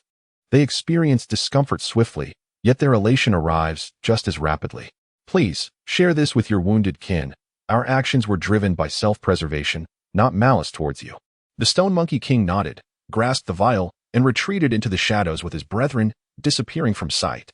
"Let us proceed," Qian Yuhan addressed the other five. Mu Chen had clearly observed the appearance of the elixir moments ago, casting a glance at Fang Ye. Fang Ye seemed to have discerned the nature of the elixir as well and, meeting Mu Chen's inquiring gaze, nodded in affirmation. Mu Chen turned to Qian Yuhan, swallowing an imaginary lump in his throat, and asked, "Fourth brother, could it be that your elixir is a supreme Xianling pill?" Chapter 40. Fierce Battle with the Venomous Scorpion King, Part 1. Qian Yuhan was momentarily taken aback, not anticipating that her seemingly casual action would be discerned by Mu Chun. Qian Yuhan pondered for a moment and realized that Mu Chun, being the son of Uncle Genie, must have some familiarity with such elixirs. What nonsense, it must be a mistake. They are merely ordinary pills. Qian Yuhan attempted to gloss over the matter, reminiscent of the time when his soul ring almost revealed itself. However, Mu Chun was not so easily deceived. He shook his head and asserted, "It is impossible to misidentify. That is undoubtedly a Xianling Dan, and its quality is certainly not low. I have encountered the fragrance of a top-tier Xianling Dan before, and the aroma that wafted from that bottle when you opened it is identical to the one I experienced previously." Mu Chun fixed his gaze intently on Qian Yuhan, who remained composed and continued, "Very well, this item was fortuitously acquired by my father." Qian Yuhan inwardly lamented that he truly deserved an Oscar for his exceptional acting skills. He could tell a lie without a hint of shame or trepidation. Was it merely a stroke of luck? Was it just given away so easily? Am I not aware of its true value? Otherwise, would I have bestowed it upon a soul beast? Qian Yuhan feigned a look of deep regret, as if he had genuinely lost something precious. "Fourth brother, your actions were exceedingly rash, far too impulsive. Each of these supreme Xianling pills is a priceless treasure, rare beyond measure." With a sigh, Tangshan approached and gently patted the sympathetic Mu Chun on the back, saying fourth brother did what was right. "We must not be like some soul masters who are merciless and bloodthirsty. The Stone Monkey Prince's descendants have suffered greatly, and I see no fault in what fourth did." "But that is," Mu Chun began, but was interrupted by Qian Yuhan, who raised his hand and said, "Third brother, I appreciate your good intentions, But the deed is done, let it be. I shall be more vigilant next time. Indeed. Next time Qian Yuhan would certainly exercise caution and refrain from so ostentatiously displaying the items he had acquired from Qian Mo. By the way, where is Lin Er? Qian Yuhan looked up, but did not see who Lin Er, so he inquired among the crowd. Fang Ye replied. Lin Er mentioned she was thirsty. Upon hearing the sound of a nearby stream, she went over to fetch some water to drink. She asked us to wait for her. Qian Yuhan nodded slightly. By the stream, Hu Liner gazed coldly at Dai Shengxi and said, "What more do you want? Do not overstep your bounds, I warn you." Indeed. The enigmatic figure Hu Lino had encountered in the cafeteria was none other than Dai Shengxi. "Heh, Hu Liner, you dare to speak to me in such a manner? Do you believe that Qian Yuhan, that fool, can shield you? Or perhaps you think Qian Yuhan can rescue your family from peril? You scoundrel." Faced with Dai Shengxi's aggressive retort, Hu Liner momentarily lost her words, yet she still managed to curse. "Ha ha ha, it seems you have genuinely developed feelings for him. Quite amusing. I warn you, this is the last time I will assist you. You must immediately fulfill the promises we made to each other, or else." "Liner, you dare to threaten me? Do not forget who provided the funds for your family's recent financial troubles. This will be the final time. Once the task is accomplished, we shall part ways. For now, you need only." Dai Shengxi leaned closer to Hu Liner, whispering something in her ear. Upon hearing it, Hu Liner was taken aback, exclaiming, "You are mad. Do you wish for Yuhan's life?" "Absolutely not. You just stated that this is your last request for my help. I expect you to honor that, for I cannot abide by your fickleness." Dai Shengxi gazed at Hu Liner with a sly grin. "You." Hu Liner was momentarily speechless. After a few seconds, she sighed and replied, "Fine, I will agree. But let it be clear that I will only lead you to the edge." Her mind raced as she pondered how to assist Qian Yuhan in evading this crisis. With no immediate ideas, she decided to placate Dai Shengxi to prevent any rash actions on his part. Jia, very well then." Dai Shengxi chuckled softly as he walked past Hu Liner, playfully slapping her backside as he did. Fuming, Hu Liner glared at the retreating figure of Dai Shengxi. "That scoundrel. I will surely make him pay," she muttered under her breath. Their conversation by the stream was overheard clearly by someone hiding in a nearby thicket. "Hee. This sound-absorbing device is quite effective. Hu Liner, Dai Shengxi, Lu Lao, I appreciate your cooperation." An elder clad in a deep blue robe nodded in understanding of the woman's intent to discreetly protect someone. "Understood, miss." He then vanished without a trace. "I'm back. Shall we continue? Yuhan, you led us to encounter the red demon stone monkey. This time, let me take the lead." Hu Liner bounced back to the group and addressed them. The remaining 5 nodded in agreement, following Hu Liner deeper into the forest. In the earlier parts, they could still observe some movements of the soul beasts. After walking for 30 minutes, there is now an utter silence around me, a profound stillness enveloping the surroundings. Qian Yuhan surveyed the surroundings, where numerous skeletal remains of soul beasts lay scattered about, shrouded in a thick green mist. "Perhaps we should refrain from proceeding any further. I seem to have lost my way," he suggested. Hu Lino had led the group to a desolate area, devoid of both human presence and soul beasts. "I share your sentiment. This place feels rather eerie," Mu Chen remarked, instinctively inching closer to Fang Ye. Observing Mu Chen's movement, Fang Ye stifled a laugh, thinking to herself, "Mu Chen is rather attentive." Initially harboring a fondness for Mu Chen, her affection deepened during this journey. Just as Tang Xian was about to speak, he noticed a swarm of tiny scorpions swiftly approaching, their sheer numbers evoking an unsettling chill. Fang Ye scrutinized the little scorpions, as if searching her mind for a reference. "They resemble. What are they?" Mu Chen inquired. "They appear to be pincer scorpions. If that is the case, we must hasten our departure. Should they signal back, their king will surely emerge." The pincer scorpion king was known for its formidable combat prowess and potent venom. "Venom? What are we waiting for? Let us flee at once," Mu Chen exclaimed, attempting to pull Fang Ye back along their original path. "It may already be too late," Tang Xian warned as he sensed a disturbance behind them. He quickly turned to see a colossal scorpion looming 100 meters away, its massive form and fearsome pincers instilling dread. This creature stood there like a small mountain, exuding a suffocating aura. Its presence effectively sealed off their escape route, forming an insurmountable barrier. A wave of despair washed over Tang Xian as he realized he and his companions were ensnared in a dire predicament. Faced with such a formidable foe, their chances of escape dwindled. Fear began to spread, yet Tang Xian strove to maintain his composure, understanding that panic would only exacerbate the situation. Mu Chen's face turned pale as he trembled and asked, "What should we do?" Tang Chun took a deep breath, attempting to steady himself, and cautiously replied, I am uncertain. But we must devise a strategy to confront this predicament. Chapter 41. Fierce Battle with the Pincer Venom Scorpion King. Part 2. We must remain calm and not succumb to panic, Tang Chun urged, diligently suppressing his inner trepidation. The Pincer Venom Scorpion King was an exceedingly perilous soul beast, possessing a cultivation of 50,000 years. A territory so dangerous that even 100,000-year soul beasts dared not encroach upon it. Fangya glanced around, noting the encroaching emerald green toxic gas. This is dire. It has released a poison barrier, and we are ensnared, she exclaimed in despair, addressing the group ahead. What shall we do now? The venomous Scorpion King blocks our retreat. And before us lies its lair, which we cannot possibly enter. Mu Chen's face was etched with despair, as he never anticipated that under the guidance of the campus bell, he would successfully infiltrate the den of danger. Hu Liner, equally grim-faced, silently cursed, Damn you, Daishenshi. You must have foreseen this outcome. Which is why you agreed to my plan of merely bringing us to the outskirts of this lair. You scoundrel, with a countenance full of regret. Hu Liner addressed the group, saying, I am truly sorry, I sincerely apologize. Qian Yuhan, Tang Xian, and Tang Chun spoke almost in unison.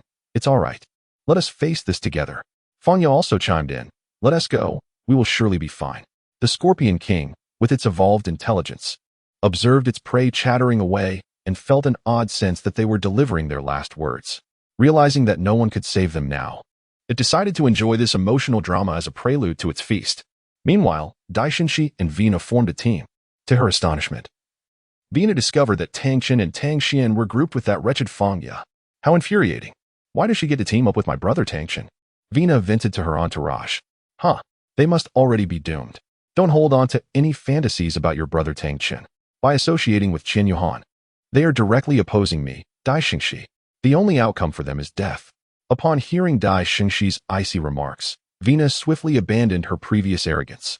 She approached Dai Xingxi, wrapping her arm around his with a charming demeanor, and exclaimed, I'm not thinking about Tang Chun at all. Anyone opposing Brother Xingxi must be out of their minds. In my heart, Brother Xingxi is the best, handsome, and powerful. Dai Xingxi, pleased by Vina's flattery, felt a swell of pride. He lifted her chin with his free hand and kissed her passionately, disregarding the presence of her little followers. The kiss was intense, and as they parted, Dai Xingxi asked, What were you saying about Fangya? What happened to her? Breathless from the fervent kiss, Vina replied, I heard she teamed up with Qian Yuhan and the others. Is that a problem? Dai Xingxi's expression shifted, his mind racing. Oh no. How could she be with that scoundrel Qian Yuhan? When we entered the sunset forest, I saw that man guarding a girl resembling Fangya and thought nothing of it. But now, this is bad news. Clearing his throat, he added, I believe we only need to intimidate them. We don't need to take their lives. Let us inform the teachers. If something truly dire occurs, our families won't be able to protect us. Dai Xingxi urged, hastily pulling Vina toward the teacher's encampment, unaware of the ominous expression clouding Vina's face. Returning to Qian Yuhan and the others, he resolved, We have no choice but to fight with all we have and await the teacher's rescue. By the way, let us make some noise. It will make it easier for others to find us. Qian Yuhan addressed the remaining 5 with determination. Qian Yuhan gracefully swept his right hand above the cold-hearted dragon god gold bracelet on his left wrist, holding a vial that he extended towards Fangya. This elixir was fortuitously acquired by my father from the battlefield beyond the realm. Consuming one will grant you immunity to the harm inflicted by toxic gases for half an hour. He then distributed 2 vials to each of the remaining 5 individuals. Observing Fangya, he cautioned, those small scorpions lack offensive capabilities, yet you must still exercise caution to avoid their stings. Take care to dodge them from the side. Fangya nodded, understanding that with her current strength, she could hardly offer substantial assistance to them. Not becoming a burden was the greatest help she could provide. Mu Chun gazed at the elixirs in his hand, then glanced at Qian Yuhan, who was earnestly advising Fangya, and thought to himself, This 4th brother is quite remarkable, to possess so many heavenly dragon detoxifying pills. After Qian Yuhan finished his instructions to Fangya, the 6 of them simultaneously consumed the heavenly dragon detox pill.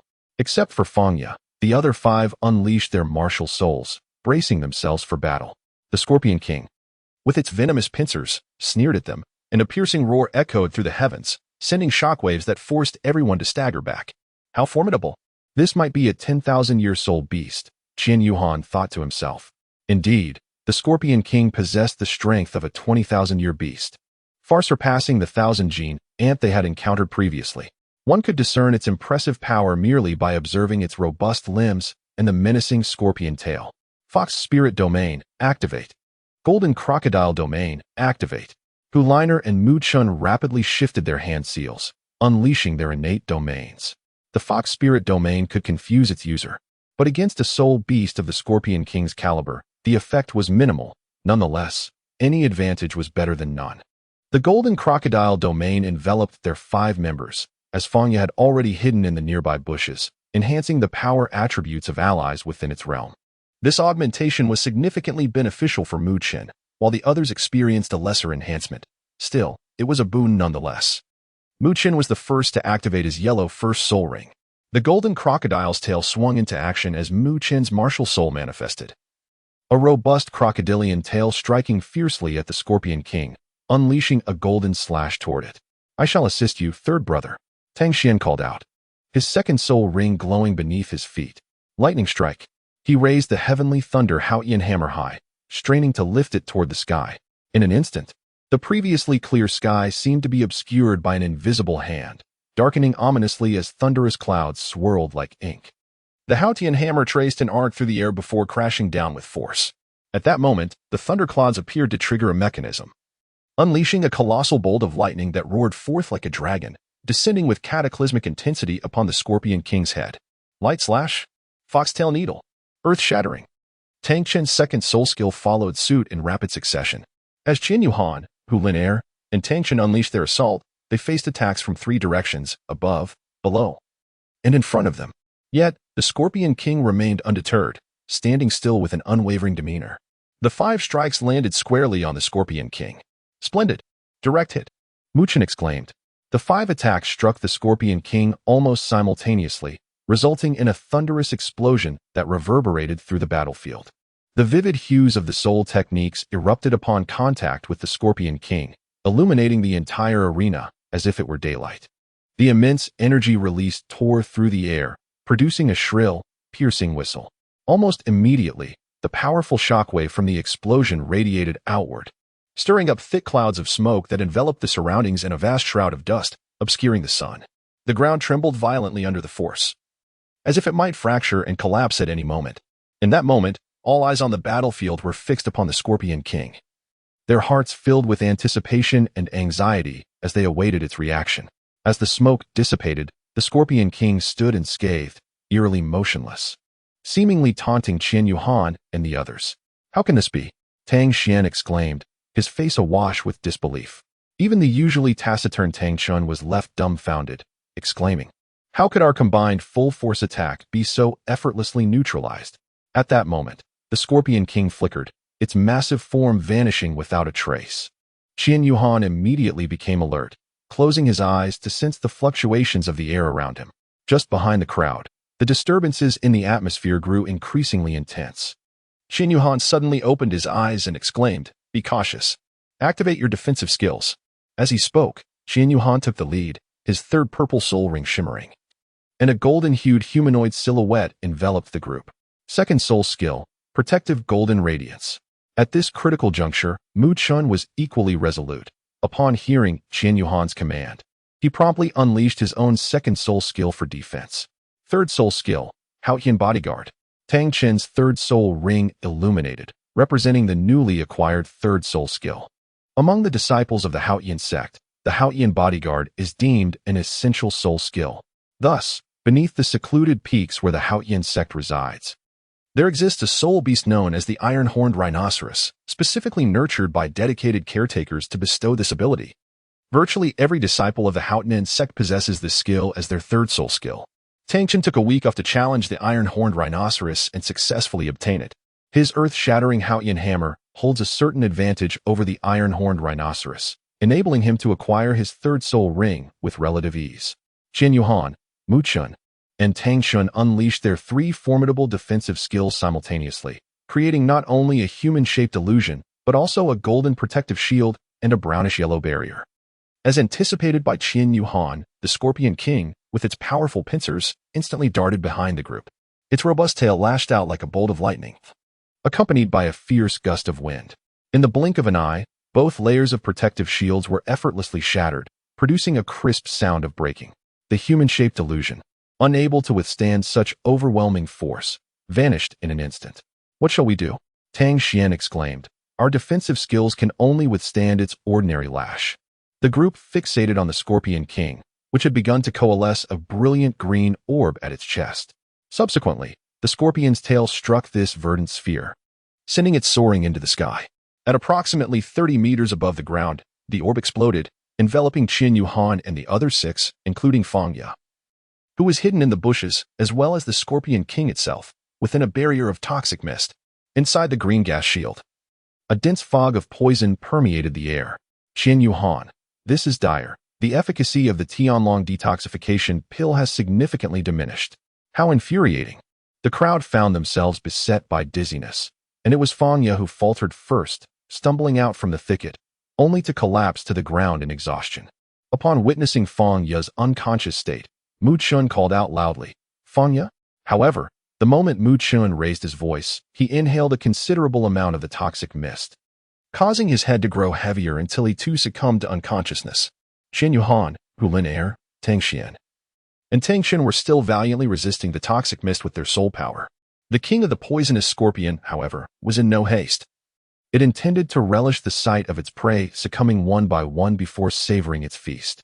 This poisonous fog had been deliberately conjured to ensure its solitary enjoyment of the delicacy, as its minions could not penetrate the toxic barrier. Tang Xian and Tang Chen soon fell unconscious, and Hu Lin Er began to feel the onset of dizziness. Qin Yuhan realized that this could not continue and that the toxic barrier must be shattered swiftly. Rising to his feet, he summoned his external soul bone, the Radiant Wings. The brilliance emanating from the Radiant Wings exerted a restraining influence over the toxic mist as the barrier was formed of vapor. Thus, the light dispelled a considerable amount of fog, rendering the toxic shield somewhat translucent. The king of the poisonous scorpion gazed at the luminescent insect soaring above, its light blindingly brilliant. "This light is utterly annoying. Perish, wretched insect," thought the king of the poisonous scorpion, and with an explosive leap, it unleashed a powerful strike of its massive scorpion tail, sending a verdant slash hurtling directly towards Qin Yuhan. In Qian Yu's cold grasp lies the radiant divine sword.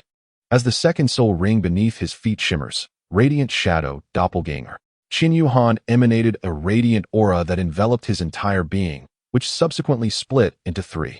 The onslaught of the venomous Scorpion King struck this luminous sphere without causing an explosion. Instead, it pierced through the brilliance and soared skyward. Qin Yuhan skillfully exploited the brief moment of ethereal existence during the casting phase of his second soul skill, the Radiant Shadow Clone, to evade the impending attack. Subsequently, 3 beams of radiant slash were unleashed towards the Scorpion King, which had just returned to the ground. Much like before, the Scorpion King remained utterly unperturbed, showing no signs of being affected. Qin Yuhan was at a loss on how to breach the defenses of the clawed Scorpion King, resorting to unleashing a radiant strike from the sky to prevent the creature from mounting a ferocious assault. On the ground, Hu Lin Er could no longer endure and succumbed to unconsciousness. "Lin Er," Qin Yuhan exclaimed in distress upon witnessing Hu Lin Er collapse. Seizing the moment of vulnerability, the clawed Scorpion King executed a sweeping attack with its stinger, sending Qin Yuhan and his 2 doppelgangers hurtling through the air. A mouthful of blood erupted from Qin Yuhan as he uncontrollably glided through the sky, only beginning to descend after being launched a great distance. Fortunately, a branch broke his fall, leaving him suspended and unconscious. In the trees, numerous serpent-like soul beasts lurked, including a century-old phoenix-tail coxcomb snake that eyed the unconscious Qin Yuhan with intent, only to be startled into retreat by a raucous troop of monkeys. The clawed Scorpion King, having sent Qin Yuhan flying, felt a pang of frustration. After all, it had inadvertently cast away its meal, a sentiment no creature would relish. With only 6 individuals present, insufficient to fill its maw, the loss was keenly felt. As the clawed Scorpion King approached the fallen group, a sudden ice dome materialized overhead, swiftly descending to entrap the beast. The Scorpion King collided with the barrier, staggering from the impact. It then unleashed its prideful hooks upon the imprisoning ice dome. After approximately a minute of relentless assault, the dome shattered, but due to its thickness, the creature could not discern who had orchestrated this torment. Once free, It scanned its surroundings and beheld an elderly figure clad in deep blue robes standing directly before it. Another woman was busily relocating its food, seemingly oblivious to its presence. These two were Ouyang Luoxue and the elder Lu, tasked with her protection from the ice god sect. Ouyang Luoxue gathered Huliner, Tang Xian, Tang Chun, Mu Chun, and Fangya, placing them together, yet Qian Yuhan was notably absent. Upon their arrival, they witnessed the Scorpion King preparing to strike. And with a mere glance from Ouyang Luoxue, Lu understood her intent and intervened to halt the beast. Ouyang Luoxue focused on the rescue. He is missing, she called out to Lu. Lu waved his right hand, ensnaring the Scorpion King once more within an ice dome. The clawed Scorpion King growled in frustration. What on earth? Miss, who is missing? Lu pondered how one could simply vanish. Lu, we must first escort them back to their teacher's encampment. One of their number is unaccounted for, and he may be in peril. After returning them, we must search for him. Ouyang Luoxue urged Lu with urgency. Very well, Mississippi. They are poisoned. We must hasten to deliver them to their teacher for treatment. After speaking, old Lu waved his hand, and all present vanished into thin air. Upon shattering the icy barrier, the venomous Scorpion King found itself alone in the desolate expanse. The venomous Scorpion King. Chapter 43. A Spring of Duality, the Eyes of Ice and Fire. Dai Xingxi and Vina finally returned to the teacher's quarters. Teacher, something terrible has happened. We just saw a squad from Class 1 heading towards the territory of the venomous Scorpion King. Upon hearing this, the head teacher of Class 1, Zhou Yu, dropped the cup she was holding, exclaiming, What did you say? Which team was it? It seems to be Qian Yuhan and his group, they replied. The venomous Scorpion King, as I recall, is the sole one residing in the Sunset Forest, and it has nearly 50,000 years of cultivation. This is dire. Director Han. We must rush to their aid immediately. Zhou Yu said anxiously to Director Han. Yes, let us set off at once. We will go together. Han Shui responded without hesitation. Fully aware of the gravity of the situation, she quickly grabbed Zhou Yu, and they made haste towards the venomous Scorpion King's domain. A dragon's roar echoed through the air, reverberating loudly. Han Shui and the others looked up to see an ice dragon spiraling above before it descended upon the clearing in front of them. Upon the dragon's back stood an elderly man and a young girl, along with 5 children clad in the attire of the Spirit Hall Academy, who lay unconscious atop the dragon's spine. Old Lu, accompanied by Ouyang Luoxue and the 5 poisoned individuals, appeared before them. Is that Liner? She was in the same team as Yuhan. They've been rescued. They're safe. Old Lu transferred the 5 individuals from the dragon's back to the ground before Han Shui and the others, saying, Cough, fortunately. We happened to pass by and were able to intervene. However, they are deeply poisoned and require immediate treatment. Delaying further could leave lasting repercussions. By the way, this girl has a particularly low soul power, and the toxin she inhaled is significant. We must act swiftly, otherwise, her life may be at risk. Old Lu stroked his white beard, pointing at Fangya. Thank you, esteemed sir, for your life-saving assistance. We are deeply grateful, Zhou Yu said. But sir, when you rescued them, were there only 5? There should have been 6 in their team. Shouldn't he there? Ouyang Luoxue interjected. I don't know. When we arrived, only these 5 were present. That missing individual. Ouyang Luoxue felt a pang of sorrow. She had come with the hope of reuniting with Qian Yuhan. Yet he was not among them. Perhaps he had already fallen prey to the venomous Scorpion King. I will take them back to Spirit City for healing. Zhou Yu, please enlist 2 head teachers from other classes to accompany you in search of Qian Yuhan, while the remaining teachers will stay to guard the base. Han Shui swiftly made arrangements and, once everything was in order, summoned a soul-guided airship within the forest, transporting the 5 unconscious individuals directly back to Spirit City. Dai Xingxi gazed at the returning 5, secretly exhaling a sigh of relief, thinking to herself, fortunately, she is unharmed. Ha ha ha, splendid. That fool Qian Yuhan is likely dead. And it brings me great joy. Ah ha ha ha. The emotions of Dai Xingxi were vividly etched upon her face, and beside her, Ouyang Luoxue, upon witnessing Dai Xingxi's grotesque expression, could only surmise the malicious thoughts swirling in her mind. Ouyang Luoxue, having exchanged letters with Qian Yuhan, was well aware of Dai Xingxi's persistent provocation towards him, stemming from a minor conflict during the school registration, which she relentlessly pursued. Thus, Ouyang Luoxue harbored not a shred of fondness for Dai Xingxi. Just moments ago, Dai Xingxi's impassioned report seemed to suggest that she was responsible for preventing Qian Yuhan and the others from facing peril. as if they had narrowly escaped disaster due to her efforts. Her performance before the teacher was laden with feigned sincerity as she repeatedly spoke of camaraderie. Ouyang Luoxua let out a cold laugh. Humph, should I encounter this individual again, I must certainly show her a thing or two. She is utterly repulsive. Meanwhile, Qian Yuhan, having been struck and flung against a tree, found himself on the verge of being devoured by a phoenix-tailed coxcomb snake. Fortunately, a band of monkeys frightened the snake away. One particularly large monkey, alternating its grip between its left and right hands, swung from branch to branch until it reached the very tree where Qian Yuhan hung. This large monkey was none other than the Crimson Magic Stone Monkey King, whom Qian Yuhan had previously spared. Upon seeing Qian Yuhan dangling from the tree, blood trickling from his mouth, the monkey realized he was gravely injured. Having once been saved by Qian Yuhan, the monkey now returned to repay the favor. It mimicked human behavior by uncorking the bottle of Xianling pills that Qian Yuhan had previously given it, pouring out a single pill and placing it into Qian Yuhan's mouth. Qian Yuhan possessed little in the way of masticatory ability, thus he could only allow the Xianling Dan to dissolve within his mouth, absorbing its medicinal effects. Qian Yuhan's injuries visibly healed, and after a short while, he slowly opened his eyes. To his surprise, he found himself hanging from a tree. With a slight twist and turn, he managed to break the branch and fell to the ground, gazing up at the Red Demon Stone Monkey King perched above. Along with the vial of elixir it held in its grasp, Qian Yuhan instantly realized that it was this very creature that had rescued him. Qian Yuhan nodded towards the Crimson Demon Stone Monkey King, flashing a smile as he produced a vial of Xianling Dan, beckoning the Monkey King to descend. The Crimson Demon Stone Monkey King, gazing at the identical vial, recognized it to be of the same essence as the one in his grasp. This is for you. In gratitude for saving my life, he offered. The Monkey King waved his hand dismissively. Do not refuse. Having saved my life, I must repay you.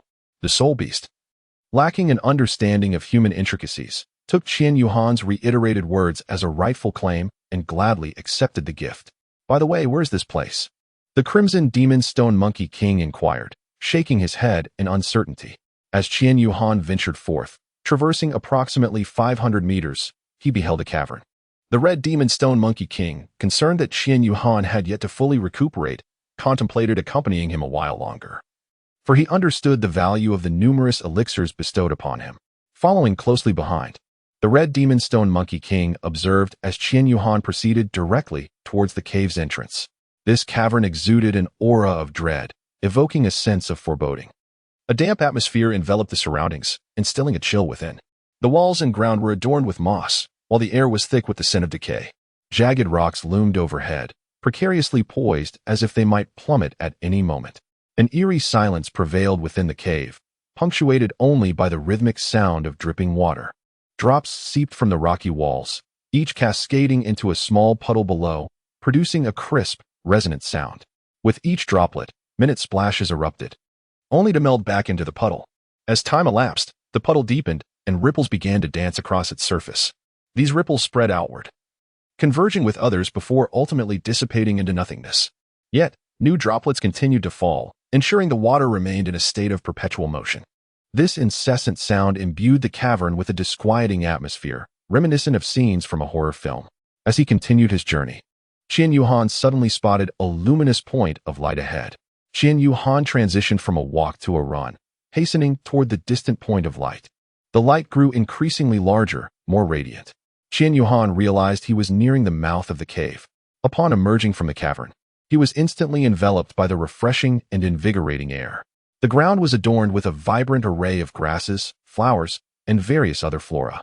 A seemingly naturally formed dirt path connected the cave entrance, as if welcoming visitors. This entrance was nestled among the steep cliffs of the surrounding area. And Qian Yuhan followed the winding path ahead, descending along the precipice. Qian Yuhan glanced sideways and was immediately taken aback, his eyes widening in disbelief. One spring gives rise to two forms. Could this truly be the Eye of Ice and Fire? How did I stumble upon this place by mere chance? I apologize, my friends. I was out all day this Saturday and am utterly exhausted, having just arrived home. I hasten to provide you with a new chapter as an apology. Please consider this Saturday as a sick leave. I earnestly seek your forgiveness. There will be another chapter on Sunday, but I must first take a moment to rest. Farewell for now. Chapter 44. Yuhan tastes the celestial herb Qian Yuhan. Goodness, Could I truly be the chosen one? Have I stumbled upon this directly? Was it not stated in the original text that a rather mediocre titled Douluo was stationed here? Yet, there is none. I have simply entered. With a heart full of excitement, suppressing my trembling hands, Qian Yuhan slowly approached the Eye of Ice and Fire. Mirar, it's so cold, Qian Yuhan remarked. Indeed, he stood by the chilling waters of the cold extreme ice spring. He gazed quietly at the scene before him, a wave of awe surging within his heart. Behind him, the red demon stone monkey king began to tremble as well. Even with its formidable physique, it could not withstand the frigid aura emanating from the cold extreme ice spring. Qian Yuhan felt that bone-chilling cold, as if it could penetrate his very soul. What an extraordinary cold extreme ice spring! Qian Yuhan exclaimed. The air above, with its lowering temperature, was enough to make one shiver uncontrollably. Should he fall into it? He could scarcely imagine the consequences, fearing he might instantly freeze into a solid block of ice. With such thoughts, Qian Yuhan quickly retreated. The red demon stone monkey king, being quite astute, sensed the chill and promptly distanced itself to a far-off place. Qian Yuhan focused her gaze and beheld. At the very center of the frigid ice spring, an object emanating a soft azure glow. It resembled a resplendent pearl, gracefully suspended amidst the icy waters, with the surrounding chill seemingly swirling around it in a delicate dance. Qian Yu murmured to himself, surely, that must be the octagonal ice grass. It is a treasure born from the ethereal energies of heaven and earth within the cold extreme ice spring. His voice resonated with awe and yearning. The octagonal ice grass is a rare marvel of the world, said to flourish only in places of extreme cold and abundant spiritual energy. The cold extreme ice spring before him is undoubtedly the perfect environment for nurturing the octagonal ice grass. While the interior of the far north possesses a suitable temperature, it is incapable of sustaining plant life. The outer regions, however, lack the necessary chill. It is precisely this cold extreme ice spring that can sustain such growth. As Qian Yuhan pondered, the crimson demon stone monkey king had already approached the red spring. The blue spring was far too frigid, and observing the inviting warmth of the red spring, it resolutely set forth in that direction. However, with each step, an unsettling sensation began to envelop it. As the surrounding temperature escalated rapidly, upon advancing yet another step, the ground beneath scorched its feet, and it suddenly realized it had unwittingly reached the edge of the red spring. With a startled cry, the crimson demon stone monkey king instinctively retracted its foot, retreating in a series of frantic hops. Qian Yuhan heard the anguished cry of the crimson demon stone monkey king. Turning his head, he beheld a scene both absurd and amusing. With a smile, Qian Yuhan walked toward the clearing where two springs converged, seated himself cross-legged, and remarked, "Come here. This place is suitable for us." The crimson demon stone monkey king seemed to grumble as it approached Qian Yuhan. The spiritual energy in this realm is remarkably abundant, and we are the first to arrive. I have come for the herbs here, and you may cultivate in this space, which will significantly enhance your training speed. Just refrain from touching the spring water and maintain a safe distance, and all will be well. Upon grasping Qian Yuhan's explanation, the crimson demon stone monkey king nodded in understanding. This will henceforth be my vegetable garden. Ha ha ha. You can train here and simultaneously serve as my guardian. A mutually beneficial arrangement. The crimson demon stone monkey king nodded in agreement, evidently having not fully comprehended the initial phrases regarding the vegetable garden and guardian. However, it understood the concept of mutual benefit and thus consented. What a gullible creature. No, how delightful. Qian Yuhan chuckled. The crimson demon stone monkey king reclined and commenced its cultivation, while Qian Yuhan's activities bore no relevance to its endeavors. Qian Yuhan, hee. Perhaps lying down to cultivate is something that third brother could learn from him. Meanwhile, Mu Chun, who is still fainting aboard the spaceship, I am truly grateful to you. Qian Yuhan sat on the ground, his right hand supporting his chin, pondering how to acquire those two flowers. One was the octagonal frost grass from the cold extreme ice spring, while the other was the fiery apricot blossom from the blazing sun spring. He was uncertain about the current prowess of these flowers. Had it been mentioned in the book? He could not recall. Oh well. Qian Yuhan rose to his feet, conjuring forth the sword of light in his grasp. Qian Yuhan hurled the sword of light towards the frost spring of the cold extreme, its blade slicing through the air like a spinning disc aimed at the octagonal ice grass. The sword of light, undeterred by the biting cold, filled Qian Yuhan's mind with confidence. The spirit of the sword of light proclaimed, I express my gratitude to you, for your presence warms the seasons. With a decisive strike, the Sword of Light severed the octagonal ice grass, and Qian Yuhan summoned it back with a mere gesture. In an instant, the Sword of Light returned, lifting the grass that was on the verge of plummeting into the spring. Thus, the octagonal ice grass floated gracefully above the Sword of Light, slowly being transported to the shore. Qian Yuhan employed the same method to transport the flame fire apricot blossom, bringing the two celestial herbs together. Originally separated by extremes, these two rare plants were now united under Qian Yuhan's influence. How should one partake of them? Qian Yuhan pondered, gazing down at the eight-pointed mysterious ice herb and the flame fire apricot blossom.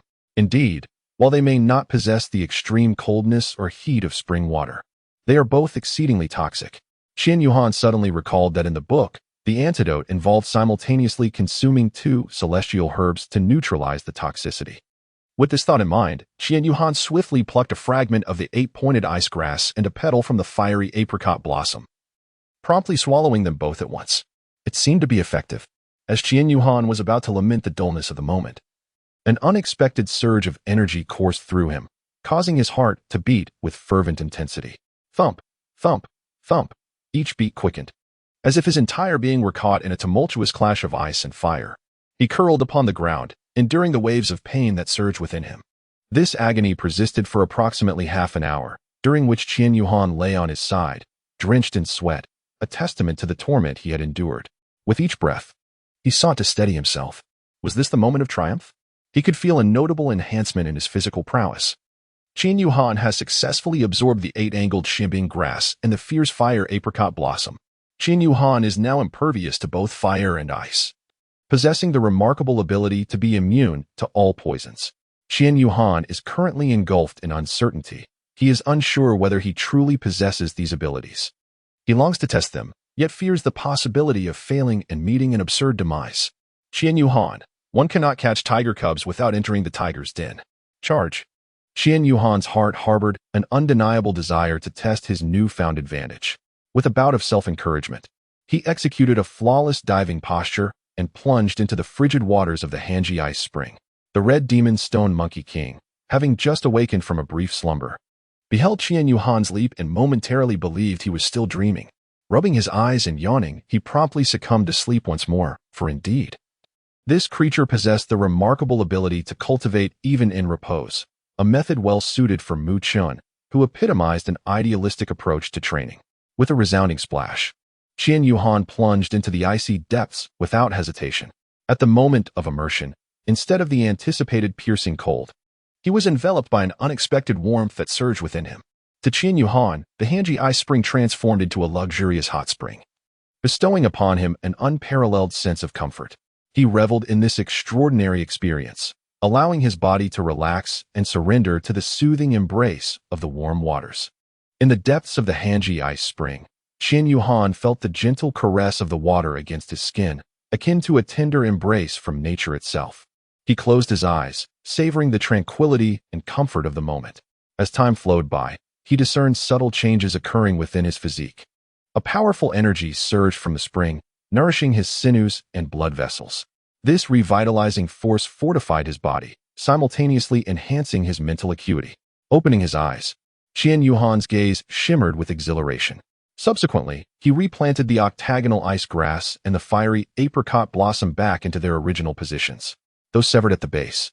As plants are resilient, they could indeed regrow from the stems. Being celestial herbs, their vitality was even more tenacious, ensuring their survival. Grow well. I shall return to check on you in due time, he murmured to the octagonal ice grass and fiery apricot blossom, which seemed to respond with a humble plea for respite. Chapter 45. Audience. With the Pope having replanted the octagonal ice grass and fiery apricot blossom at the Eye of Ice and Fire, Qian Yuhan returned to shore. Rousing the snoozing Red Demon Stone Monkey King. Awaken. Consume this. Both must be taken simultaneously, he instructed. The Red Demon Stone Monkey King, still groggy from slumber, drowsily ingested the octagonal ice grass and fiery apricot blossom that Qian Yuhan had left for him. Instantly, the creature was jolted awake as waves of discomfort coursed through its body. Endure it, Qian Yuhan explained, the pain shall pass, and you will no longer fear the biting cold or searing flames. This spring will become your sanctuary. Upon hearing Qian Yuhan's reassurance, The red demon stone monkey king eased somewhat, but the pangs still compelled it to curl upon the ground. Yet, as a spirit beast, its resilience far surpassed that of any soul master, and within a mere 10 minutes, the torment dissipated. Now, give this spring a try, Qin Yuhan encouraged. The red magic stone monkey king approached the searing hot spring, and this time, it did not scorch its feet. Feeling an effect, it closed its eyes and leaped directly into the water. Subsequently, it floated upon the surface of the scalding spring, moaning softly while its claws grazed the water. Reveling in the comfort, one must remember to never harm the two immortal herbs situated between the springs, nor disturb those on the shore. One may cultivate either on the bank or within the pool itself. Qin Yuhan casually reminded him, genuinely fearing that one day, in a moment of sheer comfort, he might inadvertently bring destruction to this place. From now on, I shall call you Sun Wukong. The Scarlet Demon Stone Monkey King nodded in agreement. Having placed complete trust in Qin Yuhan, call me whatever you wish and command me as you please.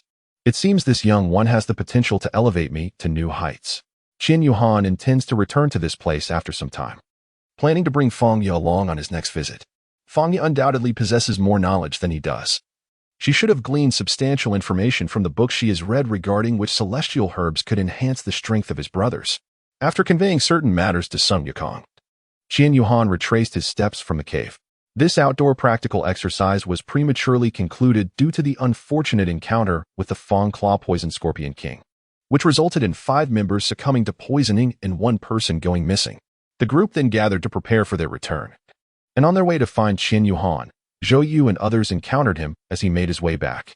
Qin Yuhan provided a brief explanation, yet refrained from mentioning the matter of the ice and fire dual eyes. Zhou Yu accompanied Qin Yuhan aboard their class's soul-guided airship, which took off for their return journey. Meanwhile, Han Shui, who had previously brought back 5 individuals who were poisoned and unconscious to the Wuhuan Palace Academy, had already disembarked from the airship.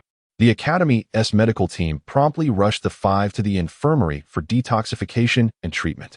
Outside the medical room, several teachers from different grades were engaged in conversation.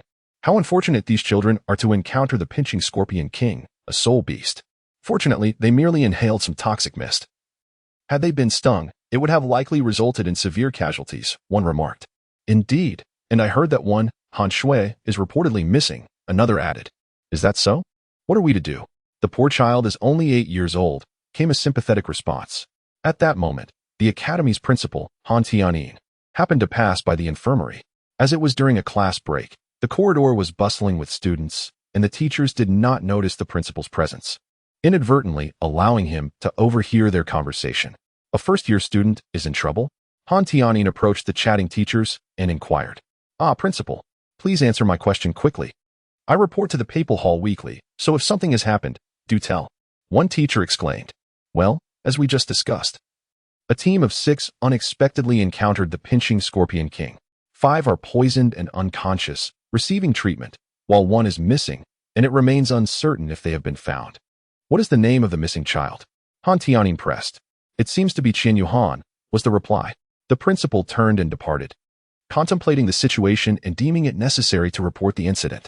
The Wuhuan Palace Academy serves as a crucial branch of the Papal Hall, with the Elder Hall and Awakening Hall as its 2 major imperial capitals. All departments of the Wuhuan Palace are directly managed by the Papal Hall, which holds the greatest authority within the Wuhuan Palace, standing alongside only the Worship Hall. Han Tianyin believed this matter warranted the attention of the Papal Hall. Although he anticipated a reprimand from the Pope, he recognized that this outdoor practical exercise for first-year students was proposed by the Education Department of the Wuhuan Palace and sanctioned by the Papal Hall. Han Tianyin had always found it inappropriate, but lacked the opportunity to propose its cancellation. Now, he saw a fitting occasion. As a titled Douluo, Han Tianyin possessed formidable strength, yet he fell short of being admitted to the Elder Hall, still needing a touch more to reach that esteemed rank. Nevertheless, he enjoyed the favor of Pope Xiaohui, who, despite his absence from the Elder Hall, had granted him an Elder Token. With this token in hand, he approached the Papal Hall to request an audience with the Pope. Normally, gaining access to the Pope would require extensive approvals, but this Elder Token spared Han Tianyin considerable bureaucratic obstacles. Before long, the guard opened the door, signaling that he could enter.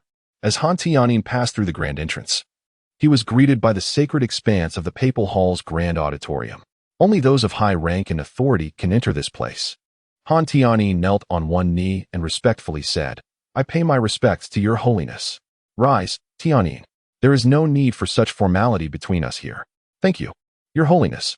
Han Tianyin stood up. Xiao Hui, seated upon the papal throne that symbolized supreme power, inquired, Didn't the morning meeting just conclude? Why have you returned? Your holiness, I have just returned to the academy and learned of a matter that I deem quite serious, so I hurried here to report it to you. What could possibly be so grave? Your holiness, I have hesitated for a long time about this matter. It concerns the outdoor practical training for new students. I have been opposing this initiative since it was proposed by the Ministry of Education. Xiao Hui interjected directly, Tianyin, I know you have consistently opposed this matter, but the majority of the council members have agreed to its implementation, so I cannot say much more. It has been in practice for 5 years without incident.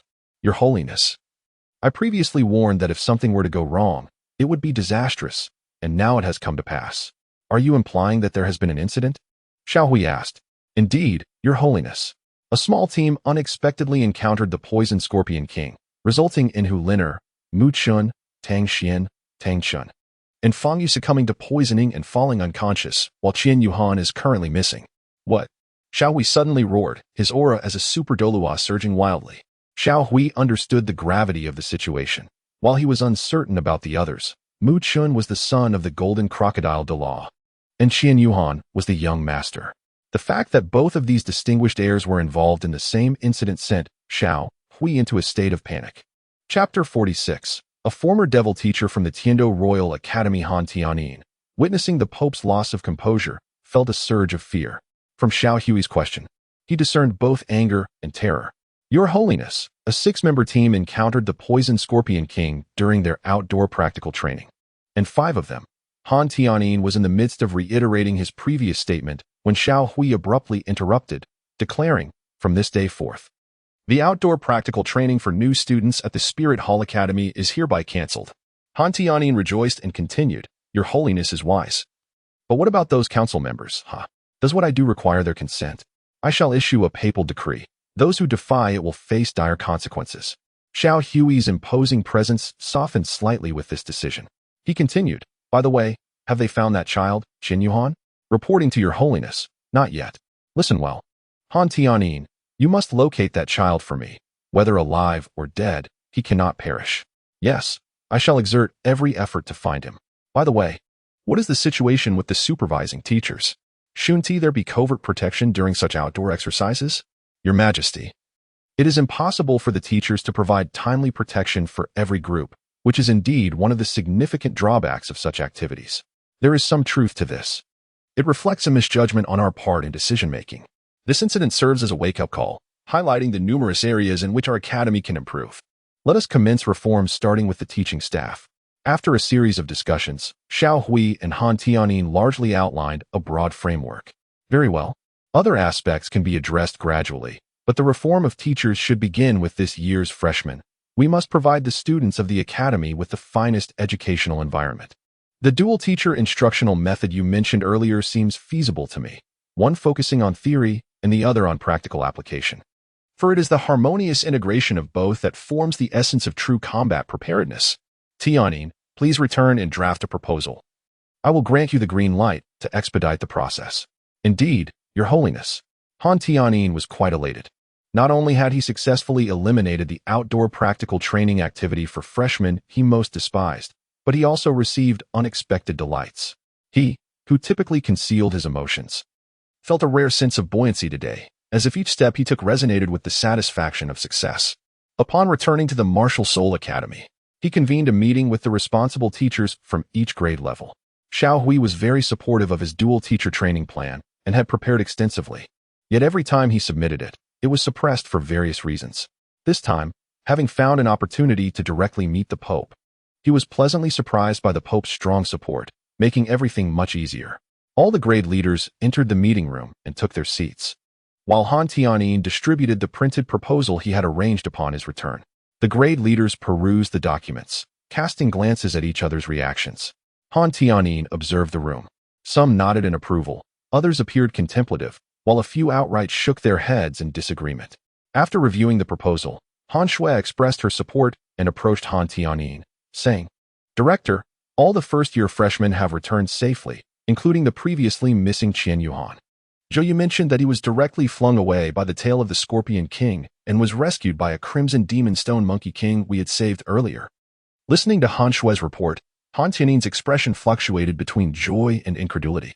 He was delighted that Qian Yuhan had been found safe and sound, yet found it rather absurd that he had been tossed away by a tail and subsequently rescued by a monkey. Clearing his throat, he said, "Thank you, Director Han. I trust you have all reviewed the plan, which has received the Pope's endorsement." Originally, those who held opposing views found it difficult to voice their objections after this statement. The Pope, one of the figures wielding the highest authority in the martial Soul Hall, rendered their dissent irrelevant.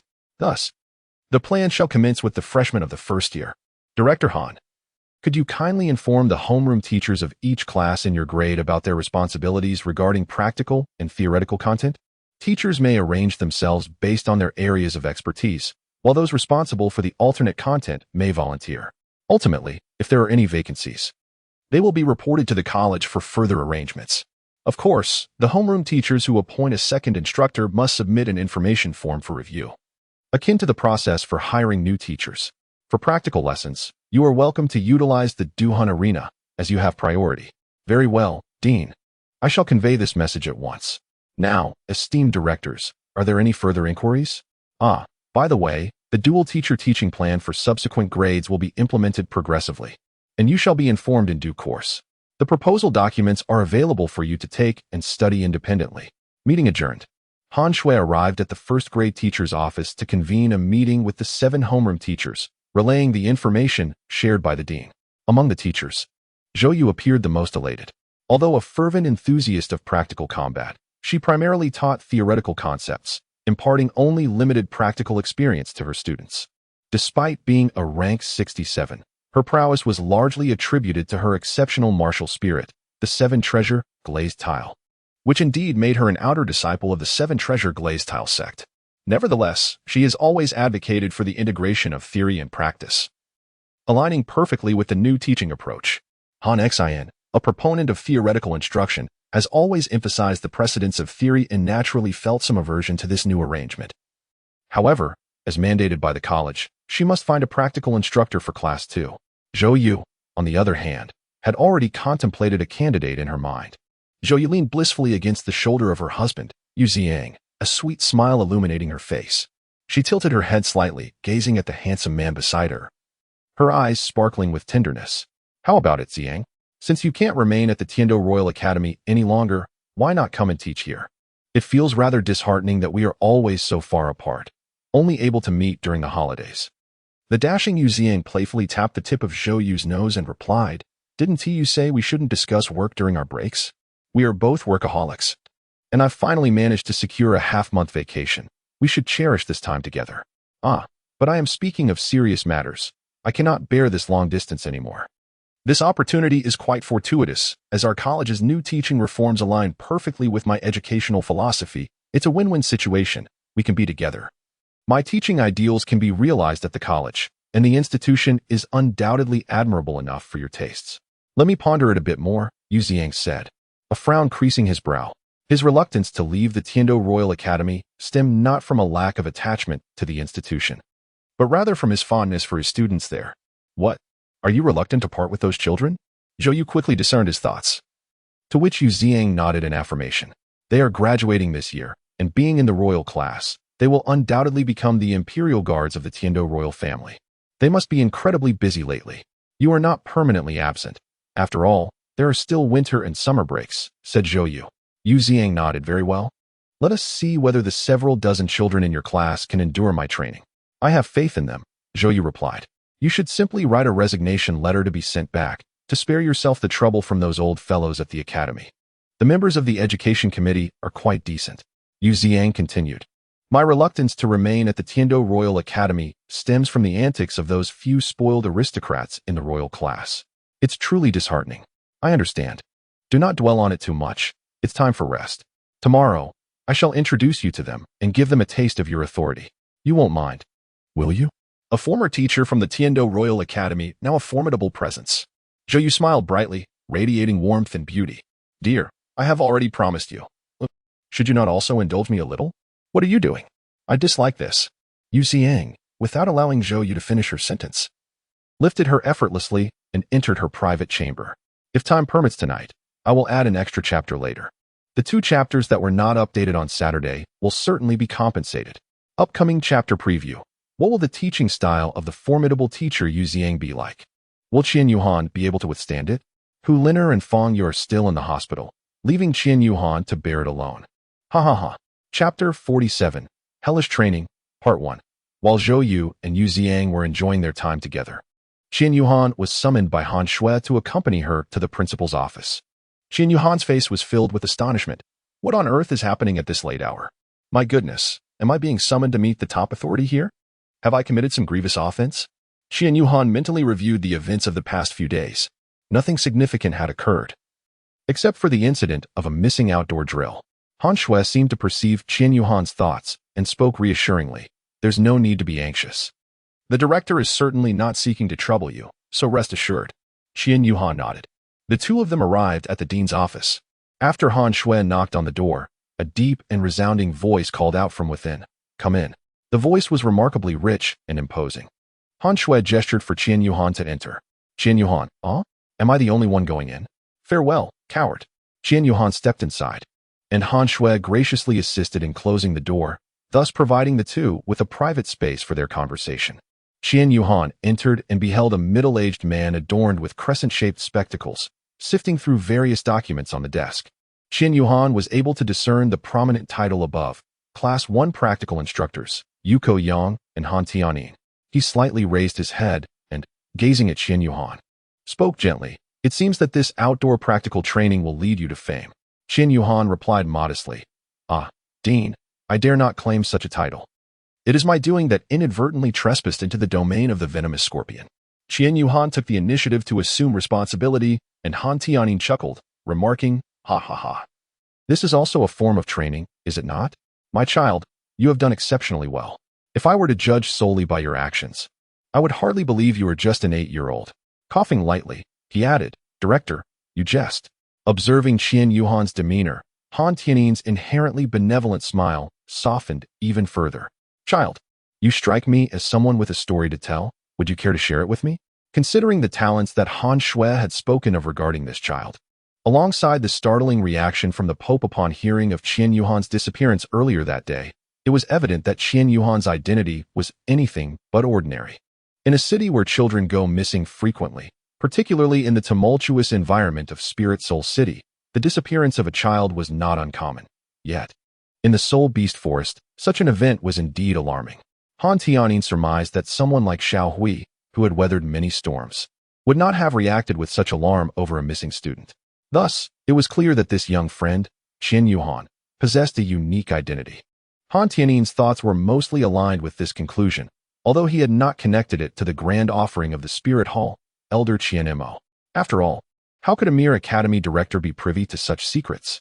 Director, I have lived with my father since childhood, accompanied by a few uncles who would play with me. However, my father has been away on a mysterious mission for quite some time now, and he may very well be dead. Qian Yuhan spoke in a hasty manner. While Han Tianyin gazed into Qian Yuhan's eyes, which were bright and clear, devoid of any wandering glances, thus proving the absence of deceit. Qian Yuhan speaks the truth, and thus he feels a sense of justified peace. His father is indeed Qian Mo, and several of his uncles are the offerings within the temple. Qian Mo has truly ventured out and has not been in contact for a long time. In his eyes, he is as good as deceased. I am sorry for the hardships you have endured, my child. The Dean. May I return to rest as I have an early class tomorrow? Qian Yuhan spoke so candidly that Han Tianyin found himself at a loss for words. Indeed, the hour was late, and it was imperative to ensure the students' quality of sleep, particularly as they were still in their growth years. Qian Yuhan exited the dean's office and nodded towards Director Han before hastily making his way to the dormitory. Upon entering the office, Han Shui inquired, "How is the dean? Does this child have any background?" Han Tianyin shook his head, sighed, and replied, "This child hails from an ordinary family. He is a good boy, humble and courteous, quite commendable." Han Shui chose not to pursue inquiries regarding Qian Yuhan's background any further. Instead, her attention shifted to the report that Zhou Yu had handed to Han Tianyin. "What do you think of Yu Xiang? He graduated from the same class as teacher Han Xian from the Tiando Royal Academy, and upon graduation, he was offered a lucrative position to teach. Zhou Yu encountered him during her in-depth studies at Tiando, and they fell in love. Both of them say that Yu Ziang is a treasure, though his teaching methods are somewhat. Han Tianyin observed the training style section on the document, which described it as strict, severe, with high standards and rigorous demands. This person is intriguing. I have high hopes for him, he chuckled. By the way, Dean, Yu Ziang has his own unique training content and requests that the academy does not interfere with his teaching, Han Shui promptly added. Very well, let us accommodate him. Let us see what transformations this couple can bring about in class. One of the freshmen, he concluded with anticipation. The following day, as was customary, Qian Yuhan had penned a letter detailing his experiences in the setting sun forest, omitting any mention of the ice and fire eyes. He placed the letter into the mailbox during his morning run. Everything seemed routine, yet the solitude of Dormitory 101, with only himself present, felt rather lonely. On his way to class, he found no one to engage in playful banter with, rendering the day even more tedious. The absence of Hu Liner to tease him made the hours drag on without any excitement. Upon arriving at the classroom, Qian Yuhan noticed Zhou Yu standing at the podium alongside a handsome middle-aged man, which piqued his curiosity. However, he dismissed it and took a seat. All right, class, Zhou Yu announced, I would like to introduce a new initiative from the academy, the dual teacher training program. To put it simply, we will have practical and theoretical instructors teaching separately, enhancing our professionalism. This is your new teacher, Mr. Yu. Let us give him a warm welcome. Hello, everyone. I am Yu Ziang, your practical instructor. Yu Ziang presented himself with a cold, emotionless demeanor, his words devoid of sentiment, starkly contrasting with the Yu Ziang of the previous evening. This was the persona he was compelled to maintain as a teacher. This morning will be dedicated to practical lessons, followed by a half session of practical class in the afternoon. Depending on circumstances, if the training assignments given to you are not completed, then the theoretical class will be canceled. And I regret to inform you that you will need to come back to the classroom after dinner for that. His words left the entire class in stunned silence. It appears you are all quite taken aback, so I shall refrain from further ado. Gather at the academy entrance. The students congregated at the entrance of the academy, where the chill of winter was at its peak, and they were ushered outside early in the morning. The wind brought a biting cold reminiscent of the riverside. The temperature difference between day and night is quite pronounced. Although the seasons resemble spring, the days and nights at this time are far from warm. Many individuals are rubbing their hands together for warmth, while others exhale puffs of warm air. Now here are the iron jackets. Each person is to don one and commence running. We shall circle the school, while simultaneously enjoying the picturesque scenery of the campus. This activity will occupy the entire morning, and one must not pause. It is imperative to remember this, for should one falter, the consequences will be quite unpleasant. Iron jackets, you say?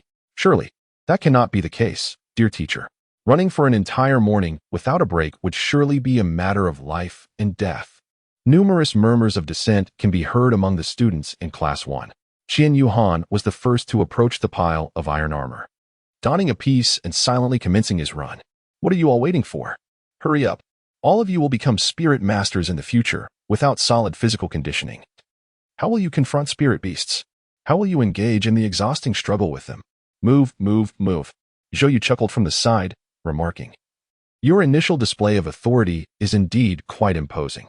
Upon hearing Zhou Yu's praise, Yu Ziang glanced around and, noticing that their classmates had already dispersed, playfully stuck out his tongue and said, what can I say? Once this persona is established, I must maintain it. It's rather exhausting, you know. The morning session will continue tomorrow, as there are still several grueling training tasks yet to be revealed. Anticipate it for tomorrow. The third update is complete, supplementing the Saturday entry. More to come tomorrow. Thank you for the gentle nudges for updates. Chapter 48, Hellish Training, Part 2. Qian Yuhan led the way at the forefront, running swiftly while simultaneously channeling the soul energy within. Qian Yuhan was quite surprised. He had not anticipated that this method of channeling his soul power would allow it to flow more smoothly through his meridians. However, this approach was rather exhausting. He had barely completed a lap when beads of sweat began to form on his forehead, a testament to the sheer size of the Spirit Hall Academy, which occupied nearly 1/5 of Spirit City. For those unfamiliar with the Academy's scale, it might appear from a distance to be an impressively grand palace. After all, it is the premier Soul Master Academy on the entire continent, attracting aspiring young soul masters from all corners of the world. Without a modicum of strength or connections, gaining admission could prove quite challenging. Under Qian Yuhan's inspiration, many in Class 1 persevered through the grueling exercise. Deep down, each student harbored a competitive spirit, driven by the belief that if their peers could succeed, so could they, and perhaps even surpass them. This shared determination kept them from faltering as they observed Qian Yuhan leading the charge ahead. Having witnessed the children complete 2 laps, Yu Ziang felt a swell of pride. "How are these students faring?" he inquired.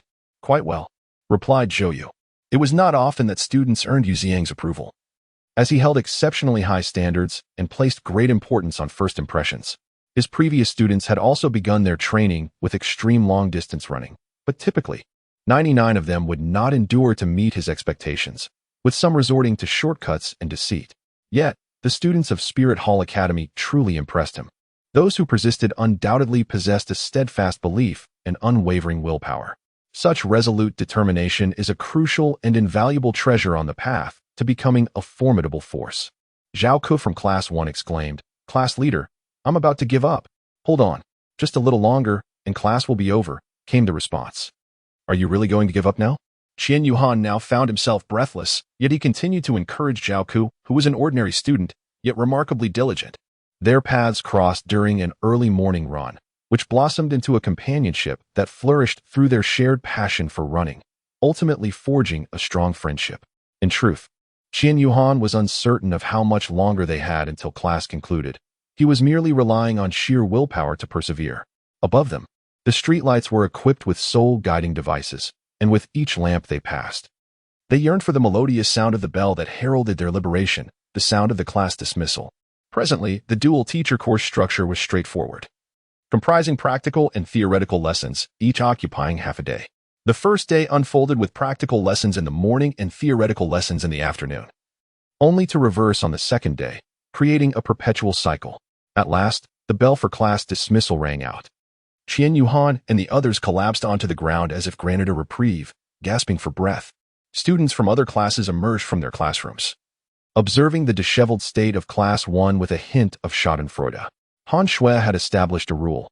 On the first day, odd-numbered classes would have practical lessons in the morning and theoretical lessons in the afternoon, while even-numbered classes would have the reverse. The practical instructor for Class 3 was none other than their homeroom teacher, Ren Lei, who promptly took them to the combat arena for practical demonstrations. Students from Classes 5 and 7 were meeting their practical instructors for the very first time, as their homeroom teachers were theoretical instructors. Naturally, the teachers exchanged pleasantries, allowing those 2 classes to enjoy a much easier session. In stark contrast, the members of Class 1 lay sprawled on the ground, utterly motionless. They were completely exhausted. Even Qian Yuhan was no exception. They had run nearly 6 or 7 laps around the academy, covering a distance of approximately 60 to 70 kilometers, from 8:30 to 12. Over the span of 4.5 hours, they had traversed that daunting distance. Even though they could utilize their spirit power, the inability to rest and replenish it meant they had to rely solely on their physical endurance until class ended, which was quite an impressive feat in itself. Yu Ziang nodded in satisfaction, affirming their effort, yet he continued to speak with an emotionless tone. "Does this teacher have a heart?" one male student wearily inquired. "It's difficult to decipher what mood he might be in and whether he will always maintain this demeanor." Another student chimed in, "Indeed, I feel as though my legs might shatter and my waist feels as if it has aged a decade. I think I just saw him smile." He nodded with a grin. Qian Yuhan remarked. The words of Qian Yuhan struck like thunder on a clear day, causing the crowd to breathe a collective sigh of relief. Qian Yuhan slowly rose to his feet, acutely aware that his body felt as though it were on the brink of collapse.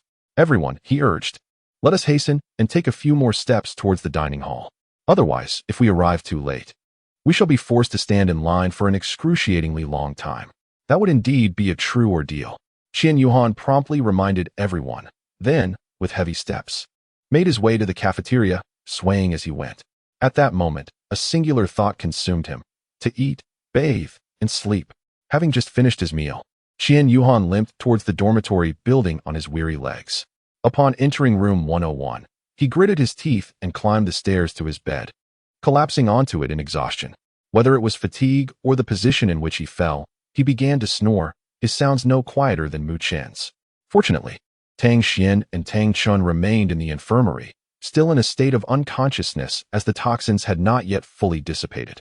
Similarly, Mu Chun, Hu Liner, and Fang Ye were in the same predicament. Even after the toxins were expelled, they would need to be monitored in the infirmary for some time. The venom contained within the toxic mist released by the Scorpion King was exceedingly perilous. They were merely children, and it was prudent to exercise caution. This poison had been studied before, proving challenging to manage. The expulsion of toxins had to be gradual. Attempting to extract it all at once would necessitate an immense infusion of soul power. At the moment of such a substantial infusion, the toxins would wreak havoc on the victim's internal organs and meridians, marking the most troublesome aspect of this poison. Its potency demanded a meticulous approach to extraction. Thankfully, the amount inhaled by Mu Chun and the others was not excessive, and while their bodies would require a period of rest to recover, the damage sustained was manageable. Qian Yuhan stretched languidly, awakening to an excruciating pain coursing through his body, particularly in his thighs and lower back. Feeling as though he were suffering a fate worse than death, glancing at the clock mounted on the dormitory wall, he exclaimed in dismay, "Oh no, I'm late." Qian Yuhan, disregarding the pain coursing through his body, hastily donned his school uniform and gathered his class materials before racing towards the teaching building like the wind. Oh no, oh no. It was already 10 minutes into the class when he opened his eyes. This is a disaster, Qian Yuhan murmured to himself as he ran. Upon arriving breathless at the classroom door, he discovered that aside from Teacher Zhou and Teacher Yu, the room was utterly empty. What is happening? As Qian Yuhan continued to ponder, Zhou Yu smiled and said, "You have arrived. You are the first one here. Please, come in." Qian Yuhan gazed at Zhou Yu's smile, and the more he looked, the more he felt a chill creeping up his spine. As he walked toward his desk, an unsettling coolness enveloped him from behind. Once seated, he observed Zhou Yu, still beaming, and Yu Xiang, whose expression resembled that of someone mourning a loss, and an ominous sense of foreboding settled over him. Today was overwhelmingly busy, filled with classes and devoid of any respite. During the brief intermissions, he would have to hastily borrow others' assignments. This was merely the first installment. He intended to continue writing later in the evening. Do you think Qian Yuhan's intuition is accurate? The hardships and exhaustion I have been experiencing in reality these past few days, I am sorry, little Qian Yuhan, but I shall impose them upon you in full measure. Chapter 49, Hellish Training, Part 3. Qian Yuhan sensed that matters were far from simple. They were about to face a storm of blood and chaos. Subsequently, many classmates rushed to the classroom door, much like Qian Yuhan had done. Upon seeing the few individuals remaining in the classroom and the amiable Zhou Yu on the stage, they immediately felt that something was amiss. Before Zhou Yu could utter a word, they hurriedly took their seats. For an entire hour, the classroom filled up, leaving only 2 vacant spots, with everyone sitting upright. Now that everyone is here, let us commence the lesson, Zhou Yu stated calmly. The students gazed at Zhou Yu in astonishment, while she turned to Yu Xiang, who nodded before stepping outside and closing the classroom door behind him. Do you not wish to attend class? The students shook their heads vigorously, their eyes reflecting an insatiable thirst for knowledge, eager to absorb theoretical concepts as if they were starving for them. They even wished to compensate for the missed hour in the afternoon session the following day. Thus, Zhou Yu conducted a rather straightforward lesson that afternoon, from 2:30 to 5, extending for an hour. The subject matter revolved around the relationships of restraint among soul masters, but she also presented many engaging real-life examples, making the afternoon far more enjoyable than the morning. However, just 5 minutes before the class concluded, Zhou Yu's words shattered their blissful reverie. That will be all for today. Your entire class was tardy for an hour, so you must make it up. As the saying goes, what is done today must be completed today. Unfortunately, I have a meeting to attend. The students immediately froze, having foreseen the implications. Your teacher Yu has plenty of time. He could use the opportunity to become better acquainted with you, so he shall be the one to teach you. Assemble at the No. 1 Soul Fighting Arena at 7 o'clock this evening, and do not be late. Class dismissed. I'll let you go early so you can hurry to dinner. Eat well. The students realized they could not escape today as fate. Qian Yuhan was the first to act, sprinting out of the classroom toward the cafeteria. The others quickly followed suit, charging down the corridor like a band of ruffians invading a town, creating a thunderous commotion reminiscent of a storm kicking up dust on the ground, a truly spectacular sight. The cafeteria staff momentarily paused at the sight of this unexpected invasion. Andy, please hurry and serve the food. For liang of rice. This dish, that dish, and what is that? Never mind, just give me one of those. One student directed the cafeteria lady, who was darting between dishes like a drummer keeping a lively beat. Goodness, how long has it been since you all last ate? In Xin Yuhan's case, it is quite straightforward. Annie, do you have any nourishing dishes that can alleviate fatigue and weakness? Indeed. This dragon scale soft-shelled turtle soup is excellent for replenishment. However, dear child, your body is still quite young. A century-old one would suffice. There was a teacher, oh, so frail, who directly opted for a millennium-old one, costing nearly 10,000 golden wedding coins. Xin Yuhan, no, I am not that kind of. I am truly. Aunt, it seems you have misunderstood. I am merely fatigued due to rigorous training and am in need of relief. Oh, yes, we do have something. The cafeteria lady clearly felt embarrassed due to her misunderstanding. This crispy fried meat, made from the silver moon wolf, is quite suitable. It is a restorative spirit beast with excellent recovery effects. A century-old specimen will suffice. It costs 200 gold soul coins. Qian Yuhan turned his gaze towards the menu suspended at an angle above, where the section for crispy fried meat slices showcased a plethora of different meat options. Silver moon wolf, renowned for its remarkable recuperative abilities, effectively alleviating fatigue and providing commendable healing for minor wounds. That shall suffice. I shall also have 2 liang of rice, and please bring me a bit more meat. If you would, without any shaking. After finishing his meal, Qian Yuhan returned to the dormitory to rest for a while, lying on his bed in a daze. He dared not close his eyes in slumber, for the absence of his dorm mates made him anxious about oversleeping. Time slipped away swiftly, and before long it was 7 o'clock. The first class gathered in an orderly fashion at arena number 1, and Qian Yuhan counted the number of participants, reporting to Yu Ziang that everyone was present and ready to commence the lesson. Tonight's agenda was quite simple, an obstacle course. I'm not running again. Please, teacher. I cannot endure this. My legs are still trembling, and my waist is still aching. This cannot bode well for my future.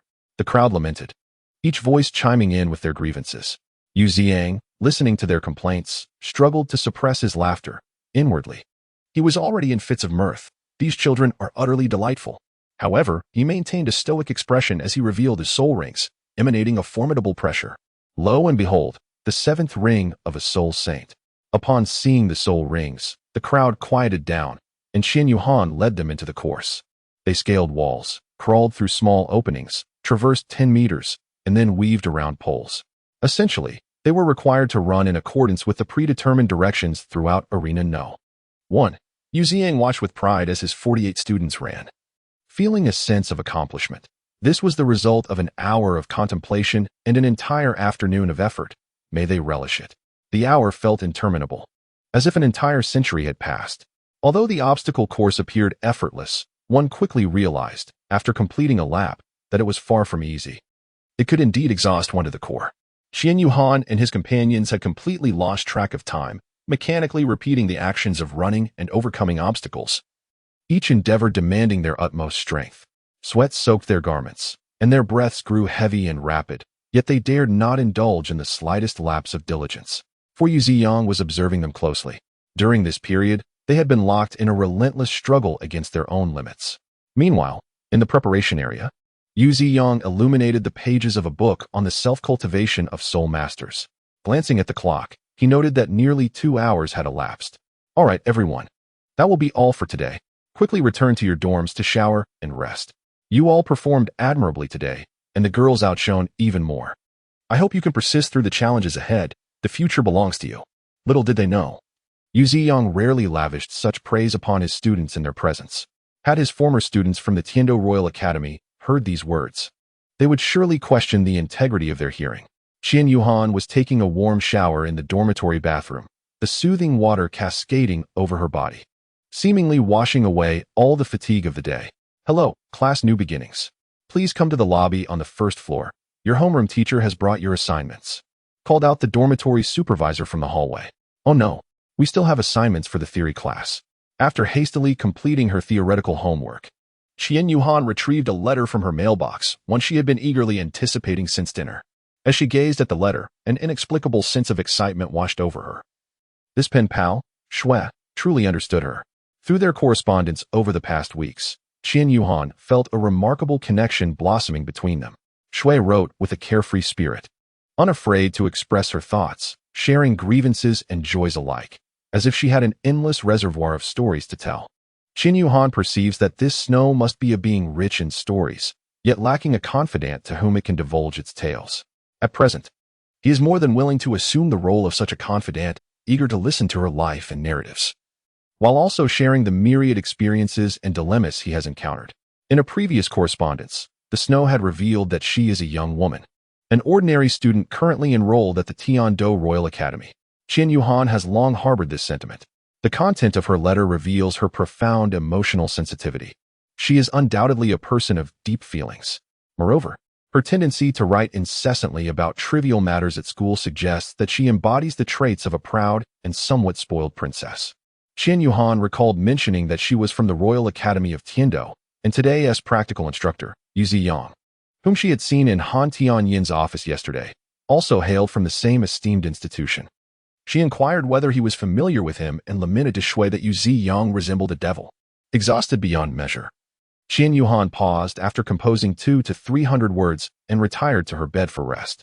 The following morning, she instinctively joined Zhao Ku for their customary morning run, despite having been thoroughly exhausted the previous day. However, their biological clock proved too ingrained to alter. Taking advantage of a half hour before class, Qin Yuhan visited the infirmary to check on the 5 individuals still in a state of unconsciousness. The attending physician informed her that they were likely to regain consciousness by the following day, as today marked the final extraction of toxins. Qin Yuhan nodded slightly, casting a lingering glance at Hu Lin Air. Shortly thereafter, Hu Lin Air and Fang Yu returned to class, though Hu Lin Air remained physically weak. Yu Ziyang, their formidable instructor, arranged suitable recovery exercises to aid their recuperation, while Qin Yuhan and the others continued their grueling training regimen. By the time Hu Lin Air and her companions rejoined their class, Qin Yuhan and the others had already endured a week of relentless training and had grown accustomed to it. They could distinctly sense a significant enhancement in their physical capabilities. The previous training with the ice and fire duality eyes and the celestial herb, combined with a week of intensive workouts, allowed Qin Yuhan to better absorb the residual effects of the 8-angled profound ice herb and the fiery apricot blossoms, resulting in an elevation of his soul power by 2 levels, reaching the impressive rank of 36. In Dormitory 101, the other 3 learned from Qin Yuhan about Yu Ziyang, their formidable combat instructor, and regarded him with a mixture of sympathy and respect. From the correspondence with Shui, Qin Yuhan discovered that Yu Ziyang was indeed an exceptional teacher, though strict. He garnered profound admiration and respect from his students for laying a solid foundation for their future cultivation endeavors. The higher-ups at the Tiando Royal Academy, upon receiving his resignation letter, were nearly driven to madness in their search for him. It was only through Qin Yuhan's letter that they learned he had taken up a position at the Wuhuan Temple Academy, and that Qin Yuhan could be trusted not to disclose his whereabouts. In the ensuing half-semester, Qin Yuhan's quartet, along with Hu Lin Air and Fang Yu, frequently engaged in study and practice together. One starry night, Qin Yuhan confessed his feelings to Hu Lin Air, shattering the barrier between them and blossoming into a couple admired by all.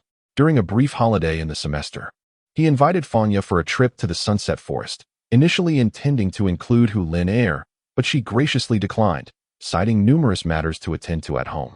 For this excursion, Qin Yuhan also enlisted the assistance of the formidable Tang Wei Douluo, who disguised himself as an elderly cart driver to accompany them. Tang Wei Douluo pondered, as a dignified titled Douluo, must I truly play the role of a bodyguard in such a guise?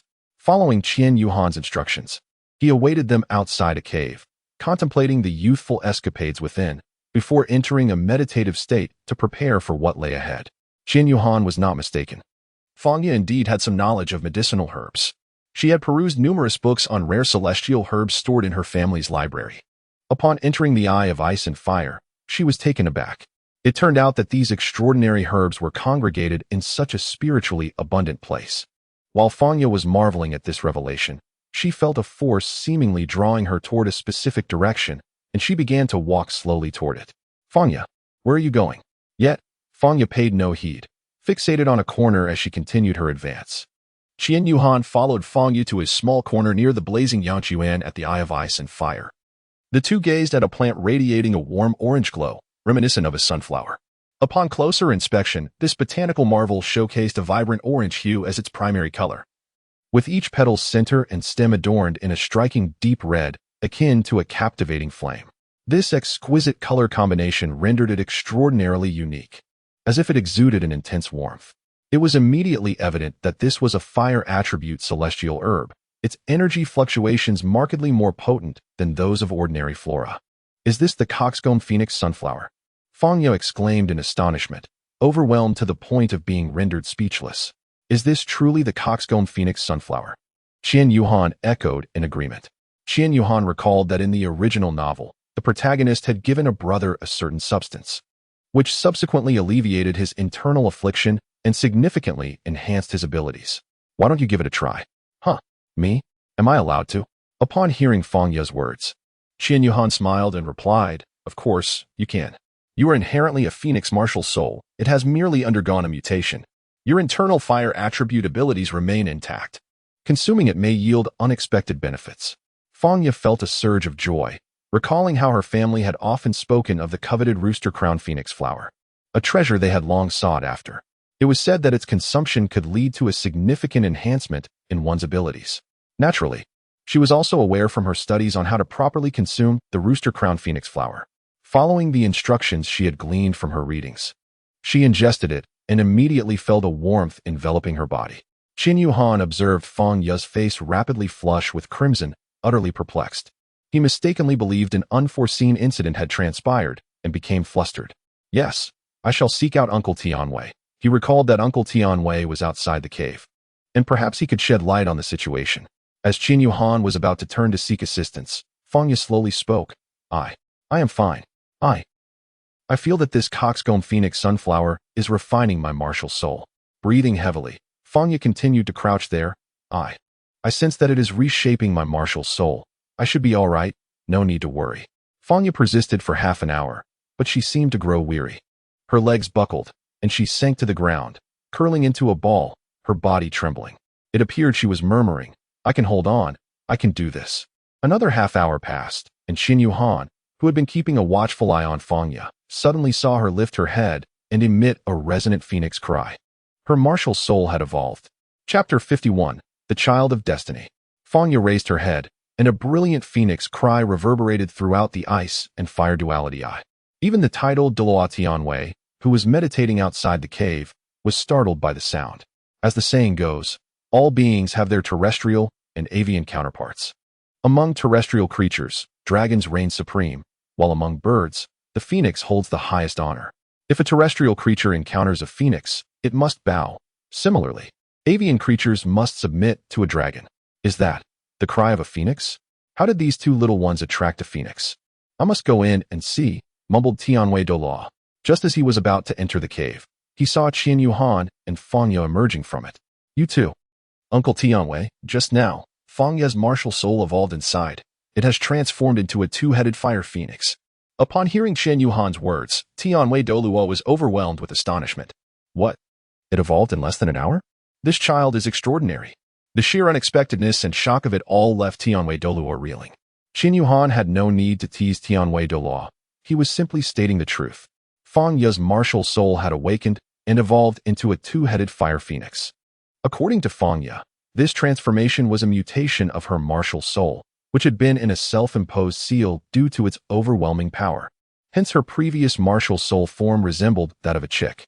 After consuming the coxcomb phoenix sunflower, the seal was broken by a trace of phoenix power contained within, allowing her martial soul to be restored. Consequently, Fangya's soul power, which had been suppressed, was now released, resulting in a dramatic surge from level 9 to level 29, an astonishing increase of 20 levels. Such a terrifying enhancement was a testament to the prowess of a top-tier martial soul. The two greeted Uncle Tianwei before returning to the cave. Tianwei Douluo shook his head and sighed. Back to meditating. Upon returning to the ice and fire duality eye, Qian Yuhan, guided by Fangya, harvested numerous celestial herbs while ensuring to leave their roots intact to guarantee their continued growth. The Crimson Demon Stone Monkey King was still training nearby. Had it not been for the earlier phoenix cry, it would have planned to sleep for an entire week. "Qian Yuhan, let him show me whether the pool has been constructed incorrectly." In his slumber, he remains oblivious to our recent entrance. After roughly an hour, Qian Yuhan and Fang Ye departed from the Eye of Ice and Fire. Hearing the commotion, the heavenly might Douluo concluded his meditative practice, transforming his Mingyi white tiger form into a horse-drawn carriage, thereby transporting the two back to the Spirit Hall Academy. Mingyi white tiger. How absurd that a prestigious top-tier martial spirit should be reduced to a mere carriage, were it not for the previous indulgences of meat, humph. Upon their return to the Spirit Hall Academy, night had fallen, and after exchanging greetings with Qian Yuhan, the heavenly might Douluo vanished. This coachman seems somewhat familiar. I have an inkling that I have encountered him at a family gathering before. Ah, surely, you must be mistaken. He is merely a lowly coachman. How could he possibly attend a gathering of your family? Qian Yuhan secretly berated himself, filled with deep remorse. He came to the realization that Fang Ye was not merely a young lady of a prestigious family. Her lineage held considerable status and influence within the Spirit Hall. This implied that they were likely to have connections with Uncle Tian Wei and may have even extended invitations to him for banquets or other social gatherings. Fang Ye found Qian Yuhan's words to be quite reasonable, nodding in agreement without further contemplation. Meanwhile, on the streets, the formidable Tian Wei Douluo unexpectedly sneezed. Pondering whether he might be catching a cold amidst the day's events, Qian Yuhan entered the gates of the academy, paused by the mailbox to collect her letters, and then, alongside Fang Ye, headed to the cafeteria for a modest meal before returning to their respective dormitories. This was merely the first day of a brief 3-day holiday. Many individuals had chosen to remain at home and would not return. In dormitory 101, Qian Yuhan found herself alone, contemplating that sleeping anywhere was ultimately the same. Tomorrow, she would revisit home, having not set foot there in nearly 5 months. Qian Yuhan sat at her desk, gazing at the letter before her. Dear Qian Yuhan, lately, I have been utterly exasperated. Those individuals from the Tiando Royal Academy are truly insufferable, incessantly trailing after me like a stubborn shadow. Even when I scold them, they respond with laughter, as if relishing the reprimand. Seeing the 3 exclamation marks, Qian Yuhan couldn't help but smile. This girl must be quite irked indeed. Moreover, you mentioned that Yu Ziang has joined your school, correct? The students he previously taught have been clamoring to have him return, threatening to boycott classes if he does not.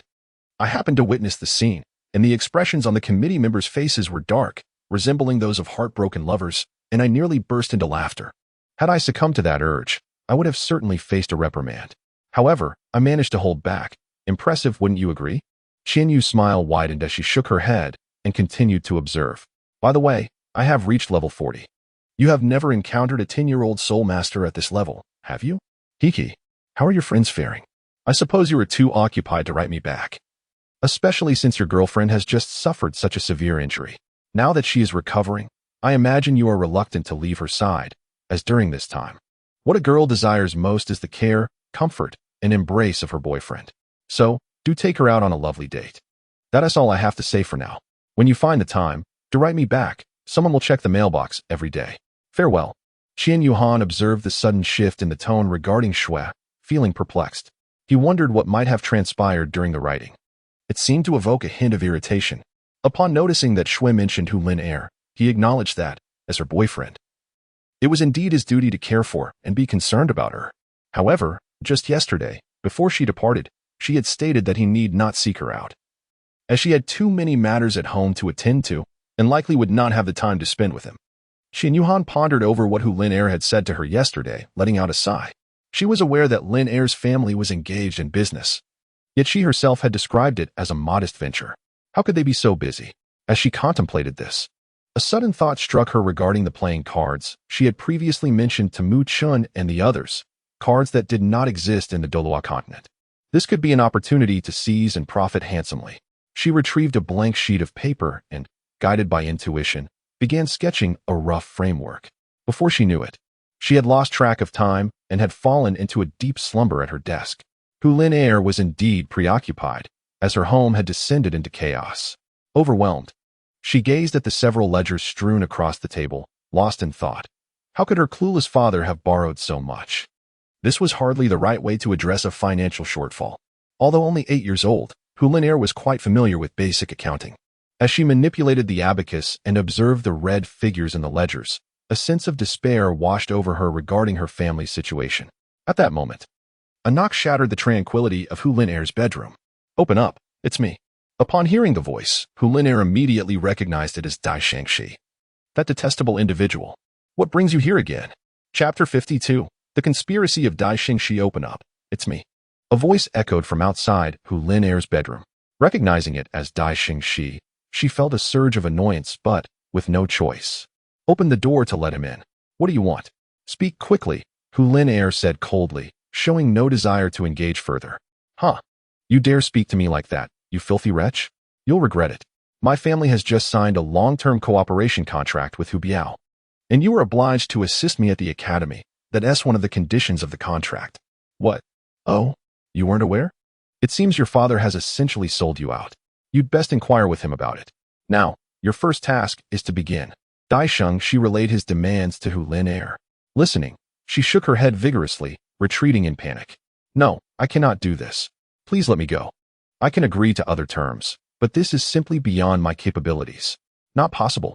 Do you think your refusal holds any weight? Let me be frank. Your family is currently dependent on my family's support for nearly all of its business dealings. The Hu family has become a puppet of the Dai family. You know how your father has exploited his connections with the Spirit Hall's finance department, embezzling taxes." Hu Lin-er stared at Dai Shengshi in disbelief, her hands trembling, her composure fraying. Do you truly care for him?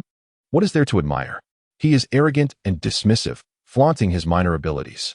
In the end, he is just another orphan, abandoned by his father."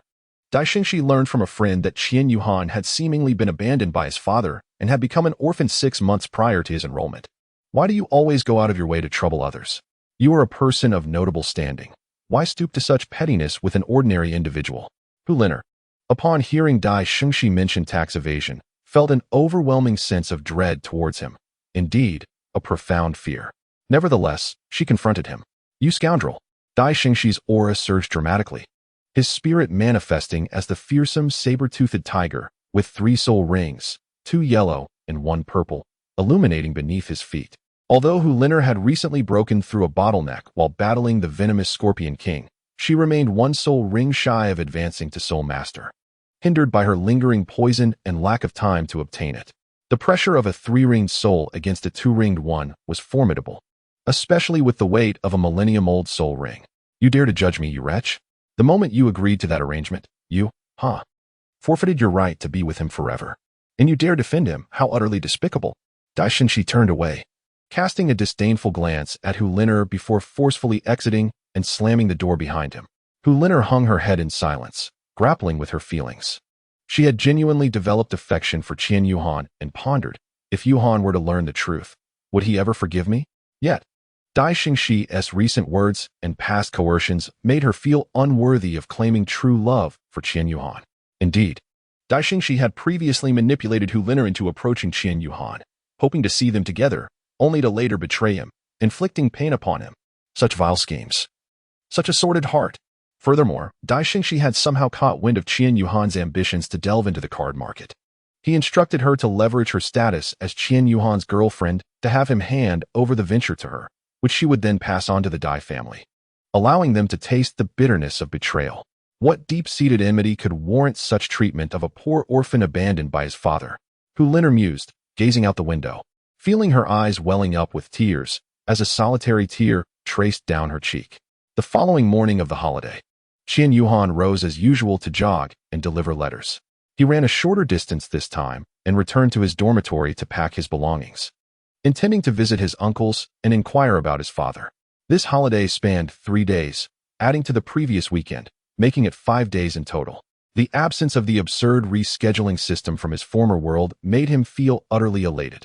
After being trained to near exhaustion by Yu Ziang, he was eager to return home for a proper rest, to replenish and prepare for the rigorous training that lay ahead. Upon returning to his home in Spirit City, situated beside the Elder of Judgment and the Grand Worship Hall, he found a modest, unassuming villa. It lacked extravagant decorations, featuring only a small garden with a tea table, a chair, and a pavilion. The spring water flows gracefully from the rockery, meandering past the pavilion, reminiscent of a hidden paradise, tranquil and serene. Reclining on my soft, sumptuous bed, I indulged in a leisurely nap, succumbing to slumber until the midday hour. Qian Yuhan could have continued to slumber, but was abruptly roused by a persistent knocking at the door. Young master, are you there? A voice accompanied the sound of the knocking. Qian Yuhan rubbed his drowsy eyes and opened the door to his bedroom, only to find Qingtong Douluo standing at the threshold. Ever since Qian Yuhan was brought back, Qian Mo had ceased neglecting the villa, choosing instead to reside there with him. After all, it would be unreasonable to allow his son to rest in the same office where he meditated cross-legged. Qian Mo had erected a barrier around the villa, permitting only certain individuals to enter, which is why the front door remained unlocked. Uncle Qingtong, what brings you here? When did you return, Yuhan? You should have come to chat with your uncle, Qingtong replied.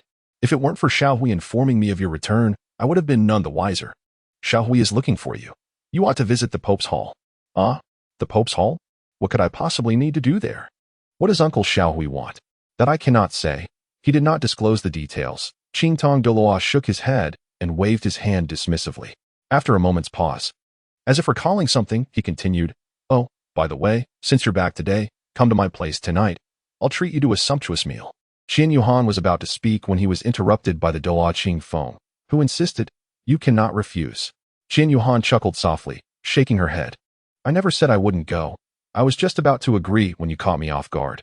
Ha ha ha. It seems Uncle was too eager, after all. Who could resist the charm of our Yuhan? The Azure Phoenix Douluo did not linger any longer, exchanging a few more pleasantries before taking his leave.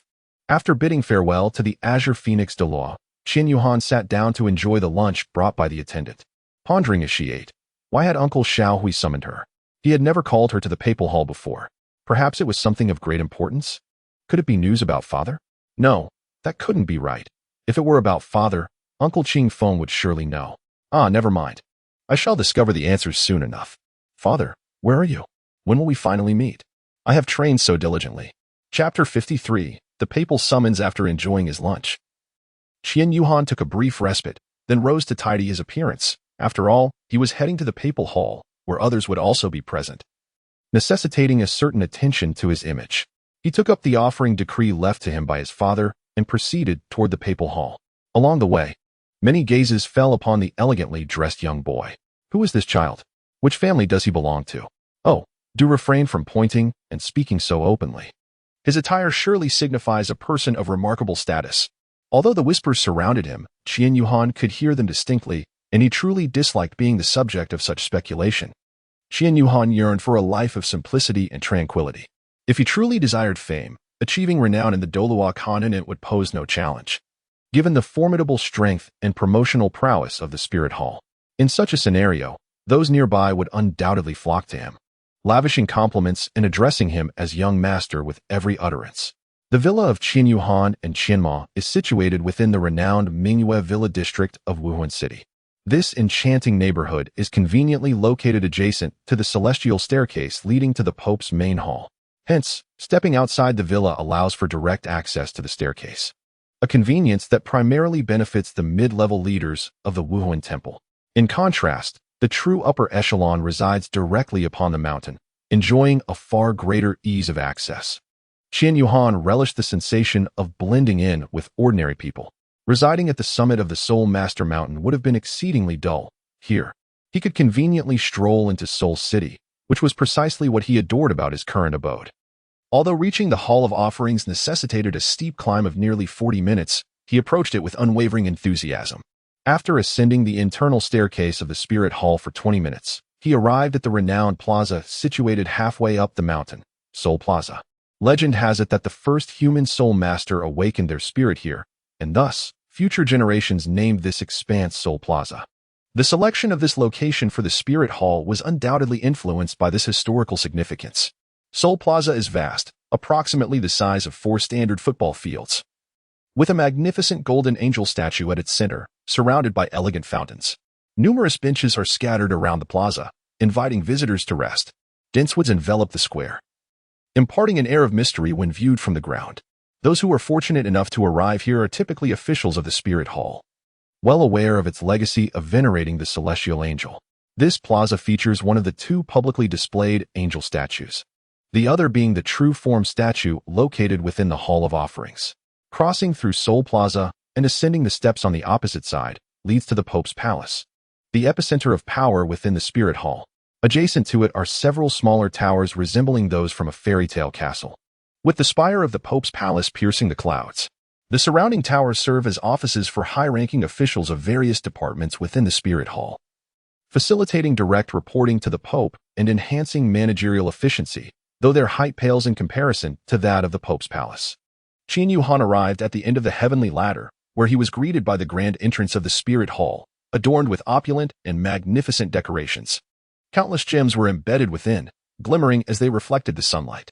Qian Yuhan produced the devotion order, and after a thorough examination by the gatekeeper, the guard respectfully knelt on one knee before the 8.5-year-old child, greeting him as the great devotee. The authenticity of this devotion order was unquestionable. It was indeed genuine. To encounter a spirit was akin to meeting a person, and before them stood the great devotee. "You may rise," said Qian Yuhan. "Thank you, great devotee." The soldier's eyes remained fixated on the devotion order held by Qian Yuhan. It was a rare sight, one that many would never witness in their lifetime, especially one of such high significance. The journey to the papal hall was instantaneous, a swift transition that rendered the conventional entrance unnecessary. Whenever Qian Yuhan sought to visit the Hall of Devotion, it was primarily through the devotee's ability to transport him directly. Thus, this encounter was a novel experience for both parties. "Take me to see the Pope." "Yes," replied the gatekeeper with a nod and with a wave of his hand. The grand doors of the Hall of Martial Spirits swung open. The attendant led the way, while Qian Yuhan followed closely behind. When Qian Yuhan was very young, he visited the papal palace but retained little memory of it. This time, upon returning to the papal palace, he was awestruck by the surrounding scenery. Upon entering the grand doors, he was greeted by a staircase fashioned entirely from pure diamonds, adorned by millennia-old yulong pines. If such yulong pines were to be sold in the market, they would command a starting price of no less than 100,000 gold soul coins, let alone those that are 1,000 years old. The closer he approached, the more he felt the magnificence of the papal palace. The guard requested Qian Yuhan to wait for a moment outside the main hall of the papal palace while he went in to make the necessary announcements. Shortly thereafter, the guard emerged, bowing and saying, "Please come in." As soon as the guard finished speaking, the golden main doors of the hall transformed into transparency, resembling a water gate, rippling gently, allowing a clear view of the interior. This astonished Qian Yuhan. How exquisite is this door! Upon nearing the papal hall, he saw Pope Xiaohui seated upon the papal throne, flanked by armored guards. Upon noticing Qian Yuhan entering through the doors, he raised his hand and gestured for the guards to depart in an orderly fashion. Once the guards had exited, Xiaohui smiled and inquired, "Yuhan, how have you been during your time at the academy?" "Quite well, Your Holiness," replied Qian Yuhan. "Oh, no need for such formalities. Just call me Uncle Xiaohui." It was clear to Xiaohui that Qian Yuhan was speaking deliberately, and he felt a deep sense of satisfaction. Their young master had finally matured. Though only 8 years old, he had become remarkably sensible. He recalled the time when the Grand Elder had left without a word, leaving Qian Yuhan in profound silence, worried that he might implode with grief. The lively and cheerful Qian Yuhan before him now was the very essence of the child they had always known. Xiaohui's joy stemmed from Qian Yuhan's recovery, and that was the most important thing. "Uncle Xiaohui, did you summon me for something of great importance?" "Oh, indeed, little Han. Recently, the Spirit Hall has engaged in numerous collaborations with the Tiando Empire, primarily in the realm of education. Once you graduate from the first grade, the Spirit Hall Academy intends to initiate an exchange program with the Tiando Royal Academy. Each will send a team of exchange students, and I would like you to be part of this team, studying at the Tiando Royal Academy for 4 years. What do you think?" If Uncle Xiaohui deemed it suitable, Qian Yuhan certainly had no objections, but he was curious about the Tiando Royal Academy. Qian Yuhan deliberately elongated her tone, and Xiaohui, fully aware of her intentions, immediately reassured her, "Rest assured.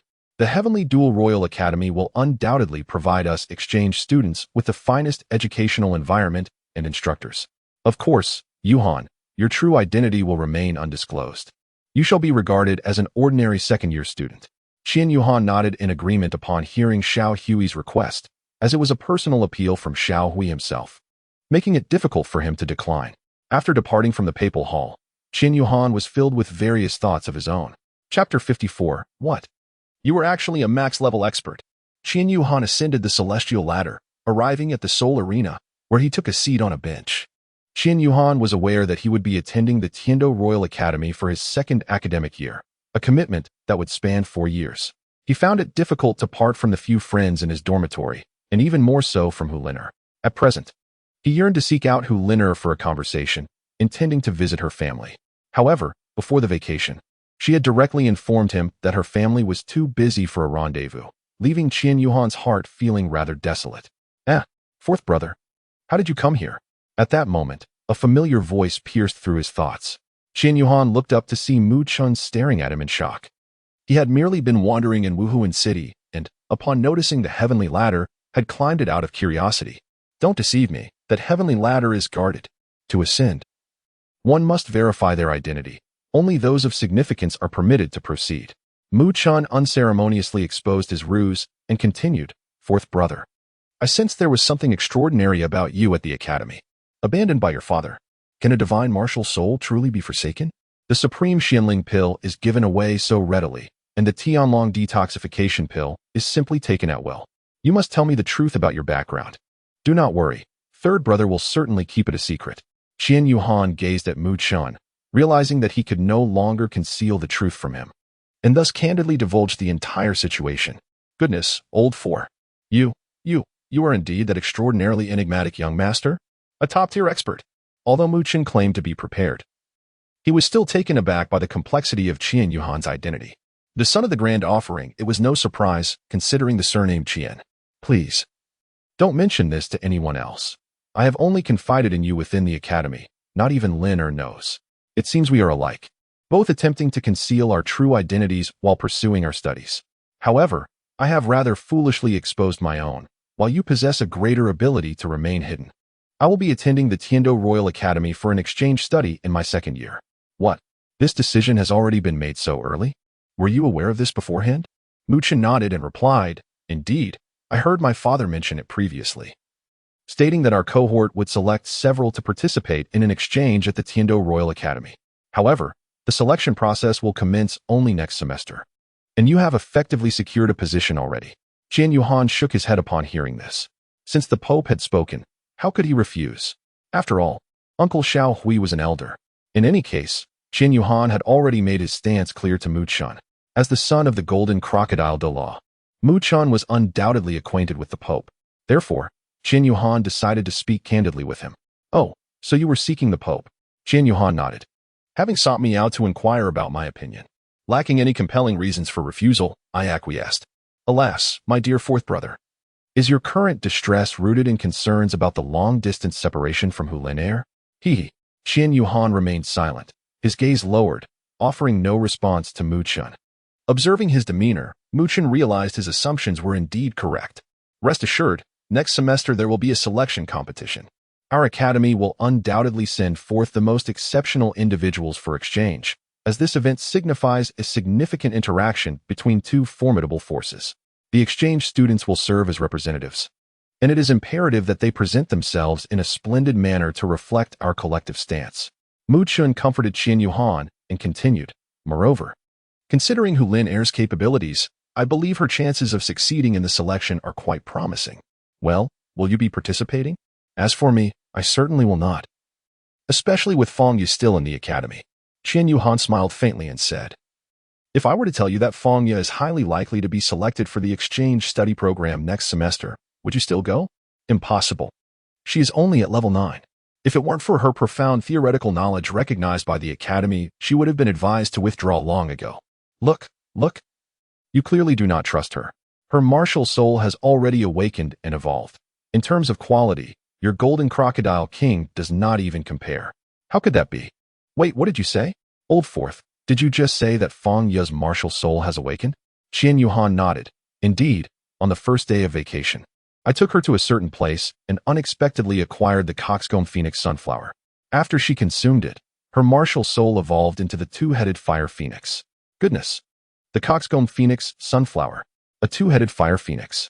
Fong Yu, after awakening her martial soul, directly elevated her soul power by 20 levels. She is now at the 29th level, not far from breaking through to Soul Master. Incredible. I must go? I shall immediately speak with my father about this. Upon hearing this, Qian Yuhan hurriedly grasped Mu Chun's arm and exclaimed, Wait. Don't be so hasty. Do you not wish to avenge the grievance from the friendship match? I believe that next semester, the two of us can engage in another competition. Achieving success through our own merit in the selection process would be far more gratifying. Mu Chun pondered for a moment, then nodded in agreement with Qian Yuhan's perspective. Encouraged by Mu Chin's mention of the upcoming selection contest next semester, Qian Yuhan felt a surge of confidence in Hu Lin Er's abilities. Convinced she would effortlessly pass the selection, which instantly lifted his spirits. After agreeing to battle again next semester, Qian Yuhan mentioned that he would inform his elder brothers upon returning to the academy. The outdoor training session with their group of 6 was simply exhilarating. However, they both overlooked the fact that Tang Xian's little girlfriend was also from the Spirit Hall Academy, and her abilities were rather mediocre. This detail was forgotten by both of them. Well then, since you've laid your cards on the table, let us go to my home and enjoy a meal together, said Qian Yuhan. Oh, come on, let us go. No need to dawdle. Before he could finish, Mu Chun decisively took charge and pulled Qian Yuhan along. They ascended the heavenly staircase, this time avoiding the grand entrance of the Pope's hall, and took a different path at the top. Qian Yuhan was unfamiliar with this route, having previously been teleported back to the Mingwei community by either Qian Mo or the Tianshi Douluo. He had never traversed this path before. What? I've never taken this route? That's odd. My father always teleported me back, he mused. Mu Chun replied. My dad has never treated me that well. As they walked along the narrow path, they soon encountered a magnificent and ancient complex, imbued with a sense of sanctity. Qian Yuhan recognized this place well. It was the Hall of Offerings, where the offerings practiced and conducted their duties. Typically, the offerings resided in the luxurious villa area adjacent to the Pope's hall, making their daily commutes quite convenient. Following Mu Chun, they arrived at the Golden Crocodile Hall where the second offering cultivated his skills. Pushing open the hall's door, Mu Chun exclaimed, Dad, I've brought a classmate. Keep your voice down, you little rascal. Bring your friend in. I'm in the training room, came the response. Mu Chun guided Qian Yuhan forward. Passing through an archway and turning left, they soon found themselves before a closed door. Mu Chun knocked gently. Come in. The invitation rang out, and Mu Chun led Qian Yuhan inside. Upon entering, Qian Yuhan immediately spotted the Golden Crocodile Douluo seated cross-legged on a mat in the center of the room. Engaged in cultivation. You little rascal. How has school been? Have you brought a classmate along with you? What is your friend's name? Qian Yuhan remarked, Uncle Golden Crocodile. It has been a long time since we last met. Chapter 55, An Unconventional Final Examination. Uncle Golden Crocodile, it has been a long time since we last met. Qian Yuhan gazed at the Golden Crocodile Douluo, who was meditating in profound concentration, and chuckled softly. How audacious! The Golden Crocodile Douluo admonished in a low voice, emanating a terrifying aura that instantly compelled Mu Chun and Qian Yuhan to kneel upon the ground. Mu Chun, casting a glance at Qian Yuhan, was filled with a sense of resentment. He had previously confided in Qian Yuhan about how much his father valued the way others addressed him. How could it be that this dear friend of his had the audacity to call him Uncle Golden Crocodile right off the bat? They were hardly on such familiar terms. Even if he was the young master, it was evident that Mu Chun was overthinking the situation. The Golden Crocodile Douluo opened his eyes and rose to his feet, his gaze falling upon the two. The oppressive aura dissipated immediately as he focused on Qian Yuhan. Little Han, is that you cheeky rascal? Ha ha ha. Come here and let uncle have a look at you. Mu Chun thought to himself, when has my father ever treated me this way? Woe is me.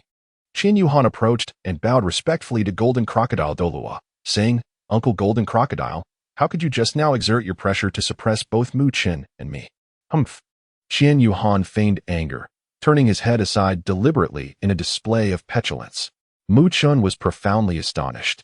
It was hard to believe that Qian Yuhan would behave this way at the academy. Was he, perhaps, indulging in a bit of playful affection? Moreover, his father appeared to be rather pleased by this display. All right, you mischievous rascal. I know that your uncle is rather sensitive about certain matters. At first, I didn't realize it was you, but now that I do, you still manage to act this way? This is all your fault, you know. Regardless, Mu Chun had promised to treat me to a meal. Uncle, are you not going to? Ha. I see you've been waiting here for me, haven't you? Very well. I shall instruct someone to prepare for you. Today, let us have a delightful chat, just the two of us. Qian Yuhan nodded in acknowledgement and glanced at the now dazed Mu Chun, playfully blinking at him. Shortly thereafter, a servant arrived to inform them that dinner was ready. Let us proceed to dine, he said, and the trio followed the golden crocodile Douluo to the dining hall. As they enjoyed their meal, they engaged in lively conversation. Mu Qin, you scoundrel! How could you neglect to inform me that you and Xiao Han are roommates? Exclaimed the golden crocodile Douluo, giving Mu Qin a playful slap on the back, causing him to spit out a mouthful of food. Cough, cough. Father, why must you be so dramatic? A simple comment would suffice. No need for such theatrics. Well, there is no need for so many words, honestly. You rascal. Even you couldn't suppress your laughter. Mu Qin retorted. I only just learned today that he is the heir of the Wuhuan Palace, the son of Uncle Qian Mo. Didn't I mention this before? The golden crocodile Douluo inquired, his brow furrowed in confusion. Indeed, back then, Xiao Han planned to conceal his identity upon entering the academy, hence I didn't inform you. Ha ha ha, I truly didn't. Observing the golden crocodile Douluo's demeanor, Mu Qin shook his head in exasperation, covering his face with his hand. This old man. Son, I heard from His Holiness the Pope that you encountered the tooth-claw poison scorpion king and were poisoned. How are you and Xiao Han faring? Are you both well? Don't worry, father. I'm perfectly fine. The poison has been expelled. I'm all right, uncle. Truly, Mu Qin reassured him. That's a relief. So, you both entered the academy concealing your identities, yet you seem to have formed a strong bond while sharing a dormitory. This is precisely why I advised Mu Qin to hide his identity upon enrollment. Possessing a particular status can hinder one's experience at the academy. Indeed, father. You were right this time. However, I revealed my identity on the very first day, while the fourth brother has been exceedingly discreet. The golden crocodile Douluo cleared his throat and remarked, You have the audacity to say that. By the way, what do you call Xiao Han? The fourth brother? Yes, uncle. Among the brothers in our dormitory, we ranked ourselves, and I am the youngest, hence I am the fourth brother. Mu Qin is third, and I address him as Sanguo. The golden crocodile Douluo observed the two, seemingly lost in reminiscence, with a slight smile gracing his lips. Oh dear, my father is becoming foolish again, Mu Qin quipped, breaking the momentary nostalgia. The golden crocodile Douluo shot a stern glance at his son, chiding you. Go on and be foolish elsewhere. You lack understanding. Turning his gaze back to Qian Yuhan, his tone softened as he continued. You two remind me of my brothers and me in our youth. We relished life far more than you do now. After finishing our studies, we would embark on adventures together. Your father, the eldest, led us into the nearby Soul Beast Forest for escapades. We were inseparable. 8 little boys growing up side by side.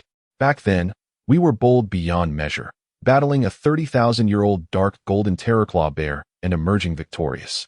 As he reminisced about those cherished memories, the golden crocodile Douluo chuckled and shook his head.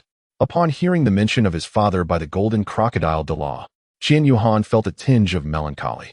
Observing his demeanor, the golden crocodile Douluo understood that Qian Yuhan was missing his father and thus offered words of comfort. The grand offering has his own duties to attend to, and you two have your adventurous tale to pursue. Rest assured, the two of you shall meet again. This is a promise he made to you, and he shall fulfill it. Before the golden crocodile Douluo could continue his consolation, Qian Yuhan interjected, Uncle, I understand. I will strive to cultivate diligently. Sensing the atmosphere had grown overly somber, Mu Qin lightened the mood with a playful remark. Oh dear, the yellow braised chicken is getting cold. If you don't eat, I shall devour it all myself, despite having saved a few pieces for you. With a hearty laugh, he urged, Come on, eat. The golden crocodile Douluo, following Mu Qin's lead, encouraged Qian Yuhan to partake in the meal. Then, shifting the conversation, he inquired, By the way, I heard from that old fellow Lu Min, the Minister of Education at the Spirit Hall, that your academy has undergone some educational reforms? Qian Yuhan nodded and replied, Indeed. Each class has 2 instructors for both theoretical and practical lessons. I find the effectiveness quite commendable. Mu Qin remarked, Yes, however, I have heard that our final examination has undergone changes. It is no longer the same as before. It seems that the assessment has shifted to a practical evaluation, which now constitutes 50 of the total score, while the theoretical assessment also holds the same weight. Furthermore, the practical evaluation has transformed into a soul combat competition, where participants are randomly matched and engage in 3 battles, with scores given by the practical instructors of each class and averaged out. Ultimately, the highest score will be recorded as the practical assessment score. That sounds rather promising, replied Genie Douluo, who observed the two engaging in their lively conversation with a smile of satisfaction. After their meal, Qian Yuhan conversed with Jin Douluo about some everyday matters, and noticing the time was getting late, took his leave.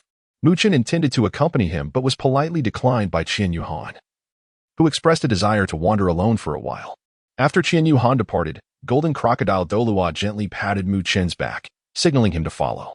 Upon entering the lounge, Golden Crocodile Douluo sat on the sofa beside Mu Chen and said, "My son, you should learn from Xiaohan. He possesses numerous qualities that you lack, so pay close attention to him." "Yes, I understand. Fourth brother is indeed remarkable. Tell me about the other two individuals in your dormitory." "Oh, they are twins and disciples of the Haoyan sect. The elder is named Tang Xian, and the younger is Tang Chun." Upon hearing this, Golden Crocodile Douluo's eyes widened in surprise as he exclaimed, "Tang Xian and Tang Chun? What a coincidence! What's wrong, Dad? Do you know them?" Golden Crocodile Douluo nodded, chuckling. "Ha! I am merely astonished at the fate that binds you four children. You must have been quite young, around 2 years old, when your uncle Qian Mo, along with Tang Jun, their father, and I visited the Ice God sect. At that time you Han, and the Tang brothers, along with the Ice God Douluo's daughter, were placed in a room to play while we indulged in some drinks. Later, we heard from the attendants that you five had quite a fierce brawl in there. Goodness, it was intense. In the end, Yuhan was pulling the little girl, pointing at you three with a playful expression. It was utterly delightful." Mu Chen was taken aback. "I had no idea that the four of us had met before. Fate truly is wondrous." Qian Yuhan returned to the Mingyue villa, sitting cross-legged on the bed to engage in his cultivation. Qian Yuhan has now reached the threshold of 37 and feels that a breakthrough is imminent. After absorbing the 8-pointed ice grass and the fiery apricot blossom, there remains a significant amount of elemental energy within Qian Yuhan's body. If all of it were to be fully absorbed, it is likely that she would touch upon the soul sect realm. It seems that she must exert her utmost effort in this semester's final practical examination in hopes of achieving a breakthrough. Qian Yuhan guided his soul force to traverse every meridian within his body, experiencing a profound nourishment that enveloped him entirely. Qian Yuhan silently mused, "This sensation is truly marvelous, warm and comforting." Just as the soul energy flowed into the sea of consciousness, continuously nurturing it, Qian Yuhan suddenly sensed a substantial disturbance within his spiritual ocean. Moreover, he perceived 2 distinct forces clashing within that realm. Qian Yuhan swiftly entered the sea of spirits, and upon his arrival, he discovered that his martial soul, the radiant divine sword, was engaged in a fierce battle against a blood-red orb of light. The radiant divine sword appeared to be at a disadvantage. Sensing the gravity of the situation, Qian Yuhan hastily conveyed his soul power to the sword. After several intense clashes, the radiant divine sword ultimately subdued the blood-red orb, with the blade pointed downward. The orb seemed to be sealed, no longer thrashing under the sword's control. A sigh of relief escaped Qian Yuhan's lips. Tranquility had finally returned. Qian Yuhan awakened from his meditation, astonished to discover that the divine sword of light had been engaged in a fierce battle with a crimson orb within him. The scarlet sphere had spilled forth a considerable amount of energy, which his body absorbed entirely, resulting in a remarkable breakthrough in his soul power. Qian Yuhan was filled with joy, and then he pondered, what if he could control the divine sword of light to intermittently release that crimson orb, thereby assisting the sword in exerting its suppression? In such a scenario, the energy emitted could be absorbed and transformed by himself, hastening the enhancement of his soul power. However, at present, Qian Yuhan's primary focus was to consolidate his cultivation. This was a practice he adhered to every time he experienced a breakthrough, grounding himself to solidify his progress, ensuring that he could advance further in the future. Indeed, this was the very first lesson imparted to him by his father, Qian Mo.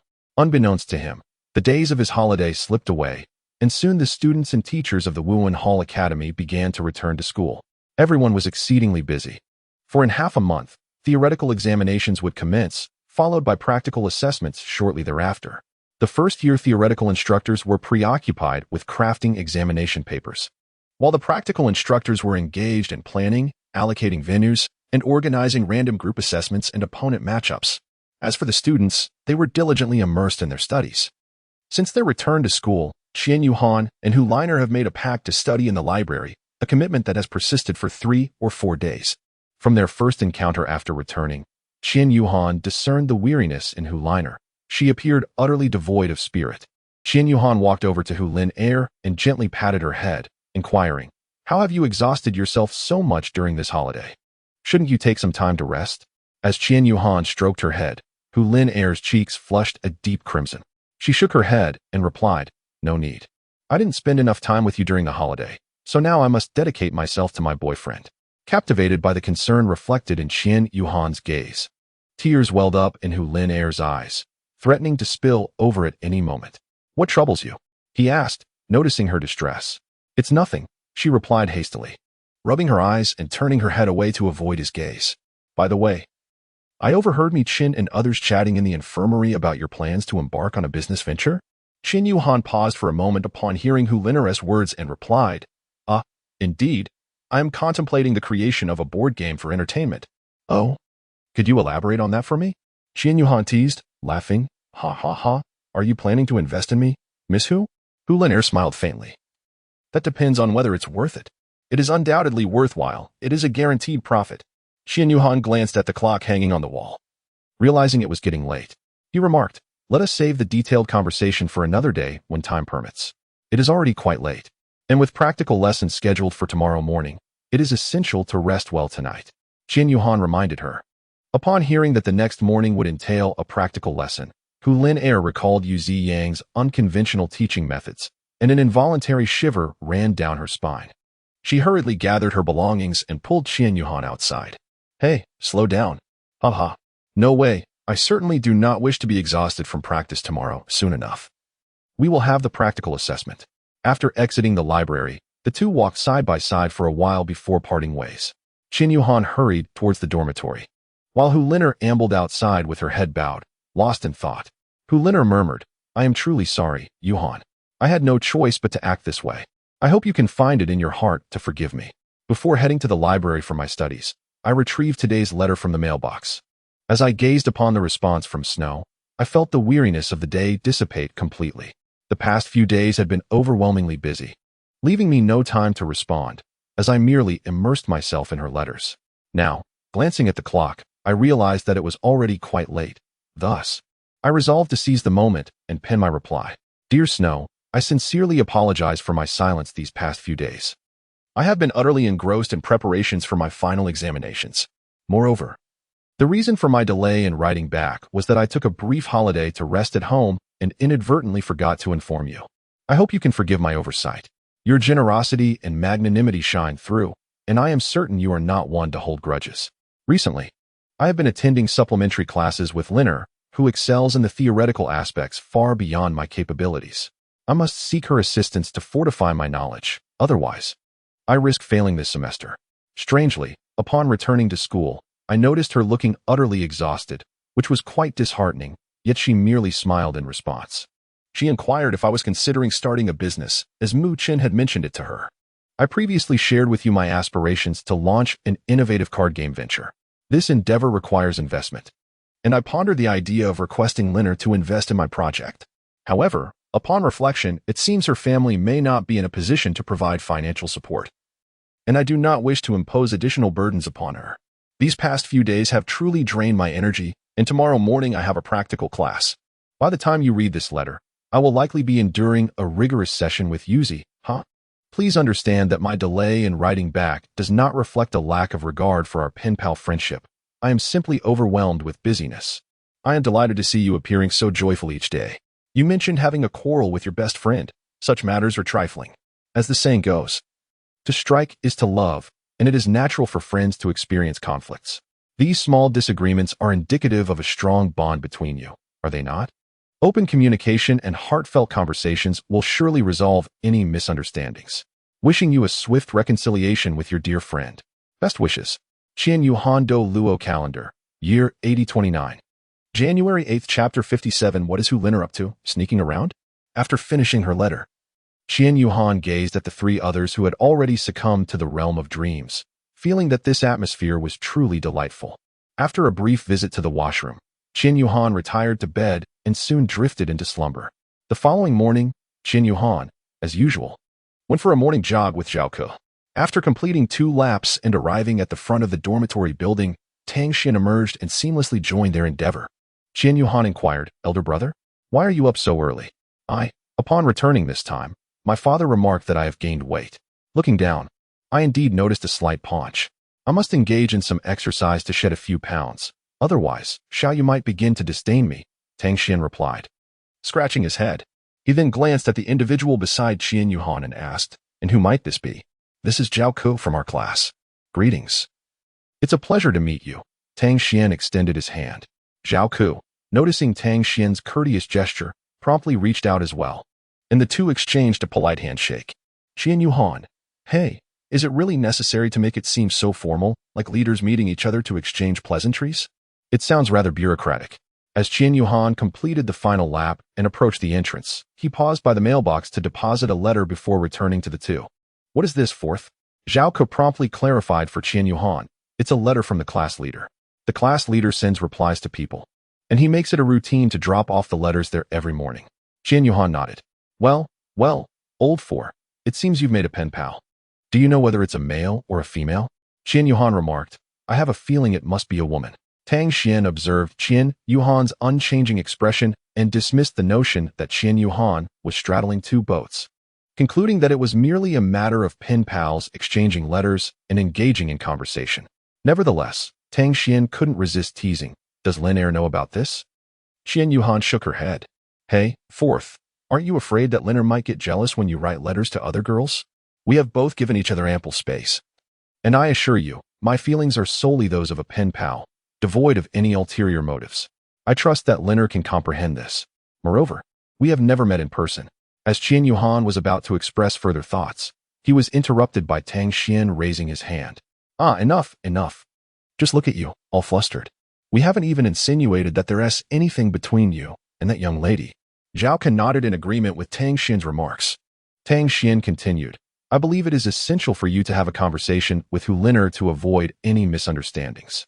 Taking the initiative to explain is far superior to being confronted with inquiries after the fact. At least it demonstrates your integrity, does it not? Tang Xian's words resonated with Qian Yuhan, who found them quite reasonable and nodded in acknowledgement. The final lap was a relaxing one, primarily aimed at lowering the heart rate through a leisurely stroll. The trio engaged in casual discussions about the upcoming finals. They made their way back to the dormitory, where Tang Xian and Qian Yuhan took a refreshing shower and changed into clean clothes before waking Mu Chun and Tang Chun. Once the two were ready, they all headed to the cafeteria for breakfast. After their meal, Qian Yuhan surveyed the surroundings but did not spot Hu Lin Er. He contemplated mentioning his correspondence with a female pen pal to her during class. However, upon arriving for lessons, he discovered that Hu Lin Er had taken a leave of absence that day. Qian Yuhan, what is happening? Wasn't Lin Er studying with me last night? Why has she taken a leave today? Meanwhile, in the morning, due to the absence of the theory teacher, the theory class for class 4 was cancelled, replaced with free activities. Tang Xian wandered aimlessly outside, while Tang Xian returned directly to the dormitory to cultivate. Xiaoya was still in class and unable to seek her out, so he decided to stroll around the academy. As he walked along the path, he spotted a familiar figure ahead. Tang Xian mused to himself, is that Hu Lin Er? What is she doing here? Shouldn't she be at the soul fighting arena for the practical class this morning? Just as he was about to greet her, he noticed Hu Lin Er sneaking around, glancing furtively before heading into the martial soul forest. Tang Xian felt even more puzzled. What is Hu Lin Er up to? Sneaking around like that?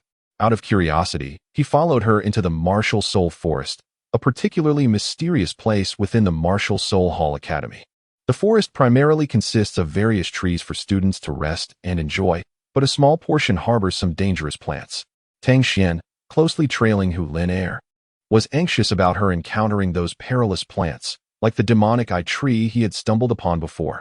The mere thought of that experience made him shudder.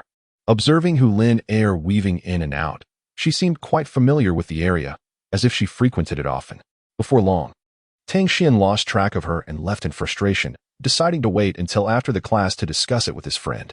In a clearing surrounded by spiritual pines within the Martial Soul Forest, a figure awaited. It was Dai Xingxi, and Hu Lin Er squeezed through the space between two trees. What is it this time? You even had me skip my morning class to come here? Hu Lin Er said with evident disdain. Lin Er, could you possibly be a bit nicer to me? How did your preparations go regarding what I mentioned on my day off? Hu Lin Er asked, puzzled. Where did you hear that Yuhan is planning that card business? Higi, that's not for you to worry about. You need to pay more attention to this matter. It's a tremendous opportunity to save your Hu family. My family will provide financial support to yours, so quickly bring me that card business plan. This way, our families can seize the market early. And your family's financial turnover will surely improve. And then what? Hu Liner asked coldly. Dai Shengshi was clearly taken aback by her question. And then? What do you mean by and then? Naturally, it leads to a long-term collaboration between our families. You continue to entice Qian Yuhan. When he becomes infatuated, you can cast him aside. He will undoubtedly suffer a significant blow, and then I will reveal the whole truth to him. Just thinking about it is exhilarating, isn't it? You are shameless. We are in the same boat now, Hu Liner. Don't think that your words in favor of Qian Yuhan are for his good. You haven't done a single thing that is truly good for him. Dai Shengxi's final remark struck a chord, causing Hu Liner to stiffen momentarily, as if she had been pierced by an arrow. I implore you to exercise restraint. Otherwise, I could very well expose everything to Yuhan, even if it means incurring his eternal hatred. The truth is that you have coerced me into this. A sardonic chuckle escaped her lips. Is that truly the case? Have I compelled you? Dai Shengxi stepped closer, leaning in to whisper near her ear. Do not forget our family's betrothal. Were it not for that childhood promise, do you truly believe your family's financial struggles could remain concealed until today? Liner, why do you fail to comprehend, despite your past treatment of me? I find it utterly distasteful, you scoundrel, Hu Liner retorted fiercely. Very well, Dai Shengxi replied, making his way through the thicket and departing. Tears streamed uncontrollably down Hu Liner's cheeks. Why must I have been born into such a family? Had I known this was the reality, I would have preferred a life of humble simplicity to the burdens faced by the affluent. Chapter 58. The dilemma Hu Liner wrestled with her inner turmoil. On one hand, for the sake of her family, she felt compelled to ingratiate herself with Dai Shengxi and the Dai family to weather the storm. On the other hand, she did not wish to treat Qian Yuhan unfairly. The former was for familial duty, while the latter was for love. Choosing the former would reduce Qian Yuhan to a mere plaything, while opting for the latter would mean disregarding her family that had nurtured her. Before Hu Liner lay but these two choices. How should she decide? It was not too late to make a choice. She wiped the tears from the corners of her eyes and exited the Wuhuan forest. As she strolled along the path within the academy, she paused to rest on a nearby bench, gazing at the picturesque scenery around her, yet finding it all rather mundane and ordinary. At barely 9 years of age, she had believed that learning to use an abacus would suffice to assist her family. Who could have imagined it would culminate in such a predicament? The fate of her entire family rested upon her shoulders, relying on her to aid Dai Shengxi in manipulating the boy she held dear. It was absurd that she had to acquiesce to his childish whims merely to save her vast family. Caught between these two choices, she wandered aimlessly until she arrived at Angel Square. Sitting there, she stared blankly at the statue of the elder Qian Mo, pondering how to make her decision. How am I to choose? Who can assist me? Her thoughts first turned to Qian Yuhan, but he was now an orphan, abandoned by his father, left to fend for himself during the holidays. Then she considered Fangya, who had a decent relationship with her. Fangya was rumored to be the daughter of a prominent family. If she could assist the Hu family, then she could free herself from Dai Shengxi's threats. Yes, she would seek out Fangya. Hu Liner remained seated in Angel Square for the entire morning, skipping lunch to return to her dormitory for rest. She planned to speak with Fangya in the afternoon. As Qian Yuhan concluded her class, Mu Chen awaited at the entrance. Has the class ended? She inquired. Indeed. Qian Yuhan affirmed with a nod. Oh, I wasn't asking you, my dear fourth. I was inquiring about Fangya, Mu Chen said with a smile. Glancing at Fangya standing behind Qian Yuhan, Qian Yu cast a sidelong glance at Mu Chen and strode past him. Hey, fourth brother. Why are you so flustered? I was merely jesting. I waited especially for you. There is something I wish to discuss. Oh, let us not converse here. Let us dine first and speak as we eat. Qian Yuhan, Mu Chen, and Fangya ventured together to the cafeteria. The fourth class was engaged in theoretical lessons, and the cafeteria lay between the classroom and the soul combat area. Thus, the trio decided against searching for the other two in the classroom, opting instead to rendezvous directly in the cafeteria. Each of them placed their lunch orders, balancing their trays as they sought out an unoccupied table. Just as they settled down, Qian Yuhan inquired about the matter Mu Chen wished to discuss. Observing Qian Yuhan's anxious demeanor, Mu Chen refrained from teasing him further and said, This morning, our class had no lessons, so I took a stroll outside. You won't believe whom I encountered. Who? Liner. Liner? Both Qian Yuhan and Fangya exclaimed in puzzled unison. They were classmates with Hu Liner, who had been absent today due to family matters. Yes, indeed. It was Liner. I noticed her sneaking into the spirit forest, seemingly wandering aimlessly around there, and before I knew it, she had slipped away. Hey, Old for. Are you two having a quarrel? Qinyu shook her head in denial, saying, No, we were studying together in the library last night. However, she appeared quite fatigued and listless.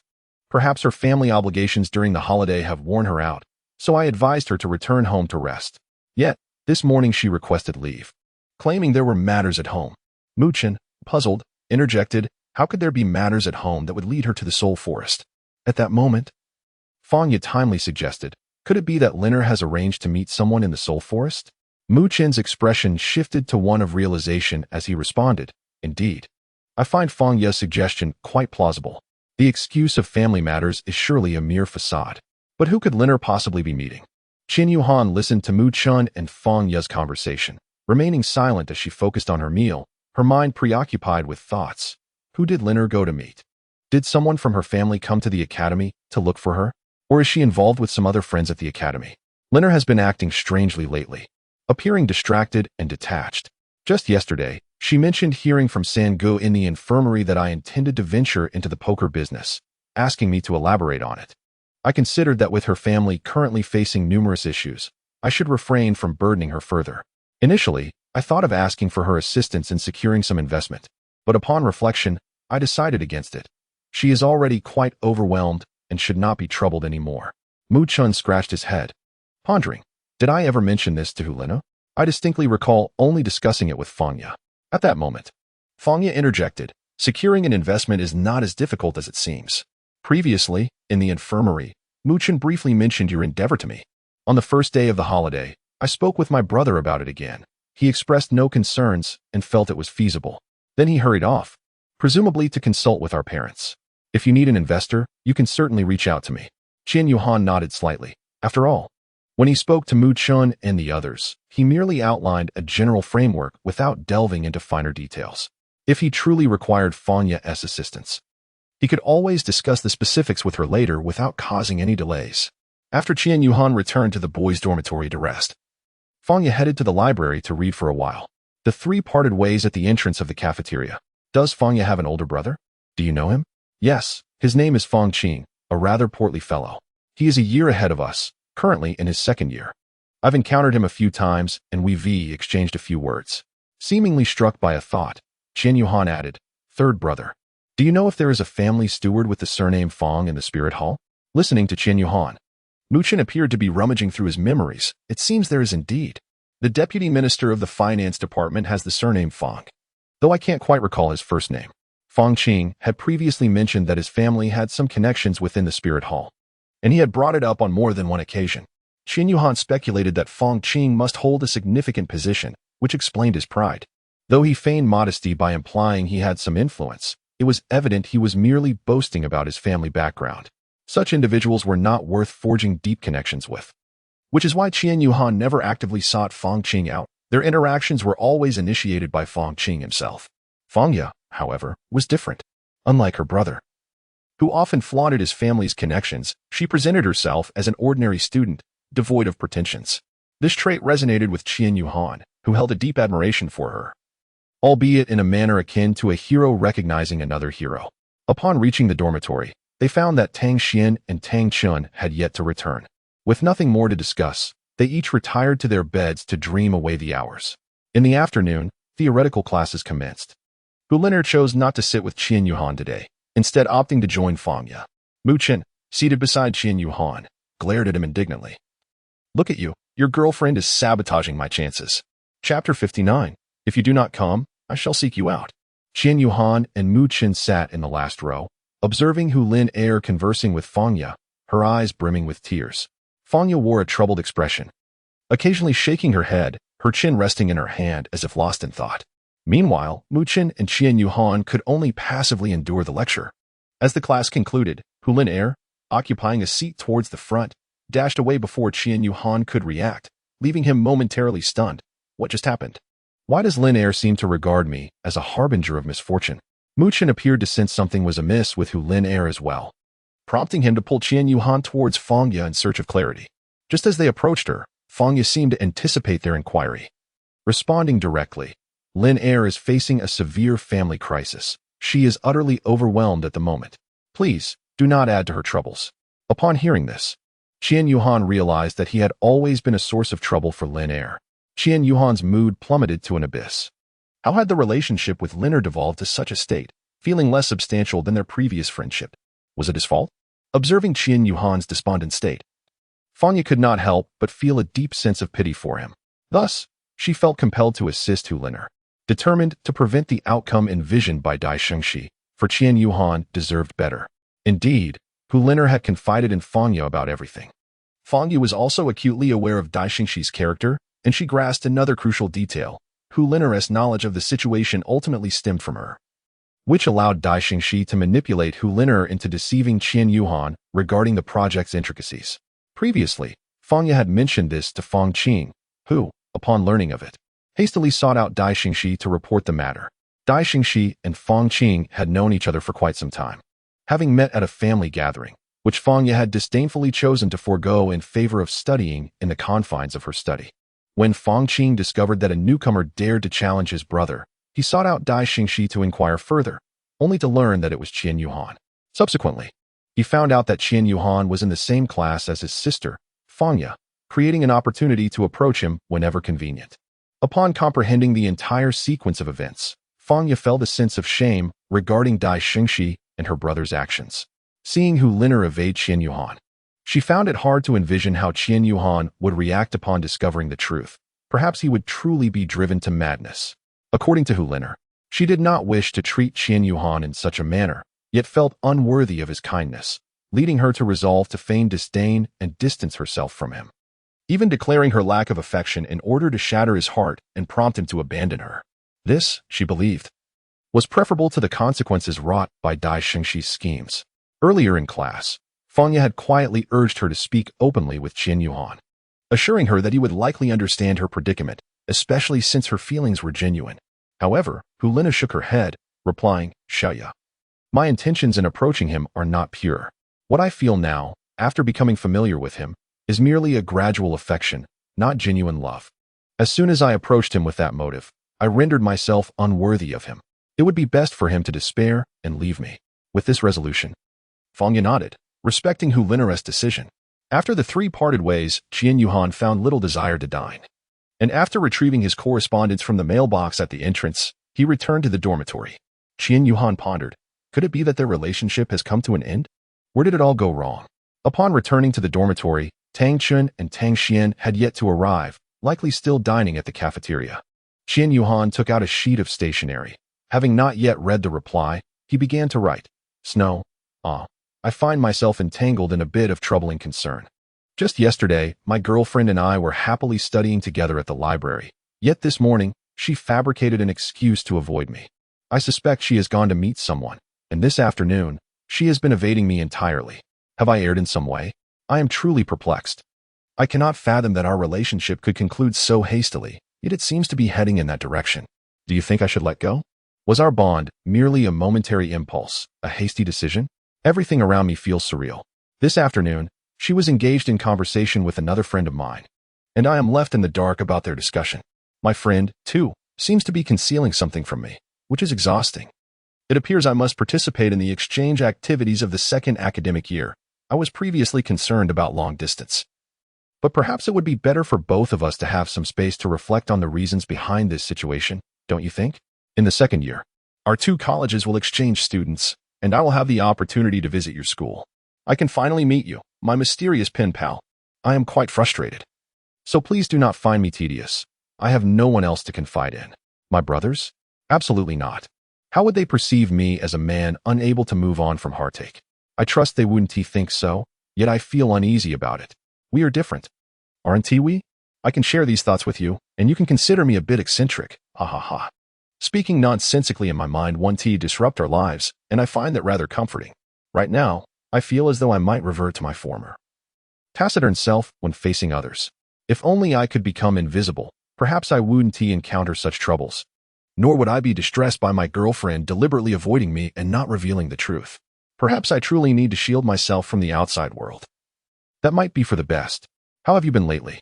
I haven't yet read your reply. I suspect that approaching your letter with my current negative emotions would cloud my perception. Would it be all right if I wait a few days to read it when I am in a better frame of mind? I believe you might be pouting over my delay in reading your response. Please do not be upset. Consider this a distant consolation from Qian. Wishing you well. In the Tian-Do Royal Academy, a servant delivered the morning's correspondence to Ouyang Luoshue's desk. Today, she had spent the entire day in the mimetic training zone for her soul duel class, a task she usually undertook herself, but today she had enlisted someone else's help. Upon opening the letter and reading the response from Qian Yuhan, she couldn't help but chuckle at the line, "By the time you read this letter, I will likely be enduring a rigorous training session at the hands of Teacher Yu." It seemed that this mischievous fellow had also become a victim of intense training under the merciless instructor. "What's gotten into you, Luoshue? Is your pen pal's letter truly that delightful?" inquired a roommate. He, today a certain big fool is probably suffering more than us, Ouyang Luoshue replied. Her head bowed slightly with a smirk. She pondered silently, wondering whether he had read the letter she sent him today, and what his thoughts might be regarding their correspondence. "If you don't come to me, then I shall seek you out." She then returned her focus to the contents penned by Qian Yuhan.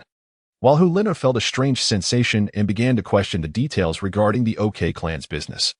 Squinting her eyes as memories of a particular scene in the sunset forest resurfaced. In the Tian-Do Royal Academy, Ouyang Luoshue sat at her desk, lost in thought. She had witnessed Hulina conversing with another young man in the sunset forest, and their interaction had appeared to end in conflict, though it was evident they were scheming something. Through her correspondence with Qian Yuhan, she had gleaned a rough description of Hulina's appearance, and upon seeing her, she recognized her immediately as the beautiful girl described. As for the young man beside Hulina, she had instructed Lu Lao to memorize his features and look into his background. Lu Lao later reported back that he was Dai Shenqi, the eldest son of the Dai family in Soul Master City, a notorious young scion. With the clues gathered by Lu Lao, Hulina had pieced together the situation quite accurately. That troublesome fellow, Ouyang Luoshue thought to herself. It is perhaps best not to intervene too intrusively. This is his own affair. Feeling somewhat fatigued, she penned a letter of 200 or 300 words detailing the peculiar events of her day before retiring for the night.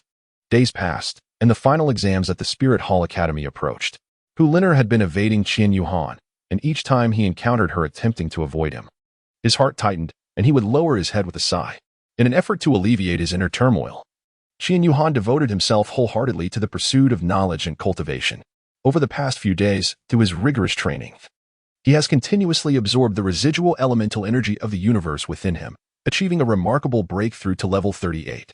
This astounding progress left Mu Qin and Tang Qian in a state of utter astonishment. As Qian Yuhan rested in the dormitory alongside his 3 companions, he retrieved 3 exquisite celestial herbs from the Frostheart Dragon God's golden bracelet for his brothers to consume.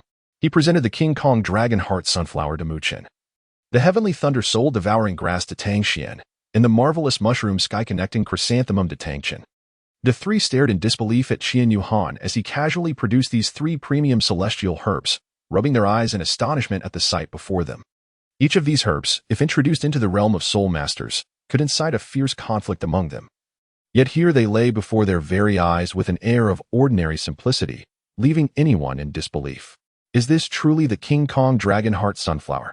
Qian Yuhan gazed at the now dazed Mu Qin, offering a gentle nod without uttering a word. You truly are my biological father.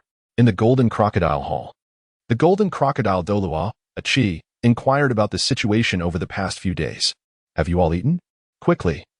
Take advantage of the time before the practical assessment begins to absorb it.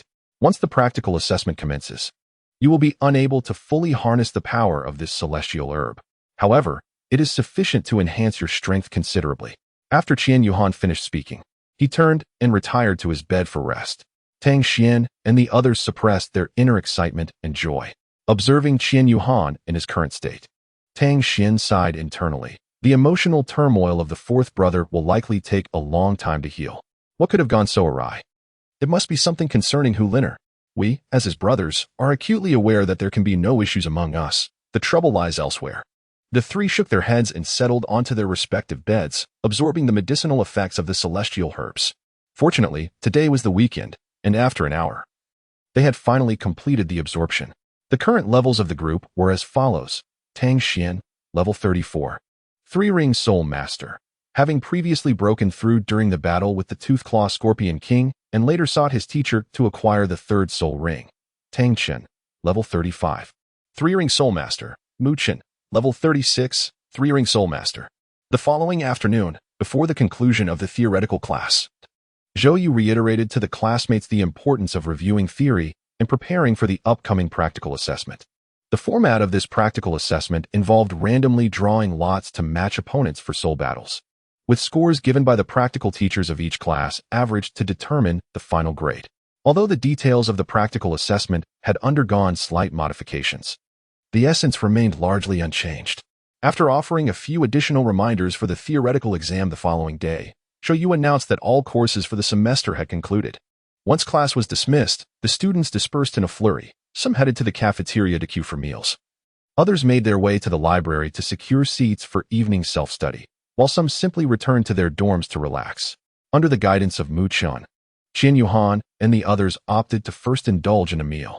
They requested Fang Ye's assistance in securing a few extra seats. After agreeing, Fang Ye hurriedly made her way to the library. After finishing their meal, Qian Yuhan and the others brought a portion for Fang Ye and proceeded to the library. Upon entering, they spotted Fang Ye waving at them. As they approached her, Mu Chun placed the food in front of Fang Ye and glanced at the vacant tables. With 5 tables in total, he couldn't help but furrow his brow. Xiaoya, isn't Hu Liner joining us? Mu Chun inquired. Fang Ye noticed Qian Yuhan's gaze on her, seemingly eager for an answer to this question. She shook her head and replied, Liner had some matters at home and went straight back. She won't be staying on campus anymore. She will be a day student from now on. After Fang Ye spoke, she observed that Qian Yuhan's expression remained unchanged. Yet his eyes reflected a hint of melancholy. As if resolute, Qian Yuhan said, Fang Ye, you keep in touch with Liner, right? When you have the chance. Could you convey a message for me? If she has encountered someone better and feels the need to distance herself from me, she should just tell me directly. I will step aside. But please, I implore you, do not allow this to continue. It is truly painful. Fang Ye looked at Qian Yuhan and silently nodded. Subsequently, the 5 of them immersed themselves in their studies within the library, and no one mentioned the matter again. The theoretical examination commenced, and the questions, crafted by each class's respective theory teacher, elicited varied reactions. Some found the questions excessively challenging, while others deemed them surprisingly manageable. Qian Yuhan represents the latter. After completing the theoretical examination, he managed a rare smile. Observing Mu Chen's furrowed brow, he surmised that the examination paper crafted by their teacher was indeed of the challenging variety. After all, teacher Han Xin possessed a profound mastery of theory, which rendered her lessons even more intricate, consequently leading to the formulation of particularly difficult questions. Alas, my friend, the paper set by teacher Han from our class is exceedingly arduous. We would be grateful just to pass. Qian Yuhan observed Mu Chun lamenting beside him and gently patted his shoulder, offering words of comfort. Do not worry. Believe in yourself, and you shall surely prevail. The practical assessments commence tomorrow, with the matchups revealed in the afternoon.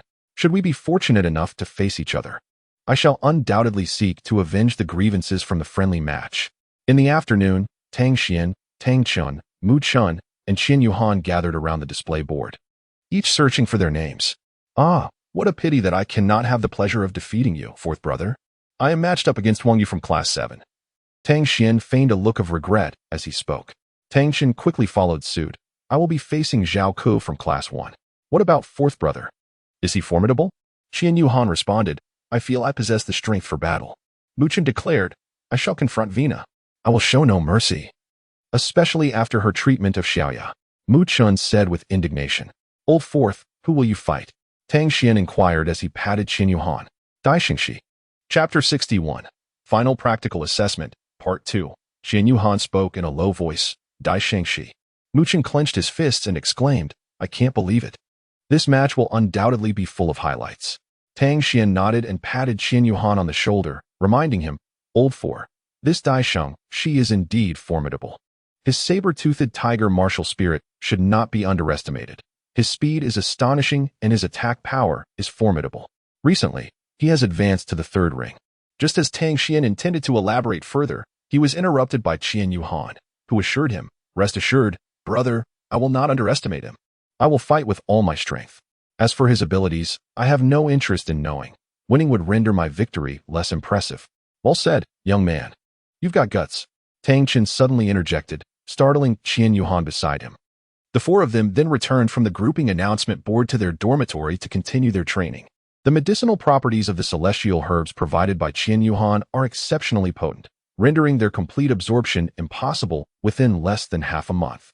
They have only managed to assimilate a mere fraction of the energy, yet the enhancements derived from their respective herbs have already resulted in significant qualitative improvements, underscoring the formidable nature of these top-tier celestial plants. After absorbing the Diamond Dragon Heart Sunflower, Mu Qin's Golden Crocodile King Martial Soul has attained an astonishing level of defense, capable of withstanding the fourth soul skill of an ordinary soul master. His meridians now seem to be encased in a layer of armor, markedly increasing their capacity to bear energy. This allows him to accelerate the flow of soul power through his veins, rendering his cultivation more efficient. Tang Xian, having absorbed the heavenly thunder-devouring soul grass, has seen the lightning attributes surrounding his Haoyan hammer grow purer, with the added lightning damage during attacks becoming significantly more pronounced. Moreover, his physical constitution has been greatly enhanced through the refining properties of the heavenly thunder-devouring soul grass. Simultaneously, it has provided a substantial boost to his mental faculties, elevating his mental strength to a level that even Qian Yuhan finds somewhat lacking. Following his absorption of the extraordinary fungus heavenly chrysanthemum, Tang Chun has transformed the Haoyan hammer into a more resilient weapon, with its weight noticeably increased. The accompanying stunning effect during attacks has also seen improvements. As for his physical strength, it has reached the nascent form of indestructibility, showcasing impressive defensive capabilities that harmoniously blend offense and defense, including Qian Yuhan. The enhancement of soul power is the most immediate effect observed post-absorption of the celestial herbs. The elevation of martial soul attributes and physical strength constitutes the primary and prolonged benefits, as these improvements vary according to the degree of absorption. Once they fully harness the energy over the winter break, they are sure to astonish onlookers. Naturally, the influence of enhanced martial soul attributes and physical strength on soul power is minimal. Moreover, given that all four are equipped with top-tier martial souls, with Qian Yuhan possessing a divine-level martial soul, the impact of the celestial herbs on their soul power is not as pronounced as it would be for ordinary martial souls. Although a boost of approximately 5 levels is still quite feasible, the four continued their cultivation until the following morning, neglecting even dinner. Mu Chun was the first to awaken, slowly opening his eyes as his stomach emitted a mournful growl. He internally lamented, "Good heavens, I've cultivated straight through to the next morning." Before long, the other three gradually roused from their slumber. Tang Xian stretched widely and then sprang from his bed. "Refreshing. I feel invigorated, though a bit hungry," he exclaimed, prompting a chuckle from Qian Yuhan. The four shared a knowing laugh, and Tang Xian gestured for them to gather together, linking arms to form a circle. "Brothers, it's time for us to showcase our prowess in Class 101, he declared. "No doubt about it. Let us dive into action. I'm aiming for a perfect score. The first perfect score will undoubtedly be mine." Tang Chun was unusually exuberant that day. Qian Yuhan declared, "Let's all give it our best."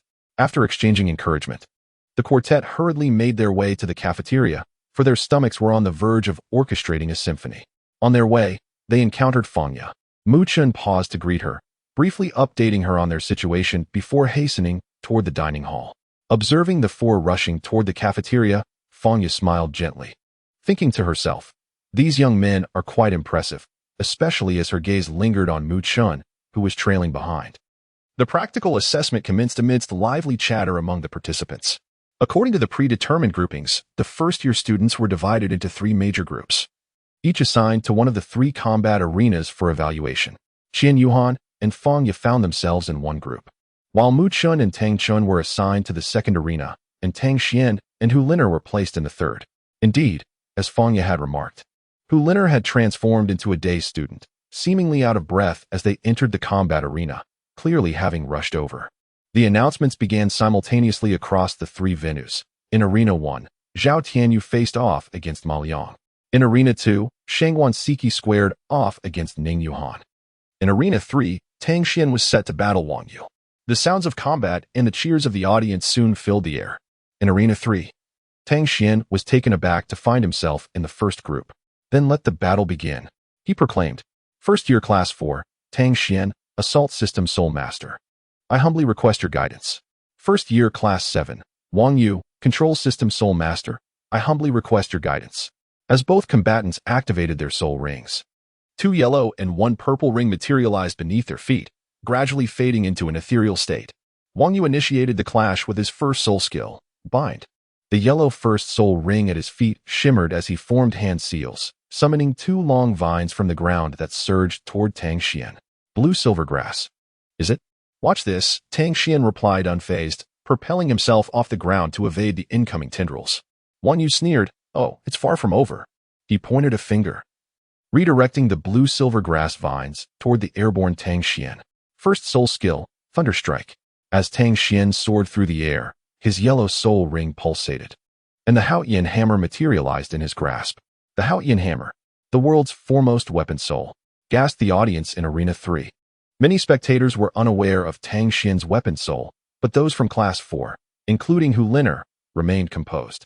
After all, numerous classmates had sparred with the Tang brothers in practical classes, fully aware of the overwhelming might of the Haotian hammer. A sigh of relief swept through Class 4. For an unspoken rule in practical assessments was that one would not face opponents from their own class. The Haotian hammer in Tang Xian's hands crackled with intensified lightning. Chose not to evade this time, but to launch a direct assault. He declared, "How can a powerhouse like me be intimidated by control-type attacks? Let us go for it." The 7 instructors observing from the sidelines noted the recklessness of the control-type student, with one from Class 6 remarking, "This child underestimates his opponent. Challenging the formidable Tang Xian head-on is certainly unwise." Indeed, Tang Xian's strike was one that Wang Yu could not withstand, even if he managed to endure it. It would merely provide Tang Xian with further opportunities for attack. Alas, this child has fallen back into his old habits. The instructor from Class 6, who spoke, was none other than Wang Yu's combat mentor. As anticipated, upon witnessing the overwhelming force of Tang Xian's first soul technique, the enhanced Haotian hammer, Wang Yu opted for a solid defense. With swift hand seals, blue-silver grass vines intertwined above him, forming a protective barrier. However, as soon as Tang Xian's strike made contact with the shield created by the entwined vines, it shattered effortlessly. Without pausing, Tang Xian continued to raise his hammer and strike at Wang Yu. Wang Yu sighed inwardly, realizing the gravity of the situation. Not good. Third soul technique, blue-silver cage.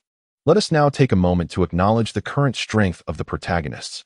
Qian Yuhan, level 37, peak, martial soul, radiant divine sword, Azura demon sword, sealed. First soul skill, radiant slash, second soul skill, radiant shadow clone, third soul skill, radiant guardian. Ouyang Luosh Yue, level 41, martial soul, Ice spirit staff, Ice god battle blade. Ice spirit staff's first soul skill, Ice spirit blessing, second soul skill, Frozen Domain. Ice God Battle Blade's first soul skill, Ice God Slash. Further soul skills will be revealed later, no spoilers. Tang Xian, level 34, Martial Soul. Heavenly Thunder Haotian Hammer. First soul skill, Thunder Strike. Second soul skill, Thunder Assault. Third soul skill, Thunder Shadow. After his breakthrough, he directly sought his teacher to obtain soul rings, and upon learning of this, Tang Jin scolded him in a letter for not returning to acquire the Haotian Guardian, leaving only the fourth soul skill for now. Tang Chun, level 35. Martial Soul, Earthquake Haotian Hammer, first soul skill, Ground Splitter, second soul skill, Earth Shaker, third soul skill, Haotian Guardian. Mu Chun, level 36, Martial Soul, Golden Crocodile King. First soul skill, Golden Crocodile Tail Sweep, second soul skill, Protective Golden Radiance, third soul skill, Ferocious Golden Crocodile. Domain, Golden Crocodile Domain. Fangya, level 29, peak. Martial Soul, Twin-Headed Fire Phoenix, first soul skill, Phoenix Fire Line, second soul skill, Phoenix in Flames.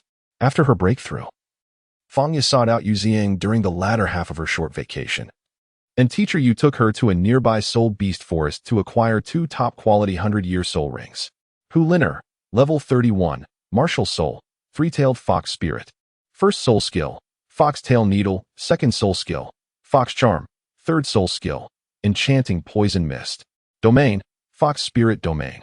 Furthermore, the initial romantic entanglement of young Qian Yuhan is about to meet a tragic end.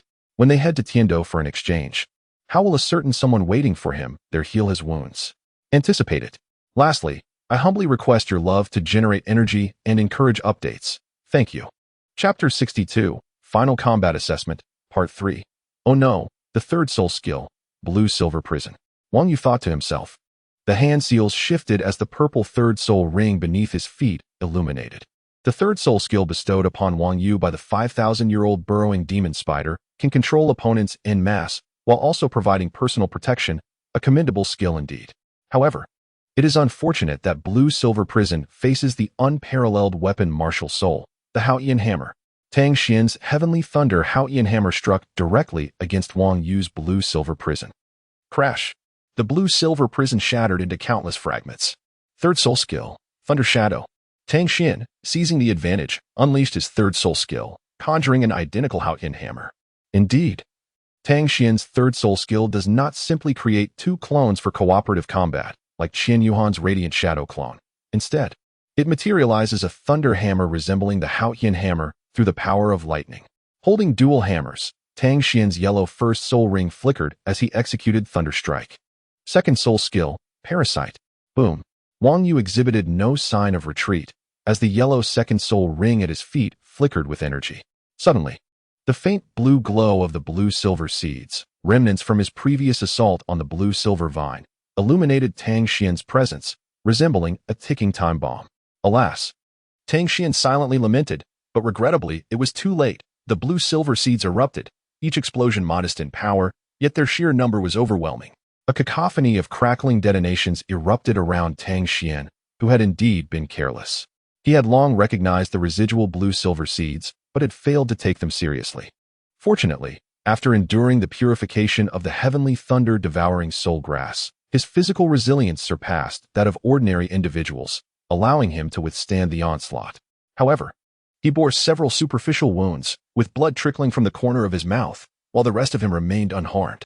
Wang Yu, on the other hand, fared far worse. Once Tang Xian unleashed his thunder shock, the two Haoyan hammers were sent soaring into the sky, only to come crashing down towards Wang Yu as if guided by an unseen tracker. The speed was astonishing, leaving Wang Yu no time to react upon spotting the hammers in midair. When the Haoyan hammers struck the ground, accompanied by a baptism of lightning, Wang Yu suffered the dual effects of the electric shock and the seismic impact of the hammers, rendering him momentarily unconscious. Tang Xian summoned back the heavenly thunder Haoyan Hammer, while the thunderous hammer conjured by his third soul skill, Thunder Shadow, dissipated beside Wang Yu. Leaning on the Haoyan Hammer, Tang Xian gradually rose to his feet, muttering softly, "Damn it, that hurt like hell." The first match of the third arena concluded, with Tang Xian achieving an average score of 95 and Wang Yu scoring 75.8. The next group of students was summoned to the arena. Tang Xian limped towards the first arena, eager to witness the battle of his fourth brother. Upon arriving, he spotted Qian Yuhan and Fangya seated side by side and made his way towards them. Fangya was the first to notice the disheveled Tang Xian. Covering her mouth as she laughed, "Brother Xian, what happened to you? Ha ha, how did you end up like this?" "Ah, don't mention it. It's so embarrassing," he replied. Qian Yuhan heard Fangya's words and followed her gaze to see Tang Xian in motion.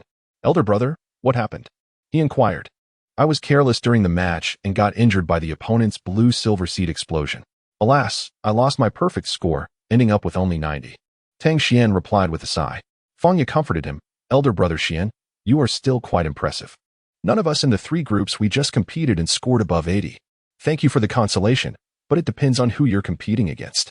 If you all perform normally, scoring above 90 will surely be no problem," he responded. As the trio conversed, Tang Xian settled beside Qian Yuhan, watching the competition in Arena 1. Meanwhile, in Arena 2, Mu Chun, placed in the fourth group, had arrived at the preparation area, preparing to face Vina from Class 4. The determination reflected in Mu Chen's eyes revealed his unyielding spirit. As the match concluded, the practical instructor announced the scores. Zhao Rui received 82 points, while Haningzi garnered 88 points. The announcement echoed, "The fourth group of Arena 2 is about to commence. Mu Chun and Vina, please take the stage." With eager anticipation, Mu Chun rolled up his sleeves, ready to engage. However, Vina appeared tense, acutely aware of Mu Chen's identity. Knowing he was friends with Fangya and having learned from Dai Xingxi that Fangya belonged to the Fang family, she dared not provoke her further. Vina was not foolish. She understood the dire consequences of inciting Mu Chun and his powerful family, a burden her own family, the Wei family, could not bear. Yet, she was aware that Dai Xingxi had been targeting Qian Yuhan, who was merely an orphan abandoned by his father. Vina believed Mu Chen's assistance stemmed from pity, which was a different matter entirely from his relationship with Fangya, whom she presumed Mu Chen was romantically involved with. Mu Chen, a level 36 soul master, wasted no words and unveiled his soul rings, 2 yellow and 1 purple. With the golden crocodile martial spirit enveloping him, his aura surged dramatically. Vina, level 29 great soul master, I look forward to your guidance, she announced, as 2 yellow soul rings appeared beneath her feet. Both the Wei and Dai families boasted inherited martial spirits. The Dai family possessed the saber-toothed ghost tiger, while the Wei family had the soul-devouring spirit cat. Golden crocodile domain, activate. Mu Chen unleashed his innate domain, amplifying his abilities with a terrifying 50 increase in both attack and defense, establishing him as a formidable contender within the arena. First soul skill, golden crocodile tail. Within the domain, Mu Chen's golden aura radiated with dazzling brilliance, enveloping him in a resplendent glow. His first soul ring burst forth with a powerful wave of soul energy. With a swift motion, he unleashed a robust tail strike, propelled by a fierce gust, sending a golden arc slicing through the air towards Vina. The attack cleaved through the atmosphere, producing a sharp, piercing sound that resonated throughout the arena. Mu Chen held nothing back, channeling his full strength into the strike, which brimmed with formidable power and destructive force. First soul skill, divine speed. Second soul skill, night raid. Vina, aware of the immense power behind this strike, knew she could not withstand it. She unleashed 2 soul skills simultaneously, enhancing her speed to an extraordinary level, allowing the already swift soul-devouring spirit cat to double its velocity, deftly evading Mu Chen's golden crocodile tail attack. Though it could be said she evaded it in reality, Vina's body was merely inches away from the lethal slash created by the crocodile's tail, a narrow escape that was indeed perilous. As the night raid skill activated, Vina swiftly maneuvered, darting in various directions with such rapidity that she seemed to vanish, leaving behind a trail of black afterimages between her appearances. She continued to traverse the arena at an astonishing pace, searching for an opening. Mu Chen smiled faintly as his third purple soul ring began to glow. Third soul skill. Chapter 63, Final Practical Assessment, Part 4, Third soul skill, Ferocious Golden Crocodile. With the illumination of his purple third soul ring, Mu Chen simultaneously activated the soul bone skill of his right arm. Barbaric Tremor. This was the Earth King right arm bone he had previously showcased during his battle against Qian Yuhan. The Barbaric Tremor skill was a control technique that caused the earth to quiver. Under the influence of this soul bone skill, Vina's agility decreased sharply. As Vina's speed diminished under the control of Barbaric Tremor, a glimmer of joy flashed in Mu Chen's eyes. He recognized that the opportunity had arrived. He swiftly unleashed his third soul skill, Ferocious Golden Crocodile. In an instant, a dazzling golden light erupted from Mu Chen's form. Following this, a lifelike golden crocodile materialized before him. This crocodile, entirely enveloped in golden hues, radiated a brilliant glow as if it were forged from pure gold. Its massive and formidable body exuded an overwhelming sense of power. As Mu Chen continued to channel his energy, the golden crocodile grew in size.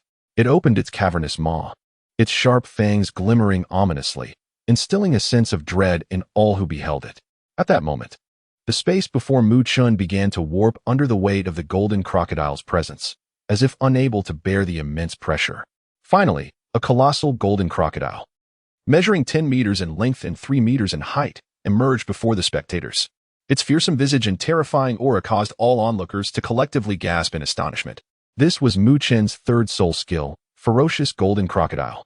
From the audience, Tang Chun observed the crocodile formed by the third soul skill, shaking his head and closing his eyes, seemingly offering a moment of silence for Vina. Go, Mu Chen commanded. The golden crocodile charged toward Vina, and all the combat instructors knew that she would undoubtedly be unable to withstand this blow. If struck, it could even result in a lifelong disability. The teachers exchanged glances, and the practical instructor from Class 4 swiftly materialized in the soul arena. Upon his arrival, he immediately sensed an overwhelming aura of dread, momentarily taken aback. This child was merely a soul master, yet the soul skills he unleashed were formidable enough to instill trepidation even in a soul sage like himself. Truly astonishing. The Class 4 teacher appeared before Weina, and beneath his feet, the remarkable configuration of soul rings, 2 yellow, 2 purple, and 3 black, slowly materialized. Simultaneously, the seventh black soul ring illuminated, its oppressive force significantly diminishing the impact of Mu Chen's ferocious golden crocodile skill. As the massive golden crocodile surged toward the instructor, a thunderous clash erupted upon their collision, shaking the very ground of the arena. In that instant, a colossal cloud of smoke billowed upwards, enveloping the battlefield and obscuring the outcome of this intense encounter from the spectators.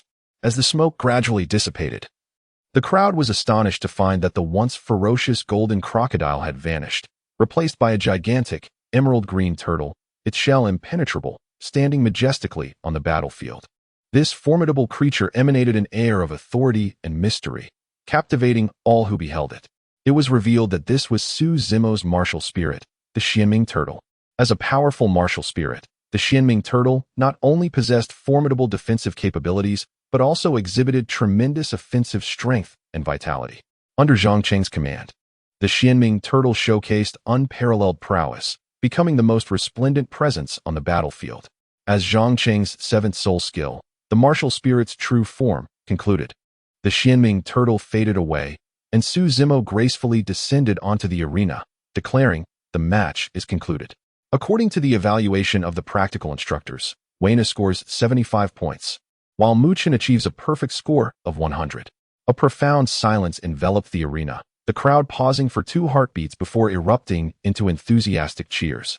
Wow, a perfect score. Is he from Class 2? It seems so. I must gather all his information within the hour, and it will cost me 100 gold soul coins. Mu Chen returned to the audience with a furrowed brow, disregarding the flattery directed at him, and settled beside Tang Chun. I'm so frustrated. Why did Teacher Su intervene? Tang Chun, rarely smiling so brightly, exclaimed, "Ha ha ha. Old 3, are you not aware of how powerful your third soul skill is? Weina could never withstand it. Did you not see that Teacher Su used his martial spirit's true form to counter it? Just chuckle to yourself." Tang Chun continued, "Your third soul skill is so formidable. Why didn't you use it against the Scorpion King back then?" Upon hearing Tang Chen's sudden inquiry, Mu Chen's previously regained composure instantly faltered. "Let us not mention the second brother," he stammered. Observing Mu Chen's hesitant demeanor, Tang Chen's curiosity intensified. "What is the matter? Why are you so lively today, second brother?" "Ah, it's nothing much. It's just that I released my third soul skill at that moment.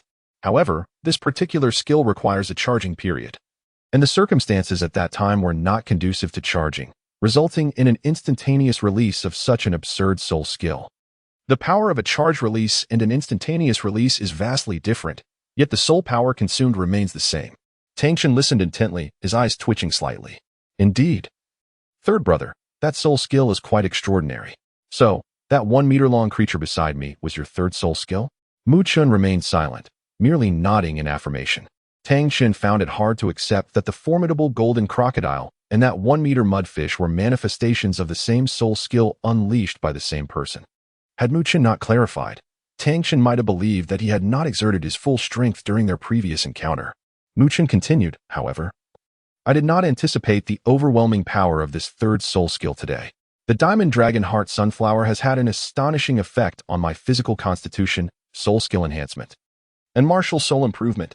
Moreover, I sense that there is still a considerable amount of elemental energy remaining within me. If I could absorb it all," Tang Chun nodded in agreement, sharing a similar sentiment. He remarked, "Indeed. The effect of the rare fungus heaven chrysanthemum I absorbed has also left me in awe. It has not only bolstered my strength, but has also granted me an unprecedented sense of power." Mu Chen added, "Exactly, particularly with my third soul skill, which has exhibited such formidable power, it utterly surpasses my expectations." Tang Chun chuckled, "Of course. Nonetheless, we must make good use of the remaining elemental energy to further enhance our cultivation.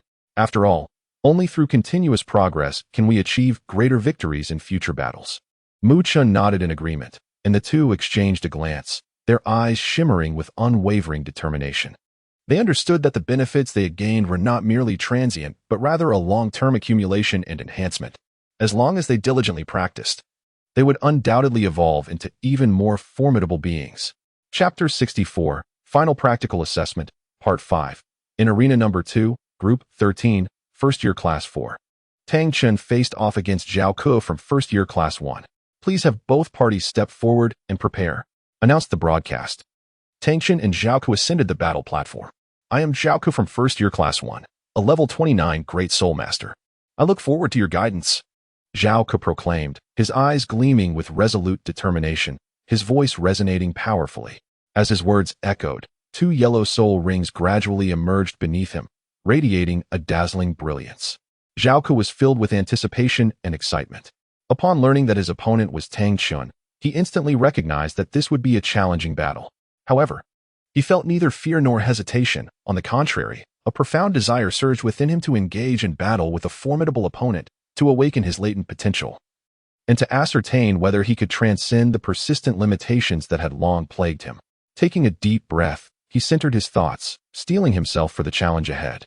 He believed that, by giving his all, he would undoubtedly gain invaluable experience and growth from this fierce confrontation. At this moment, he could hardly contain his eagerness to showcase his strength and compete against Tang Chun. In Class 4 of the first year, Tang Chun, a level 35 Soul Master, stated gravely, his expression serious and mindful, for he dared not underestimate his adversary. His younger brother had repeatedly cautioned him the previous day that Zhao Ke's strength was formidable, reputed to possess the capability to contend with him. Although he held one more skill than his opponent, at level 29, facing level 35. The fact that Zhao Ke could engage him so evenly indicated immense potential. Aware of such a powerful foe, Tang Chun understood the necessity of remaining vigilant and wholly committed. Simultaneously, he aimed to use this opportunity to solidify the cultivation he had gained from absorbing the wondrous heavenly mushroom. First soul skill, Earth Splitter. Tang Chun initiated the assault. As his yellow first soul ring materialized beneath him, grasping the earthquake Haotian hammer with both hands, a tremendous force surged from within him, converging upon his arms. He inhaled deeply, stepping forward, and then raised the Haotian hammer high above his head. As he moved, the air around him seemed to churn, creating an invisible vortex. Subsequently, with all his strength, Tang Chun forcefully brought the Haotian hammer crashing down upon the ground. A resounding explosion echoed as the earth trembled violently, akin to a minor earthquake. From Tang Chun's epicenter, a web of fissures rapidly spread outwards, racing towards Zhao Ke. The cracks multiplied and thickened, ultimately merging into a vast chasm. This rift continued to widen, emitting a deep, thunderous roar, reminiscent of a ferocious beast poised to devour everything in its path. At that moment, Zhao Ke's complexion changed dramatically. He felt an unprecedented pressure. His eyes widened in alarm, for he realized that if he did not evade in time, he would face grievous injury. The power of Tang Chun's earthquake Haotian hammer surpassed that of Tang Xian's thunder Haotian hammer by a considerable margin. Though merely a first soul skill, and only causing the ground to fracture, Zhao Ke understood that the might of this strike was comparable to an ordinary Soul Master's third soul skill. 7 Killing Domain. Activate. Zhao Ke summoned a silver longsword, emanating a faint blue energy shield around him. His martial soul was the renowned 7 Killing Sword, a top-tier weapon martial soul that could rival the Haotian hammer in terms of offensive prowess. Soul Masters who awakened the 7 Killing Sword martial soul were endowed with a unique talent domain, the 7 Killing Domain, akin to Mu Chen's Golden Crocodile Domain. However, unlike Mu Chen, whose Golden Crocodile Domain can affect both himself and his allies, Zhao Ke's 7 Kills Domain can only enhance his own abilities, without bestowing any enhancements upon others. The first soul skill, Sword Chi. As the first soul ring beneath Zhao Ke flickered, he swept the 7 Kills sword through the air, unleashing a torrent of gray energy that surged forth like a colossal gray dragon, targeting Tang Chun's first soul skill. Yet, he did not aim directly at Tang Chun. Instead, he locked onto the attack named Rift, intending to counteract force with force, thereby diminishing the impact of Tang Chun's skill in preparation for the ensuing battle. With a thunderous clash, the two soul skills collided, sending dust soaring and smoke billowing. As the haze gradually dissipated, Tang Chun's skill remained, albeit stripped of its initial, overwhelming might. Zhao Ke deftly evaded the remnants of Tang Chun's first skill with a swift sidestep. Next came the second soul skill, Earthquake. The yellow soul ring beneath Tang Chun materialized as he activated the Earthquake skill. This soul skill served as a self-enhancement, doubling the weight of his Jin Di Haotian hammer and significantly amplifying its attack power as he prepared for a direct and forceful assault. Zhao Ke recognized Tang Chun's intent and welcomed the challenge. The second soul skill, Sword Intent. The yellow second soul ring appeared beneath Zhao Ke, and the 7 Kills sword in his hand emanated blue and white runes that encircled him, radiating a soft white glow. Gripping the hammer's handle with both hands, Tang Xin charged towards Zhao Ke, wielding the now heavily weighted Jin Di Haotian hammer. Zhao Ke, too, brandished a sword, meeting him head-on. As the distance between them narrowed, Tang Xin slowed his pace, adjusting his rhythm to swing the Haotian hammer in a sweeping arc. His gaze was resolute, and his aura surged, as if the hammer itself sensed its master's determination, glowing brilliantly. Simultaneously, Zhao Ke gripped the hilt of the seven-kill sword tightly, his eyes glinting with a sharp light. He inhaled deeply and, with the sword in hand, swung toward the Jin Di Haotian hammer. The seven-kill sword traced an arc through the air, emanating a fierce sword energy aimed directly at the hammer. Upon their clash, a deafening sound erupted, the tremendous force fracturing the ground beneath them. This power generated a potent shockwave that radiated outward from the two, lifting the surrounding arena and enveloping it in a cloud of dust. Zhao Ke's left arm's soul bone skill, bloodlust. Instantly, a red glow emanated from his left arm, his eyes turning blood red under the influence of the soul bone skill. Surrounding him, a faint blue sword energy swirled, intermingling with the crimson light of the unleashed skill. Zhao Ke possessed a soul bone, a reinforcement type at that. Such a confrontation might prove disadvantageous for the second brother. Observing the scene unfold, Mu Chen murmured to himself, while internally acknowledging, just as the fourth brother said, Zhao Ke is indeed formidable. Indeed, the confrontation between the two supreme martial spirits is exhilarating. The seven-killing sword in Zhao Ke's grasp gleams with a fierce radiance, each stroke exuding an unparalleled aura and strength. Empowered by the bloodthirsty spirit bone on his left arm, the offensive capability of the seven-killing sword is significantly enhanced. As the sword clashes with the Haotian hammer, the sword energy emanating from it surges forth like a tempest, sweeping towards Tang Xin's Haotian hammer. Each wave imbued with terrifying might, as if threatening to rend the very fabric of space itself. Under this formidable assault, Tang Xin's Haotian hammer begins to tremble slightly, as though struggling to withstand the pressure. Observing this, a glimmer of joy flashes in Zhao Ke's eyes. He understands that he must seize this opportunity to decisively defeat Tang Xin, for there may be no chance for a comeback otherwise. As the ferocity of the seven-killing sword strikes intensifies, a subtle momentum begins to suppress the Haotian hammer. In Chapter 65, the final practical assessment, Part 6.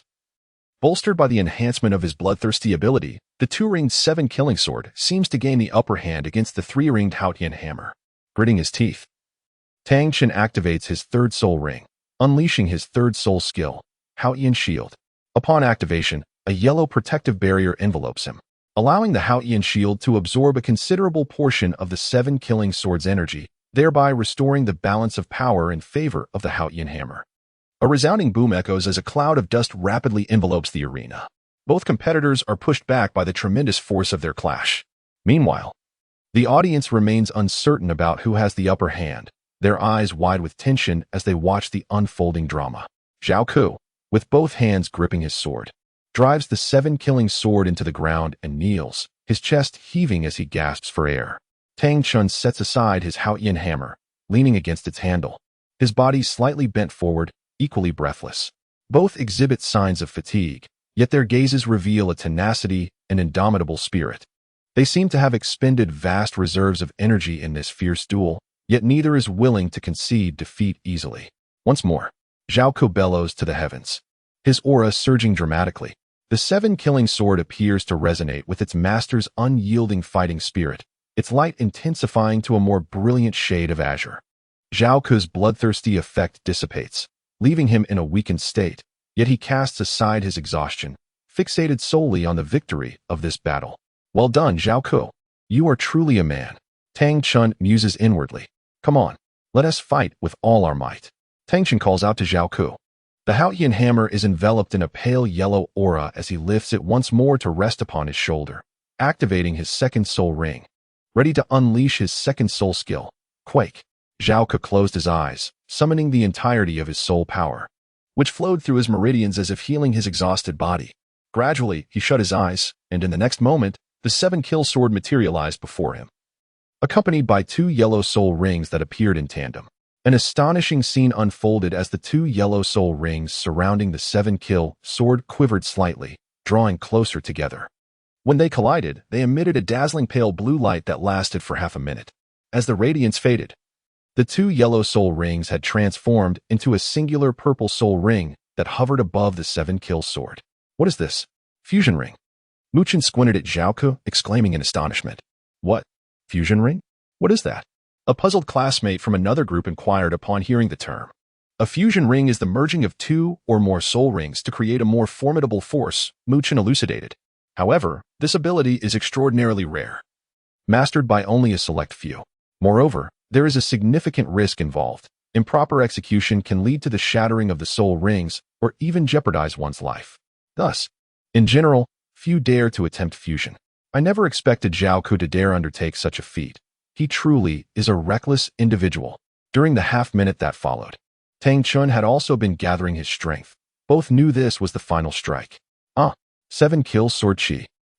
Tremor. The tremor skill surged forth like a ferocious lion, roaring with a formidable force that swept through the arena. It engulfed the remnants of the battle's debris, forming a violent storm that howled as it lunged towards Zhaoke. Meanwhile, the 7-kill sword chi resembled a lithe silver dragon, fierce and poised, unleashing dozens of razor-sharp sword strikes, boldly charging towards the fierce lion. The two forces clashed violently in midair, sending forth a breathtaking wave of energy. The silver dragon and the scarlet-orange lion collided as if two celestial bodies had struck, producing a deafening roar. The entire second soul fighting arena began to tremble violently. The ground shook incessantly, and cracks appeared in the walls. Small fragments of debris began to rain down from above the audience, causing panic among the terrified crowd below. Screams erupted as spectators scattered in chaos, creating a scene of utter disarray. Visibility was all but lost. Dust swirled to form a deep brown barrier, obscuring any view of the ongoing events.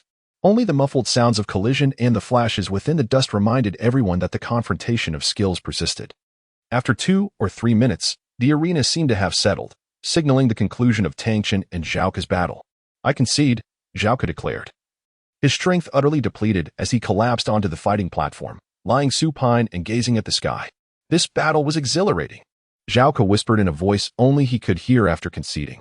Indeed, this confrontation was truly fulfilling for Zhaoke. It had been a thrilling contest. Moreover, he had finally broken through his previous limitations with just one more soul ring to attain.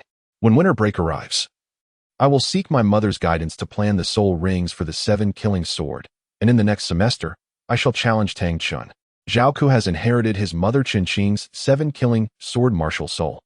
Thus she possesses a deeper and more profound understanding of this supreme martial soul than he currently does. She knows best what kind of soul rings would suit him. You are formidable.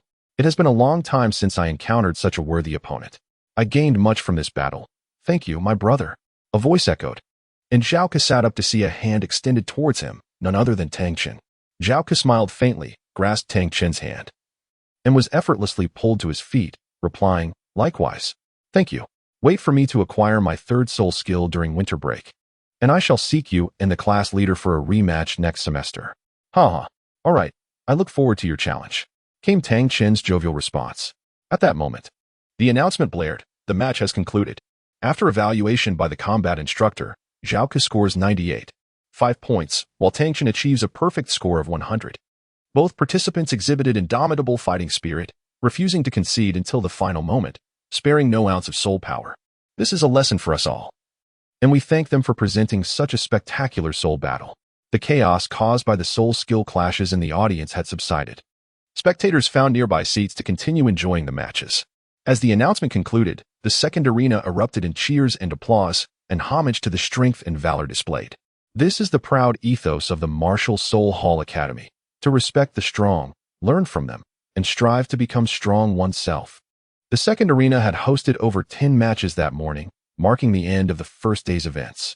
With so many first-year students, nearly 180 battles were scheduled across 3 soul arenas, organized over 2 days with more than 20 matches each morning and afternoon, a tightly packed schedule. As many other grades were lined up to compete, the first-year final practical assessment 101 had concluded, with Fangya achieving an impressive score of 97.5 the following morning, astonishing everyone with her 2-headed fire phoenix martial soul. On the afternoon of the second day of the practical assessment, the 4 from 101, Fangya included, gathered in the first soul arena. One participant had yet to be assessed. Qian Yuhan was currently preparing in the staging area. Qian Yuhan's duel with Dai Xing would be the final match in the first soul arena, marking the conclusion of the entire first-year freshman's final practical assessment. Chapter 66, Final Practical Assessment, End. The last match of the Final Practical Assessment took place in the afternoon, and the first Seoul arena was filled to capacity. Among the attendees were students already present for their assessments, along with some of Dai Shengxi's followers who had been persuaded to come and watch. In Dai Shengxi's eyes, this match held no suspense. What accomplishments could an orphan, abandoned and lacking familial connections, possibly achieve? Becoming a soul master is nothing short of serendipity. He could hardly believe that Qian Yuhan possessed such prowess. He was well aware that, during an outdoor combat exercise, Qian Yuhan had been unceremoniously flung away by a tail-poison scorpion king. The audience had divided into 3 factions. Those supporting Dai Shengxi assembled on the eastern side of the arena, with his subordinates unfurling banners to rally support, while those backing Qian Yuhan occupied the opposite side. The central area was a gathering of the undecided. The final group battle assessment in Arena 1 was about to commence. Both competitors were called to the stage. The familiar announcement echoed through the air as Qian Yuhan and Dai Shengxi ascended the arena from their respective preparation zones. Qian Yuhan waved his hand towards the position of Mu Chun and the others, then made his way to the center of the arena. As he walked towards the middle, he unexpectedly caught sight of Hu Liner among the supporters of Dai Shengxi. Qian Yuhan could not help but furrow her brows. How could she possibly be over there? Could it be? As Qian Yuhan was lost in thought, Dai Shengxi's voice broke the silence. Heh, Qian Yuhan. It seems your misfortune today is matching with me. Indeed, it is quite unfortunate to encounter such a worthless individual, devoid of any interest. Very well.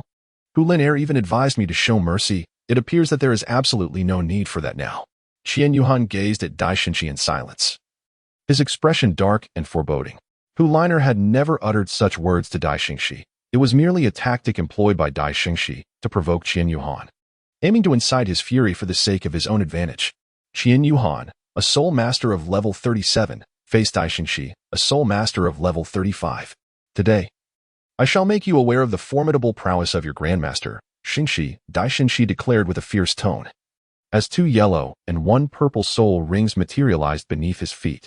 Qian Yuhan smiled faintly, addressing the jester, who was rather loquacious. Without uttering another word, Qian Yuhan summoned the radiant divine sword. The sword hovered behind him, emanating a resplendent brilliance. Beneath his feet, 3 soul rings appeared, 1 purple and 2 black. Qian Yuhan, now I shall witness your prowess. I shall no longer feign ignorance and will lay my cards on the table. With the emergence of 3 soul rings, all present were rendered speechless. Their initial reaction was to rub their eyes, convinced they were merely experiencing an illusion. Mu Chun and the others were momentarily stunned. Yet Mu Chun, aware of Qian Yuhan's true identity, quickly regained his composure. It is quite normal for the heir of the Spirit Hall to possess impressive soul rings. But this is astonishingly exceptional. The 4th 1 soul ring, how is it so different from before? Indeed, 1 purple and 2 black. The brothers Tang Chun and Tang Xian were oblivious to Qian Yuhan's true identity and gasped in astonishment. Once the 4th has bested Dai Shengxi, you can directly inquire with him. You may find yourselves even more astonished. Mu Chun chuckled. Beside the 3, Fangya was equally astounded, covering her mouth in disbelief. This is utterly incredible. It defies all logic. The only instance she knew of soul rings surpassing absorption limits was that of the grand offering of the Spirit Hall. He possessed 6 black and 3 red. Elders in her family spoke of the grand offering's power as a divine gift from the angel god. But what on earth is happening with Qian Yuhan? Huh. You must be attempting to frighten me with a soul ring disguise potion. How tedious. Dai Shengxi scoffed disdainfully. Qian Yuhan, suppressing a smile, summoned the radiant divine sword into his right hand, gripping it tightly, as if poised for action. Saber-toothed tiger, merge with me. The soul of the saber-toothed tiger, emanating an aura of mysterious and formidable power, instantly enveloped him. His once ordinary hands were now shrouded in a peculiar glow, gradually transforming into a pale violet hue, reminiscent of amethyst glistening in the morning mist, subtly radiating an enigmatic halo. His claws became exceptionally robust, each finger seemingly infused with boundless strength. As the soul manifested, a wondrous transformation overtook Dai Shengxi's entire being. His stature soared as if enchanted, standing tall and proud like a flourishing giant tree. The shirt that once fit him snugly could no longer withstand the pressure of his burgeoning muscles, bursting apart with a sound, scattering into countless strips that danced in the air. Dai Shengxi appeared utterly immersed in the state of soul manifestation, tilting his head slightly back. His eyes shimmering with a fervent light that conveyed the majesty and ferocity of a mighty tiger. His aura deepened and widened, akin to a predator poised to pounce, ready to unleash unparalleled strength and dominance. The atmosphere around him grew heavy, as if even the gentle breeze dared not approach, wary of the imposing aura exuding from him. Radiant slash. Qin Yuhan's resolute visage bore no hint of hesitation, as if his determination was unwavering. The mysterious purple first soul ring beneath his feet shimmered into existence, dazzling like brilliant stars. With the emergence of the soul ring, Qin Yuhan's presence surged dramatically, akin to a flood breaching its dam, overwhelming with an oppressive force that inspired fear. His left and right hands, as if forged from steel, gripped the hilt of the radiant divine sword with authority, channeling all his energy into his hands. At that moment, the previously scattered light elements around Qin Yuhan seemed to respond to an unseen call, converging rapidly towards the radiant divine sword like loyal soldiers. These light elements intertwined in the air, forming a tapestry of resplendent rays, with the radiant divine sword at their core. As the light elements gathered, it appeared as though the sword transcended its physical form, coalescing into a vast white vortex that spun increasingly faster, as if intent on absorbing all the energy from the world around. Each ray glimmered with infinite brilliance, seemingly harboring immense power, as Qin Yuhan, empowered by this concentrated energy, prepared to unleash a lethal strike upon his adversary. The impending force of the imminent explosion was enough to instill dread. Through the refinement of the top-tier celestial herbs, 8-pointed ice grass, and fiery apricot blossom. Although Qin Yuhan's soul power had not increased substantially during this period, his physical strength had risen exponentially, outclassing even ordinary soul kings. This time, he intended for the radiant slash to be a decisive blow. Dai Xingxi regarded Qin Yuhan as he gathered energy for his first spirit skill, feeling a sense of disdain. In his view, no matter how much energy was amassed for a first spirit skill, it posed little threat to him. He lifted his right foot and stomped down, igniting his third spirit ring, third spirit skill, demonic tiger's heaven-shattering roar. As the spirit of the saber-toothed ghost tiger enveloped him and the third skill was unleashed, a pale white sphere of light coalesced before his mouth. Subsequently, Dai Xingxi emitted a resounding roar directed at Qin Yuhan, the luminous sphere racing towards him, propelled by the force of the sound waves like a ferocious beast.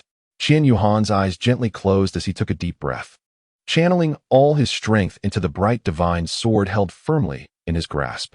With a graceful motion of his arm, the sword traced a brilliant arc through the air. In that fleeting moment of the sword's strike, the space surrounding the bright divine sword seemed unable to withstand such immense energy, revealing signs of fragmentation. Where the sword passed, the fabric of space appeared to be cleaved asunder, exposing profound dark fissures. The piercing sound of the wind slicing through the air resonated, causing a dull thrum in the ears of those present. This particular bright slash was unlike any before. It was no longer merely a white sword aura with hints of pale yellow, but had transformed into a resplendent golden sword energy. This radiance resembled a ferocious golden sacred dragon, its claws outstretched, exuding boundless majesty and might, roaring fiercely as it surged towards Dai Xingxi. The collision of skills brought no significant commotion, for Dai Xingxi's third soul skill was utterly feeble. The golden dragon effortlessly opened its maw, consuming Dai Xingxi's skill in its entirety, then accelerating towards him with unabated speed. Yu Ziyang, seated among the judges, suddenly sensed the impending calamity. But it was far too late. They could not reach the arena in time to counter this devastating blow. Should Dai Xingxi be struck, he would surely find himself meeting the king of hell. A sigh echoed through the air. The audience, hearing the sound, looked around in confusion.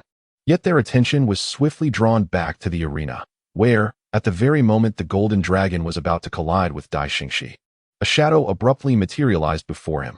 Chapter 67. Discovering the Truth. All is Well, Part 1. As the golden dragon of Qin Yuhan was about to strike down on Dai Xingxi, a shadow suddenly appeared before him. This figure extended a single finger and gently pointed towards the charging golden dragon, causing it to shatter into fragments. The sound of its ethereal remnants swirling around like a tempest. That will suffice. Let this contest conclude here, he declared. Qin Yuhan emerged victorious, scoring a perfect 100, while Dai Xingxi received 70 points. When the onlookers finally recognized the identity of the person standing on the field, disbelief washed over them. It was none other than the Academy's esteemed president, Han Tianyin. Indeed, This match had been orchestrated by Han Tianyu, who sought to assess the true capabilities of this child who had garnered the attention of the Pope. Han Tianyin had been occupied with meetings for several days, and with a rare moment of reprieve, he arranged for Qian Yuhan and the others to participate in this final event. Fuming, Dai Xingxi exclaimed, "Why is that?" Han Tianyin, taken aback, was momentarily astonished that someone in the Martial Soul Academy would dare to raise their voice against him. However, as an experienced president, he had witnessed countless scenarios. With a stern tone, he replied, "Because I am the president. Dai, I am aware of your family's influence. Even your elder would show me some deference. I advise you to maintain a low profile within the academy. Not every conflict can be resolved by your family's connections." His gaze subtly shifted toward Qian Yuhan. Noticing the change in Han Tianyin's demeanor, Dai Xingxi quickly nodded in apology. "I understand, President. I shall conduct myself with discretion moving forward." After the examination concluded, the gathered crowd let loose, reveling in their newfound freedom. Upon returning to the dormitory, Qian Yuhan found himself encircled by the Tang brothers, Tang Xian and Tang Chun, akin to being targeted by a clandestine syndicate. "Wait a moment, my esteemed elder brothers. What is the meaning of this ominous gathering?" Tang Xian cleared his throat and, with a tone of righteous indignation, proclaimed, "Youngest brother, do you truly consider us as kin?" "Of course," came the reply. "Then why have you kept such secrets from us for so long?" Qian Yuhan exclaimed. "Ah? Do elder brother and second brother already know? How could they have found out? Is it Mu Chen?" As he spoke, he cast a glance towards Mu Chen, who wore an expression of innocence and waved his hand to indicate that he had said nothing. However, in Qian Yuhan's eyes, it was interpreted as a silent admission of guilt, as if to say, "I've revealed everything. Do as you wish. I didn't mean to keep it from you." He added hastily, "That's all there is to it. Truly, I had no intention of deceiving you."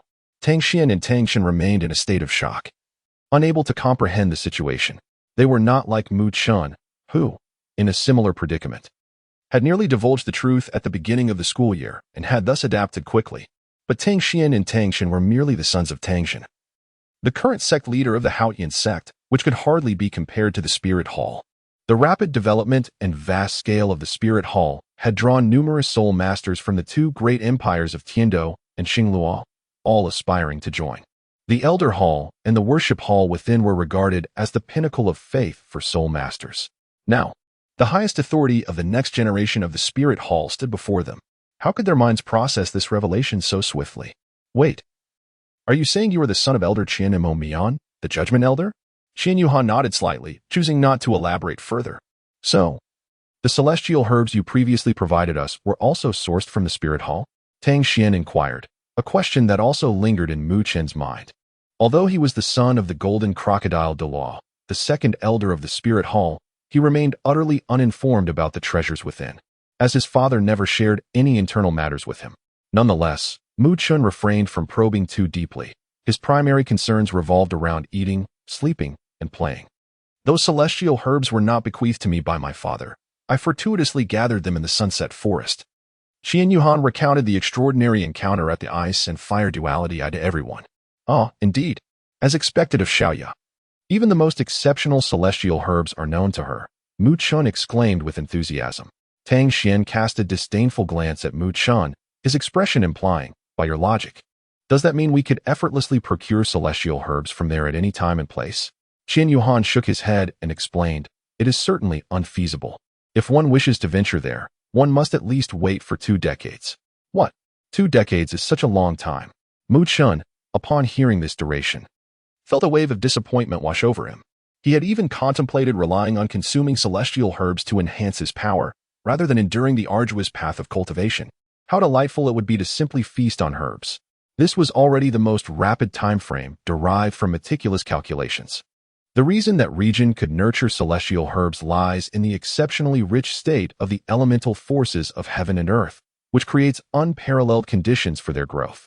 Should there be excessive and frequent harvesting of these herbs, this delicate balance would inevitably be shattered, causing the elemental forces to dissipate like smoke. At that point, the legendary ice and fire duality might meet a tragic fate, forever lost to oblivion. In all endeavors, one must adhere to an appropriate measure. It is not permissible to act recklessly or without restraint. Listening to Qian Yuhan's articulate and profound explanation, the three nodded in unison, pondering internally how indeed Their fourth brother possessed the most foresight. Despite being of similar ages, Qian Yuhan exhibited a composure and maturity that far surpassed theirs. His demeanor seemingly shaped by the passage of time, leaving them in awe. As their time together lengthened, this disparity became increasingly apparent, and the admiration the trio held for their fourth brother grew day by day, deep within their hearts. They recognized in him a unique charm and wisdom that evoked profound respect and acknowledgement. Tang Xian declared, "This secret must remain among the four of us. The more who know, the more likely it is that avaricious individuals will scheme." "Indeed," Mu Qian and Tang Xian replied in agreement. Mu Qian continued, "As this semester draws to a close, how about we treat ourselves to a feast? Let us go." The other three responded in unison. The quartet made their way to the dining hall, where the three, excluding Qian Yuhan, conspired to treat him to a meal. Fully aware that he was a concealed, wealthy individual, devoid of any guilt about their intentions. How could he keep this hidden from us? In the dining hall, the four were reveling in celebration. As they beheld the table laden with a sumptuous array of dishes, Qian Yuhan felt no pang of regret. Instead, he smiled gently at his brothers who were joyously enjoying their meal. In his previous world, he had few friends, but encountering these three brothers in Douluo continent was truly worthwhile. "Xiaya, what brings you here?" Mu Qian looked up, taking a breath, only to see Fang Yu approaching them after entering the dining hall. I came to find you, Han. I have something I wish to discuss privately. My brothers underwent a minor procedure today, and the anesthesia has worn off, leaving them somewhat uncomfortable. I will write an additional piece today and take a leave of absence tomorrow to rest and recuperate properly. I kindly request my brothers to grant me a leave of absence. I shall diligently continue my writing once I have recovered." Chapter 68, Discovering the Truth. Everything is well, Part 2. I approached classmate Qian Yuhan in private, wishing to discuss a matter with you. Are you available at the moment? Fang Ye inquired as she approached the table of four. Let us go, Qian Yuhan replied, following Fang Ye outside the cafeteria. Upon reaching a secluded corner outside the cafeteria, Qian Yuhan asked, What is it? Is something wrong? It concerns Liner. Linu? What has happened to her? Qian Yuhan asked anxiously. She does not wish for me to inform you, but I believe it is for the best that you are aware. What has she been hiding from me? Liner is planning to take a leave of absence next semester, and she may not return until we are in our second year. Has she encountered some trouble? How could this be? Sigh, she actually feels quite guilty towards you. Her initial approach to you was under the instigation of Dai Xingxi. Dai Xingxi? What connection do they have? Well, you must be aware that Liner's family has essentially fallen from grace. The current Hu family must rely entirely on the support of the Dai family to survive. So the stubborn elders of the Hu family wish for Hu Liner to cultivate a closer relationship with Dai Xingxi. To placate them, Hu Linu agreed to assist Dai Xingxi with 3 matters. The first 2 involved transferring 40 of the Hu family's land transport and hotel businesses to the Dai family. And the final task was to get close to you, ideally fostering a romantic relationship, only to ultimately discard you, leaving you hurt and disgusted. Qian Yuhan listened to Fang Ye's words, his expression growing increasingly somber. He was baffled by Hu Lin Er's deception and even more perplexed by the deep-seated animosity he supposedly shared with Dai Xingxi, which prompted such a despicable scheme. Just as he was about to voice his thoughts on Hu Lin Er, Fang Ye appeared to anticipate his intentions and interjected. You wish to express that you believe Lin Er has developed genuine feelings for you, correct? Qian Yuhan nodded. Fang Ye continued, Indeed, during this period of interaction, she has genuinely developed feelings for you. However, in her eyes, being with you feels like a manipulation, which is unfair to you, and she is reluctant to deceive you any longer. It is precisely because both of you have sincere feelings for one another that she feels even more remorseful for the kindness you have shown her. I understand the dynamics between you two. I see. Let's arrange for her to meet me by Moonlight Lake tomorrow evening. There are matters I wish to discuss with her face to face. Fang Ye responded affirmatively, then pondered for a moment before adding, By the way, my brother Fang Qing has some connections with Dai Xingxi, and they share a good rapport, so do keep an eye on that. Fang Ye, you? I only learned of this recently. They met at a gathering I did not attend, and it was Liner who informed me. Also, your idea for the card game is excellent. Refrain from discussing it with those you do not trust, especially be wary of my brother, as he harbors ill intentions. Understood. Thank you, Fang Ye. Well, I shall take my leave now. You can return to your meal with them. Farewell. Farewell. Qian Yuhan did not return to the cafeteria. Instead, he quietly turned away, taking leisurely steps towards the unique Moon Lake Park within the Wuhuan Temple Academy. Upon entering this tranquil realm, the trees, already imbued with charm, appeared to be illuminated by countless twinkling fireflies, as if enchanted, becoming even more enchanting against the backdrop of the night. The crescent moon hung in the sky like a bashful maiden, gently casting its luminous glow downwards, softly reflecting upon the lake's surface, which was as calm as a mirror. Thus, a dreamlike, serene, and beautiful scene unfolded before Qian Yuhan's eyes. The lake water rippled gently, as if whispering ancient tales, intertwining with the trees along the shore and the bright moon above, creating an exquisite painting that captivated the heart and lingered in memory. Gazing upon this breathtaking landscape, Qian Yuhan smiled faintly, yet it was a sorrowful smile. Tears welled in his eyes, ultimately cascading down his cheeks. The two were fated yet ill-fated. He had once believed it would be a sweet time, but it was destined to conclude in such a manner. Was Hu Lin wrong? Indeed, she was. Yet she truly loved him and did not betray her own heart. Qian Yuhan could understand Hu Lin's decision. Were he in her position, he would have acted likewise. For his conscience would not allow otherwise. He chose to embrace understanding and forgiveness, allowing their relationship to be nothing more than a fleeting dream. Qian Yuhan pondered for a moment. Dai Xingxi, what a character. Why must you treat me so, when we harbor no enmity?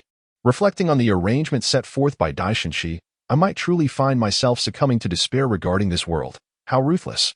After taking a stroll around Moonlight Lake Park, Qian Yuhan returned to the dormitory. Muqin and the others were already engaged in conversation on their beds. Upon seeing Qian Yuhan enter, Muqin inquired directly, "Fourth, where have you been with Xiaoyou? Speak the truth." Muqin, not having looked at Qian Yuhan, remained oblivious to her swollen eyes and profoundly low spirits. However, Tang Xian was observant and quickly coughed twice to signal Muqin. Only then did Muqin notice Qian Yuhan's pallor and hastily attempt to rectify his words, saying, "Oh, I know what Xiaoyou told you, right? I'm certain nothing happened between you two. What am I even saying? I just knew she went back to comfort you." Qian Yuhan remarked, all right, I am fine. Fang Ye merely spoke to me about Hu Lin Heir's situation." Qian Yuhan recounted the matter concerning Hu Lin Heir to the trio. "What a scoundrel, Dai Shengxi!" Muqin exclaimed, pounding the bed in frustration. "Indeed. I was aware that Dai Shengxi was a petty individual, but I never anticipated that he could be so utterly repugnant." Tang Xian added indignantly. "Old Fourth," he continued. Turning to Tang Xian, "I have arranged to meet Lin Heir tomorrow. Some matters must be addressed face to face, as it is a form of respect for both parties." The three remained silent, observing Qian Yuhan as he approached his desk and picked up the letter from Xue. He spent nearly half an hour engrossed in reading her correspondence, having been too preoccupied to attend to it earlier. He would only retrieve the letters from the mailbox on his way back to the dormitory, where they had languished in his drawer for 3 days.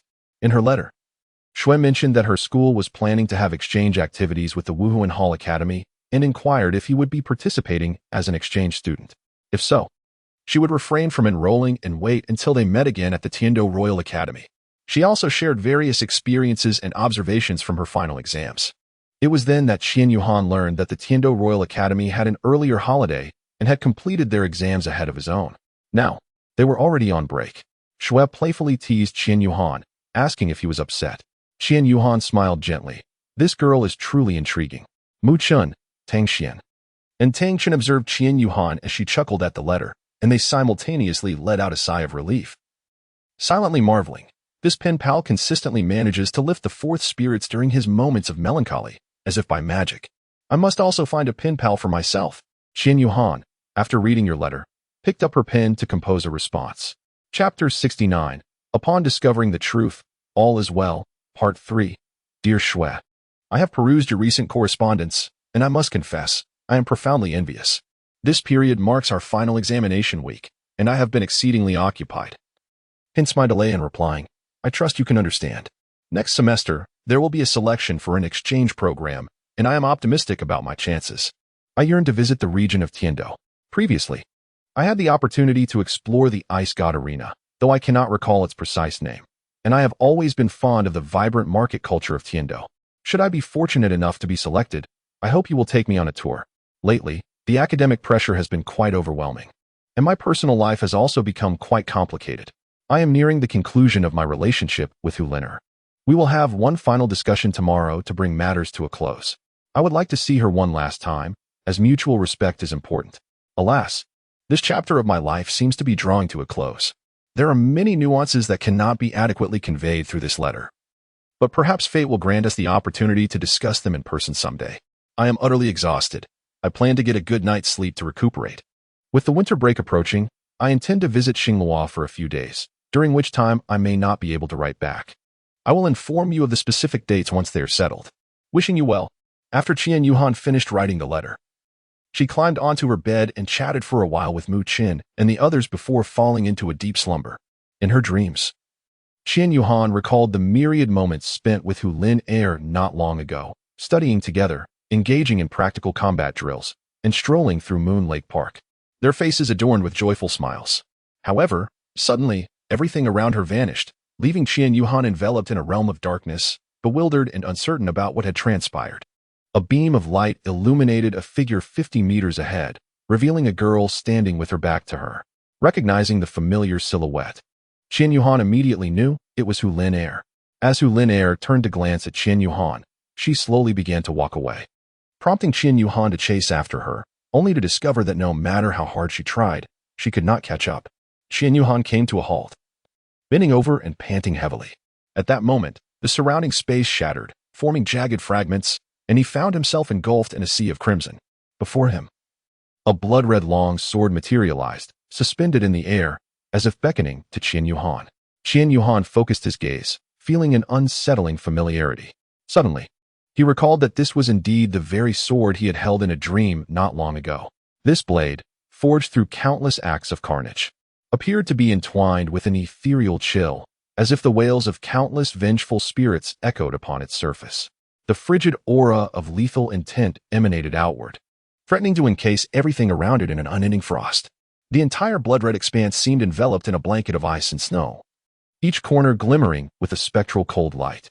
That icy breath, akin to a bone-chilling wind, traversed every crevice of the space, instilling a sense of dread that sent shivers down one's spine. Immersed in this atmosphere, the oppressive sensation intensified, as if countless frigid eyes lurked in the shadows, watching. Though no sanguine scenes were visible, the lurking, lethal threat concealed in the darkness was palpable, as if a terrible calamity awaited to strike in the next moment. This stifling ambience bore down upon him, compelling him to shudder uncontrollably, while an ineffable fear and anxiety surged within his heart. At that moment, a pair of crimson eyes slowly materialized above the blood-colored sword, seemingly surveying the entire space. The instant those eyes opened, the pressure in the atmosphere escalated exponentially, rendering Qian Yuhan unable to rise, forcing him to crawl on the ground. The sheer power imparted an impression of terror and might, making him feel that even his limit Douluo father paled in comparison. After a minute, the diabolical crimson eyes vanished, leaving Qian Yuhan with the undeniable sensation of reality, as the oppressive force caused his entire body to ache. The blood-red orb of light, long suppressed by the divine sword of light, began to exhibit signs of breaking free from the sword's dominion. Qian Yuhan opened her eyes, realizing that dawn had yet to break, and her entire body was drenched in sweat, thoroughly soaking the sheets. Without a moment's hesitation, she plunged her consciousness into the sea of spirit to investigate. As soon as she entered this ethereal realm, the once tranquil surface of the sea was now tumultuous, and a whirlpool had formed, precisely where the divine sword of light and the orb of blood-red light were located. Qian Yuhan hastily infused his soul power into the sphere, possessing an exceptionally pure essence of light within him, naturally attuned to this light element. He had honed his mastery over it through the prior refinement of the eight-angled mysterious ice grass and the fiery apricot blossom. After a period of stabilization lasting an hour, the radiant divine sword once again subdued the luminous orb, and the excess energy was absorbed by Qian Yuhan, elevating his soul power to the 39th level. Qian Yuhan did not go for his morning jog today. Instead, after enjoying a soothing hot bath, he returned to his bed to meditate cross-legged. Having completed their examinations, Qian Yuhan and his companions naturally planned to indulge in leisure within their dormitory. Upon rising in the morning, Mu Chun, Tang Xian, and Tang Chen could not help but notice that Qian Yuhan's spiritual energy had become remarkably more profound, prompting them to marvel at his extraordinary nature, which seemed to create an ever-widening chasm between them. Before long, evening descended, and the day passed swiftly.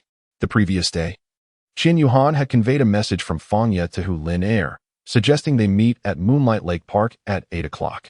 At 7:50, Qian Yuhan arrived early by the central lake of the park.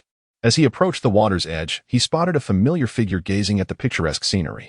"You've arrived," Hu Lin Air remarked without turning, seemingly sensing Qian Yuhan's presence. "Yes, but why are you here so early? Did we not agree on 8 o'clock? With a gentle smile, Hu Lin Air replied, "Are you not equally early? I have not arrived much before you." Qian Yuhan walked over to Hu Lin Air with a smile, and Hu Lin Air pointed to the moon on the distant horizon. She softly remarked, "Look at that moon. It is truly beautiful." Qian Yuhan nodded gently, her voice emerging softly. "Indeed, it is beautiful. Let us remain here. Initially, I had wronged you, but I understand now, and it is only fair to grant each other a somewhat pleasant conclusion." Hu Lin Air nodded slightly, tears escaping the corners of her eyes and cascading down her cheeks. "If given a choice, I would prefer never to find myself in such a family again. It is so exhausting." "Yes," Qian Yuhan replied to Hu Lin Air. "The time I have spent with you has brought me immense joy. Truly, I have been exceedingly happy. Whenever I was troubled by family matters, you always managed to lighten my spirits. I also cherish those moments when I teased you. Watching your face flush with embarrassment, ha ha ha." Qian Yuhan gazed at Hu Lin Air, smiling, yet as the smile graced her lips, tears began to flow. "Let this be the end, Yuhan. I wish to shield you from the sordid thoughts and plans of others, if only for your sake. This relationship, we should forget it as well. I shall take my leave." Hu Lin Air did not glance back at Qian Yuhan, who remained staring at the lake, lost in contemplation. Turning her gaze towards the direction in which Hu Lin Air departed, she murmured to herself, "Is it truly possible to forget? Heh. I fear we both understand that this memory may linger with us for a lifetime. I only wish for your well-being. I sincerely apologize, dear readers. I am still tethered to N4 in the hospital, managing to write but a chapter each day. I shall be discharged this weekend and next week. Depending on my recovery, I strive to return to 2 updates daily. This will allow me to thoughtfully plan the forthcoming narrative." As the Douluo Royal Academy arc is on the horizon, the female protagonist is finally set to meet the male protagonist in person, no longer merely pen pals. Their formal encounter will undoubtedly blossom into a pure love story. As for whether to weave in a harem subplot, dear brothers, feel free to leave your comments. For now, I shall continue with the pure love narrative. Moreover, the formidable antagonist will be introduced in the Douluo Royal Academy arc. This villainous organization is vast and immensely powerful, with a leader who is a deity. Can you guess which god it may be? Returning to my 4 drip, I kindly request your encouragement. I aim to update daily, so please lend me your support. This arduous surgery has left me in pain, alas. Chapter 70, Winter Break, Part 1. May all be well. Qian Yuhan sighed deeply. Upon returning from Moon Lake Park, she passed by the entrance of the Spirit Hall Academy, retrieving a letter from the mailbox to take back to her dormitory. It seemed that after clarifying everything, Qian Yuhan felt there was little left between her and Hu Lin Air, should they cross paths again. Perhaps they might simply regard each other as friends. Tang Xian and Tang Chen, the 2 brothers, had already retired for the night, as they needed to set off early in the morning back to Haotian sect. Earlier that afternoon, they had inquired whether Qian Yuhan and Mu Chen wished to accompany them to Haotian sect for a visit. Qian Yuhan gracefully declined, stating that she had other arrangements for the winter break. Mu Chen also echoed this, explaining that his father intended to take him to a secluded retreat. Qian Yuhan glanced around dormitory 101, but did not see Mu Chen. After a moment's reflection, he surmised that Mu Chen had likely hurried off to chat with Fangya before the holiday break. He shook his head with a wry smile, genuinely wishing to see the 2 of them together. Mu Chen's feelings for Fangya were evident to all, and Fangya also seemed to harbor feelings for Mu Chen. Regardless, they appeared to be a perfect match. Mu Chen was sometimes impulsive, while Fangya remained calm and collected, making them a flawless complement to one another. Qian Yuhan approached the desk, unsealed the envelope, and extracted the reply within. Qian Yuhan, alas, I have yet to receive your response. Qian Yuhan chuckled softly upon reading the first line. He could vividly imagine the scene of Shui penning this response, silently murmuring, I apologize for the delay in receiving your reply today. Meanwhile, within the Ice God sect, Ouyang Luo Shui sat in her chamber, perusing Qian Yuhan's letter. This rascal has finally responded, she muttered, albeit with an involuntary smile gracing her lips. After finishing the letter, Ouyang Luo Shui remarked with a slight grin, I shall forgive you this time.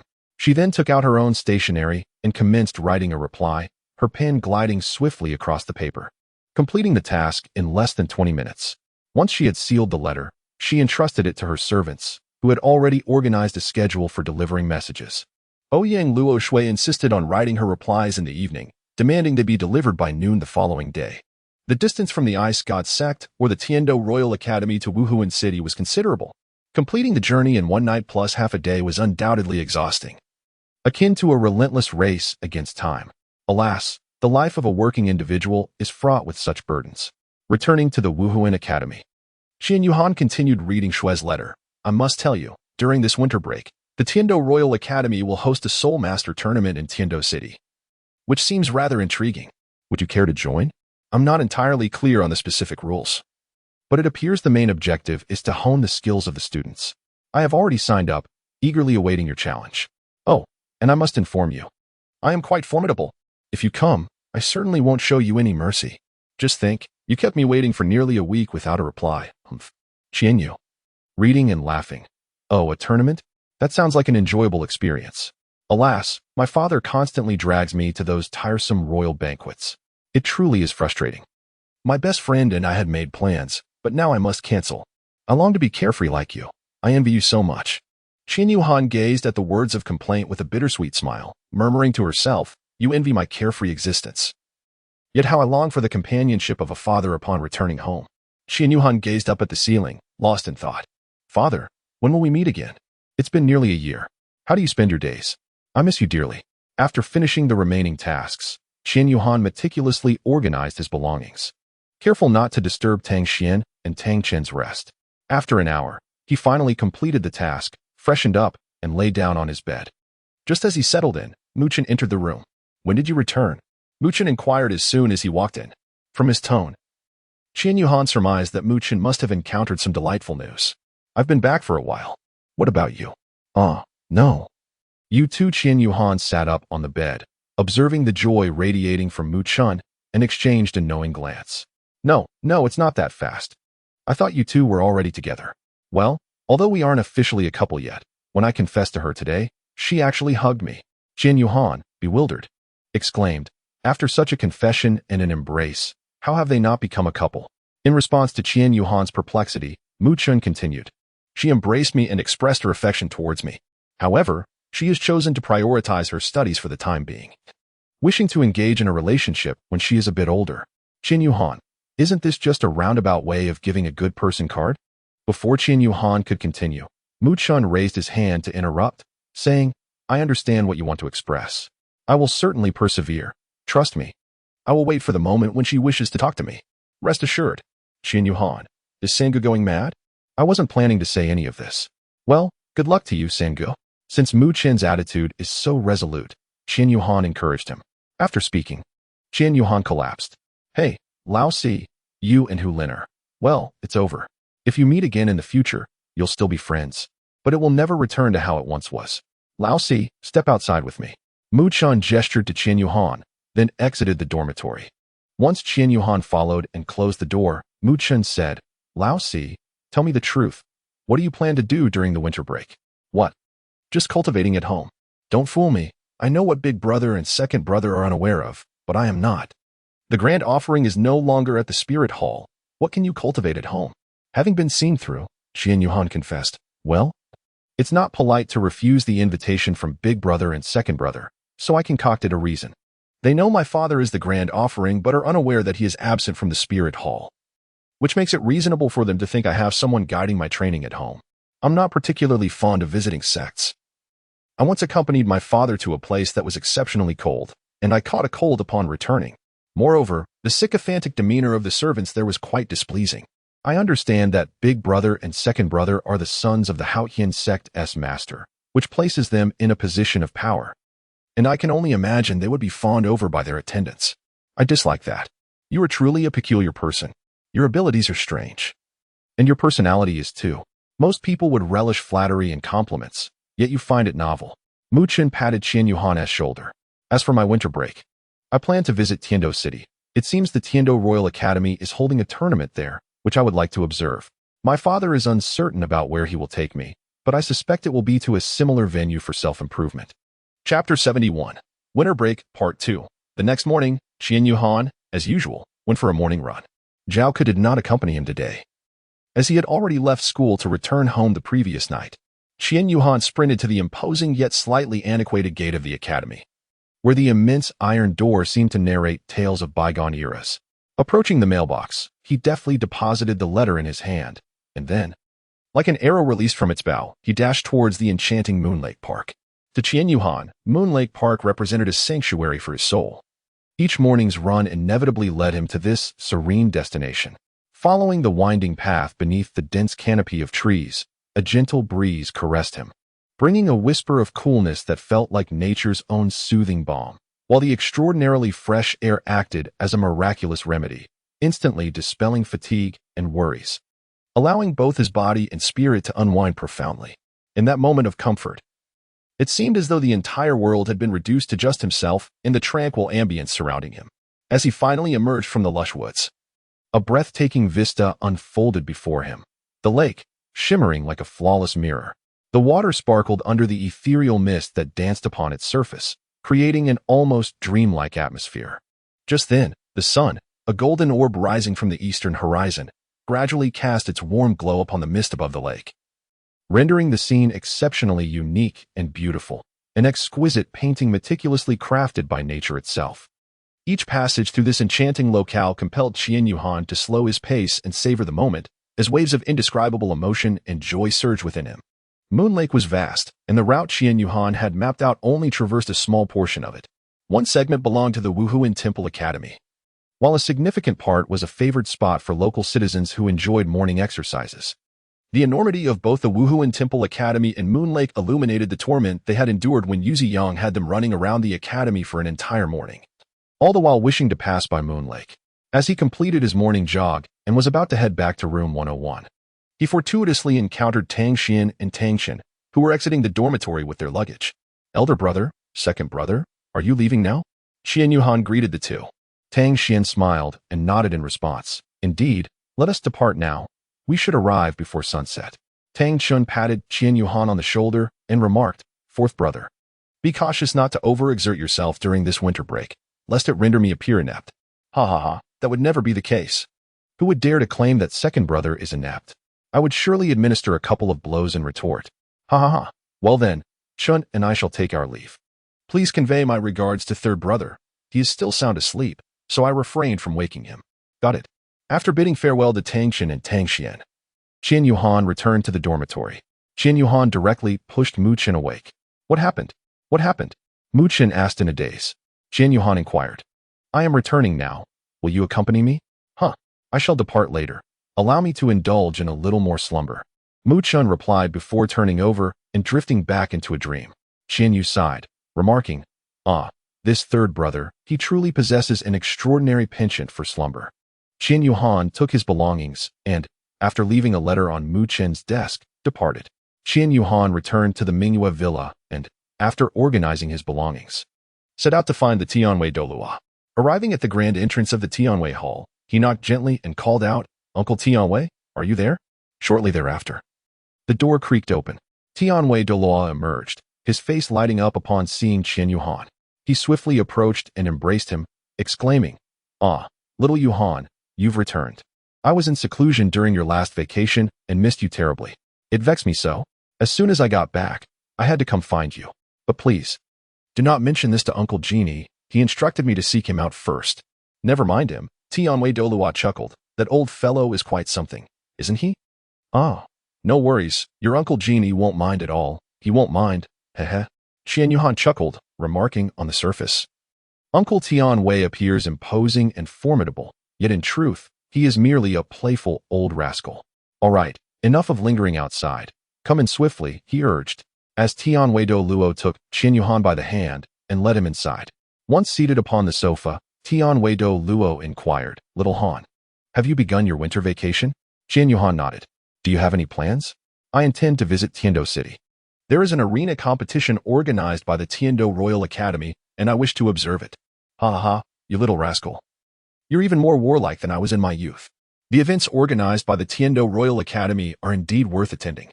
I heard from your Uncle Shaohui that you will be exchanging to Tiando in your second year?" "Yes, Uncle Shaohui mentioned it to me before. I also heard from Mu Chun that there will be a selection process. I want to compete in the qualifying matches to secure my exchange spot. I do not wish to attain it without effort. Excellent. I appreciate your attitude. By the way, who were you just mentioning? Mu Chun? Huh? What's wrong? Do you know that kid from your Uncle Genie's family? That shouldn't be the case. Qin Yuhan elucidated matters to Douluo, who clapped his hands and jestingly scolded. Oh, my dear second brother, why do you keep everything to yourself? With a sigh, Douluo continued, Xiao Han. For this journey, I wish to go on my own and not trouble you all any further. But you are still quite young. We cannot possibly rest easy. Replied the uncle. Uncle, I am on the brink of becoming a soul master, merely a soul ring away. I possess the capability to protect myself. Douluo exclaimed. Wait a moment. Did you just say soul master? He gazed at Qin Yuhan in disbelief, only to perceive that his soul energy indeed resonated with the strength of a soul master, confirming his words. Merely a soul ring short. My goodness, this is astonishing. Douluo marveled. When I was 9, I had only just begun to ascend to the level of soul elder. Truly, the younger generation surpasses the previous one. Ha ha ha, uncle, you are indeed a role model for Yuhan. I aspire to learn from you all the more. All right. Enough of that. Fortunately, you and I are not from the same era. You will undoubtedly emerge as a leader of your generation. I can assure you that I am not mistaken. Uncle, may I? No. Qin Yuhan wore a crestfallen expression, observing his demeanor. Douluo offered a faint smile and remarked, however, Qian Yu's expression shifted. This could be promising. We shall not go. It will indeed serve as an experience for you. Nonetheless, it is essential to assign a servant to accompany you. Let it be Xiao Na. As you are already acquainted with her. Qin Yuhan nodded in acknowledgement, aware that this was already a concession made by Uncle Tianwei. Moreover, he was indeed quite familiar with Aunt Xiao Na, as she had taken care of his daily needs during Qianma's absence. The following day, Tianwei Douluo arranged for a carriage, and Aunt Xiao Na set off with Qin Yuhan, their destination, Tiando City. Chapter 72, Winter Vacation, Part 3, The Arena Competition after a day and night of travel. They finally arrived at Tiando City early the next morning. The Tiando Empire was indeed vast, with Tiando City located in the northeast region, while Haoyan Sect was nestled among the mountains in the west of the empire. Wuhuan City, on the other hand, lay to the southwest. Thus, Qin Yuhan and Shanna had traversed a distance that was a full night longer than that of Tang Xian and Tang Qin. Young master, we have arrived. Aunt Xiaona gently roused the still sleeping Qin Yuhan. The journey had been quite jarring during the first half of the night, leaving Qin Yuhan with little rest. It was not until they reached the express route leading to Tiando City that he finally succumbed to slumber, making this one of the rare occasions he had not risen early. Qin Yuhan opened her drowsy eyes and drew back the window curtain of the carriage, finally catching a glimpse of the outside scenery. The carriage was currently waiting in line to pass through the inspection station of Tiando City. This was a 4-lane road, and Qin Yuhan peered through the window, shifting to the other side to observe the view beyond the opposite window. The route this time was different from her previous journey. It was a dedicated lane for carriages. Tiando City has now become a hub of connectivity, with expressways radiating from it to various regions of the continent. However, due to the obstruction of the Wuhuan mountain range between the Wuhuan City and the Tiando Empire, the cost and difficulty of constructing an express road are exceedingly high. Consequently, traveling from Wuhuan City to Tiando City necessitates a long detour along mountainous paths before merging onto the dedicated expressway. Thus, Qin Yuhan found her carriage ride quite uncomfortable. During the daytime, the slight jolts were bearable, having a minor impact on her cultivation. However, at night, as the carriage entered the Wuhuan mountain range, the bumpy ride became unbearable, making it impossible to calm her mind. She found herself unable to practice or sleep. While waiting for their turn at the inspection station, Qin Yuhan engaged in a lively discussion with Aunt Xiaona, both lamenting the arduous stretch of road through the Wuhuan mountain range. From Aunt Xiaona's remarks, it seemed that the distance from the Wuhuan mountain range to the Wuhuan Hall posed a significant challenge. The expenses for upgrading and maintaining the roads were considerable, leading the higher-ups of the Wuhuan Hall to continually deny the application for improvement. After listening, Qin Yuhan couldn't help but curse his father inwardly. What is this nonsense? How many individuals have faced inconvenience due to the poor condition of the roads? The rugged terrain of the Wuhuan Mountains has obstructed countless people wishing to reach Wuhuan City. What if one of them is an exceptionally talented genius? The loss would be considerable.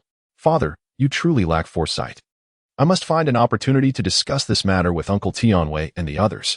Alas, there may be many things I am unaware of that prevent them from addressing this issue. Before long, they passed through the inspection station, where the city guards examined their packages and cart. After confirming there were no issues, they proceeded. The cart gradually came to a halt at a relay station in Tiando City. Xiao Na led Qian Yuhan off the carriage, and they sought a shop to eat something. Upon entering the establishment, Qian Yuhan's gaze was drawn to a promotional poster for the Tiando Royal Academy adorning the wall.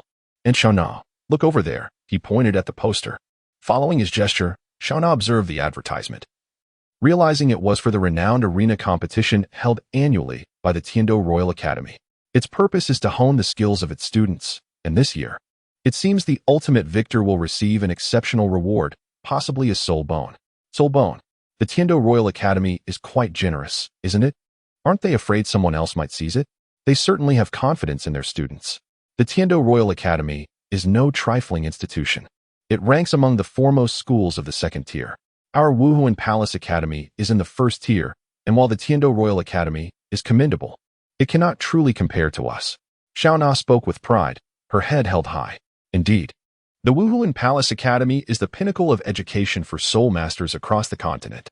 Every student and teacher has undergone rigorous selection. Those lacking strength, regardless of connections, are inevitably eliminated. And Xiao Na, are you familiar with this arena competition? I have heard a little about it. It should be quite straightforward. It consists of offense and defense, with the last one standing declared the champion. Each participant can challenge only once. If victorious, they become the challenger waiting for others. If defeated, they are eliminated. This continues until no one dares challenge you, and then you are crowned champion. Simple and straightforward. I like it. Young master, do you wish to register? Qian Yuhan nodded, her gaze resolute as she said, yes, let's call it Han. Very well, young master. Please take a moment to rest here while I assist you with the registration. By the way, dear aunt, where are we staying? At the Heavenly Do Grand Hotel. The room has been reserved. You will be in room 1024. Qian Yuhan, upon understanding, directly stated, very well. Let us meet at the Tiando Grand Hotel in 2 hours. I shall take a stroll in the meantime. With that, he set down his chopsticks and vanished in an instant. Xiao Na shook her head with a resigned smile, remarking, it seems this young master truly enjoys shopping. Ah, he is still so young, it is only natural for him to be curious about the world around him. Qian Yuhan strolled leisurely along the renowned Tiando Avenue in Tiando City. His gaze fell upon a mesmerizing array of shops, each more dazzling than the last.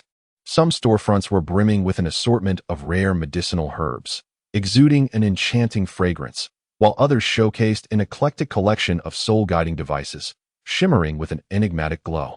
Flanking the road, trees and street lamps stood in harmonious arrangement.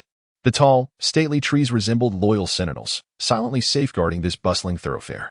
Even more wondrous were the delicate soul-guiding lanterns that seemed to dangle from each tree, akin to twinkling stars in the night sky, subtly adorning the foliage.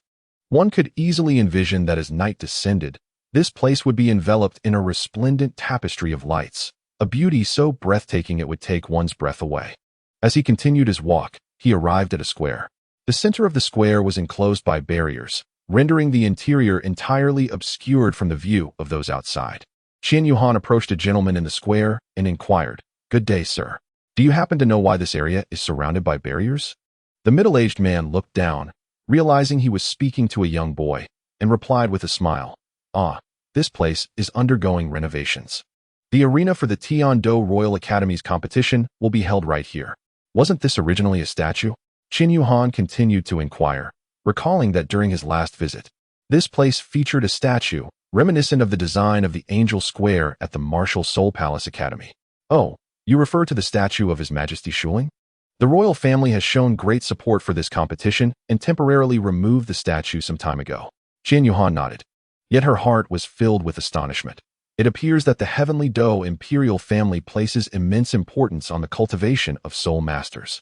The Spirit Hall must also take heed. The path through the Spirit Mountain range necessitates an upgrade, lest it be overrun by the forces of the Heavenly Do Empire.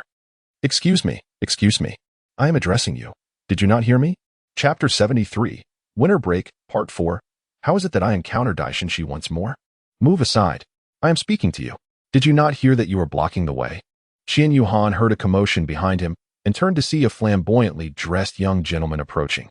Beside him, a woman clad in a flowing blue and white gown said, "Make way, our fourth young master wishes to pass." Qian Yuhan rolled her eyes in exasperation at the arrival of yet another Dai Xingxi. With such a vast space, couldn't they find their own way? Qian Yuhan replied icily, "What more does that woman wish to say?" However, she was abruptly interrupted by a young gentleman beside her, who raised his hand. "Greetings, young brother. I am Ning Kaiwen, the fourth son of Ning Yuan, the current sect leader of the Seven Treasures Glazed Tile sect. I kindly ask you to step aside and not obstruct the path." Qian Yuhan's previously cheerful disposition was completely shattered. Upon hearing Ning Kaiwen's words, she immediately confronted him, smiling yet assertively saying, "I cannot allow you to proceed. There is a path over there. Please make your way that way. Thank you." Ning Kaiwen, however, failed to grasp the underlying meaning of Qian Yuhan's statement. While he maintained a seemingly cheerful demeanor, his expression was laced with mockery. "Do you truly wish to court disaster? I can see you are not from the Heavenly Empire. Knowing you are an outsider, I shall grant you one last opportunity." Qian Yuhan, maintaining an unwavering composure, replied with a smile, "No need, thank you. The view here is splendid. I shall not impose." Ning Kaiwen, visibly perturbed by Qian Yuhan's sardonic demeanor, found his words stumbling. "You insolent wretch! How dare you address the fourth young master in such a manner?" exclaimed the woman beside Ning Kaiwen, unable to contain her fury. Qian Yuhan, with an expression of innocence, spread his hands and inquired, "Did I say something wrong while conversing with your esteemed fourth young master? Was I not sufficiently respectful?" The woman beside him seemed momentarily silenced by the question. "Ha ha. This brother is truly remarkable. How delightful, how delightful. Ha ha." The onlookers could no longer contain their laughter, some even giving Qian Yuhan a thumbs up in admiration. Ning Kaiwen, abandoning his earlier demeanor of modesty, pointed directly at Qian Yuhan and declared, "Very well. You shall await your reckoning." To which Qian Yuhan replied with a nod. "Indeed, I shall be here, enjoying the spectacle." Ning Kaiwen's eyes flickered, and he departed with the woman beside him and several followers in tow. Qian Yuhan surmised that he might be seeking someone to deal with him. The Seven Treasure Glazed Tile School ranks among the top 3 sects of the Heavendo Empire, second only to the Haotian School and superior to the Blue Lightning Tyrant Dragon School. If Ning Kaiwen claims to be the son of the contemporary sect master, Ning Yuan, he must undoubtedly belong to the inner circle, with his martial soul likely being the Seven Treasure Glazed Tile, a support-type soul master lacking in offensive capabilities. As for that woman, she is presumably a mere ornamental figure, devoid of any fluctuations in soul power, not the sort of individual who would deliberately suppress her aura, but genuinely lacking any. Qian Yuhan could discern this distinction. Had she been a formidable figure, she would have intervened earlier. If Ning Kaiwen truly intends to rally others to create trouble for him, he might find himself in quite a predicament.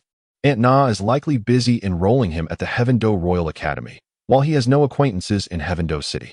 Given that Aunt Na is a powerful soul Douluo, her absence leaves him vulnerable should a soul emperor or soul saint come his way. That would indeed spell trouble. Qian Yuhan watched them depart and promptly made his escape. A stroll through the streets can indeed be considered as appreciating the scenery, no mistake about it. Qian Yuhan felt a profound disdain for her hasty strategy, yet found herself helpless. Without any protection, what could a mere soul master accomplish? Simultaneously, she was utterly speechless. It was absurd to encounter yet another outrageous young master.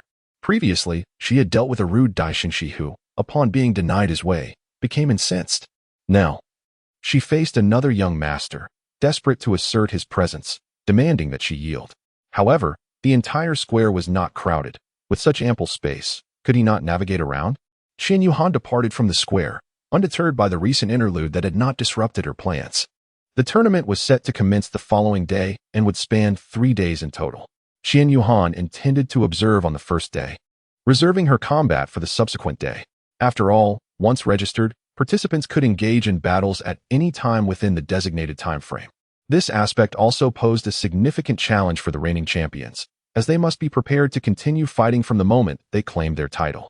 Qian Yuhan strolls leisurely along the wide and pristine sidewalk of Tiando Avenue, his pace unhurried, as if savoring this rare moment of respite. The towering and magnificent buildings flanking the road are arranged in an orderly fashion, reflecting the prosperity and flourishing nature of the city. Meanwhile, exquisitely adorned carriages rush past him, the sound of hoofbeats and rolling wheels intertwining like a captivating symphony. Some of these carriages are drawn by horses with lustrous coats, their bodies encrusted with dazzling gems. Others boast unique design styles, exuding an artistic flair. Each carriage signifies the distinct identity and status of its owner. Yet together they create a unique tableau on the streets of Tiando City. As the saying goes, Tiando City is undoubtedly the most bustling metropolis on the entire Douluo continent.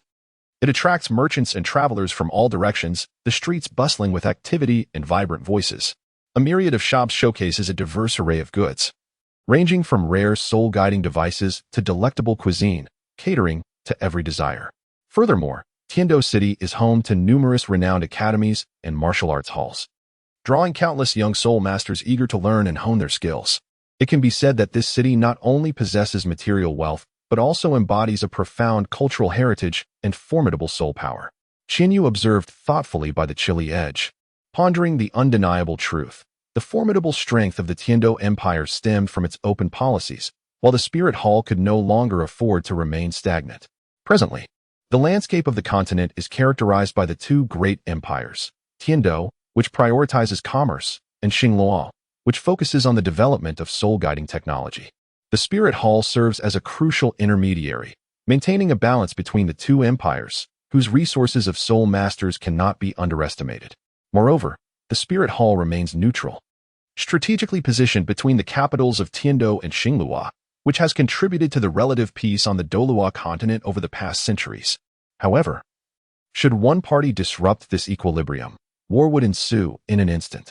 At present, the momentum of Tiando's development is exceedingly vigorous.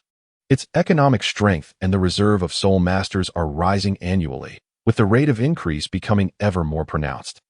Qianyu harbored a keen interest in such matters, thus possessing a deeper understanding. It was with this insight that he contemplated the necessity for the Spirit Hall to adopt a more open policy, welcoming elite spirit masters. While the strategy to attract gifted individuals was commendable, it was equally imperative to prioritize the development of ordinary spirit masters and the economic strength of the Spirit Hall itself. Blindly fixating on the top-tier talents was no longer viable. The foundation of progress lay with the common populace and ordinary spirit masters. As he pondered this, Qianyu found himself passing by a shop filled with children's toys, which reminded him of his neglected playing cards. In his busyness, he had long since cast them aside. However, the cards were of secondary importance. The essence lay in the distinct differences between the Douluo continent and his original world, which could be harnessed to foster development and capture a market niche. This approach would not only stimulate economic growth but also draw people in. Lost in thought, he lifted his gaze to discover that he had arrived at the entrance of the Tiando Grand Hotel. The 5 gilded characters spelling Tiando Grand Hotel gleamed brightly under the sun, strikingly prominent. Upon encountering Qianyu, Shao now presented a card to her, saying, "This is a soul guide room card. Simply infuse a modicum of soul power to activate it." The doors of the Tiando Grand Hotel are equipped with a soul guide system that allows for automatic recognition. Just swipe the card to gain entry. Qianyu, oh, how sophisticated. The card swipe, combined with automatic recognition, resembles the facial recognition technology from the real world, merely replaced here by the identification of soul energy. Each individual's soul energy fluctuation is as unique as a fingerprint, thus serving as a means of authentication. Qianyu reclined on the grand bed in his room, gazing at the ceiling while contemplating his playing card business. He considered investigating the operational environment of Tiando. If it proved favorable, he could implement his plans upon his arrival for an exchange study in his second year. His thoughts wandered to the upcoming arena competition, and he resolved to explore it tomorrow. After much contemplation, a sudden realization struck him, and he lightly tapped his forehead in regret for not writing back to Xue before his departure. He imagined she must be upset for not receiving any correspondence these past few days. As he lay on the bed, a vision of Xue sulking flickered through his mind, causing the corners of his mouth to slightly rise. Despite never having met, Qianyu found himself unwittingly associating her appearance with that of a girl he encountered in the Stardo forest. What Qianyu was unaware of was that this snow was, in fact, Ouyang Luoxue. Perhaps, in the grand tapestry of fate, this was a serendipitous connection. After a brief adjustment in the afternoon, he spent 2 to 3 hours in meditation and cultivation within the confines of his chamber. Following a modest evening meal, he succumbed to a deep slumber, remaining in its embrace until the following morning. As the first rays of dawn broke, they cascaded through the intricately carved window like a golden veil, gently illuminating Qian Yuhan's porcelain-like visage. The intensity of the light caused discomfort to his eyes, as if countless pinpricks were delicately pricking at his eyeballs. Instinctively, Qian Yuhan furrowed his brow and squinted slightly, attempting to shield himself from the bothersome brilliance. After a considerable pause, he gradually lifted his heavy eyelids. As his vision began to clarify, Qian Yuhan blinked in confusion for a moment, and then, as if struck by a sudden realization, he swiftly turned to gaze at the clock beside him. He found the hour and minute hands unwaveringly pointing to the number 9. And he could not help but draw in a sharp breath, silently lamenting the situation. How could he have slept so late? His biological clock, accustomed to early morning runs, seemed feeble and utterly defeated in the face of this unexpected lapse. Qian Yuhan helplessly shook his head, a wry smile gracing his lips. He recalled the early morning runs that were a staple during his school days, yet now, during the holidays, he found himself sleeping soundly until the late morning. What astonished him even more was that this tendency to indulge in slumber at the onset of vacation remained unchanged, whether in the world he once inhabited or in the current realm of Douluo continent. Qian Yuhan arose from her bed and gently rapped on the door of Aunt Xiaona's room, expressing her desire to watch the arena competition alone before departing for the square. Observing Qian Yuhan's retreating figure, Xiaona shook her head with a sigh, remarking to herself that the child consistently preferred solitude. Stubborn in her resolve, once she had made up her mind, no one could sway her. With a sense of concern, she decided to follow discreetly. Upon arriving at the square, Qian Yuhan noted the removal of the barriers, revealing a circular arena standing 2 meters tall. The arena, approximately the size of a standard fighting arena, boasted a radius of 50 meters. On either side of the platform, steps were provided for the competitors to ascend with ease. A mere 2 meters from the arena, a caution tape marked the boundary, delineating the competition area within from the spectator zone beyond. As Qian Yuhan approached the square, the scene before him elicited a slight furrow of his brow. The expansive plaza was teeming with people, bustling with activity, the crowd so dense it felt almost suffocating. Truly a throng beyond measure. Individuals jostled against one another, packed so tightly that there seemed to be no space to breathe, resembling a chaotic sea of humanity. Amidst this ocean of bodies, a contingent of well-trained city guards diligently maintained order. Wherever the guards moved, the spectators instinctively created a path for their passage. Clad in heavy, robust armor that glimmered with a cold brilliance under the sun, they gripped formidable spears with razor-sharp tips that radiated an intimidating sheen. Each group of 4 soldiers patrolled the perimeter of the square in an orderly fashion, their gazes sharp as hawks, perpetually vigilant for any potential disturbances. At last, after much effort to navigate through the crowd, Qian Yuhan reached the front row just as he heard a voice from the arena. A young man clad in a t-shirt was unleashing his first soul skill, launching an assault towards the champion. Qian Yuhan cast a discerning glance at the champion. Adorned in a splendid academy uniform, with a striking emblem emblazoned on the left chest, Qian Yuhan surmised that this current champion was most likely a student from the Royal Academy of Tiando, or at the very least, a scholar from another esteemed institution within the Tiando Empire. Following a fierce contest, the challenger succumbed to the champion, conceding defeat and exiting the arena. Subsequently, several more contenders took to the stage, with the champion continuously rotating. According to Aunt Xiaona, the number of registrants this time was unprecedented, nearing 1,000. After all, the rumored ultimate reward was a soul bone, a coveted treasure that soul masters dream of, even if it were merely a rumor. One must seize the chance to test their fortune. Qian Yuhan stood in the square for an entire hour, observing the incessant flow of challengers, their frequency remarkably swift. He felt a twinge of headache. No matter how powerful one might be, such a relentless pace rendered the recovery of soul power nearly impossible, inevitably leading to exhaustion.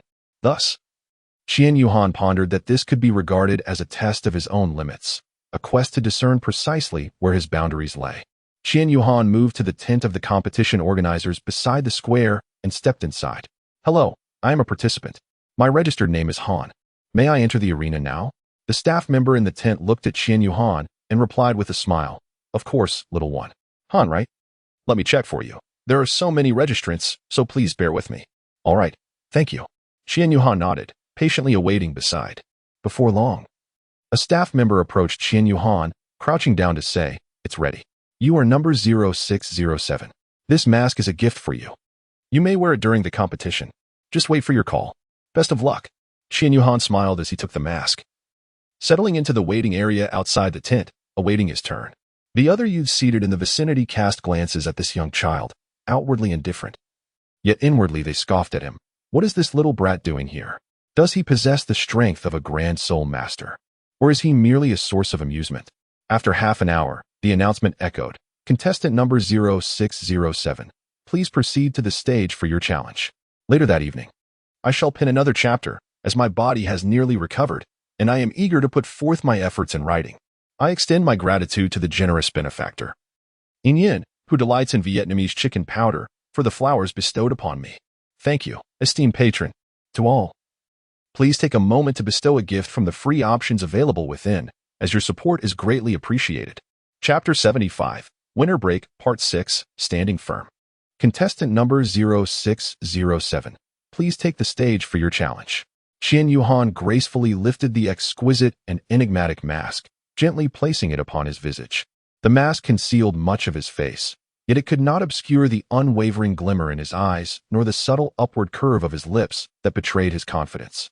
With measured and resolute steps, he advanced towards the stage that commanded the attention of all. Initially, he had intended to ascend this arena of challenges and opportunities the following day. However, at that moment, a thought surged through his mind: to embark on a relentless journey from the very beginning, striving towards the ultimate endpoint, would undoubtedly serve as a profound test of his limits and fortitude. This notion ignited a fervent passion within him, stirring a compelling impulse deep within his soul. At that instant, a singular belief resonated within him, to transcend his own boundaries and conquer all adversities. Each step seemed imbued with boundless strength as the arena drew nearer, and his heart swelled with increasing fervor. The surrounding clamor and cheers gradually faded into oblivion. The world seemed to consist solely of himself and the imminent battleground where an intense confrontation awaited. Qian Yuhan ascended the platform, his head held high and chest out, exuding an air of confidence. Opposite him, the reigning champion gazed down haughtily at the diminutive figure of Qian Yuhan. The champion slowly spoke. Youngster, I have no desire to harm you. It would be wise to step down promptly. Thank you, elder brother, but I fear no one. The seemingly casual exchange ignited the flames of battle. As Qian Yuhan's declaration of fearlessness reached the ears of the audience, it stirred their fervor. Go, young one. What audacity. I have faith in you. Keep it up. The shouts of encouragement from the crowd surged like waves, almost entirely directed towards Qian Yuhan. This, of course, irked the champion, who unleashed his martial spirit. From the Royal Class 5 of the Tiando Royal Academy, Duan Jiaxiu, a level 35 soul master. 2 yellow and 1 purple soul rings materialized beneath his feet, and he drew forth a slender longsword. The weapon, deep crimson in hue, emanated a mist of blood-red aura. The soul-chasing sword, Qian Yuhan whispered to himself. During his time at the academy, he had perused numerous texts regarding sword-type martial spirits, including a detailed account of the soul-chasing sword. Han, level 39 soul master, I humbly request your guidance. Qian Yuhan spoke with an air of tranquility, as calm as an ancient well. However, for the audience and the opposing Duan Jiaxiu, it was akin to a thunderclap in a serene landscape. What? A soul master? A level 39 soul master? Could I have misheard? I did not mishear. I too heard the proclamation of a level 39 soul master. Goodness. What kind of prodigy is this? This child appears to be not yet 10 years old, and yet already possesses the title of soul master. The murmurs among the audience grew louder, filled with astonishment. What left them even more flabbergasted was Qian Yuhan's subsequent actions. With a graceful motion, he raised his right hand. As his arm ascended, a glimmer of light suddenly emerged in the air before him, expanding at a visible pace until it culminated in a resplendent orb of light. Just as the crowd marveled at this wondrous spectacle, the orb underwent a remarkable transformation. It elongated and morphed, swiftly taking the form of an extraordinarily sharp blade-like object. Qian Yuhan's gaze was intensely fixed upon the sword taking shape before him. As it fully transformed into its sword form, he unhesitatingly grasped the hilt. In an instant, the brilliant radiance that had enveloped the blade appeared to respond to an unseen call, receding like a retreating tide. Subsequently, a resplendent platinum longsword was revealed in Qian Yuhan's grasp. This sword measured approximately 3 feet in length, its blade exuding an elegant platinum hue. The entire sword boasted graceful and flowing lines, embodying both a sense of sharpness and an aura of elegance and nobility. Undoubtedly, this was the divine sword of light, the embodiment of Qian Yuhan's martial spirit. As the divine sword of light manifested in Qian Yuhan's hand, the soul chaser sword in Duan Jiasu's grasp trembled involuntarily, unmistakably reflecting the shiver of a martial spirit. The soul chaser sword seemed to quail before the might of the divine sword, akin to a commoner averting their gaze from an emperor, fearful of incurring wrath and facing obliteration. What is happening to my martial spirit? Duan Jiasu gazed bewilderedly at the soul chaser sword in his hand, stammering in confusion. Just as he pondered this, the soul chaser's sword dissipated into nothingness, seemingly terrified of confronting the martial spirit in Qian Yuhan's hand, and vanished entirely. No matter how Duan Jiasu called upon it, the soul chaser's sword remained obstinately unresponsive. For the sake of fairness, I shall refrain from using my martial spirit as well, Qian Yuhan declared, retracting his martial spirit. The moment the divine sword of light vanished, the oppressive aura of martial spirits over the arena dissipated as well. How dare you? Duan Jiasu clenched his fists, visibly enraged by Qian Yuhan's choice to withdraw his martial spirit, and charged forward with a punch aimed at him. In truth, Qian Yuhan had not anticipated the overwhelming suppression his divine sword of light would exert over Duan Jiasu's soul chaser sword. He had merely proposed a transition to hand-to-hand combat for the sake of fairness, though it was evident that Duan Jiasu harbored different intentions. With his eyes tightly shut, Qian Yuhan felt the surge of soul power within him rise like a tumultuous tide, concentrating all his energy into his right arm. A dazzling light began to radiate around his fist. As the brilliance intensified, Qian Yuhan suddenly opened his eyes and shouted, his right fist, imbued with unparalleled strength, hurtling towards Duan Jiasu. Duan Jiasu, a towering figure who stood more than 2 heads taller and possessed a physique that was more than twice as robust as Qian Yuhan's, did not relent, raising his own thick fist to meet the challenge. Just as the onlookers anticipated an intense collision, an astonishing scene unfolded.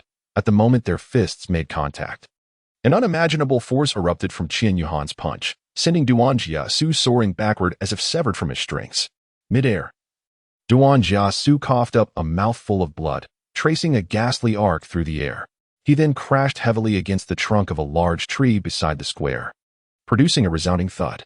The entire tree swayed violently, its leaves cascading down like confetti.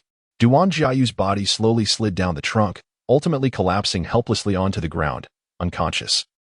The scene was enveloped in a profound silence, as everyone present was rendered speechless by the astonishing spectacle before them. Some regained their senses, yet still appeared somewhat bewildered as they began to applaud. One person, then 2, and soon the entire audience in the square joined in a unified round of applause. The challengers in the waiting area, unaware of what had transpired, stood on their toes, straining to catch a glimpse of the arena. Qian Yuhan did not bask in the applause. Instead, he sat cross-legged, diligently restoring his spiritual energy, seizing every moment to ensure he faced each match in his optimal condition. This, too, was a form of challenge, from the first match to the second. And continuing until the final contest the next day, Qian Yuhan achieved a string of victories. No one managed to defeat him. The audience, initially astonished, gradually came to accept Qian Yuhan's triumphs as a matter of course. After each victory, the crowd erupted in chants of Han. In recent days, Qian Yuhan has primarily engaged in close combat, employing the most primal methods to unleash his potential and hone his physical strength. The enhancement of his body, aided by the 2 divine herbs and the sword of light, has elevated Qian Yuhan's physical prowess to an extraordinary level, far surpassing that of the average individual. Qian Yuhan never anticipated the formidable suppressive power of the divine sword of light over weapon spirits. During his previous battle against Zhao Ku, he experienced little to no pressure. What Qian Yuhan was unaware of was that Zhao Ku fought with unwavering tenacity in each encounter. The 7-kill sword spirit, being a top-tier spirit, indeed possessed a notable but not overwhelming suppressive ability, allowing Zhao Ku to summon it. When confronted with the 7-kill sword, the soul pursuit sword appeared insignificant, let alone in the presence of the divine sword of light. Qian Yuhan originally intended to practice his swordsmanship, however. It has unexpectedly transformed into an opportunity to hone his agility and fist techniques, which poses no significant issue. In the blink of an eye, the 3rd day has arrived. My lady, the champion on the arena remains that individual named Han, rumored to possess formidable strength. Although he is merely a soul master and lacks your soul power level, he commands great respect. Adjacent to a spacious and bustling square, there exists a quaint tea house imbued with an ancient charm. Its architecture is distinctive, featuring soaring eaves and intricately carved railings, exuding an elegance that captivates the senses. At this moment, Ouyang Luoxue is seated gracefully within the tea house. Delicately cradling a steaming cup of fragrant tea, her gaze leisurely cast upon the thronging crowd below.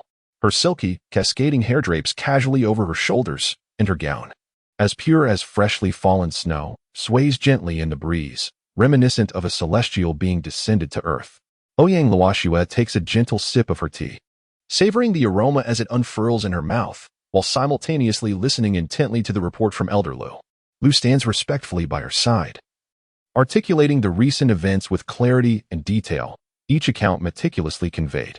Ouyang Luoxue occasionally nods in acknowledgement, lost in contemplation, and interjects with inquiries to clarify certain details. Once Elder Lu concludes his report, Ouyang Luoxue partakes in a soft utterance. "I understand. Thank you for your hard work, Elder Lu." Her voice is melodious and enchanting, akin to a lark soaring from the valley, captivating all who hear it. Following this, she gently sets down her teacup, resuming her appreciation of the scenic square below. After Elder Lu departs, a subtle smile graces Ouyang Luoxue's lips as she remarks, "You scoundrel, not only did you neglect to respond to my letter, but now you dare to undermine my establishment? Humph, just wait and see how I will deal with you shortly." With the day's 2 updates completed, she sighs in relief, ready to retire for the night. The past few days of recuperation have left her feeling perpetually drowsy. Tomorrow, Qin Yuhan is set to engage in battle with Ouyang Luoxue. Anticipation fills the air. One might ponder who the ultimate victor will be. Let's channel our love into this endeavor, I implore you. Chapter 76. Winter Break 7. Is it you? On the 3rd day of the tournament, Qin Yuhan has stood on the arena for a day and a half, and the spectators are well aware of his formidable prowess. In the audience area, a figure glares intently at Qin Yuhan. This individual is Ning Kaiwen, who has harbored a grudge against Qin Yuhan prior to the tournament's commencement. This fellow is unexpectedly powerful. "Young master, I am also on the registration list. Shall I attempt to temper his arrogance?" Ning Kaiwen nods in agreement. "Then I shall rely on you, dear sister." He smiles faintly at his attendant beside him, who is not the same woman from that day, but rather one sent by the sect for his protection. As he speaks, his hand inappropriately slides down from her waist to her hip. The woman, seemingly accustomed to such behavior, remains unfazed and responds with a smile, "Leave it to me, young master." With that, she strides towards the organizer's tent. Next match, contestant 0978, please prepare to enter the arena.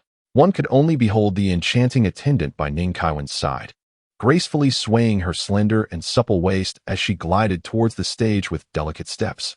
With each gentle movement, her alluring figure swayed like blossoms in a gentle breeze, exuding an endless charm and allure. As she advanced with her light-footed grace, the gazes of those around her were irresistibly drawn in, as if ensnared by an unseen magnet.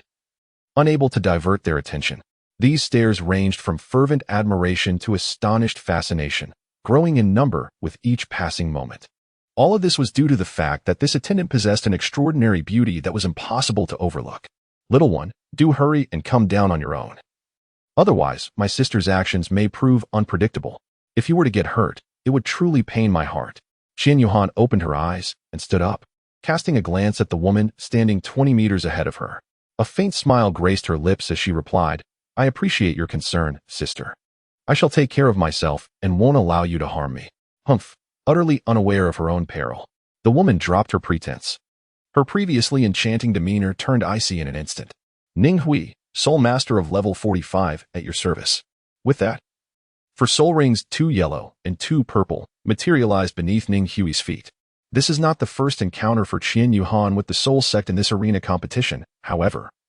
It is the first time he has faced an opponent of level 45. Without dwelling too much on other thoughts, Qin Yuhan summoned the Radiant Divine Sword. And beneath his feet, 3 soul rings emerged, 2 yellow and 1 purple. "Qin Yuhan, level 39 Battle Soul Master, seeks your guidance." "Level 39, quite impressive," Ning Hui remarked, momentarily taken aback by Qin Yuhan's words. What a remarkable young man. He even surpasses the young master in strength. He appeared to be of a similar age to the young master, perhaps slightly younger.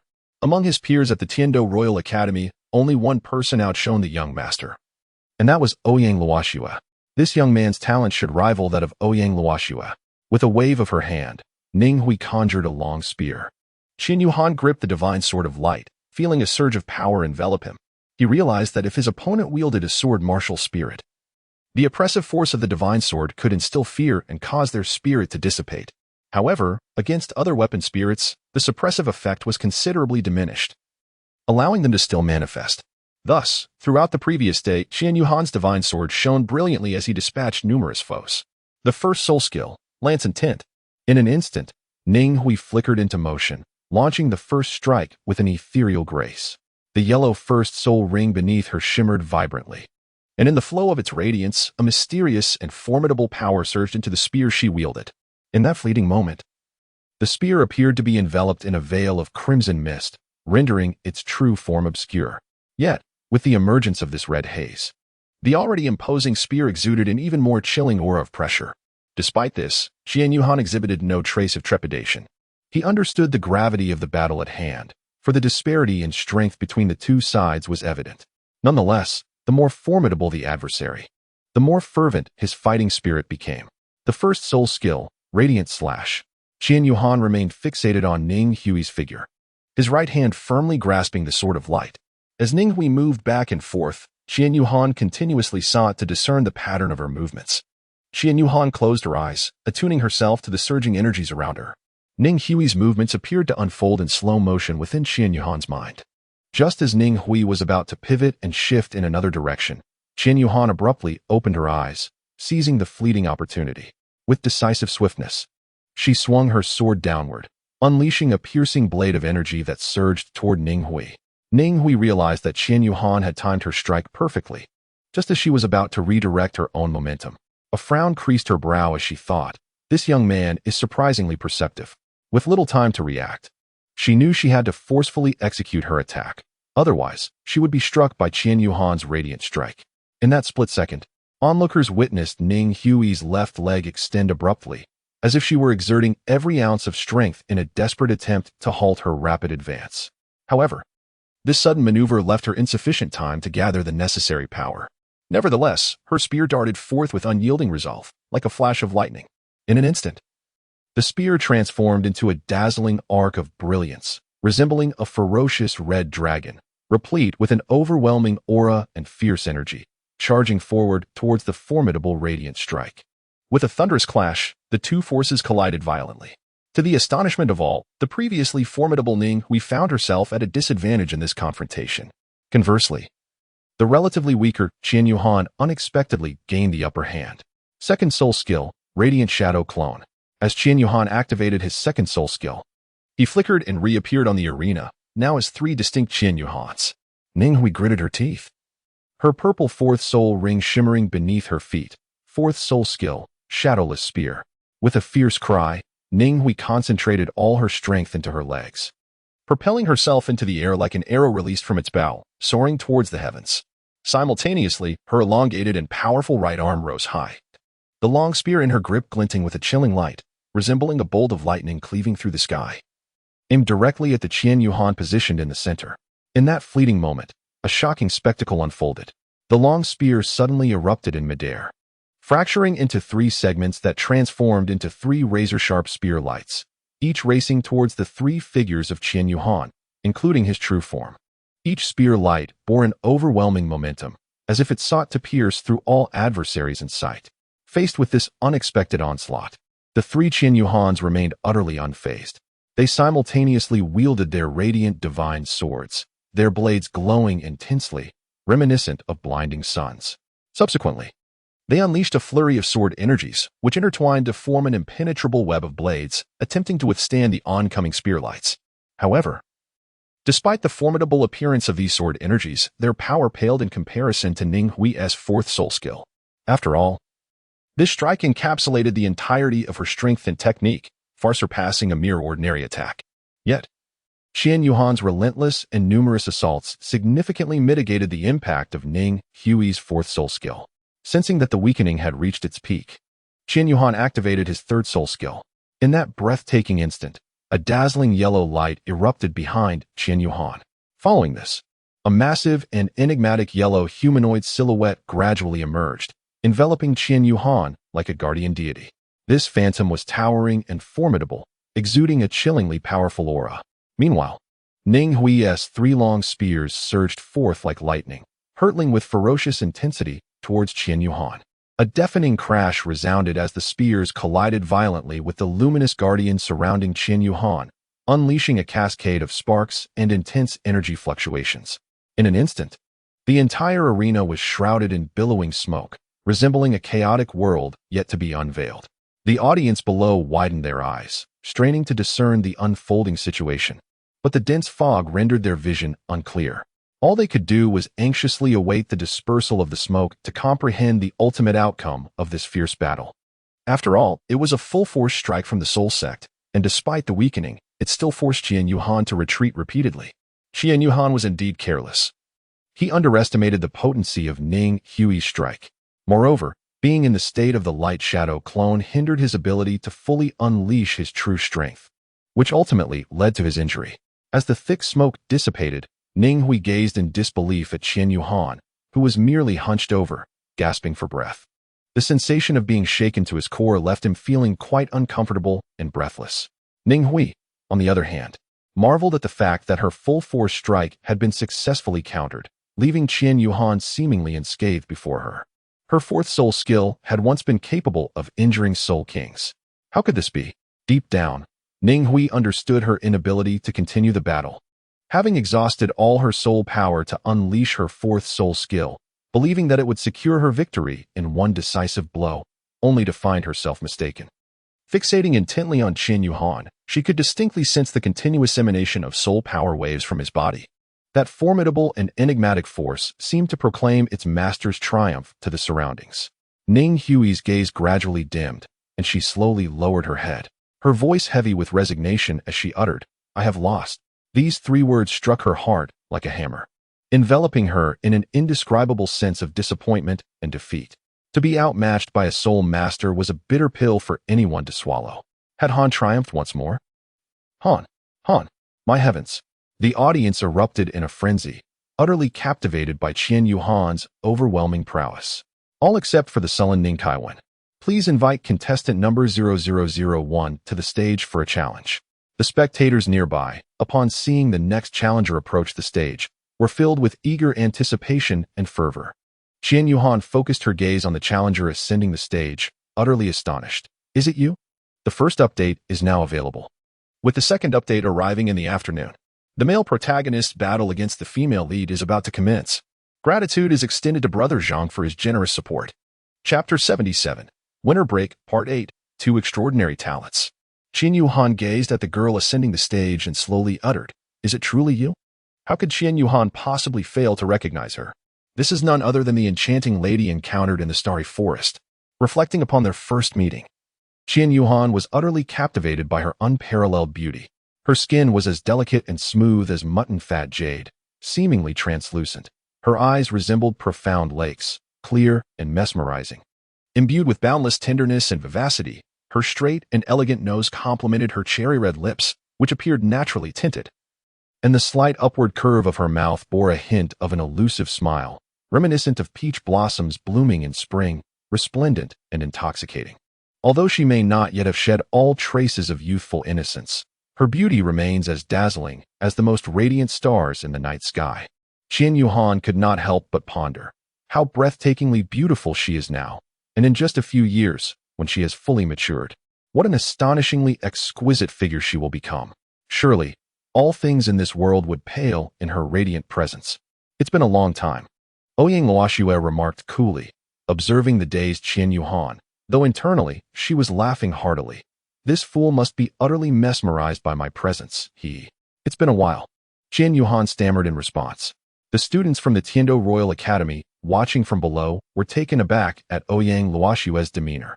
What did they just witness? Their aloof campus goddess had, astonishingly, initiated a conversation. Ning Kaiwen clenched his fists in indignation, glaring at Qian Yuhan. Why? Why is Luoxue speaking to you? Why? I am Qian Yuhan, he managed to say. I understand. I am a level 39 battle spirit master. Please, I seek your guidance. Ouyang Luoxue observed Qian Yuhan's bashful demeanor, noting how drastically different he was from before, and couldn't help but smile, her lips curling upwards. My goddess. She actually smiled. Oh, how beautiful her smile is. Could she perhaps smile at me? I am Ouyang Luoxue, a level 43 control-type soul master. Please guide me. With that, for soul rings, 1 yellow, 2 purple, and 1 black, manifested beneath her feet, radiating a mysterious and formidable aura, distinctly more powerful than the one exhibited by Ning Hui earlier. Simultaneously, a shimmering ice staff appeared in her delicate, jade-like hand, as if sculpted from millennia-old ice. Crystal clear and emanating a chilling aura. At the head of the staff, a large gem sparkled with a soft blue light, akin to the brightest star in the night sky, casting a mesmerizing glow at its center. On the other side, Qian Yuhan raised his right hand, summoning a dazzling light that grew more intense, ultimately transforming into a resplendent sword of divine light. At the moment the divine sword fully materialized, an overwhelming aura erupted forth, surging like a tidal wave and causing the surrounding air to tremble. Simultaneously, 3 soul rings, 1 purple and 2 black, emerged beneath Qian Yuhan's feet. Aware that Ouyang Luoxue was cognizant of the years of his soul rings, he saw no need for concealment and refrained from consuming the soul ring transformation pill. Come. Ouyang Luoxue raised an eyebrow and addressed Qian Yuhan. Second soul skill, Radiant Shadow Doppelganger. Qian Yuhan altered her previous strategy. Faced with the formidable yet unknown prowess of Ouyang Luoxue, she felt a tremor of trepidation at the aura emanating from her opponent. Thus, she resolved to employ her second soul skill to probe the depths of Ouyang Luoxue's true strength. Ouyang Luoxue, being exceptionally astute, was well aware of Qian Yuhan's intentions. With her ice spirit staff firmly planted on the ground, both her yellow first soul ring and purple second soul ring illuminated simultaneously. The ice spirit blessing and the ice domain were activated in unison. As her soul skill unfolded, a faint blue mist enveloped the entire arena, centering around Ouyang Luoxue. A domain skill, Qian Yuhan used to herself. Qian Yuhan found himself ensconced within the domain of Ouyang Luoxue, where the fierce cold winds and the ever-looming threat of ice spikes compelled him to exercise utmost caution. The prowess of Ouyang Luoxue's domain was formidable, capable of debilitating her adversaries to a terrifying extent. Those of lesser strength found themselves utterly immobilized within this realm. Observing from the spectator area, Lu Lao remarked to himself that this young man, trapped within the lady's domain, could not maneuver swiftly, rendering any attempts to deceive her futile and undermining his probing efforts. Meanwhile, Ning Kaiwen smirked derisively, taunting, within Luoxue's icy domain, you can only await your demise. As Qian Yuhan surveyed his surroundings, he indeed felt his mobility significantly hindered. Ouyang Luoxue's fourth soul ring quietly illuminated. With a proclamation, fourth soul skill, winter has arrived. The atmosphere shifted dramatically. It was as though an invisible hand obscured the sky, transforming the previously clear horizon into a foreboding expanse of dark clouds, casting an oppressive and terrifying pall over the scene. In the next moment, a shocking spectacle unfolded. Countless colossal ice spikes descended like raindrops, densely cascading towards the arena with a chilling brilliance and a menacing momentum, intent on piercing and shattering everything in their path. Yet, facing such a ferocious onslaught, Qian Yuhan remained unfazed. Drawing a deep breath, he declared with unwavering resolve, third soul skill, Radiant Guardian. In an instant, a dazzling golden light erupted from his form, coalescing into a magnificent suit of armor that radiated brilliance, as resplendent as the sun itself. Clad in golden armor, Qian Yuhan charged fearlessly towards the torrential downpour of ice spikes. Each spike that struck him produced a crisp sound, but could not breach his formidable defense. Concurrently, his luminous wings unfurled behind him, propelling him forward like a bolt from a bow towards Ouyang Luoxue's position. As he flew, Qian Yuhan continuously gathered strength. Approaching the edge of Ouyang Luoxue's icy domain, he grasped his radiant sword tightly, lifted it high, and summoning all his might, swung it down with fervor. A resounding crack reverberated through the air, and to the astonishment of the onlookers, fine cracks began to appear within Ouyang Luoxue's icy realm. These fissures rapidly spread, resembling a spider's web, encompassing the entire domain. Moments later, accompanied by a thunderous roar, Ouyang Luoxue's icy domain shattered completely, disintegrating into countless fragments of ice that scattered across the ground, vanishing without a trace. Qian Yuhan was acutely aware that in order to break the impasse, he must first shatter this domain. Fortunately, the defenses of this realm were not as formidable as anticipated, despite being in a shadow clone state, where his true self could only harness 80% of his power. He managed to breach it. Impressive. Ouyang Luoxue couldn't help but silently commend him. He had exerted every ounce of strength to dismantle Ouyang Luoxue's domain, barely withstanding the overwhelming force of her fourth soul skill. The winter has arrived. At this moment, Qian Yuhan's condition was nothing short of tragic. He knelt on one knee, his body trembling as though it might collapse at any moment. Labored breaths escaped his lips, each inhalation appearing to be a Herculean task. Blood flowed from the corners of his mouth, dripping onto the cold ground and splattering into ghastly crimson blossoms. His once gallant visage was now as pale as parchment, beads of sweat the size of pearls cascading down his forehead, mingling with the blood, rendering him increasingly disheveled. Yet, even in such dire straits, the unwavering resolve in his eyes remained undimmed, gleaming with indomitable spirit.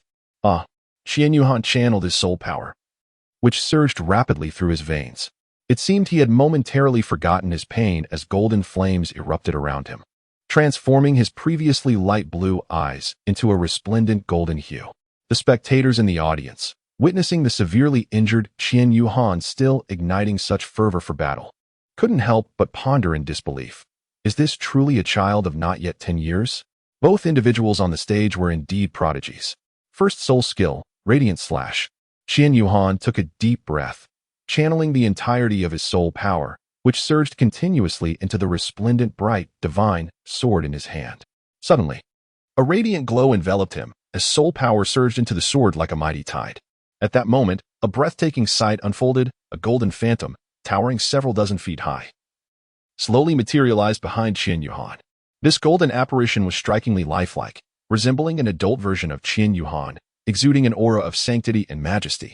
As the soul power continued to flow, the bright divine sword began to tremble violently, its blade expanding exponentially, transforming into an immense weapon. It appeared as though it had been imbued with life, levitating autonomously and soaring towards the colossal golden figure. In a heartbeat, the bright divine sword settled firmly into the hands of the golden phantom. In that instant, the golden figure resembled a god of war descending from the heavens. It grasped the bright divine sword tightly, raising its arm high before delivering a formidable strike towards Ouyang Luoxue with tremendous force.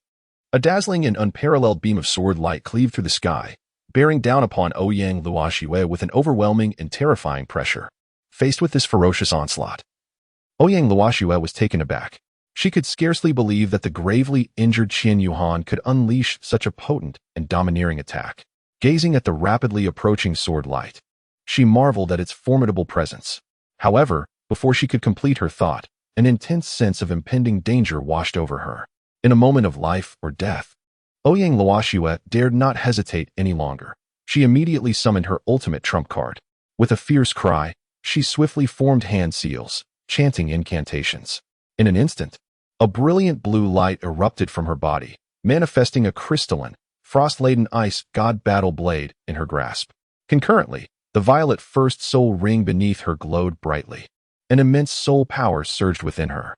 Ice God Slash, she shouted, gripping the ice god battle blade with all her might, and with every ounce of her strength. She swung it towards Qian Yuhan's unleashed bright slash. In that fleeting moment, a colossal ice-blue blade of light surged forth, meeting the radiant sword light head-on.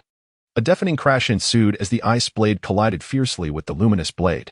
The clash of these two opposing forces reverberated with an earth-shattering roar, sending tremors through the entire arena, while the surrounding air was compressed into visible shockwaves that radiated outward. In a blink, smoke and dust engulfed the area, obscuring the sky. As the haze gradually dissipated, the onlookers were astonished to find Qian Yuhan sprawled on the ground, his complexion pale as paper, utterly devoid of strength, unable to rise. Meanwhile, Ouyang Luoxue fared little better. She sat cross-legged on the ground, eyes tightly closed, exerting all her effort to circulate her energy and recover her soul power and injuries. The official overseeing the Academy's arena competition had already arrived at the side of the stage during their battle, and now, witnessing both combatants incapable of continuing, was at a loss for how to announce the outcome of the match. I have lost. I have lost. Qian Yuhan and Ouyang Luoxue spoke in unison. The person in charge remarked, well, that is akin to saying nothing at all. The referee then stated, "I concede. Please announce the results." Qin Yuhan continued, not affording Ouyang Luoxue an opportunity to speak, and stepped down from the arena. The match concluded with competitor number 0001 achieving victory. In the audience area, Xiao Na observed Qin Yuhan as he slowly descended from the stage and hurried to his side, channeling her soul energy to enable him to stand and walk normally. She then assisted him back to the heavenly Douluo Grand Hotel. Phew, the second update is complete. I kindly request my brothers to show some love and support. It's free. I'm begging you. Tomorrow, I will continue writing. Chapter 78, Winter Break, 9. How are you feeling? The following day, Qin Yuhan awoke, only to be met with an overwhelming sense of soreness throughout his body. At that moment, Aunt Xiao Na entered, bearing a tray with lunch. Young master, you're awake. How do you feel? Thank you, Aunt Xiao Na, for your care. I feel much better, though my body remains somewhat sore. Xiao Na smiled and replied, Young master, you truly shone yesterday. With your third soul skill shielding you while clashing head-on with that girl's fourth soul skill, it's no surprise your body took a toll. The doctor we invited yesterday examined you and confirmed there's nothing serious. A few days of good rest should suffice. He nodded in acknowledgement as his stomach rumbled. Xiao Na chuckled. You should eat something right away. Qin Yuhan smiled awkwardly as Xiao Na placed the tray on the table and then retreated to her room. Once Xiao Na had departed, Qin Yuhan sat down at the dining table and began to devour the food voraciously, his hunger overwhelming. While eating, he seemed to recall something. He wondered how Ouyang Luoxue was faring, whether she had sustained any injuries. In the battle yesterday, Ouyang Luoxue had also endured significant wounds. She was astonished that her Ice God Slash had proven inferior to Qin Yuhan's Radiant Slash, though it appeared she was in a better state than Qin Yuhan, who lay on the ground. Only she knew that her condition was not as favorable as it seemed. The power of Qin Yuhan's Bright Slash is truly formidable, far beyond what an ordinary soul master can withstand. Ouyang Luoxue has underestimated him, not anticipating that Qin Yuhan, with his Soul Emperor strength, could unleash such a potent attack. Xiaoxue, are you there? A gentle, magnetic male voice resonated from outside. Upon hearing it, Ouyang Luoxue instantly recognized who it was and replied, Yes, I'm here, Dad. Then her father entered. As he spoke, the door to Ouyang Luoxue's room swung open, revealing none other than her father, Ouyang Jia, the leader of the Ice God sect. A super Douluo of level 98, known by the title Ice God. Dad, you're usually so busy. What brings you here? Ouyang Luoxue initiated the conversation. I heard you were injured during the arena competition yesterday, so I came to check on you. I'm fine, Dad. I'm not as delicate as you think. Ha. My good daughter, I certainly believe you are all right. But I am curious, who could have injured my daughter? Was it someone of the same rank? Ouyang Luoxue shook her head. What? How dare they bully you like that? Who is that scoundrel? Ouyang Jia's aura surged dramatically, emanating a terrifying pressure. Though it intentionally avoided Luoxue, realizing her father, the quintessential doting parent, had misunderstood the situation, Ouyang Luoxue hurriedly explained, Dad, wait. Why are you being so reckless? It wasn't a case of someone bullying me. Rather, I was the one who was challenged by someone of a higher rank. Ouyang Jia's oppressive aura vanished in an instant, leaving him in a state of shock, utterly dumbfounded. His daughter claimed to have been challenged by someone stronger than herself? How could that be possible? How could that be? Ouyang Jia exclaimed. Despite nearing a century of life, he had never encountered such a preposterous situation. He was acutely aware of his daughter's immense strength. How could she be injured by someone weaker? Ah, Dad, there is no helping it. He truly is powerful. His martial spirit has a certain suppression over my ice spirit staff, and only my ice god battle blade can barely contend with it. The astonishment on Ouyang Jia's face intensified after hearing Luoxue's words. What martial spirit is that? A top-tier martial spirit? A divine martial spirit? He asked. A martial spirit capable of contending with the ice god battle blade must undoubtedly be divine. What is the name of the person you fought? Ouyang Jia inquired. Ouyang Luoxue had never witnessed her father in such a state before and answered, Qin Yuhan. Why, father? What did you say? You fought against Qin Yuhan? Yes, indeed. Ouyang Jia sighed inwardly, realizing that these two children were indeed fated to cross paths. Do you remember the uncle who visited over 6 months ago? Your uncle Qianma. Yes.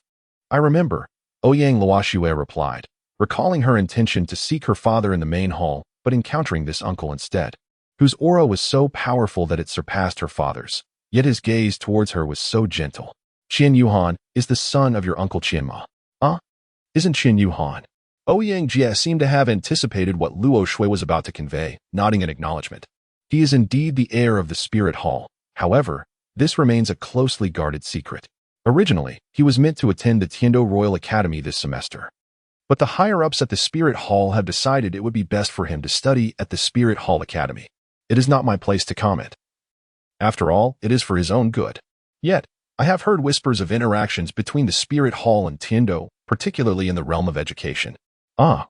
He is set to come as an exchange student in his second academic year, to study at the Tiando Royal Academy for 3 years. Oh, I see now. But how do you know this, my dear? Ouyang Jie pondered, questioning Luo Shui. Realizing she had let slip too much, Luo Shui contemplated how to rectify her mistake.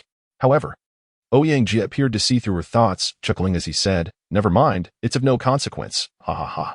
After Ouyang Jie exited Luo Shui's room, he mused to himself, "Hehehe, brother, are we not destined to become in-laws now? Ha ha ha." Watching her father depart, Luo Shui took a moment before gently addressing Lu Lao. "Miss, I am here," Lu Lao replied. "Do you know where the young man I faced in battle yesterday is now?" After a brief moment of contemplation, Lu Lao responded, "Miss, I only know that he left yesterday for the Tiando Grand Hotel. As for whether he has departed today, I cannot say. Then he should still be there. Thank you." Lu Lao. Qian Yuhan is currently reclining comfortably on the bed, engrossed in a book when a knock resonates at the door. "Who is it?" Qian Yuhan inquires. Feeling a sense of curiosity, who could it possibly be? Aunt Na possesses a soul guide key that allows her direct entry, so it surely cannot be her. Then, who might it be? As Qian Yuhan pondered who it might be, the sound of knocking echoed once more. Rising from her bed, she approached the door and inquired, "Who is it?" A familiar feminine voice replied, "It sounds somewhat familiar." Qian Yuhan opened the door, and before his eyes stood none other than Ouyang Luoxue. "You. What brings you here?" he stammered. "What, am I not allowed to come and see you?" Ouyang Luoxue replied with a smile. "Must you leave me standing here at the threshold?"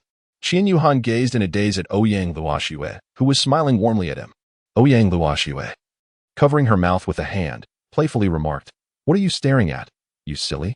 Qian Yuhan finally regained his senses, stepping aside to allow Ouyang Luoxue to enter the room. Once inside, Ouyang Luoxue settled onto the sofa, her gaze fixed on the limping Qian Yuhan, her heart tightening as she blushed and inquired, "Are you all right?" "I'm fine, not dead yet," Qian Yuhan replied while pouring water for Ouyang Luoxue.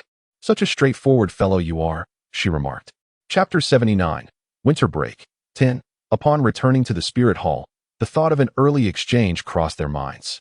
Listening to Qian Yuhan's words, Ouyang Luoxue felt an overwhelming urge to approach him and give him a couple of light punches. "I truly apologize. Once I enter battle mode, I struggle to restrain myself. That last strike must have left you injured, and I've wanted to apologize since yesterday. I never anticipated that my own body would give way first, haha." Qian Yuhan placed the cup of water on the table in front of Ouyang Luoxue, slowly bending down to sit on the sofa as she spoke apologetically to him. Upon hearing Qian Yuhan's words, it was Ouyang Luoxue who found herself at a loss for how to respond. "I am not injured. Rather, it is you who has been hurt. Thus, it is I who should be offering an apology." Qian Yuhan gazed at Ouyang Luoxue, shaking his head with a smile, and remarked, "You still dare to deceive me? Are you truly uninjured? The fluctuation of your soul force now is a stark contrast to what it was yesterday, yet you insist you are unscathed." Ouyang Luoxue stared at Qian Yuhan in astonishment, realizing that he could perceive the fluctuations of her soul force. Indeed, Ouyang Luoxue's aura was currently feeble, her soul force chaotic and far from restored. Yet this subtlety had been detected by Qian Yuhan. While Ouyang Luoxue assessed Qian Yuhan's limping appearance, he discerned her soul force fluctuations. Despite Ouyang Luoxue possessing a soul force superior to Qian Yuhan's, she was oblivious to his energy, while he could clearly sense hers. This was nothing short of astounding. Qian Yuhan, observing the astonished Ouyang Luoxue, hastily clarified, "I possess an innate sensitivity to fluctuations in soul energy. It is merely a peculiarity that distinguishes me from others." What Qian Yuhan did not mention was that he had enhanced his physique by absorbing the 8-pointed xianbing grass and the fierce fire apricot blossom, which rendered him exceptionally sensitive to fluctuations in soul power. "So that is the case. No wonder, right?" young master Ouyang Luoxue remarked casually. Qian Yuhan widened her eyes in disbelief. "Does she know my true identity? What nonsense are you spouting? Ha ha ha, what kind of young master do you think I am? Such pretense." Qian Yuhan squinted and inquired, "Who exactly are you? What is your identity?" Ouyang Luo Shuert, observing the somewhat hostile gaze directed at her by Qian Yuhan, shook her head with a smile and replied, "I am the daughter of the ice god Douluo." Ice god Douluo? I am unfamiliar with that name, Qian Yuhan remarked. Ouyang Luo Shui, unable to suppress a cough at Qian Yuhan's audacious statement, cleared her throat and continued, "Ahem, the ice god Douluo is the leader of the ice god sect." Ice god sect? That rings a bell, Qian Yuhan responded, a hint of recognition dawning upon her. Qian Yuhan was pondering where he had heard it before when Ouyang Luoxue remarked, "You must have been to the largest ice god soul arena in Tiando City." Qian Yuhan suddenly recalled and smacked his forehead, realizing, "So you are the little boss of the soul fighting arena." Coughing slightly, Ouyang Luoxue, who was sipping water from her cup, nearly choked at his words. "One could say so," she managed. "Moreover, the relationship between your spirit hall and our ice god sect is quite profound. My father and your father are like brothers." You know, upon hearing Ouyang Luoxue mention her father, Qian Yuhan's mood instantly darkened. Ouyang Luoxue noticed the shift in his demeanor and mentally chastised herself. After all, Qian Yuhan had mentioned in his letter that his father had gone on a mission and had since vanished without a trace. It was highly likely that something unfortunate had transpired. Bringing up her father now was akin to touching upon a painful subject.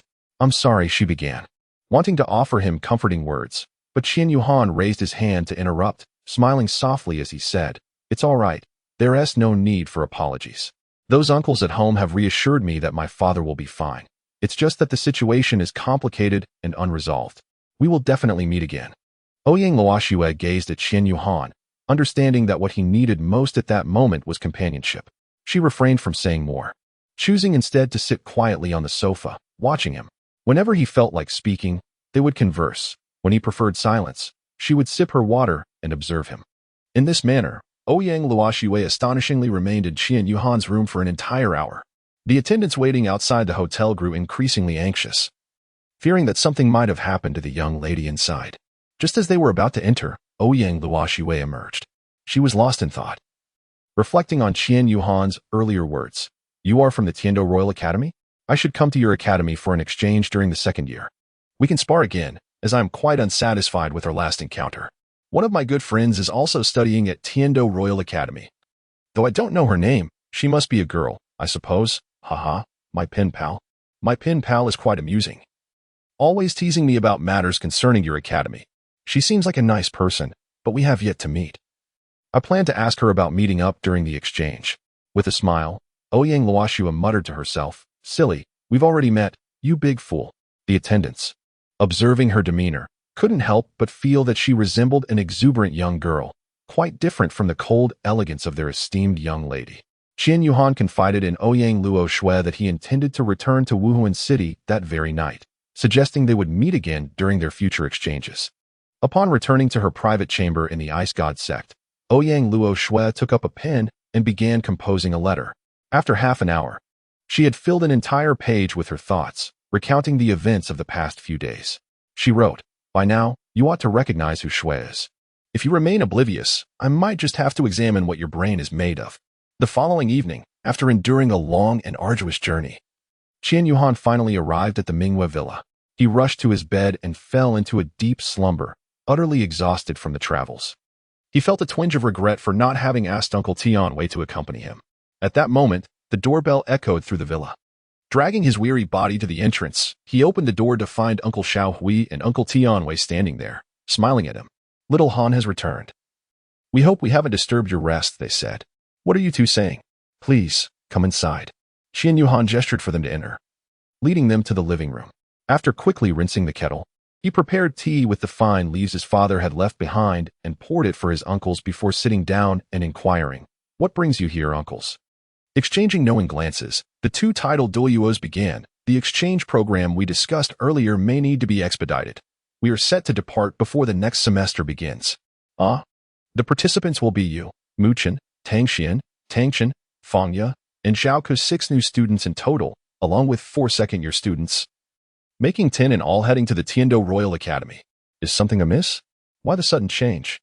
It was proposed by Tiando to advance the timeline by a semester to allow students to acclimate to the educational environment. Otherwise, they might struggle to adapt in the ensuing years, which could hinder the pace of teaching. I found their reasoning compelling and agreed to it. I see. Qian Yuhan nodded. Uncle, there's one more thing I wish to discuss with you. Chapter 80. Correspondence and a sense of familiarity after returning from Tiando City. Qian Yuhan resolved to pen a letter to Shui, detailing the events that had transpired during his time in Tiando City. He also intended to provide her with his home address, so she could send letters to Mingyue Villa during the holidays. As the detour to the academy each day was proving to be quite time-consuming, as Qian Yuhan arrived at the school mailbox to check for any correspondence, she fortuitously encountered Fang Ye at the entrance of the academy. Fang Ye informed Qian Yuhan that the grade director, Han Shui, had summoned her, revealing that she had been selected for an exchange program at the Heavenly Do Royal Academy. Qian Yuhan was certainly aware of this, having learned from Uncle Xiaohui that the exchange had been moved up. Han Shui summoned Fang Ye to the academy to formally inform her, and then advised her to discuss with her parents whether she could attend, returning later with their decision. Qian Yuhan conversed with Fang Ye for a while, and to her astonishment, she discovered that Fang Ye had advanced to the sole sovereign rank. You have broken through? Qian Yuhan inquired. Fang Ye nodded with a smile and replied, Indeed. I made the breakthrough a few days ago, and I just returned yesterday from the Star Do Great Forest, where I hunted a 3,000-year-old Earth King. Qian Yuhan pondered, the King of the Earth? Could it possibly have acquired the soul skill known as the Phoenix's cry that strikes the heavens? Qian Yuhan gently patted Fang Ye's shoulder and said, Congratulations. Thank you. I must take my leave now, as I need to discuss this matter with my parents. After all, it is rather sudden, she replied. Goodbye. Goodbye. After bidding farewell to Fang Ye, Qian Yuhan retrieved a letter from Shui from the mailbox. Upon returning home, she sat at the table, opened the envelope, and unfolded the letter, which read, Dear Qian Yuhan, I understand you are busy, and I am curious about how you have been these past few days. I received your previous letter a few days ago and saw that you mentioned you have come to Tiando City at the time of your arrival. The Royal Plaza in Tiando City must be hosting a competition, correct? Qian Yuhan, so that square is called the Royal Square, huh? Let me tell you. I participated in that tournament. The very next moment was like thunder striking from a clear sky. What? Snow also participated? Does that mean we have clashed? No. It's possible she took part in the morning session, and I simply didn't encounter her. If she started in the afternoon, I would certainly have crossed paths with her, for I was the reigning champion. In any case, I emerged victorious, though I did sustain injuries. Honestly, I can't stand that champion. Their soul technique was excessively powerful, completely uncalled for against a girl. While my abilities surpass that insufferable champion, one must consider that she is still a girl. It's utterly absurd. She shows no understanding of tenderness. Humph. It drives me mad. Qian Yuhan observed the complaints about the snow, a smile nearly stretching to her ears. This girl is truly amusing, and she has acknowledged her femininity. My guess was correct, ha ha ha. After our encounter, I took a night to rest at home, and the following day, I went to confront him. To his credit, he showed a semblance of compassion, inquiring about my well-being and whether I had sustained any injuries. Yet, he remains an utterly oblivious straight man. When I inquired about his condition, he replied, I'll survive. Doesn't that confirm my straightness?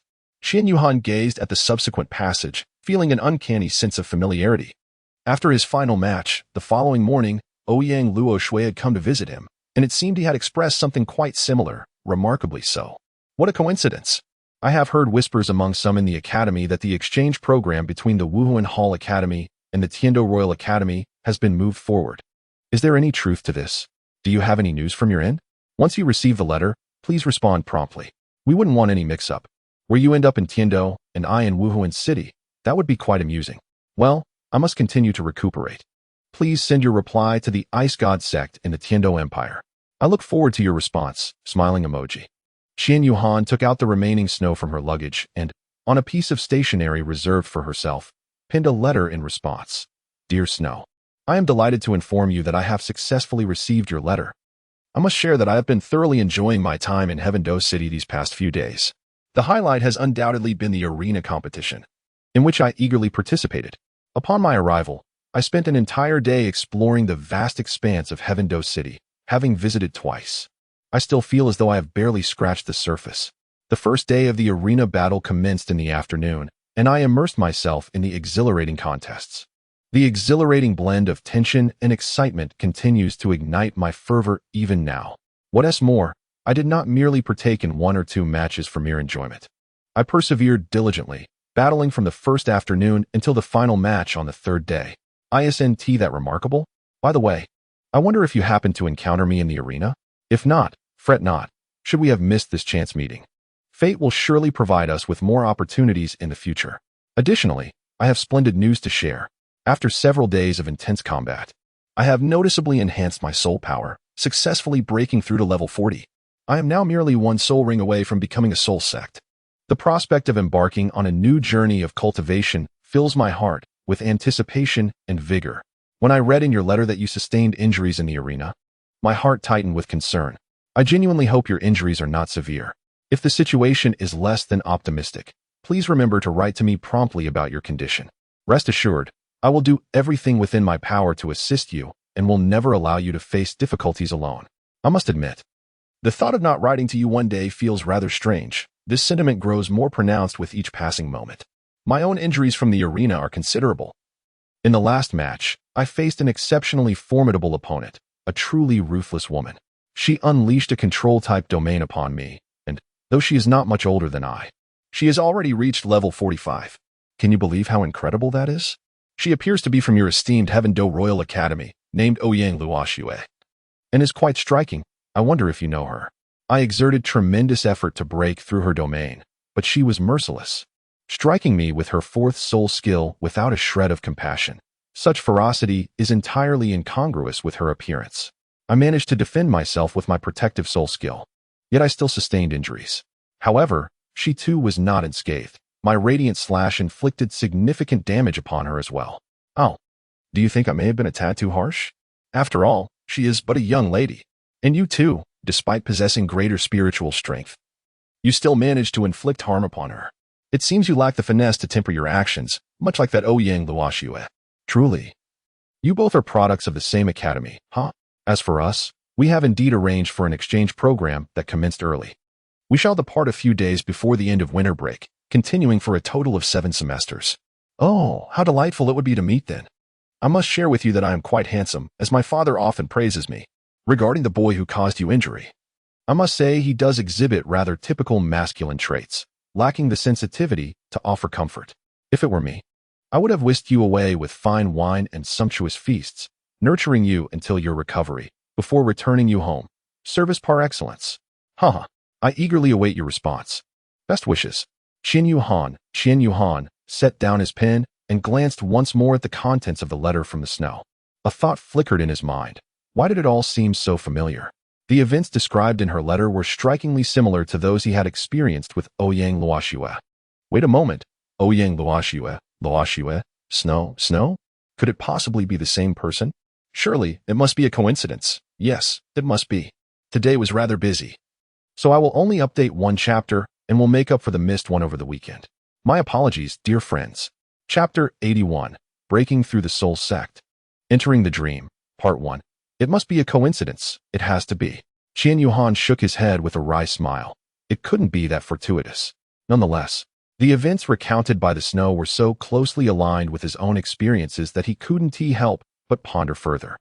He placed the letter into its envelope and dropped it into the mailbox at his doorstep before heading to the Heavenly Might Douluo. Qian Yuhan arrived at the Hall of Heavenly Might to speak with the Heavenly Might Douluo about his current situation.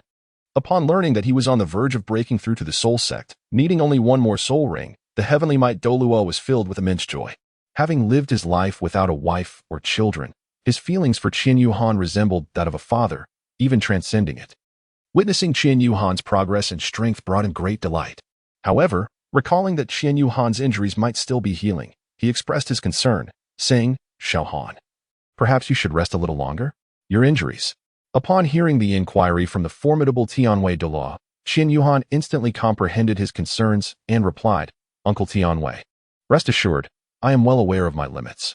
The esteemed Tianwei Douluo, recognizing Qian Yuhan's youth yet remarkable maturity, understood that he was capable of discerning the potential benefits and drawbacks of his actions, thus chose not to elaborate further.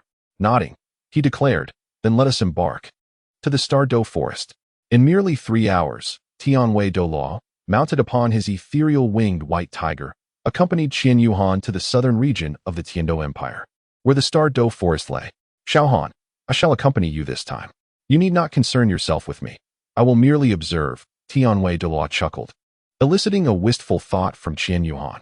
How could this once feared figure now appear so childlike in his demeanor? Very well, uncle, Qian Yuhan responded. The two ventured into the depths of the Douluo forest, making their way towards the core region. Qian Yuhan's aspirations were to encounter a soul beast capable of bestowing upon him an area of effect attack soul skill. With his second and third soul rings already being of 10,000-year quality, he felt confident that absorbing a fourth soul ring of the same caliber would pose no challenge. Moreover, having previously assimilated the energies of the 8-pointed Xianbing grass and the fire apricot blossom, his physical prowess had significantly augmented, further assuring his capability. His target for this venture would ideally be a soul beast ranging from 30,000 to 40,000 years in age. It was indeed a daunting task for Qian Yuhan to confront a 10,000-year soul beast alone. His previous victory over the bright golden-winged lion, which was comparable to a 10,000-year soul beast, was merely due to its overconfidence and carelessness. Had it approached the battle with more seriousness, it would not have succumbed so absurdly to a child devoid of any soul rings. Theoretically, a 10,000-year soul beast equates to the strength of a soul king. Can one imagine such a powerful entity being vanquished by a mere soul ring-less individual? What could account for this? Primarily, it was the possession of a divine martial soul and formidable offensive capabilities. However, at its core, it was ultimately a case of underestimation, compounded by the immense power of the bright divine sword, which exerted a certain suppression over soul beasts. Otherwise, such an occurrence would be inconceivable. With his half-step soul zone cultivation, Qian Yuhan sought to ascertain whether he could contend with a 10,000-year soul beast. He was eager to explore the limits of his endurance against a 30,000-year soul beast, whose strength rivaled that of a soul emperor. In the face of life and death scenarios, he aimed to discover the extent of their survival instincts and how long he could withstand their onslaught. This was one of Qian Yuhan's objectives. Xiaohan, are you certain you wish to pursue a 30,000-year soul beast? That is akin to facing a soul emperor. Defeating it may not be insurmountable, if necessary. I can intervene and eliminate it. But are you capable of absorbing its essence? Qian Yuhan nodded. No problem, Uncle Tianwei. The two walked side by side, slowly advancing into the depths of the forest. Along the way, the tranquil atmosphere was interrupted by the concerned inquiries of Tianwei Douluo. Xiaohan, how have you been enjoying your time in Tiando City these past few days? Have you encountered any interesting events? Tianwei Douluo smiled gently, casting a warm gaze upon the young boy beside him. Qian Yuhan smiled gently and replied, Uncle, I have been particularly delighted these past few days. I have enjoyed shopping and engaging in competitions, which has been quite fulfilling. Tianwei Douluo nodded and continued to inquire, how have you been faring at school? Is your academic workload demanding? How do you get along with your classmates? Qian Yuhan replied earnestly, everything is going well at school. Although the academic pressure is somewhat intense, I am managing it effectively.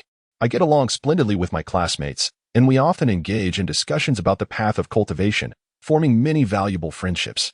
Shortly thereafter, Tianwei Douluo brought up the upcoming exchange program at the Tiando Royal Academy. With a serious tone, he inquired, as we prepare for this exchange at the Tiando Royal Academy, do you have any other thoughts on the matter? After a moment of contemplation, Qian Yuhan remarked, Uncle, I am acutely aware of the rarity of this opportunity, and I shall cherish it immensely. I will strive to learn from the other exceptional soul masters to enhance my own prowess. Moreover, the Tiando Empire excels in various aspects of thought and technology compared to our spirit hall, and I intend to absorb as much knowledge as possible to return and contribute to our spirit hall. Qian Yuhan maintained his patience, sincerely and thoroughly answering every question posed by the heavenly Might Douluo. He understood that if the other party did not genuinely care for him, they would not be so relentless in inquiring about these mundane aspects of life. Feeling the depth of this affection, he was not only unbothered, but was instead filled with joy and warmth. The heavenly Might Douluo looked at Qian Yuhan with satisfaction, thinking, the elder brother has raised a remarkable son.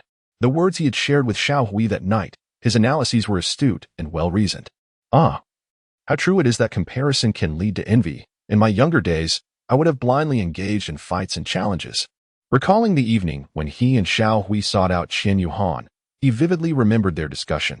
The spirit hall must open its doors to more soul masters. Not just the advanced and talented ones, for it is the ordinary soul masters who truly drive development. Furthermore, transportation must enhance its operational efficiency to invite more individuals to the Spirit City. He shared the various observations and issues he had encountered during his journey to Tiando City, as well as all the benefits and advantages of the city with Xiao Hui. Initially indifferent, Xiao Hui gradually found merit in Qian Yuhan's insights, becoming increasingly engrossed until he too began to ponder deeply. It is evident how extraordinary Qian Yuhan is. His talent is nothing short of astonishing. Xiao Han, there are some things your uncle must tell you. Please, go ahead. Xiao Han, you are indeed very intelligent, a truly remarkable being. Out there, you must learn to conceal your true self, especially when you arrive in Tiando City. You must exercise utmost caution, for you can never be certain of the background of those around you. Offending someone may seem trivial, but it could provoke certain forces behind the scenes, leading powerful individuals to come after you. In our absence, we may not be able to rescue you immediately. I understand. Thank you for the warning, uncle. As Qian Yuhan was about to speak, a sudden noise echoed from a distance. Be cautious, Xiao Han. It may be a soul beast. The battlefield is entrusted to you, declared the heavenly might Douluo, patting Qian Yuhan on the shoulder. MHM. In the nearby woods, a pair of crimson eyes opened, fixating intently on Qian Yuhan. The heavenly might Douluo concealed his presence and vanished, yet those eyes remained locked onto Qian Yuhan, ready to pounce the moment the Douluo disappeared. Just as Qian Yuhan discerned the nature of the soul beast, it was nearly upon him. It is a peacock featherbird, Qian Yuhan murmured, gripping the divine sword of light tightly, bracing himself for combat. Chapter 82, Breakthrough to Soul Master. Into the Dream, Part 2. Qian Yuhan tightly grasped the radiant blade of light, his gaze unwavering as he focused on the approaching soul beast. The creature moved with remarkable agility, slicing through the air like a bolt of lightning. In this tense moment, Qian Yuhan's lips parted slightly as he whispered, "Peacock featherbird." The peacock featherbird is indeed the darling of the skies. Its flight speed is astonishing, resembling a swift gust of wind. And the explosive power it unleashes is overwhelmingly fierce, capable of shaking the very heavens and the earth. Furthermore, its razor-sharp feathers and indomitable beak serve as lethal weapons.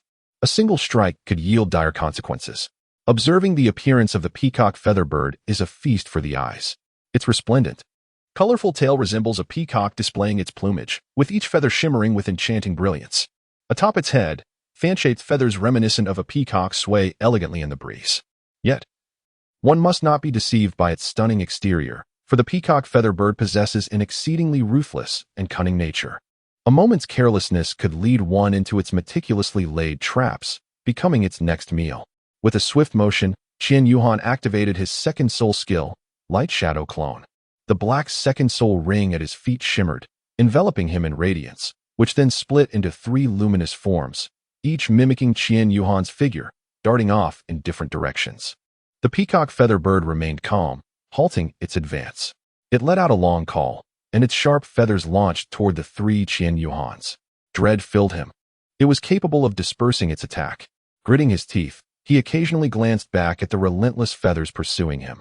Should he be struck, it would surely result in grievous injury, as this soul beast was nearing 40,000 years of age, a genuine soul emperor-level powerhouse. One misstep could spell his doom. While Qian Yuhan was wholly focused on evading the onslaught of feathers like a tempest, 2 of his clones tragically fell victim to the onslaught of several razor-sharp feathers.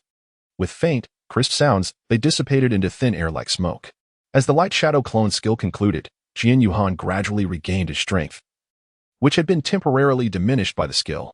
However, the situation remained perilous. He needed to exert every ounce of effort to evade the relentless, lethal feathers. Utilizing the trees ahead as cover, Qian Yuhan agilely dodged to the left and right. The feathers struck the stout trunks like bolts of lightning, accompanied by the thunderous sounds of trees collapsing, sending clouds of dust swirling into the air. What terrifying power! Qian Yuhan marveled inwardly. Faced with such formidable attacks, he dared not let his guard down. Meanwhile, the peacock featherbird did not relent. It gracefully soared into the air, its vibrant wings fully unfurled, closely trailing Qian Yuhan. Occasionally, it would shed a few feathers, launching them swiftly towards Qian Yuhan below. These feathers acted as concealed weapons, incessantly disrupting Qian Yuhan's movements, immersing him in a nightmarish ordeal. At this moment, in the eyes of the peacock feathered bird, Qian Yuhan appeared to be nothing more than a plaything at its mercy. How utterly passive. The third soul skill, Radiant Guardian. Radiant wings. The third soul ring of Qian Yuhan glowed with an ominous black light, enveloping him in a spectral embrace. With his radiant wings unfurled, Qian Yuhan surged toward the peacock-feathered bird soaring in the sky. This sudden maneuver caught even the peacock-feathered bird off guard, as it mistakenly believed that Qian Yuhan intended to confront it head-on. Soul beasts possess their own pride. How could they permit a mere human, with their frail form, to declare war upon them? The peacock-feathered bird charged forward to meet him head-on. Qian Yuhan's lips curled into a smirk. Just as he was about to collide with the peacock-feather bird, he suddenly darted to the side, evading the massive creature by mere inches, as if he were a wraith. However, the proud peacock-feather bird seemed unfazed, turning its head to cast a scornful glance at Qian Yuhan, as if to say, "With such trivial skills, you dare to challenge my physical prowess? How utterly absurd." Yet, Qian Yuhan was not easily swayed by the provocation of the peacock-feather bird. With a swift flick of his toes against the void, he propelled himself to a position directly above the bird at astonishing speed. It was only then that the peacock-feather bird realized the peril it was in, hastily redirecting its gaze, but it was too late. The very sharp feathers that had been aimed at tracking Qian Yuhan now hurtled back towards the bird with deadly intent. With a thunderous roar, the peacock-feather bird's own feathers struck its body with tremendous force, causing its massive form to shudder slightly from the impact.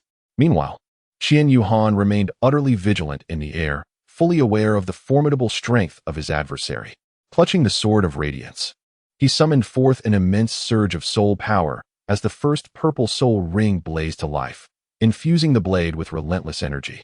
Qian Yuhan took a deep breath and then shouted with great fervor, "Radiant slash!"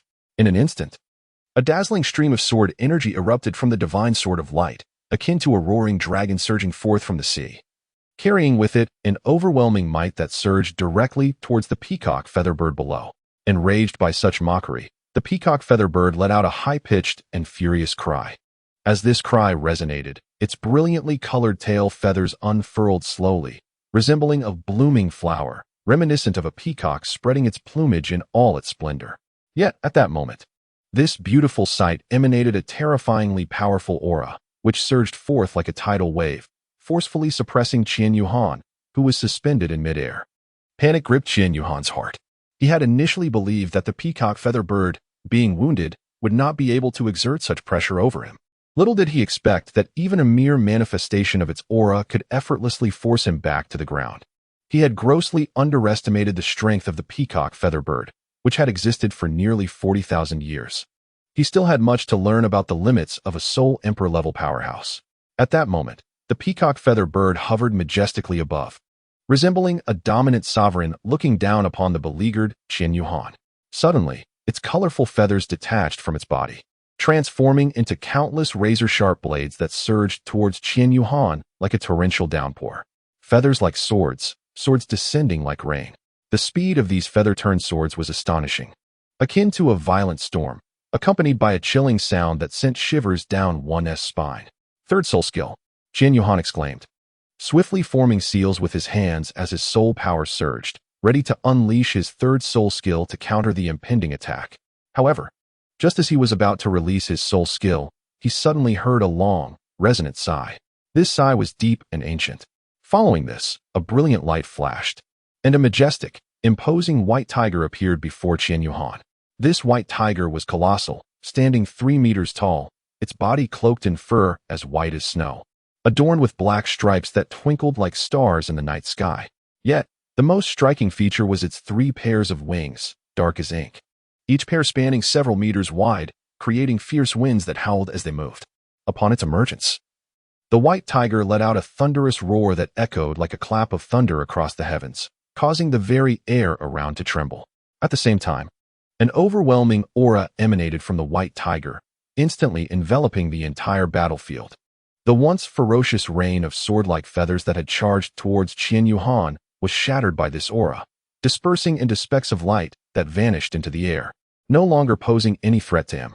Soon, I must arrive at the Douluo Royal Academy. I still wish to lay the groundwork for the upcoming events. It is imminent. Once we reach the Douluo Royal Academy arc, Qian Yuhan and